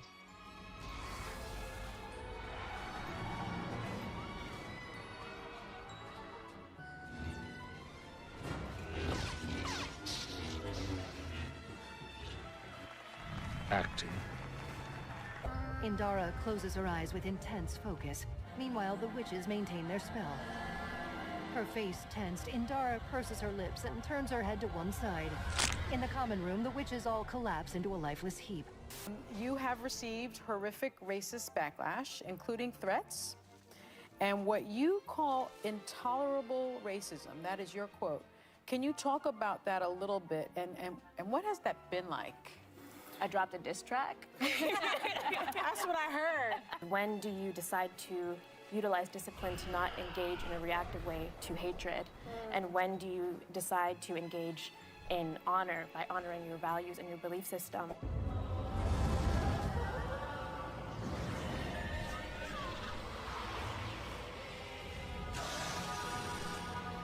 I was going to let Osha go.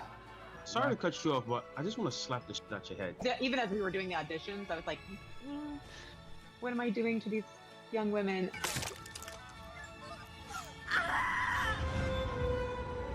Previously on The Acolyte. What are you doing here? I'm here to kill you. Forgive me. Ascension is about walking through fear. It is about sacrificing a part of yourself. Where is their father? They have no father. Down with the patriarchy. What happens if the Jedi discover how you created them? The power of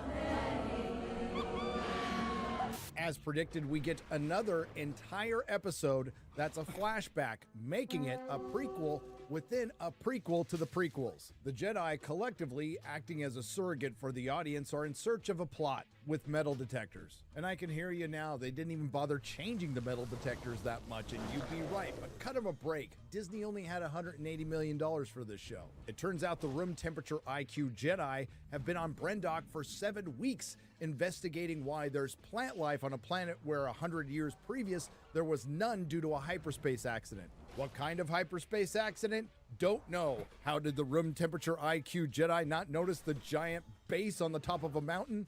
Don't know. If only they had some form of scanner that can pick up life forms, cities, or technology. No, I'm not going to change my mind about this. I'm not picking up any cities or technology. Massive life form readings, though. There's something alive down there. But according to that guy from Squid Game, the real reason the room temperature IQ Jedi are there is virgins? We are looking for a virgins. You know I don't speak Spanish. In English, please. Oh, a virgins. Like in the Force. You remember that really unique story about Anakin Skywalker? Not so much anymore. I hate them. We learned this because the room temperature IQ Jedi are just trying to console a Padawan who wants to go home. And I want to go home to Coruscant. I know. We also learned that guy from Squid Game doesn't have a Padawan at this point. That's why I have a Padawan and you do not. The previous 2 clips will be important for later. The next couple of minutes are spent with that guy from Squid Game going back and watching episode 3. At this point, I'll tell you, within this 30-minute episode that costs an average of $22.5 million, is filled with repurposed and reused footage just from a different angle that adds no new information, including when the lesbian space witches initially meet the room temperature IQ Jedi, they thought they broke in, and it turns out they broke in. In episode 3, we were led to believe that the room temperature IQ Jedi, acting as the High Republic Youngling Protective Services, were concerned for the safety of Osha and May, and it turns out that the Jedi were concerned for the children's safety. But then the Disney Star Wars storytellers decide to drop this bomb on us when the malevolent leader of the communist lesbian space witches invades the mind of little Torben. Against his will, she attempts to seduce him to the dark side of the thread and ask him his deepest desires, which are he wants to go home. That's it. Something we already knew from earlier in the episode, and that scene was bookended by a repurposed scene from episode 3. Within a series, and forgive me if I haven't mentioned this before, that cost $180 million. Then things get really creepy when Soul mentions he has some sort of connection with Osha. Dara, I feel a connection to Osha. So, testing the twins is not something we can take seriously. Osha's too old to join the order. I feel she's meant to be my Padawan. Which gives me the same vibe as this from Obi-Wan Kenobi. You're 10 years old. But you won't always be. You are a fast mover. Please have a seat right there. Ugh. Well, anyway, since most of this is a rerun of episode 3, let's get to the new information, which isn't much. The room temperature IQ Jedi decided to test the young diverse female antagonist and the young diverse female protagonist just to buy themselves time to contact the Jedi Council. At least you could obtain those very important blood samples, which will come up in just a second. The Jedi Council responds by saying they are not allowed to take the girls, which really upsets that guy from Squid Game. But Osha paused. After you coached her, you have formed an emotional attachment to her. That is not what's happening here. Then the blood tests of the young diverse female antagonist and the young diverse female protagonist come back from the Jedi Council, telling the Jedi what the audience already knows, that the twins were conceived by a coven of communist lesbian space witches without a father. What we didn't know is it's one consciousness split into two people, which makes sense because star Amandla Stenberg, who doesn't appear in this episode, is playing two characters exactly the same way. Their symbionts are the same. Even identical twins would have different symbionts. The twins were artificially created? Maybe by tapping into a power dense enough to split one consciousness into two bodies? This is it. Young Torben has it right. This is it. Just attach the file and hit send, and you have your proof. Call in the reinforcements. But no, in the grand tradition of the Force's female Disney Star Wars, two characters do something inexplicably stupid, and in this case, big surprise, it's the men. Jedi Master weak and competent male is so desperate to go home that he's willing to kidnap two girls to get proof of something they already have. At this point, horny lesbian space witch of the Coven of Communist Witches instructs young diverse female antagonist to stop young diverse female protagonist and lock everyone in the castle made of flammable stone, setting off a series of events that turns this into the Waco of Disney Star Wars. And for those of you who thought there was a lot more to May setting fire to a stone structure, we learned that May accidentally sets fire to a stone structure. Brought to you by the people who gave you Fire in Space. Now the show is trying to present the Jedi as the bad guys, but to be fair to the Youngling Protective Services, this is clearly a coven of evil all-female lesbian space witches. Well, how about that? So the JATF tries to de-escalate the branch to lesbians and everything goes sideways. Horny lesbian space witch attacks Elliot Page. Young diverse female antagonist, who that guy from Squid Game thinks is young diverse female protagonist, screams. This is followed by diverse girl boss of the Coven of Communist Lesbian Space Witches turning into a smoke monster. Black girl magic! Who gets killed by that guy from Squid Game when she decides to rematerialize around a lightsaber. Dumb bitch. I was going to let Osha go. Dumb bitch. I was going to let Osha go. I don't know, maybe lead with that before you turn into a giant smoke demon and maybe reappear 2 or 3 feet to the left or right. Horny lesbian space witch is angered that that guy from Squid Game killed the woman she was eventually going to break up with. Then the horny lesbian space witch turns into a smoke monster that can obviously move to another place and possesses Kelnaka, and we finally get some Jedi Wookiee action, with the added bonus of being possessed by a gaggle of lesbian space witches. Kelnaka, the possessed Wookiee, makes easy work of that guy from Squid Game and Miley Cyrus in her non-binary getting back at her dad form. But not to worry, girl boss Carrie-Ann Moss Windu is there to save the day. Indara leaps in, takes the Wookiee down, and hovers her open hand over his temple. And as far as I'm concerned, this is the best part of the episode. Indara closes her eyes with intense focus. Meanwhile, the witches maintain their spell. Her face tensed, Indara purses her lips and turns her head to one side. In the common room, the witches all collapse into a lifeless heap. Our hero. I'm guessing the remaining women in the coven of communist space witches died in the fire that rapidly spread through the highly flammable stone structure that blew up the generator. That guy from Squid Game does give a half-hearted effort to save both the young diverse female antagonist and the young diverse female protagonist, but ultimately ends up with his prize Osha. Qui-Gon Bint then reprimands the male Jedi and then decides to cover the whole thing up. In The Acolyte, the Jedi are bad, but in truth, they're mostly functionally retarded. The lesbian space witches, which are presented as malevolent, which they aren't, are evil morons. But this shouldn't surprise anybody when it's all in a show written by creatively bankrupt hacks, whose only accomplishment is shrinking an already dwindling fan base.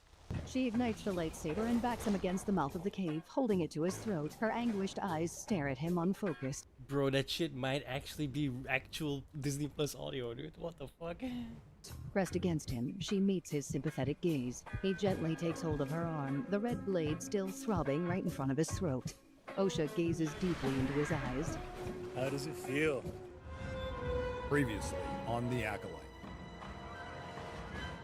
In the best parts about Star Wars is there is no good or evil. It depends on what side you're standing on. I feel like Star Wars is very like patriarchal, so it was kind of cool to have like this sort of woman-centered figure. People have told me that it's the gayest Star Wars, and I'm frankly into it. Disney Star Wars does. I created them. It's pretty gay, let's be honest. But if you can't look and see that Anakin blowing up the Death Star possibly killed millions and millions of people, I'm gonna get in trouble for saying You should just shut up. It's You just should like, shut up. I love you. You should but shut that is up. the beauty of this story. Are you people f***ing retarded? But the Jedi like you might call me Sith. I can't help but feel partially responsible. I think it's canon that R2-D2 is a lesbian. The power of one. The power of two. The power of many.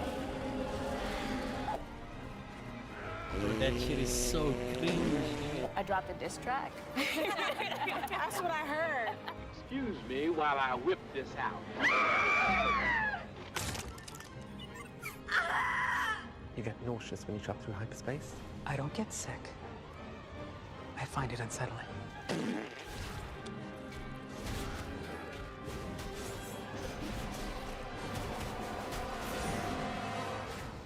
I haven't seen a single of these Star Wars series, dude. We I open saw up The directly Mandalorian, following and the then The events Drain. of Episode 6, which I fucking saw the book of Boba Fett. Oh my god, that shit was so bad, dude. That was so fucking bad. Literally, the carnival gang, bro. That's literally, there's these merry-go-rounds on the carnival that is here, and they were straight off one of the merry-go-rounds, bro. It was so fucking cringe. We must take extreme methods to was followed by the stop flashback kobolds episode 7, plundering which was morning essentially a rise. repeat of the flashback Use episode 3. explosives to We last collapse saw a their diverse non-binary female protagonist putting on a helmet. And wouldn't you know it, she has a vision of diverse non-binary antagonist who was briefly a protagonist who is now back to being an antagonist, killing that guy from Squid Game, and she knows where they'll be later in the episode. How convenient.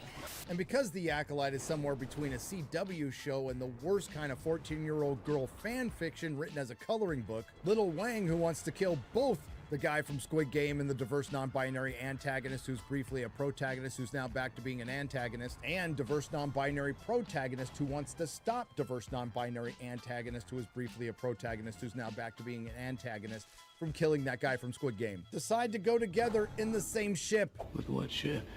I'm taking mine. I'm going where exactly? I've seen where they are. So we go together and see who gets to her first. And you may or may not remember that the last time we saw a diverse non-binary antagonist who was briefly a protagonist who's now back to being an antagonist, and that guy from Squid Game, he had her restrained on a bed. Right, what you know, Leslie. Anyway, that guy from Squid Game was finally going to reveal the truth that he had been teasing all season.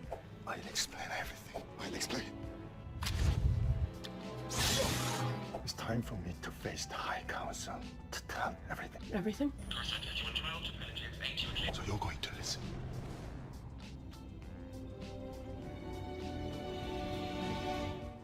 You and Osha. Not twins. You're not my god, those are leaks. You're Good thing we watched the last episode, which was essentially a rehash of the third episode, which basically confirmed that diverse non-binary antagonist who was briefly a protagonist, who's now back to being an antagonist, set a fire in the highly flammable stone structure, killing the remaining coven of lesbian space witches that Moss Windu didn't kill when they possessed Kelnaka. And Soul can't help it if he's retarded and some lesbian space witch rematerialized around his lightsaber. What he is guilty of is having inappropriate connections to a youngling. But as it goes with mystery box storytelling, the audience has to wait for the uninteresting main character or characters to catch up with them. You know, it's too bad the Jedi Master Soul didn't think to remove the plot convenience from his captive. And the diverse non-binary antagonist, who was briefly a protagonist, who's back to being an antagonist, gets away. It's barely an inconvenience. Nice helmet, by the way. But when that guy from Squid Game has diverse non-binary antagonist, who was briefly a protagonist, who's now an antagonist, in his sights, Space Beaver sabotages him. Whoop-de-doo! What does it all mean, Basil?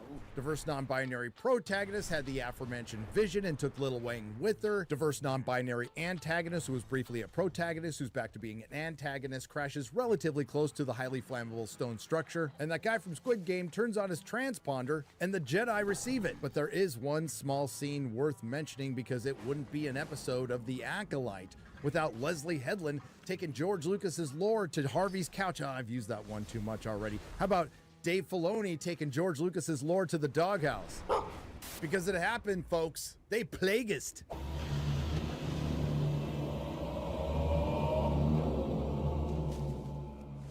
I'm so happy it got canceled. The tragedy of Darth Plagueis the Wise. You may think it's about the Sith Lord being betrayed and killed by his apprentice Palpatine, but in truth, he was arrested for stalking after being caught watching a young Asian man sleep in a cave on an island. At this point, Disney Analytics dictates there needs to be some action and lightsabers. And after diverse non-binary protagonist is somehow able to hotwire a door in a combustible stone structure where 16 years previous the generators blew up, we get Smilo Ren versus that guy from Squid Game in Crouching Patriarchy and Hidden Misogyny. Liu Kang. Liu Kang. Fight! Just fuck up.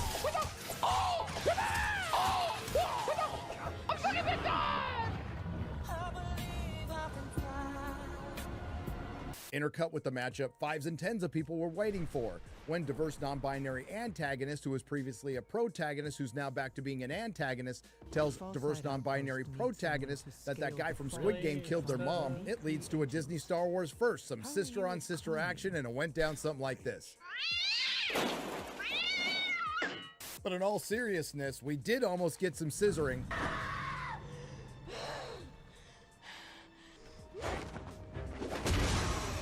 And Smilo Ren pulled out his Little Wang. That guy from Squid Game gets the best of Smilo Ren, and then we get a double heel turn. And I hope you're all keeping track at home because, quite frankly, I'm having trouble. Diverse non-binary antagonist, who was previously a protagonist, who's now back to being an antagonist, saves Smilo Ren from that guy from Squid Game. This is the point where Disney Analytics dictates it's time to repurpose something from the real Star Wars. Your hate has made you powerful. Fulfill your destiny.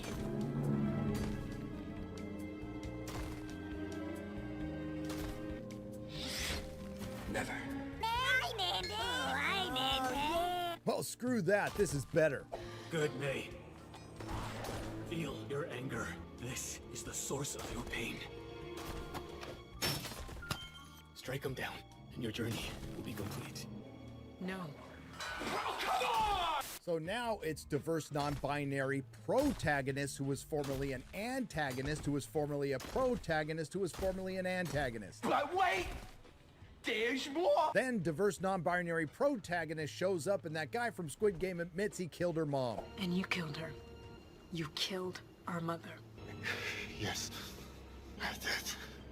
Is that true? Turning diverse non-binary protagonist into, you guessed it, diverse non-binary antagonist who was formerly a protagonist. And this brings us to what is undoubtedly a big W for DEI, a Disney Star Wars milestone. The first black female to identify as non-binary to force choke an Asian man, whose last words are, "I love you." I did everything because I love. Disney, I'm sure you're aware you have a bit of a reputation right now with the way your company acts and what you put into your scripts, and with something like this, it's really hard to argue that. Anyway, that guy from Squid Game says it's okay to kill him now.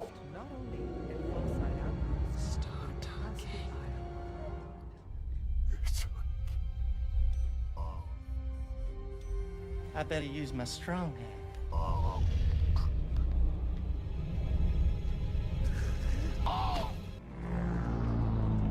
Fatality.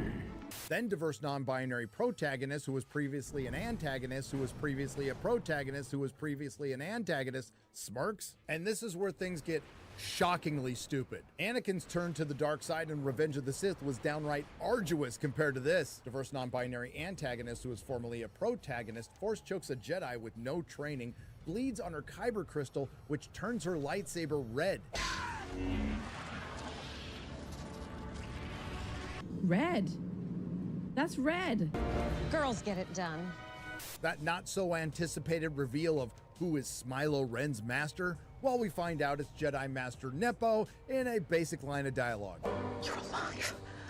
And I can hear you now, dear viewer. They're obviously setting up a confrontation between Smilo Ren, the twins, Jedi Master Nepo, and our Jedi Corps of cosplayers, and Darth Plagueis. And Plagueis killing everyone because that's the only way you can justify the Jedi not knowing about the Sith, and lesbian space witches who use the Force to conceive twins without a father. You sweet summer children, there you go again trying to make sense. Nope, Smilo Ren runs away with the twins. And instead of doubling his pleasure, the idiot mind wipes May and sends her back to the Jedi. No confrontation, no Darth Plagueis. The Acolyte ends with a series of meetings, and we find out who the true villain is. I mean, besides Kathleen Kennedy and former personal assistant to Harvey Weinstein, Leslie Headland. No, it's her wife, Jedi Master Nepo, who not only covers up the existence of the twins and her former Padawan has gone to the Sith, Jedi Master Nepo covers up the previous Jedi cover-up by framing Sol as the murderer of all the Jedi with this line, which also expresses exactly how Disney feels about George Lucas's Star Wars. Oh, this is a terrible tragedy. It was the work of one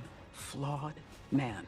And this show was the work of one flawed woman. When in doubt, blame the man who did nothing wrong. This is the point where Disney Analytics dictates there needs to be another pointless cameo. Sorry to disturb you, Master. We need to talk. You gotta be fucking kidding. So happy to show that. So ends the dumpster fire in space that was the Acolyte Season 1. Holy a series that cost $180 million to produce, which breaks down to roughly $23 million per episode, $32,826,747.72 per hour, and $547,112.46 per minute. In simpler math, the Acolyte cost 15 Godzilla minus ones. But there is some good news. For one, George Lucas's Star Wars It's a great movie, by the die. way. It just Watch ended that one if with you haven't Return yet. of the Jedi. And the Acolyte on did Netflix. create some of the best entertainment we've seen on social media, with the memes and launching hundreds of YouTube careers. So with that, I think it's time for a call to action, because it was recently reported by Entertainment Weekly that the Acolyte creator says she has heard nothing about getting a potential season 2, and we just can't have that. So please go to your social medias and spread the word far and wide. Hashtag renew the Acolyte. Nerderotic.com. If you like what you heard, please like, share, and subscribe. If you didn't like what you heard, I thank you for listening this long. I will see you in the next video.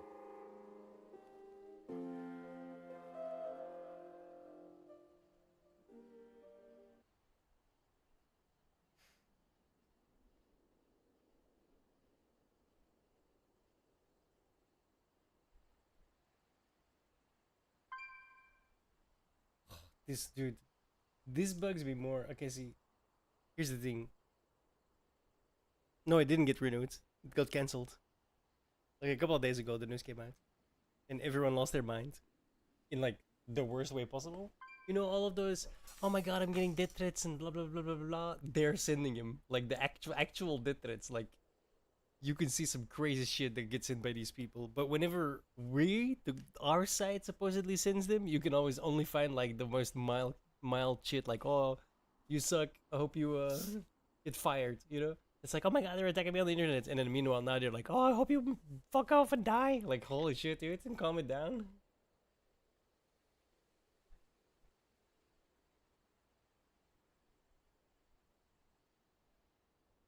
I have spent a lot of time recently watching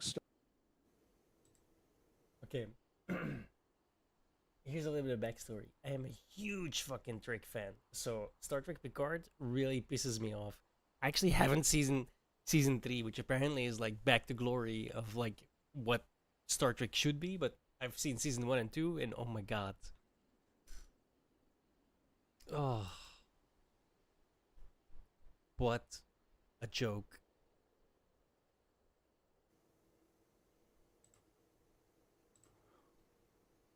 Welcome, everyone. It's trash. I cannot describe and I just how got rid fucking of my terrible image. it I is. didn't mean to do that. Welcome to Star Trek Picard, the premiere episode. And the first part of this review will be spoiler free. I will give you plenty of warning before I get into spoiler territory. It is late at night. They decided to drop this a little early. They dropped it at 11 p.m. Pacific time. I didn't realize it until 11:15 Pacific time. Thankfully, they did that. I'm very happy that I get to get some sleep before I take my kid to school. But enough of the personal stuff. Before we get started, YouTube has made a crazy change to the algorithm, so we need you now more.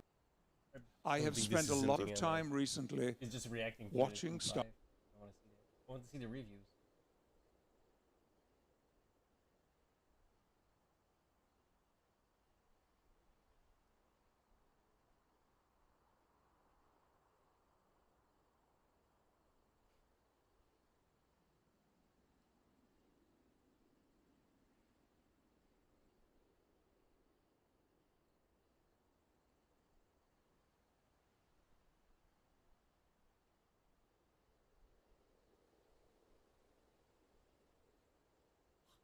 His thumbnails are so loud.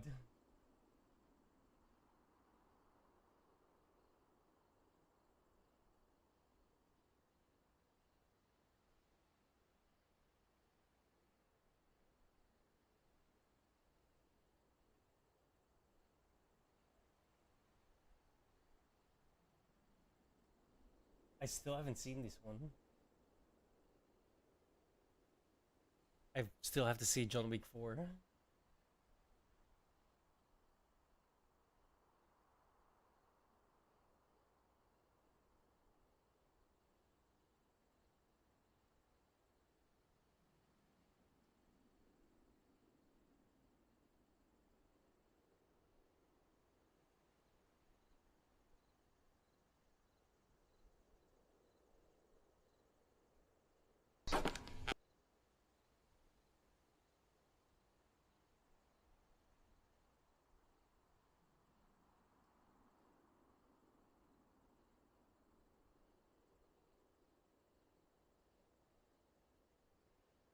Oh my god.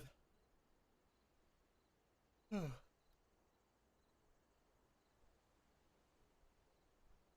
the fuck? Why is this 14 hours?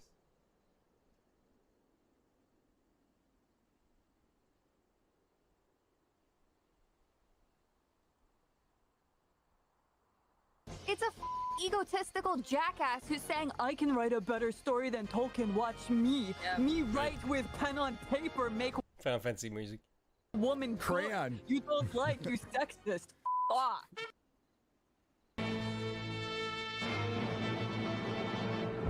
One of his sort of primary powers is the ability to change forms. Yes, by putting on a Sauron wig. is the ultimate predator. And what we're actually trying to do season 2 is get deeper in his mind. We wanted to start from a place where you're understanding what's motivating Sauron. We have a different actor playing Sauron. I do. It's called Evil and World Domination. I don't think we really need to elaborate. The showrunner specifically said at the start of this series, it opens with a scene that will make you pity Sauron. I'm wondering if they Why? try to He's make all Sauron. these villains pitiable, because at some level they must realize that they really are He's the bad essentially guys. Satan, right? Sauron is essentially like a metaphor for Satan. Oh, you're gonna feel sorry for Satan? What the fuck, bro? Are you retarded? But they don't want people to think of them as the bad guys. See, all you need to know is Sauron thinks he is the smartest motherfucker in the room. He thinks, I know how to rule this world. and everybody has to just bend the knee to me. I have to be the dominant force on this world. That's his motivation. Cool when you put it like Yes. Yes. This is a flashback about 1,000 years before the first season, after Morgoth has been defeated. A new age begins. Under me, your new master, Sauron.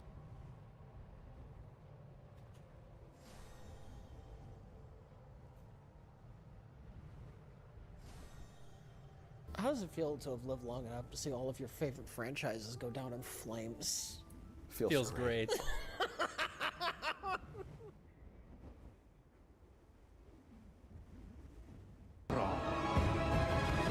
Now, who is this man?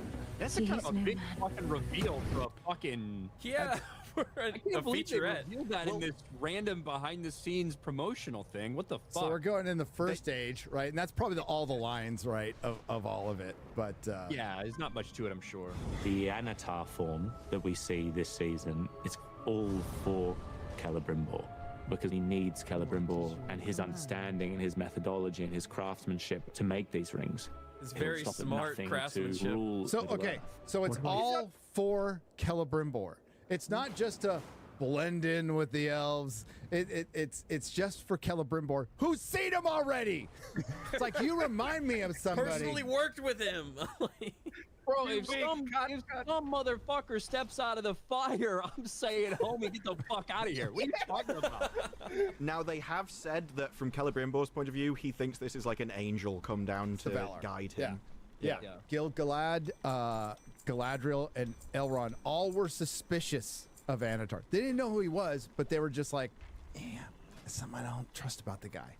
The hairline, you know? Yeah. Yeah, well, yeah, they look around, they're like, Dude, hey, costs we all 5? live for like thousands of years, right? We kind of like all know everyone, right? Like, it's not like new elves just pop up randomly, right?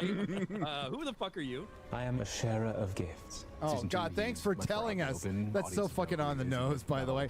My should've name looked at is the camera. Anatar. Some call me Lord of Gifts. Are you some kind of Lord of Gifts?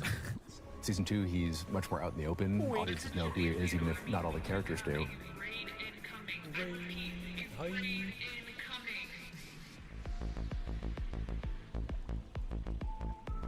What's up, fellas? Welcome. Thank you so much for the raids. How's your stream?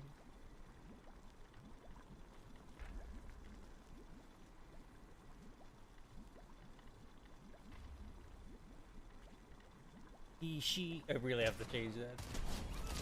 Oh. That car coming behind. Car behind you. Fortanite. It's looking at me. I don't know if it saw me.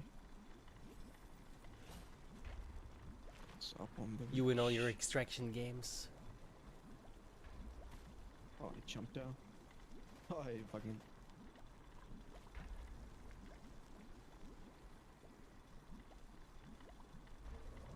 And no matter who he has to betray, kill, we're going everyone down. else is just standing in the way.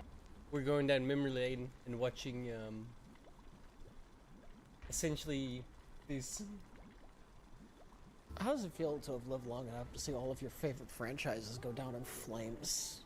Feels great.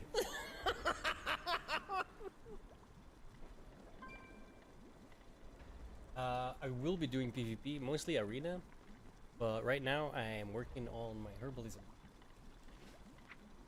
so I can make potions for arena.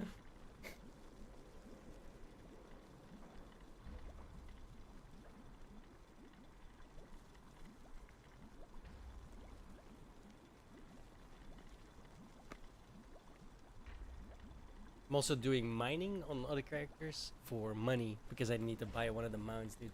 140k. I've got like...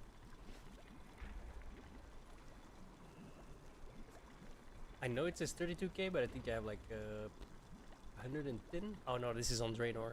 Yeah, yeah. I have about 110 on my alliance.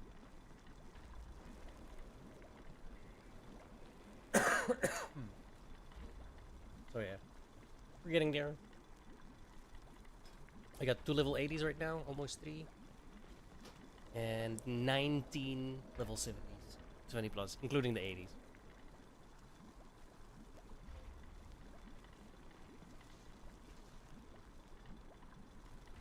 Every single class on Alliance and 5 on Horde right now.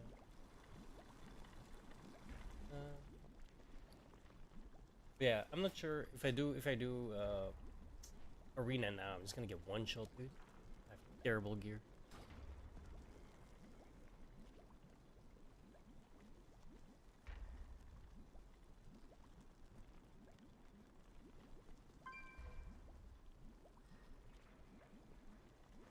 What was he doing?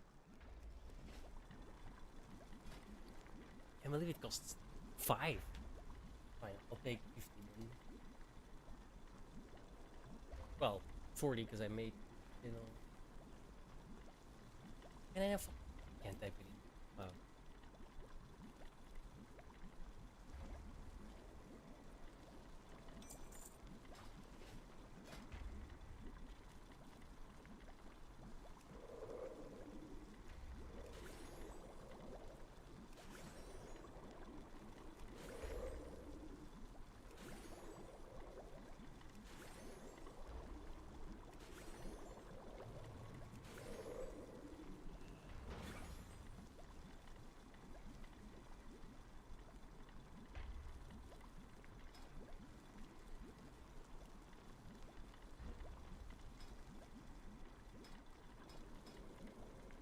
I have no idea how any of this works, I'm gonna be honest.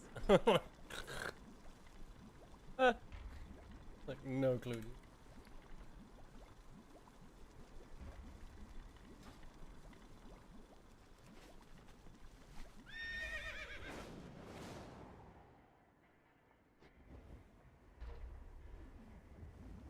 That's the inn.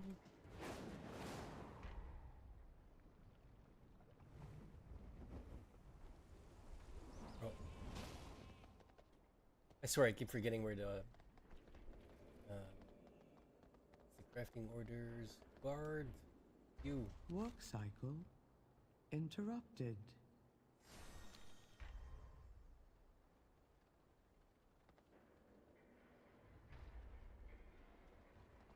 Oh. Yeah, right. Right here.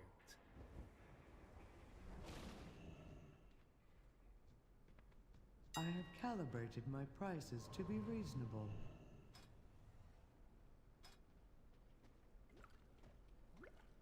Oof.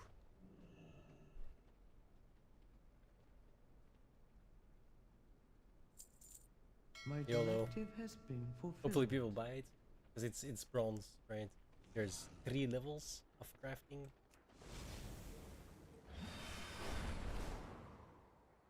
Now I gotta find out where that thing is again.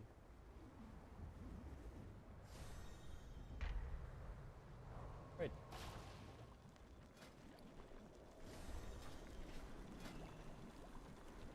I have 6. 60 is thin. Yeah, let's make it. So why can't I not fill that in, dude? Oh, I can.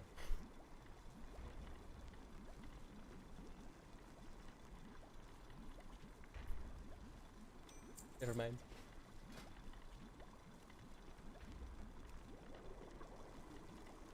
Never mind. It's a great character. Charlie's done and is doing a magnificent job. He gets to be different people. Sauron is. An actor has to be different people. What? I'm just by myself. He's doing the base minimum amount of work to be an actor. He's acting. He's playing different people. But he has the same face. I know. I feel like I'm taking crazy pills.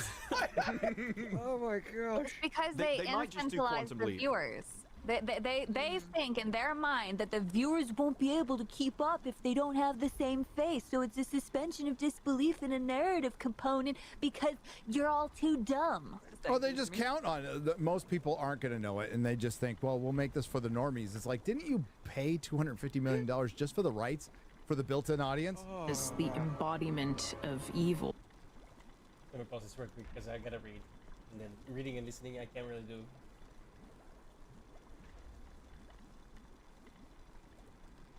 What? Oh.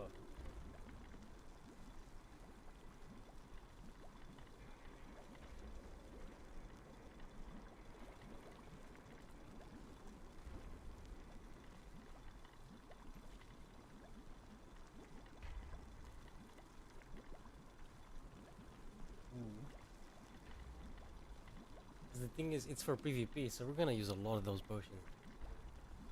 Especially because I suck, right? To be fair, I might not use a lot at the beginning because I'm just gonna get one shot.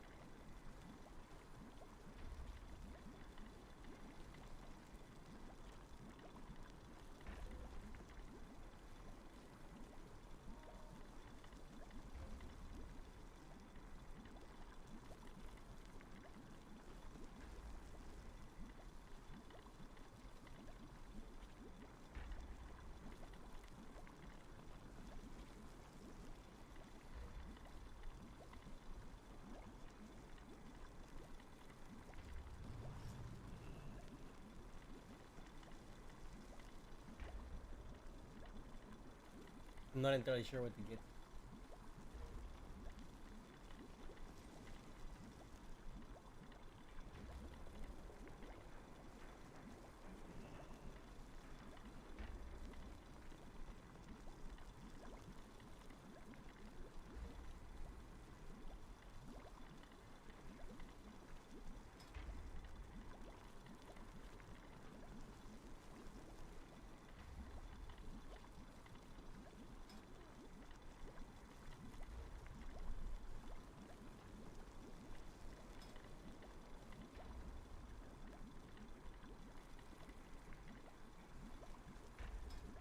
This one, I guess.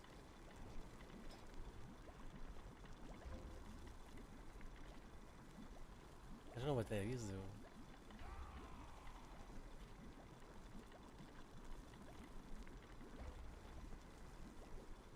That'd be nice.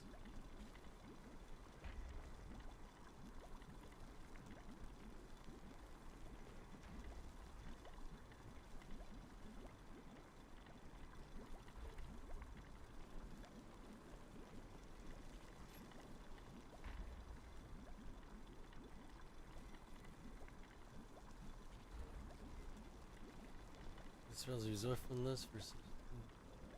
I'm not sure what any of this does though. I hate being new again, dude. Oh, it sucks.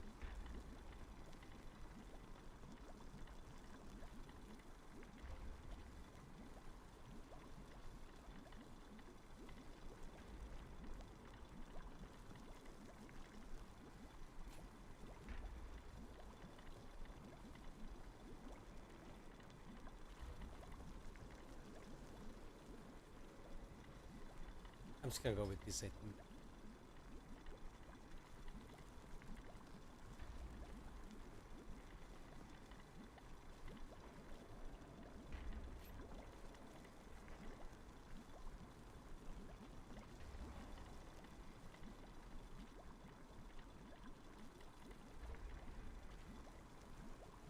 It's all the same. This and this is basically the same. What the hell? I'm so confused. I don't even know now.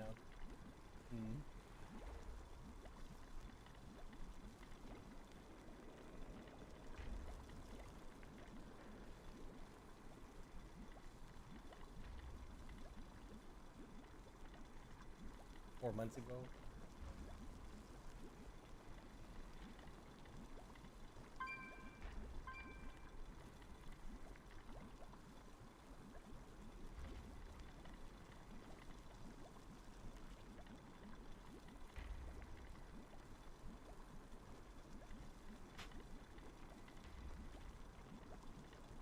When left unchecked, it can be slippery. It can creep up on you.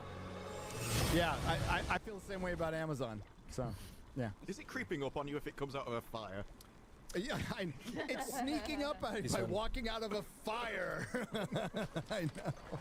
I just want to say, as someone who's never watched these series, they all blend together. Like, if you showed me side-by-side trailers of like Star Wars without the lightsaber scenes, and then like this, I wouldn't be able to tell you which series it was from. Like, this is the they all just blend together now. They all just wear cloaks.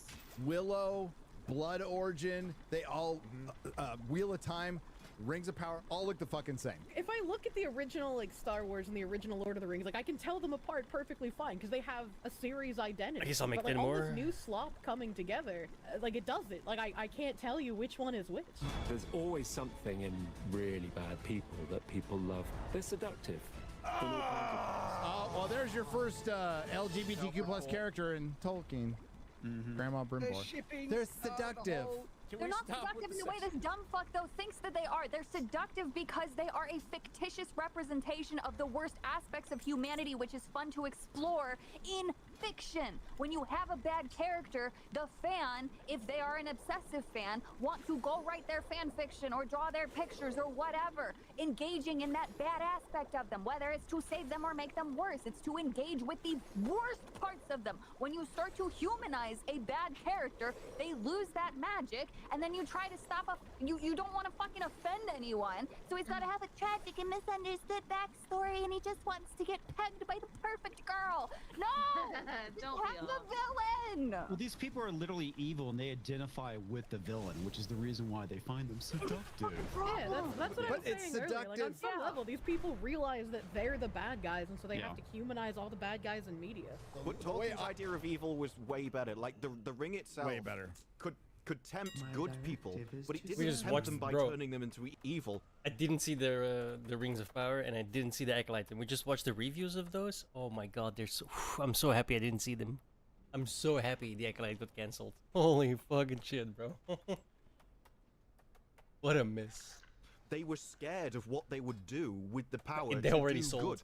good. It's the entire idea that a just good put them on the person will market. oppress you. He's a worse tyrant than an evil person, because an evil person will at least be satiated by the pain, whereas a good person will just keep going because they think it's for your own good.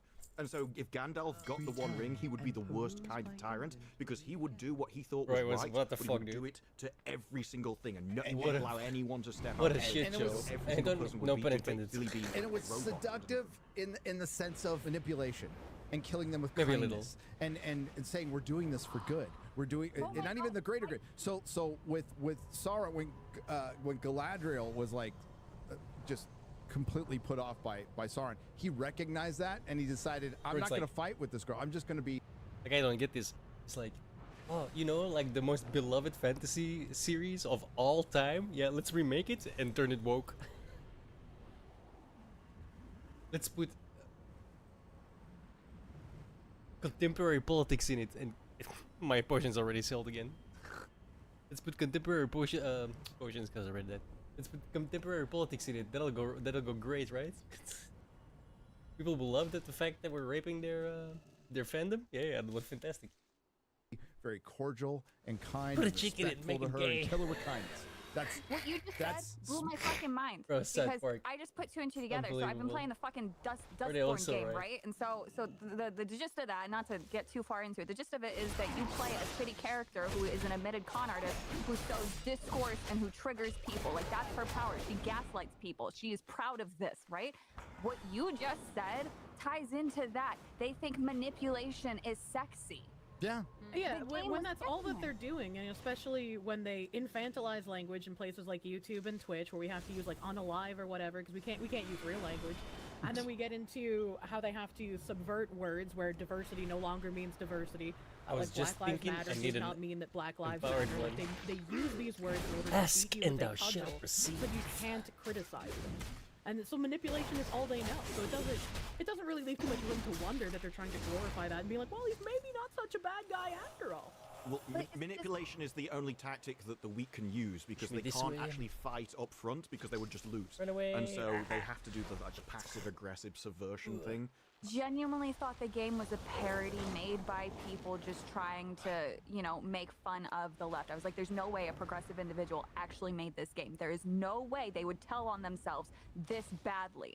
They do it all the time, though. Well, because they don't see anything wrong with it. Well, I mean, if you're just looking at the context of season 1 of the Rings of Power, Sauron was trying to turn things around, just wanted to be kind of left alone. Yeah, and it was Galadriel that corrupted Yes. it again. Hold them back in. He was just like floating on a boat. He just wanted to be a blacksmith. Just wanted, on Numenor. He just wanted to get his official badge. No, she was like, "You're the king. It could be your land again." Nerdrotic.com. Please subscribe.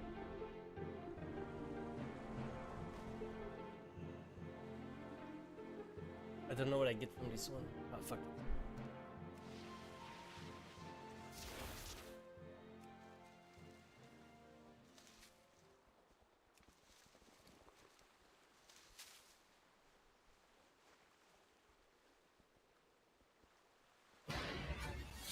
Okay. That the one we used? No, this is the one. That's what we used. How did you know it was me? How could you tell? My disguise was flawless. Wait, did you actually see it? He puts on a mustache. And they all go, where did he go? It's got the glasses with the funny nose and the mustache and it just fucking walks out. Out of the way, sir! Nerdrotic.com. Ladies and gentlemen, let's watch the Like, Rangs I'm gonna of be the honest, Power trailer after for the first I time. watched You The just tell Last me, Jedi, when and you then I want me to watched The start. Rise of Skywalker because you kind of have to Now? right into the Okay, trilogy. no. After that, I was so done with all of that start, shit. so I guess Like, we'll I be have no faith in any of this shit now. I didn't the little bits I saw of the Fallout show made me so fucking angry, I didn't even watch that. This shit all over the lore, bro. So, I'm assuming he's talking about the Balrog then. I don't know if they know about it. Yeah, No, they and they're don't not know supposed about to it know yet, about but I'm They're assuming not they supposed will. to know about it for, help me chat, 1,000 years? 1,000 years? Yeah, but we Yeah. can do that in an hour. No, it's more than that. This is actually meant to be 3,000 years before Fellowship Yeah. of the Ring. So I have no fucking idea when this is taking place. I have no idea.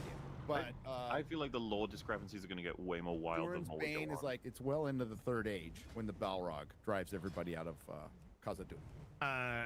We got Resident Evil Goo. So, Goo, okay, yeah. it's goo. At first See how hard we get glance, smashed? It looks like a form shape-shifting. There's like a head forming, like right there. This is Halbrand morphing into Elfboy. Maybe. And Maybe. I mean, it can't be after the fall of Numenor because I don't think they're going to do that here. I don't want to get ahead Dude, of myself. Numenor's already fallen. There's a woman in charge. No, we're a long way off from Numenor falling. A few things have to happen before that. But this definitely, it looks like, a bunch of goop, and it's probably Sauron shapeshift. Protoplasm. Prepare yourselves. Yes! Oh, have you seen something we ain't seen, love? It's so good to see her back, I'm just saying. Galadriel. Even in the first line, she's already insufferable. Dude, she is the worst cast Galadriel you could possibly think of. Like, a tiny mid woman. Like, she's supposed to be beautiful. She's supposed to be gorgeous. Yeah. Sorry, Morphid. Hey, I'm not either, okay? But neither are you. Are you saying we can't cast you as Galadriel, Gary? Really fucking tall. What's her name again? Who was Gary Drill. She plays Diana in The Crown, and she was in Guardians of the Galaxy. Oh, Elizabeth Debicki. Debicki, yes. That would have been a much better Galadriel. Oh, sorry. Careful. Okay. Careful, you might be doing something masculine here. Careful. Elrond's fucking it's hair, and I know it's like the long hair is not technically Lord, but dude, this doesn't. It's just he looks like a fucking surfer. Around and stuff. Maybe he's just going through his Bohemian phase. I'm just hoping for some more raw meat memes. God, I hope so too. L'Oreal, right? This one's still sponsored by L'Oreal. Dead Knight, Fury We do Warrior, have a good Shaman cameo list, here though. if we keep playing a little bit. And Holy Dead Knight, oh, those are fun. X-Ray Girl! Not gonna be able to see shit. We got some Asian representation. It's about time. Racism solved.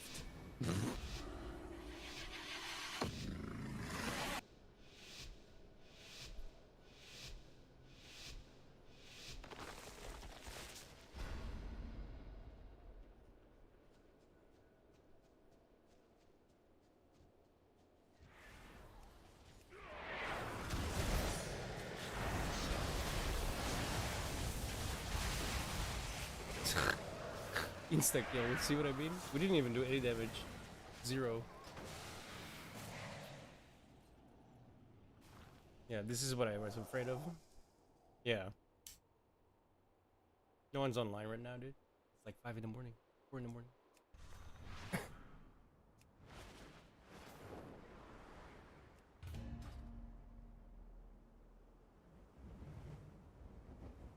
I should have probably popped my defensive cooldowns first and then jumped in.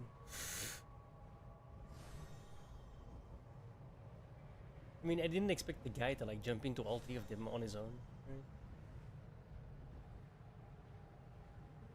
I mean, I'm terrible at PvP, but I'm not that terrible.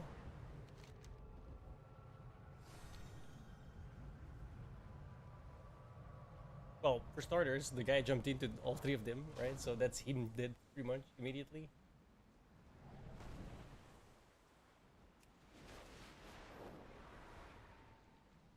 Oh, that was close. And then it's 2v3. You're not gonna win that. So when I tried to jump in again, I was target number 2. Fury Warrior does a lot of damage, by the way, so I was doing a lot of damage, but the other Fury Warrior also was doing way more damage than I was, because my gear is shit. Like actual trash. I have to figure out where to go get gear. I'm not entirely sure. The dungeons, I guess.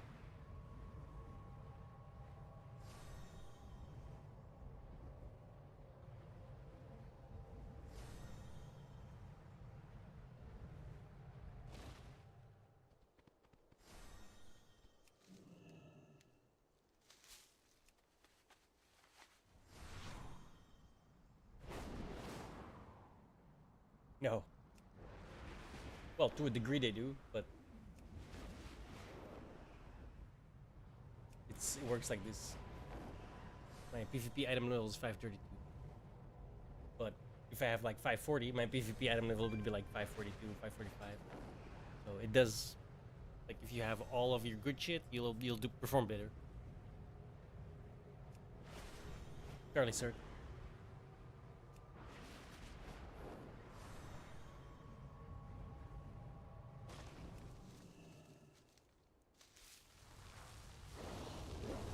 Definitely in Battlegrounds it works that way. I'm not sure about Arena, to be honest. Oh, fuck.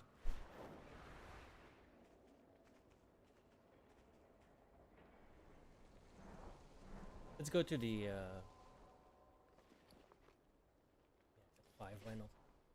Let's go to the special place.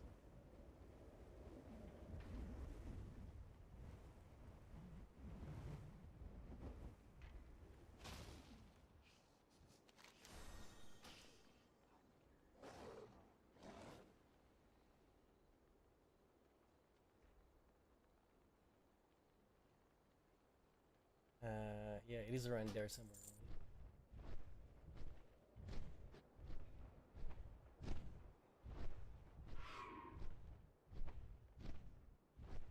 Wasn't a Nimbus Cloud, it's a disc.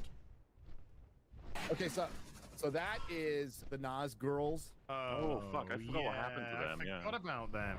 The Cult of Rune. Well, they were supposedly defeated, but of course they're not. They're Nas girls. This is way inside your mind. The crest of him slithers in. Ew. Ah, Celebrimbor, the Master Smith who didn't know about alloy. He's just seeing somebody create an alloy for the first time. What is this devilry? You know that they're gonna make Anatar literally seduce him. Well, they can't because they've already done the Anatar bit. I don't think so. I think they're still Well, gonna. then what are they gonna flip back in time? But they've got to do something with him for Christ's sake.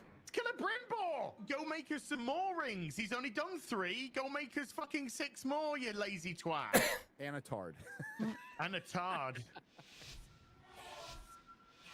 I think he has been here. Oh shit! Don't give me stuff. Oh, fuck. Triggered me. Gary, let it loose. Oh no, was that the daughter? Was that the daughter's voice? No, that was Guy Ladriel. Was it? I think he has been here. No, I don't think it was. I think that was the Oh, door. you mean big boobs? Yeah, Booby McTitface. Okay, then maybe. That was crazy that they named a character that. I know. But I was all I for it. fucking though. died Opinion, instantly, but bro. it was all right. Oh yeah. So master of He just disguise. lived. Yeah, this is pretty funny. he sneaked past all of our. Can you guess who I am? Can you guess who I am? This must be for the audience, right? Because like he just change your face, you fucking idiot. Why? You could just He can change change your hair. his face. He can change all kinds of things, but he's all, nope, I'll just change my hair, give myself a 5 head, and give me some pointed ears. Jesus. He cut his This head is off. bad. So this is what he was supposed to look like before in season Well, 1. actually, he was. No offense, guys, very handsome and all that, I'm sure. But he's meant to be like. He doesn't have unbelievable. Yeah, he's supposed to be Anatar, the Lord of Gifts, and he seduces all the elves. You know, not in the sexual way because it's Tolkien, but like for one, he just doesn't look like an elf. He doesn't have elf features. I wouldn't have cast him as an elf. This is supposed to be the fair form, I'm guessing, which he could certainly use later, but like we're past the Anatar Lord of Gifts. It does look like they're trying to follow some lore now. It does look like that. They will fuck it up 5 ways from Sunday. Promise you. Ugh.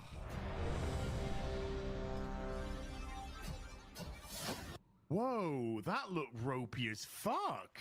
Is it bad special effects you're talking about? Yeah, Sorry. just like it looks. Look how green screeny it looks. Well, remember how shitty it looked before? Oh. Maybe they didn't get as much money.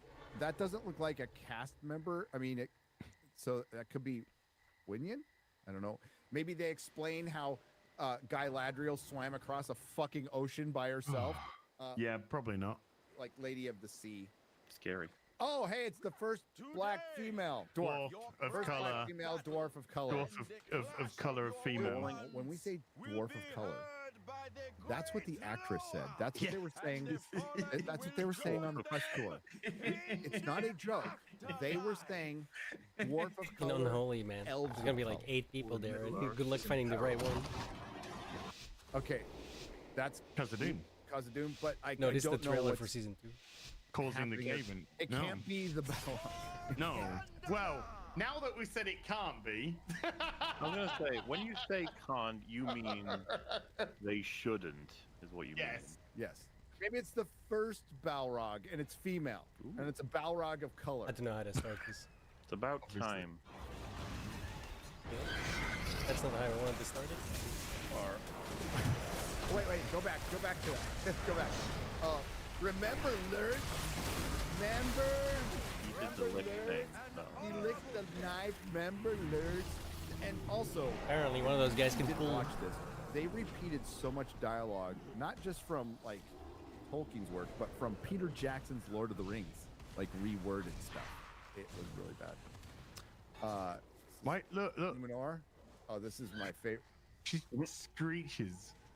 I was pressing the wrong button to press this one. I needed this one. Maybe Celeborn came back.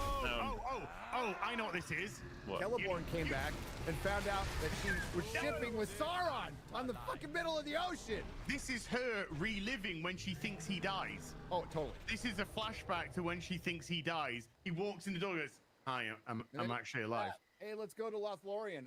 And on their walk there, they're like, hey, you know, I totally met Sauron in the middle of the ocean. I let him finger me on the raft. Listen, we thought we were gonna die. Thought we were done. There was a sea monster coming after us. You know, I let him finger blast me. We're Talking really all just sweetly. Fred. He was like, I'm gonna make you my queen. You're gonna bind me to the light, girl. Darkness will bind them. Remember? Wait a minute, I remember this. Remember? I got my ring. I got the fucking ring, Oh, motherfucker. let's talk about these 3 rings a little bit, can't we? Because they needed alloy, but they needed a special metal. They used Guy Ladriel's dagger to create the 3 rings that were originally under the tutelage of Halbrand, helping the master smith Celebrimbor It was Galadriel's idea to make 3 rings because 3 brings balance. Right. What? Wait, what? Nothing balances things like an odd number. Yeah. I don't know. So we're gonna get more rings because that was Durin the third getting his ring. So those are the ones that saw him. We don't technically know where Durin got his ring from. The Balrog. The Balrog, yeah.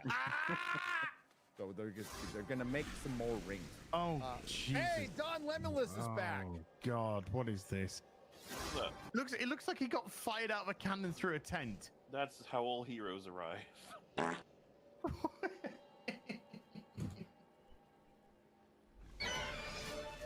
It's the Eagles. Yeah. He's gonna The suck. Eagles, they were on Numenor. They eagled. Yeah. It eagled. Oh God, I totally forgot about him. Which one was? Steel- Oh, right. Isildur. Oh, so that's the kid. I forgot his fucking That's the name. kid. Nobody cares. Wasn't it Theo? Theo. Theo, yeah. Well done. Well done. Yeah. What was well his done. mom's name? What was his mom's name again? Blocked me on Twitter. Bronwyn. Thank you. I knew it was something Bronwyn. Wyn. Yeah. Bronwyn. Oh, so or Adar. Adar. This is new Adar, though. Totally can't tell it was recast because the hairline is like completely different. Like, wow, he found some Just for Men and some hair transplants since last season. Wait, are they attacking Numenor? No. This is the sack of Eregion. Okay. So that's probably where it's going to end. Because there's a big battle at Nice. Eregion.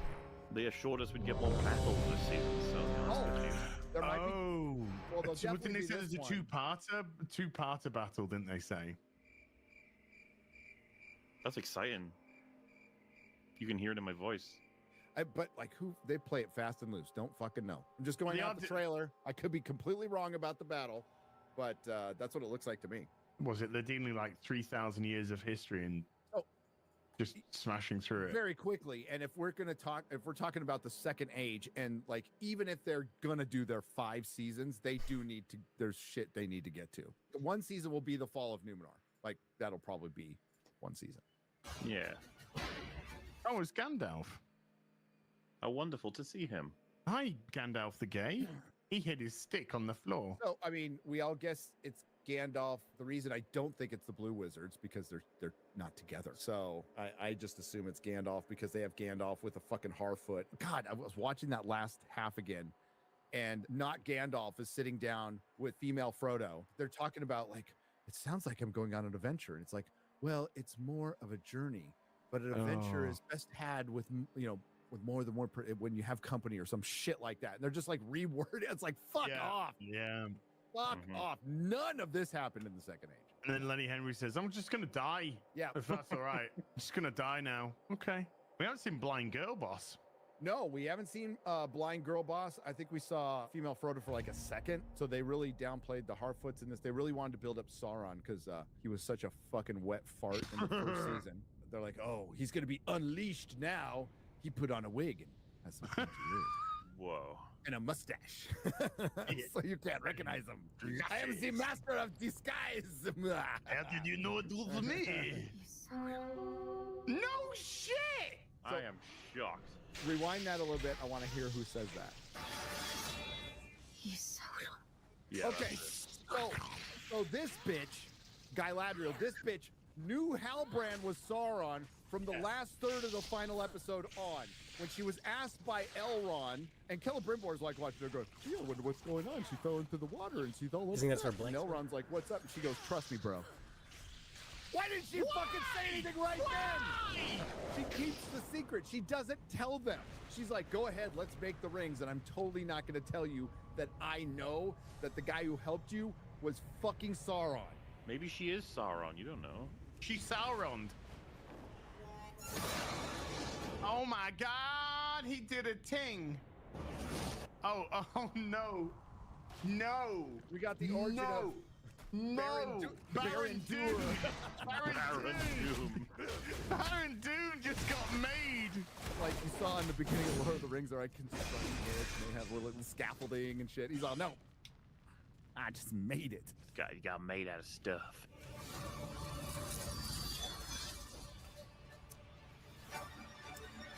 I like what somebody said on Twitter yesterday. Rings of Power 2. Ring harder. Ring harder. Okay, now we need to look at something else, which is the ratio. Oh, dude, it jumped up almost 20K since I last looked, which was about 20 minutes ago when we started this trailer. Holy shit. Comments are on. Oh my God, get your popcorn. So what impresses me the most about this trailer, they haven't turned the comment section off.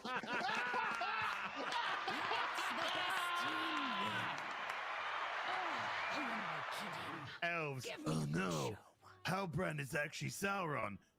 Sauron puts on wig and pointy ears. Elves, where did he go? It must have been the wind. He's gone. Oh man. I just think we were the ones who actually just said this for a fucking laugh. Because everyone sees it. Everyone fucking sees it. Yeah. Sauron getting the only lore-accurate elf hair despite not even being an elf is wild. It's fucking wild. And it looks fucking terrible. It's like, that's the best you could do? Really? It's atrocious. Inspector Clouseau's disguises Yes. are actually way better. They are. Yes.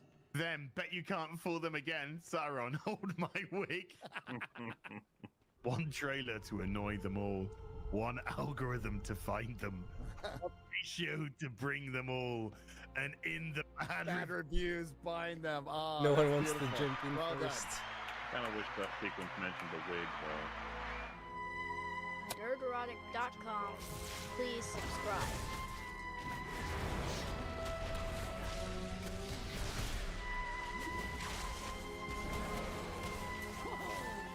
Dude, the heal doesn't do nothing, bro. For now.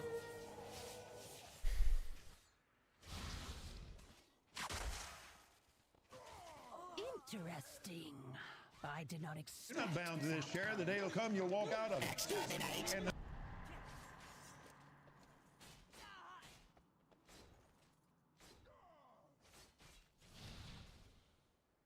Oh, so close.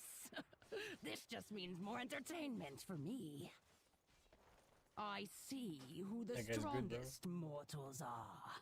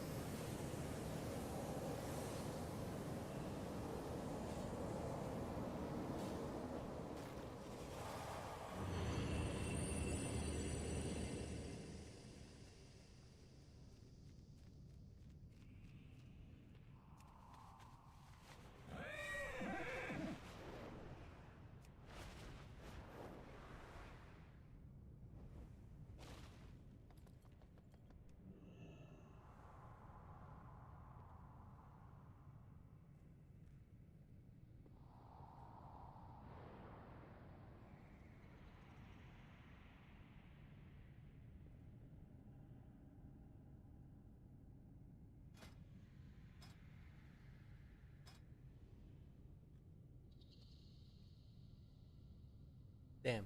Is that not a warband?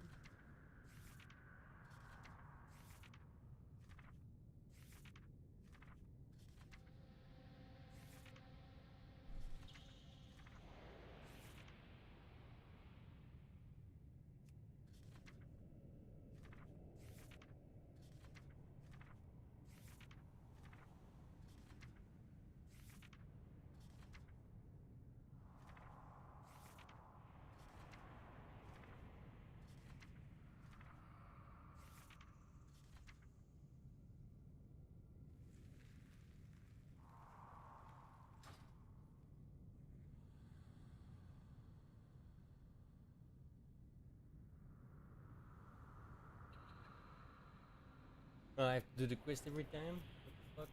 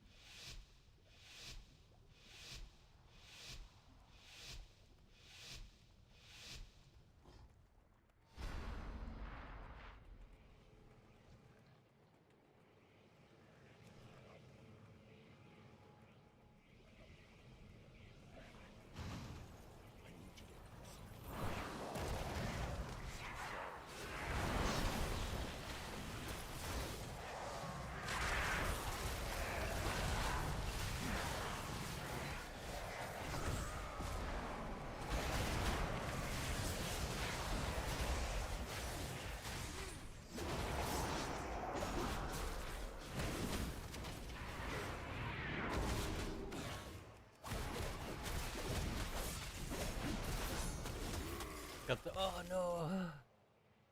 Damn it.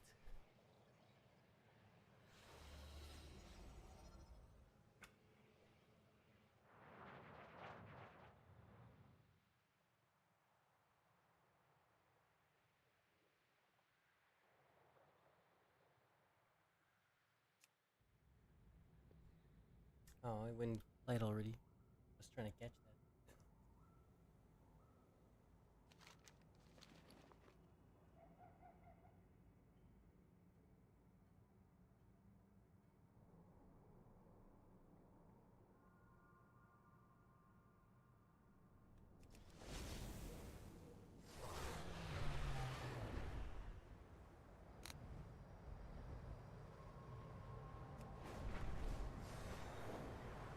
No, actually, I'm going to sleep.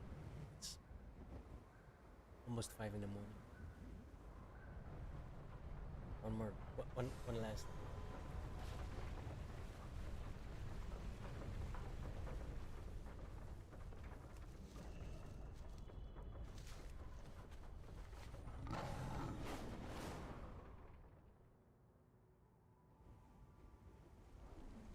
Do last.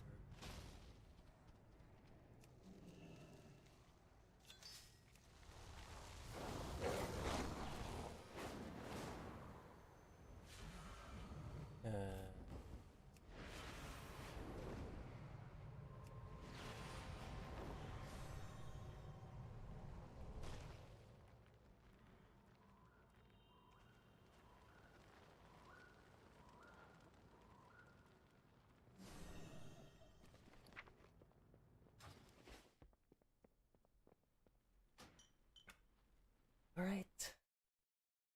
Thank you all so much for hanging out. But to all good things comes an end, including the stream. So yeah. I'll be back tomorrow, same place, same time, every damn day of the week. And for now, let's raid somebody.